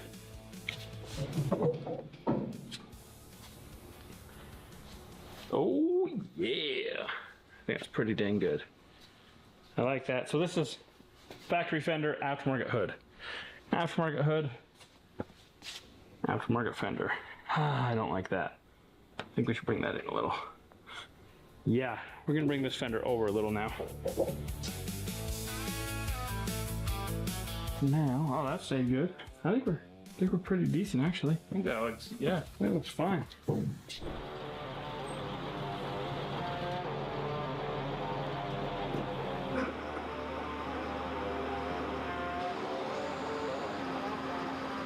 getting everything all rigged up so we can move this building like 15 feet. But the loader last night just couldn't quite do it. So we called in the heavy guns. That's a crane.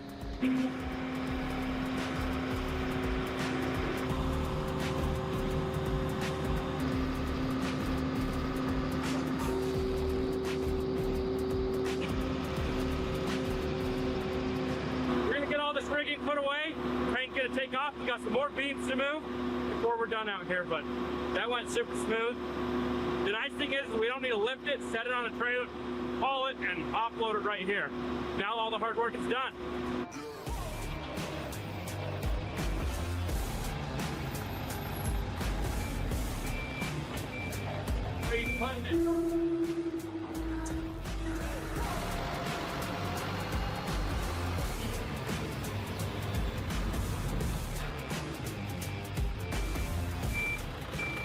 Holy moly.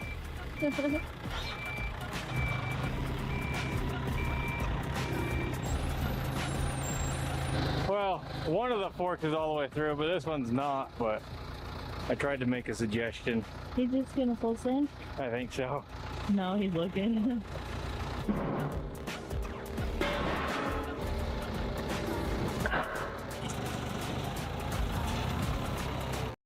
We have got to the point where literally anybody can build a fully working app without knowing how to code. This is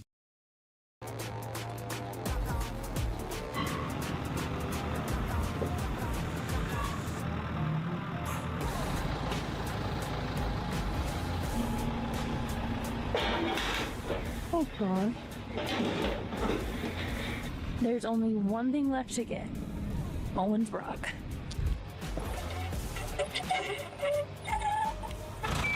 I don't know if that wood's gonna hold strong. No, I think we've broke like 10 pallets of that rock so far. That rock probably should have left it behind at this point. No. Yeah, we should have left it behind. Now.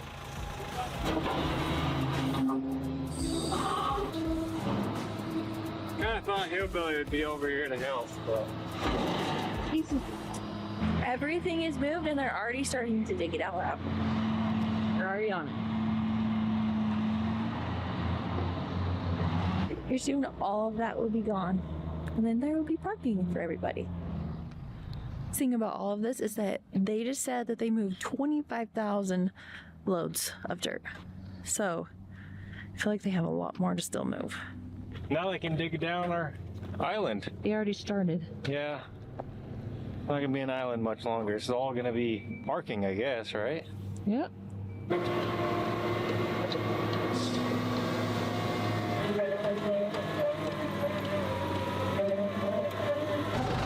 All right, so we're on to our very last thing, the bathroom.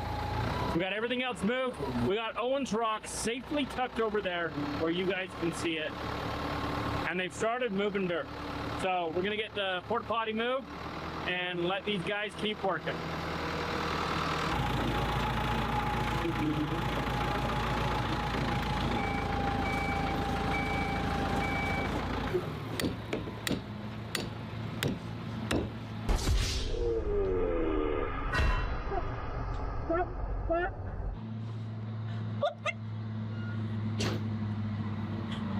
I think he just shattered his knee. What? Shattered his knee? What are you doing? Do not tell me you just hit yourself with a hammer. So hard. So hard. Are you okay? No, that hurt. Did you hit yourself, seriously? Yeah, you did. Like, for real? Is this a joke? No, I wish it was because it wouldn't hurt. He's gonna be bruised. That was hard. Ooh. Hey, hold on. Sit down, big guy. Give me that pen. Don't need no hurt, people. Not that serious, my guy. He wanted to kill it. You're gonna hit your head. Ah, no blue. Didn't splash it. I know. Dang, I'm good. So let me get that for you. I hurt. You're in bed. You want to put that one in? No. Can you walk? Yeah. You're gonna have to watch the video. He hit his leg so hard. I didn't ask him to hit it. Why did he do that? Now that we've got everything moved, that I.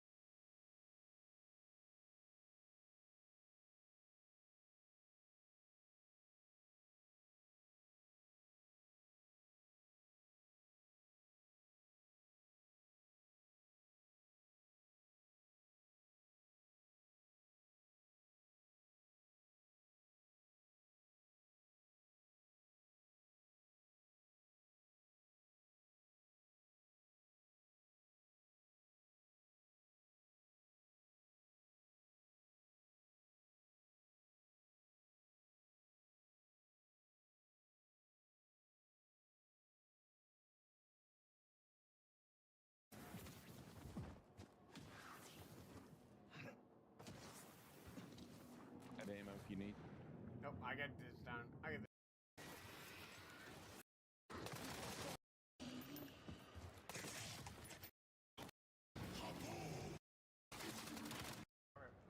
Help get rid of bear. Isn't it just like a Bird is on me.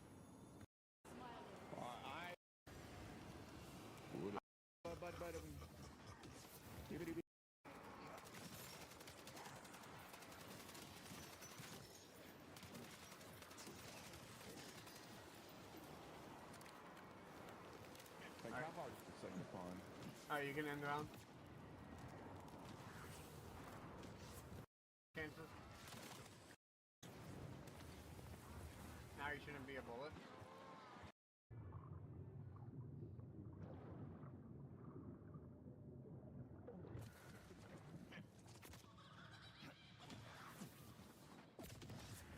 administering stim.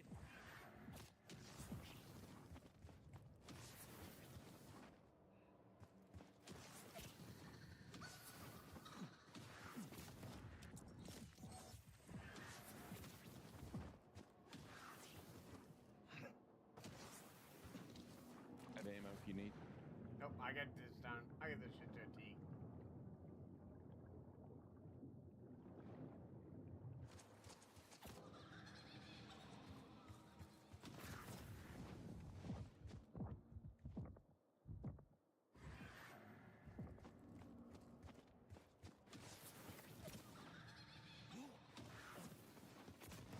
Using stim shot.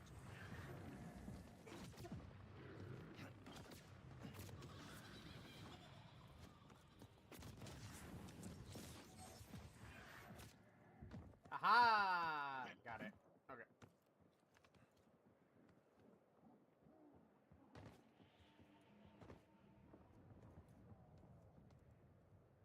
Okay, go turn the rampage on. Nothing to see here. Everything is perfectly normal.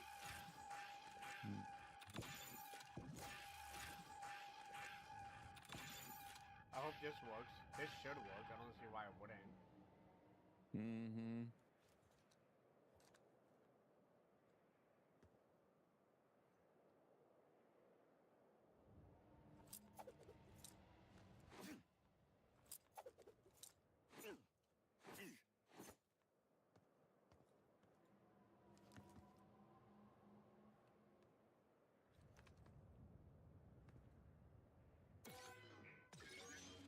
And then just come back over towards me. Go.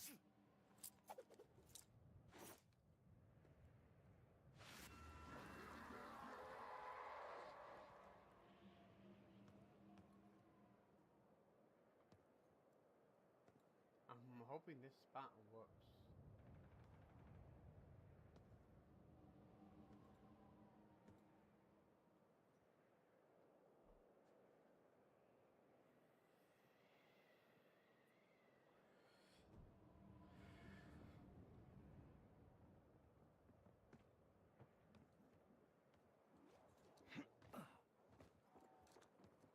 Be careful! It's a minefield out here.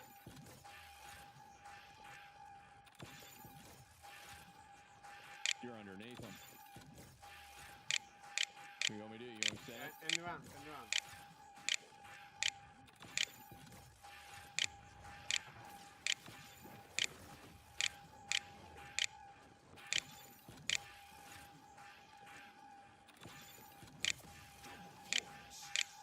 Yeah. No? No. Okay, hold on. Okay, okay. Yeah.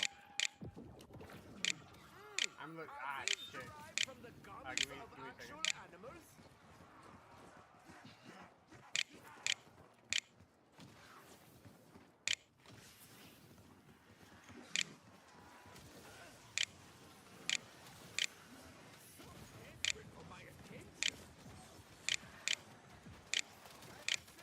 You got an ether? No, you had to use it. No, I used my fucking. Bear Oh, with the me. other thing. I can't get you. Yeah, that's fine. It's all good. Sorry. That's what it is. Fuck, man. Oh my god, where the fuck can we do this at? They're not attracted to it down below.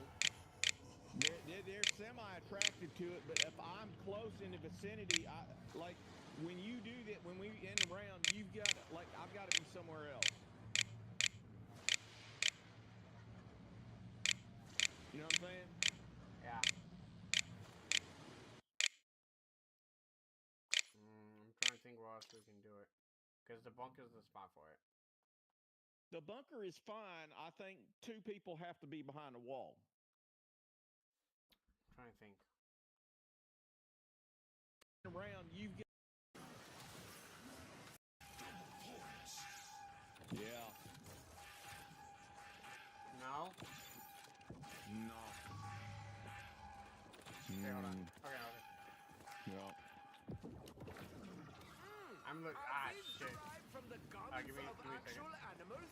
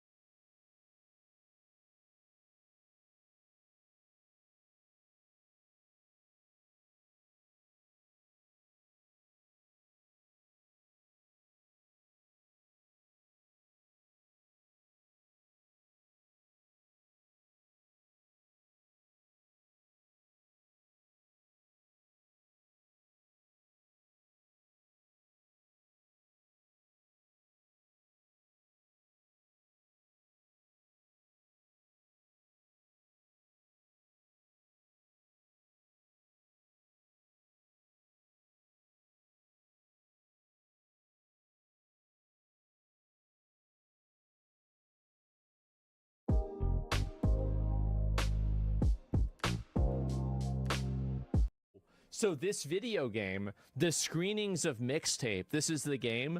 Apparently, the person who was involved with the game was the daughter of one of the richest guys in the world, Larry Ellison. Like, I didn't even know this was true, but, like, apparently it's a literal industry plan. And so all of these different studios giving it super high reviews. Little indie game, it has more licensed music than your $100 million Hollywood film, but totally normal for an indie studio to pay for these songs. They all do it. And so anyway, I'll go back and show you guys some more of this, because apparently this game is like crazy, crazy astroturfed. So take a look at this.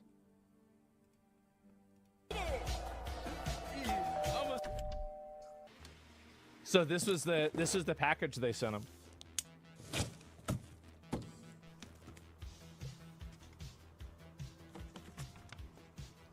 Oh my god. Oh my god. Wow. And they sent these out to tons of creators.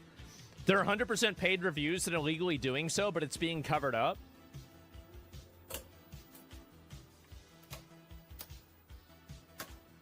Oh my god.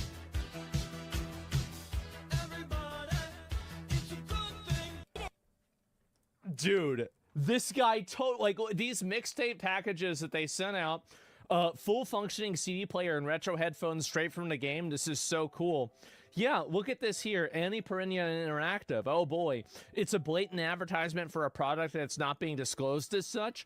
Well, he only needs to disclose it if they gave him money for this. I think that there's a chance they could have just kind of said like, hey, you know, like, we're going to send you this. It'd be cool if you made a video about it. And there was never like a contract made. And I think that's the reason why they're getting around it. Did you get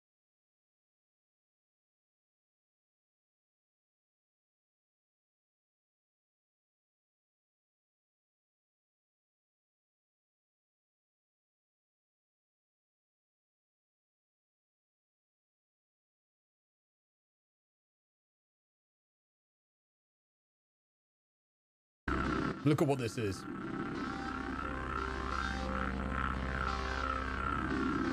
Never again. Never, never again.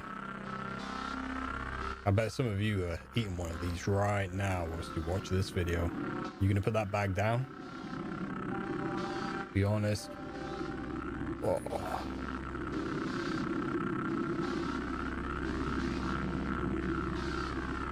No, thank you.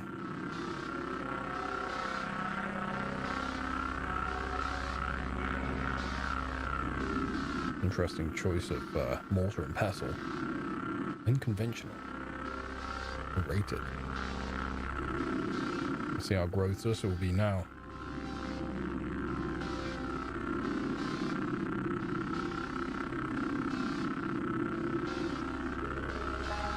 Cautionary advisory. It's gross. Yep. Look at what this is.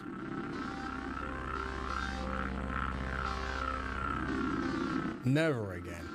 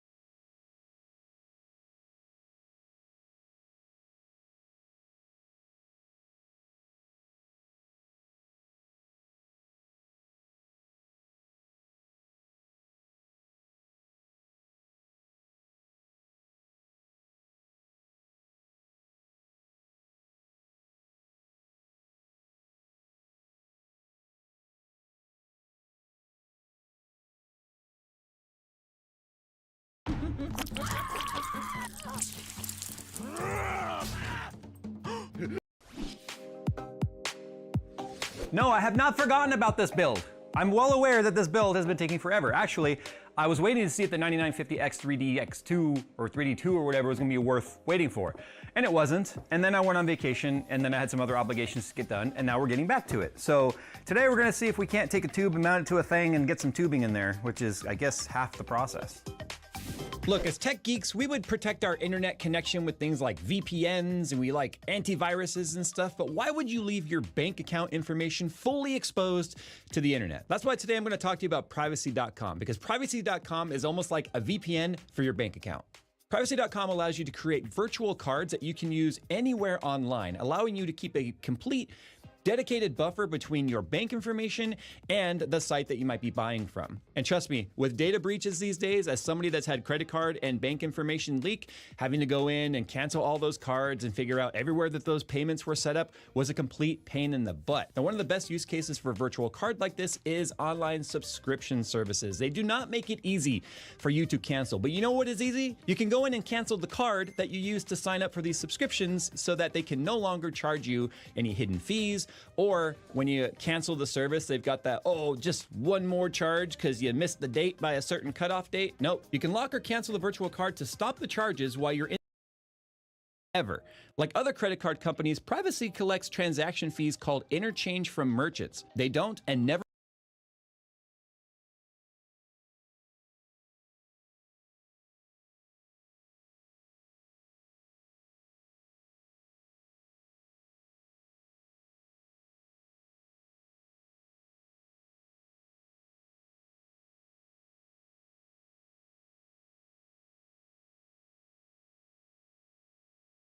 Jay Leno spoke his mind on the Jimmy Kimmel suspension and the future of late-night television as a whole less than 24 hours after the news broke. I think Jimmy will land on his feet. He's a talented guy. He's funny.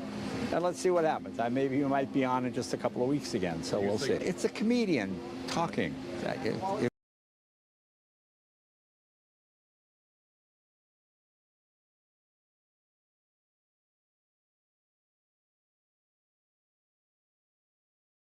All right, guys, so today we're gonna be doing a little project, and by little project, I basically mean just miniature scale. So behind me here, we got these two brand new CRF 110s still in the crate, and we're gonna be converting one of them into a modern day three-wheeler. So just like the build that we did on my CRF 450, we're gonna take the bike and make it into a three-wheeler with all the parts on the table here. And then the other one, we're going to be converting into a big wheel. So all these parts here are to basically make it wider so these wheels can fit underneath it. I'll be honest, I wasn't even entirely sure what a big wheel was, but the same company that makes the trike also makes the conversion kit for these. I think the big wheel was actually like another one of those things that was kind of popular back in the 80s. They like made them factory, and just like the three-wheeler, they were discontinued as well. I wonder why they would discontinue the big wheel. The three-wheeler makes sense because those are pretty sketchy. Maybe it just doesn't make a whole lot of sense. You just don't need that big wheels, unless you're trying to really do some big wheeling like we're gonna be doing today. It's actually gonna be perfect because we got snow now up here in Minnesota. Kind of sucks. We were planning to ride them on dirt, but I feel like the bigger wheels and the extra stabilization from the three-wheeler will be ideal, being that we're gonna be riding them in the snow. Something tells me this is gonna take longer than intended. Being that they're smaller, for some reason I thought that it'd be just like a much easier and quicker build. And then once we started laying everything out, I was like, oh no, I don't think that's the case at all. You gonna ever ask him ever again? Are we doing teams here? Do we have a draft? Ev's pretty good at building stuff, but he's so whiny. He whines the whole time. Oh, don't want these negative vibes dragging you down? I kind of feel like the fat kid in gym class. I'm like, no one's gonna pick me for this. More parts? What kind of grip is that? Is this a koozie? Yeah. Yes, I think these are for your quads. Oh, sweet. Mike's just always ordering up parts for everything in the shop. He is. Mike's the parts It's guy. so fun, He's our dude. parts manager. He's our service department. It's like a dream come true because it's like I get to buy a bunch of parts with not my money. Technically, it is partially your money, but I'll just keep letting you. You're doing a good job. Well, yeah, I'm not like spending it like it's... Yeah. Recklessly spending, Mike? Oh, yeah, I'm not buying anything stupid. He's got a grip koozie. Then Ben said it was cool. It is pretty cool. You two bought a Bugatti last week. This is true. You bought a $1,600 scooter. It's a good deal. don't know if that's a fact or not. All right, guys, today's video has been sponsored by Fishing Clash. Fishing Clash is a really fun game that I've been playing a lot lately due to all the traveling that we've been doing. This game is free to download in both the Apple App Store and the Google Play. Sponsoring today's Play solo, after work, at your own pace, no stress. Next, over there? Oh, it was never paradise. We hated each other since the beginning. Evan has been quite the underdog. I know everyone thought that he was going to be the worst, but he's out. You're the only one that thought I was.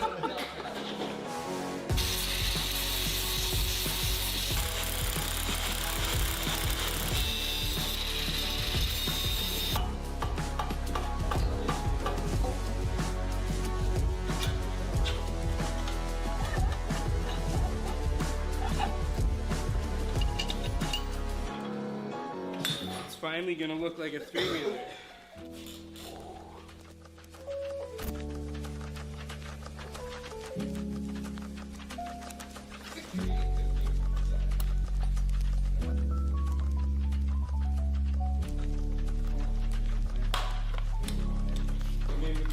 Maybe like one additional lever.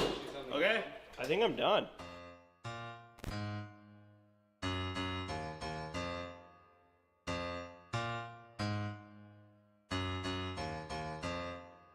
They turned out pretty good, if I say so myself. I'm not sure if I'd call them cool or more cute. When everybody steps out, the three-wheeler almost looks normal size, and then just have someone walk in. And then you realize.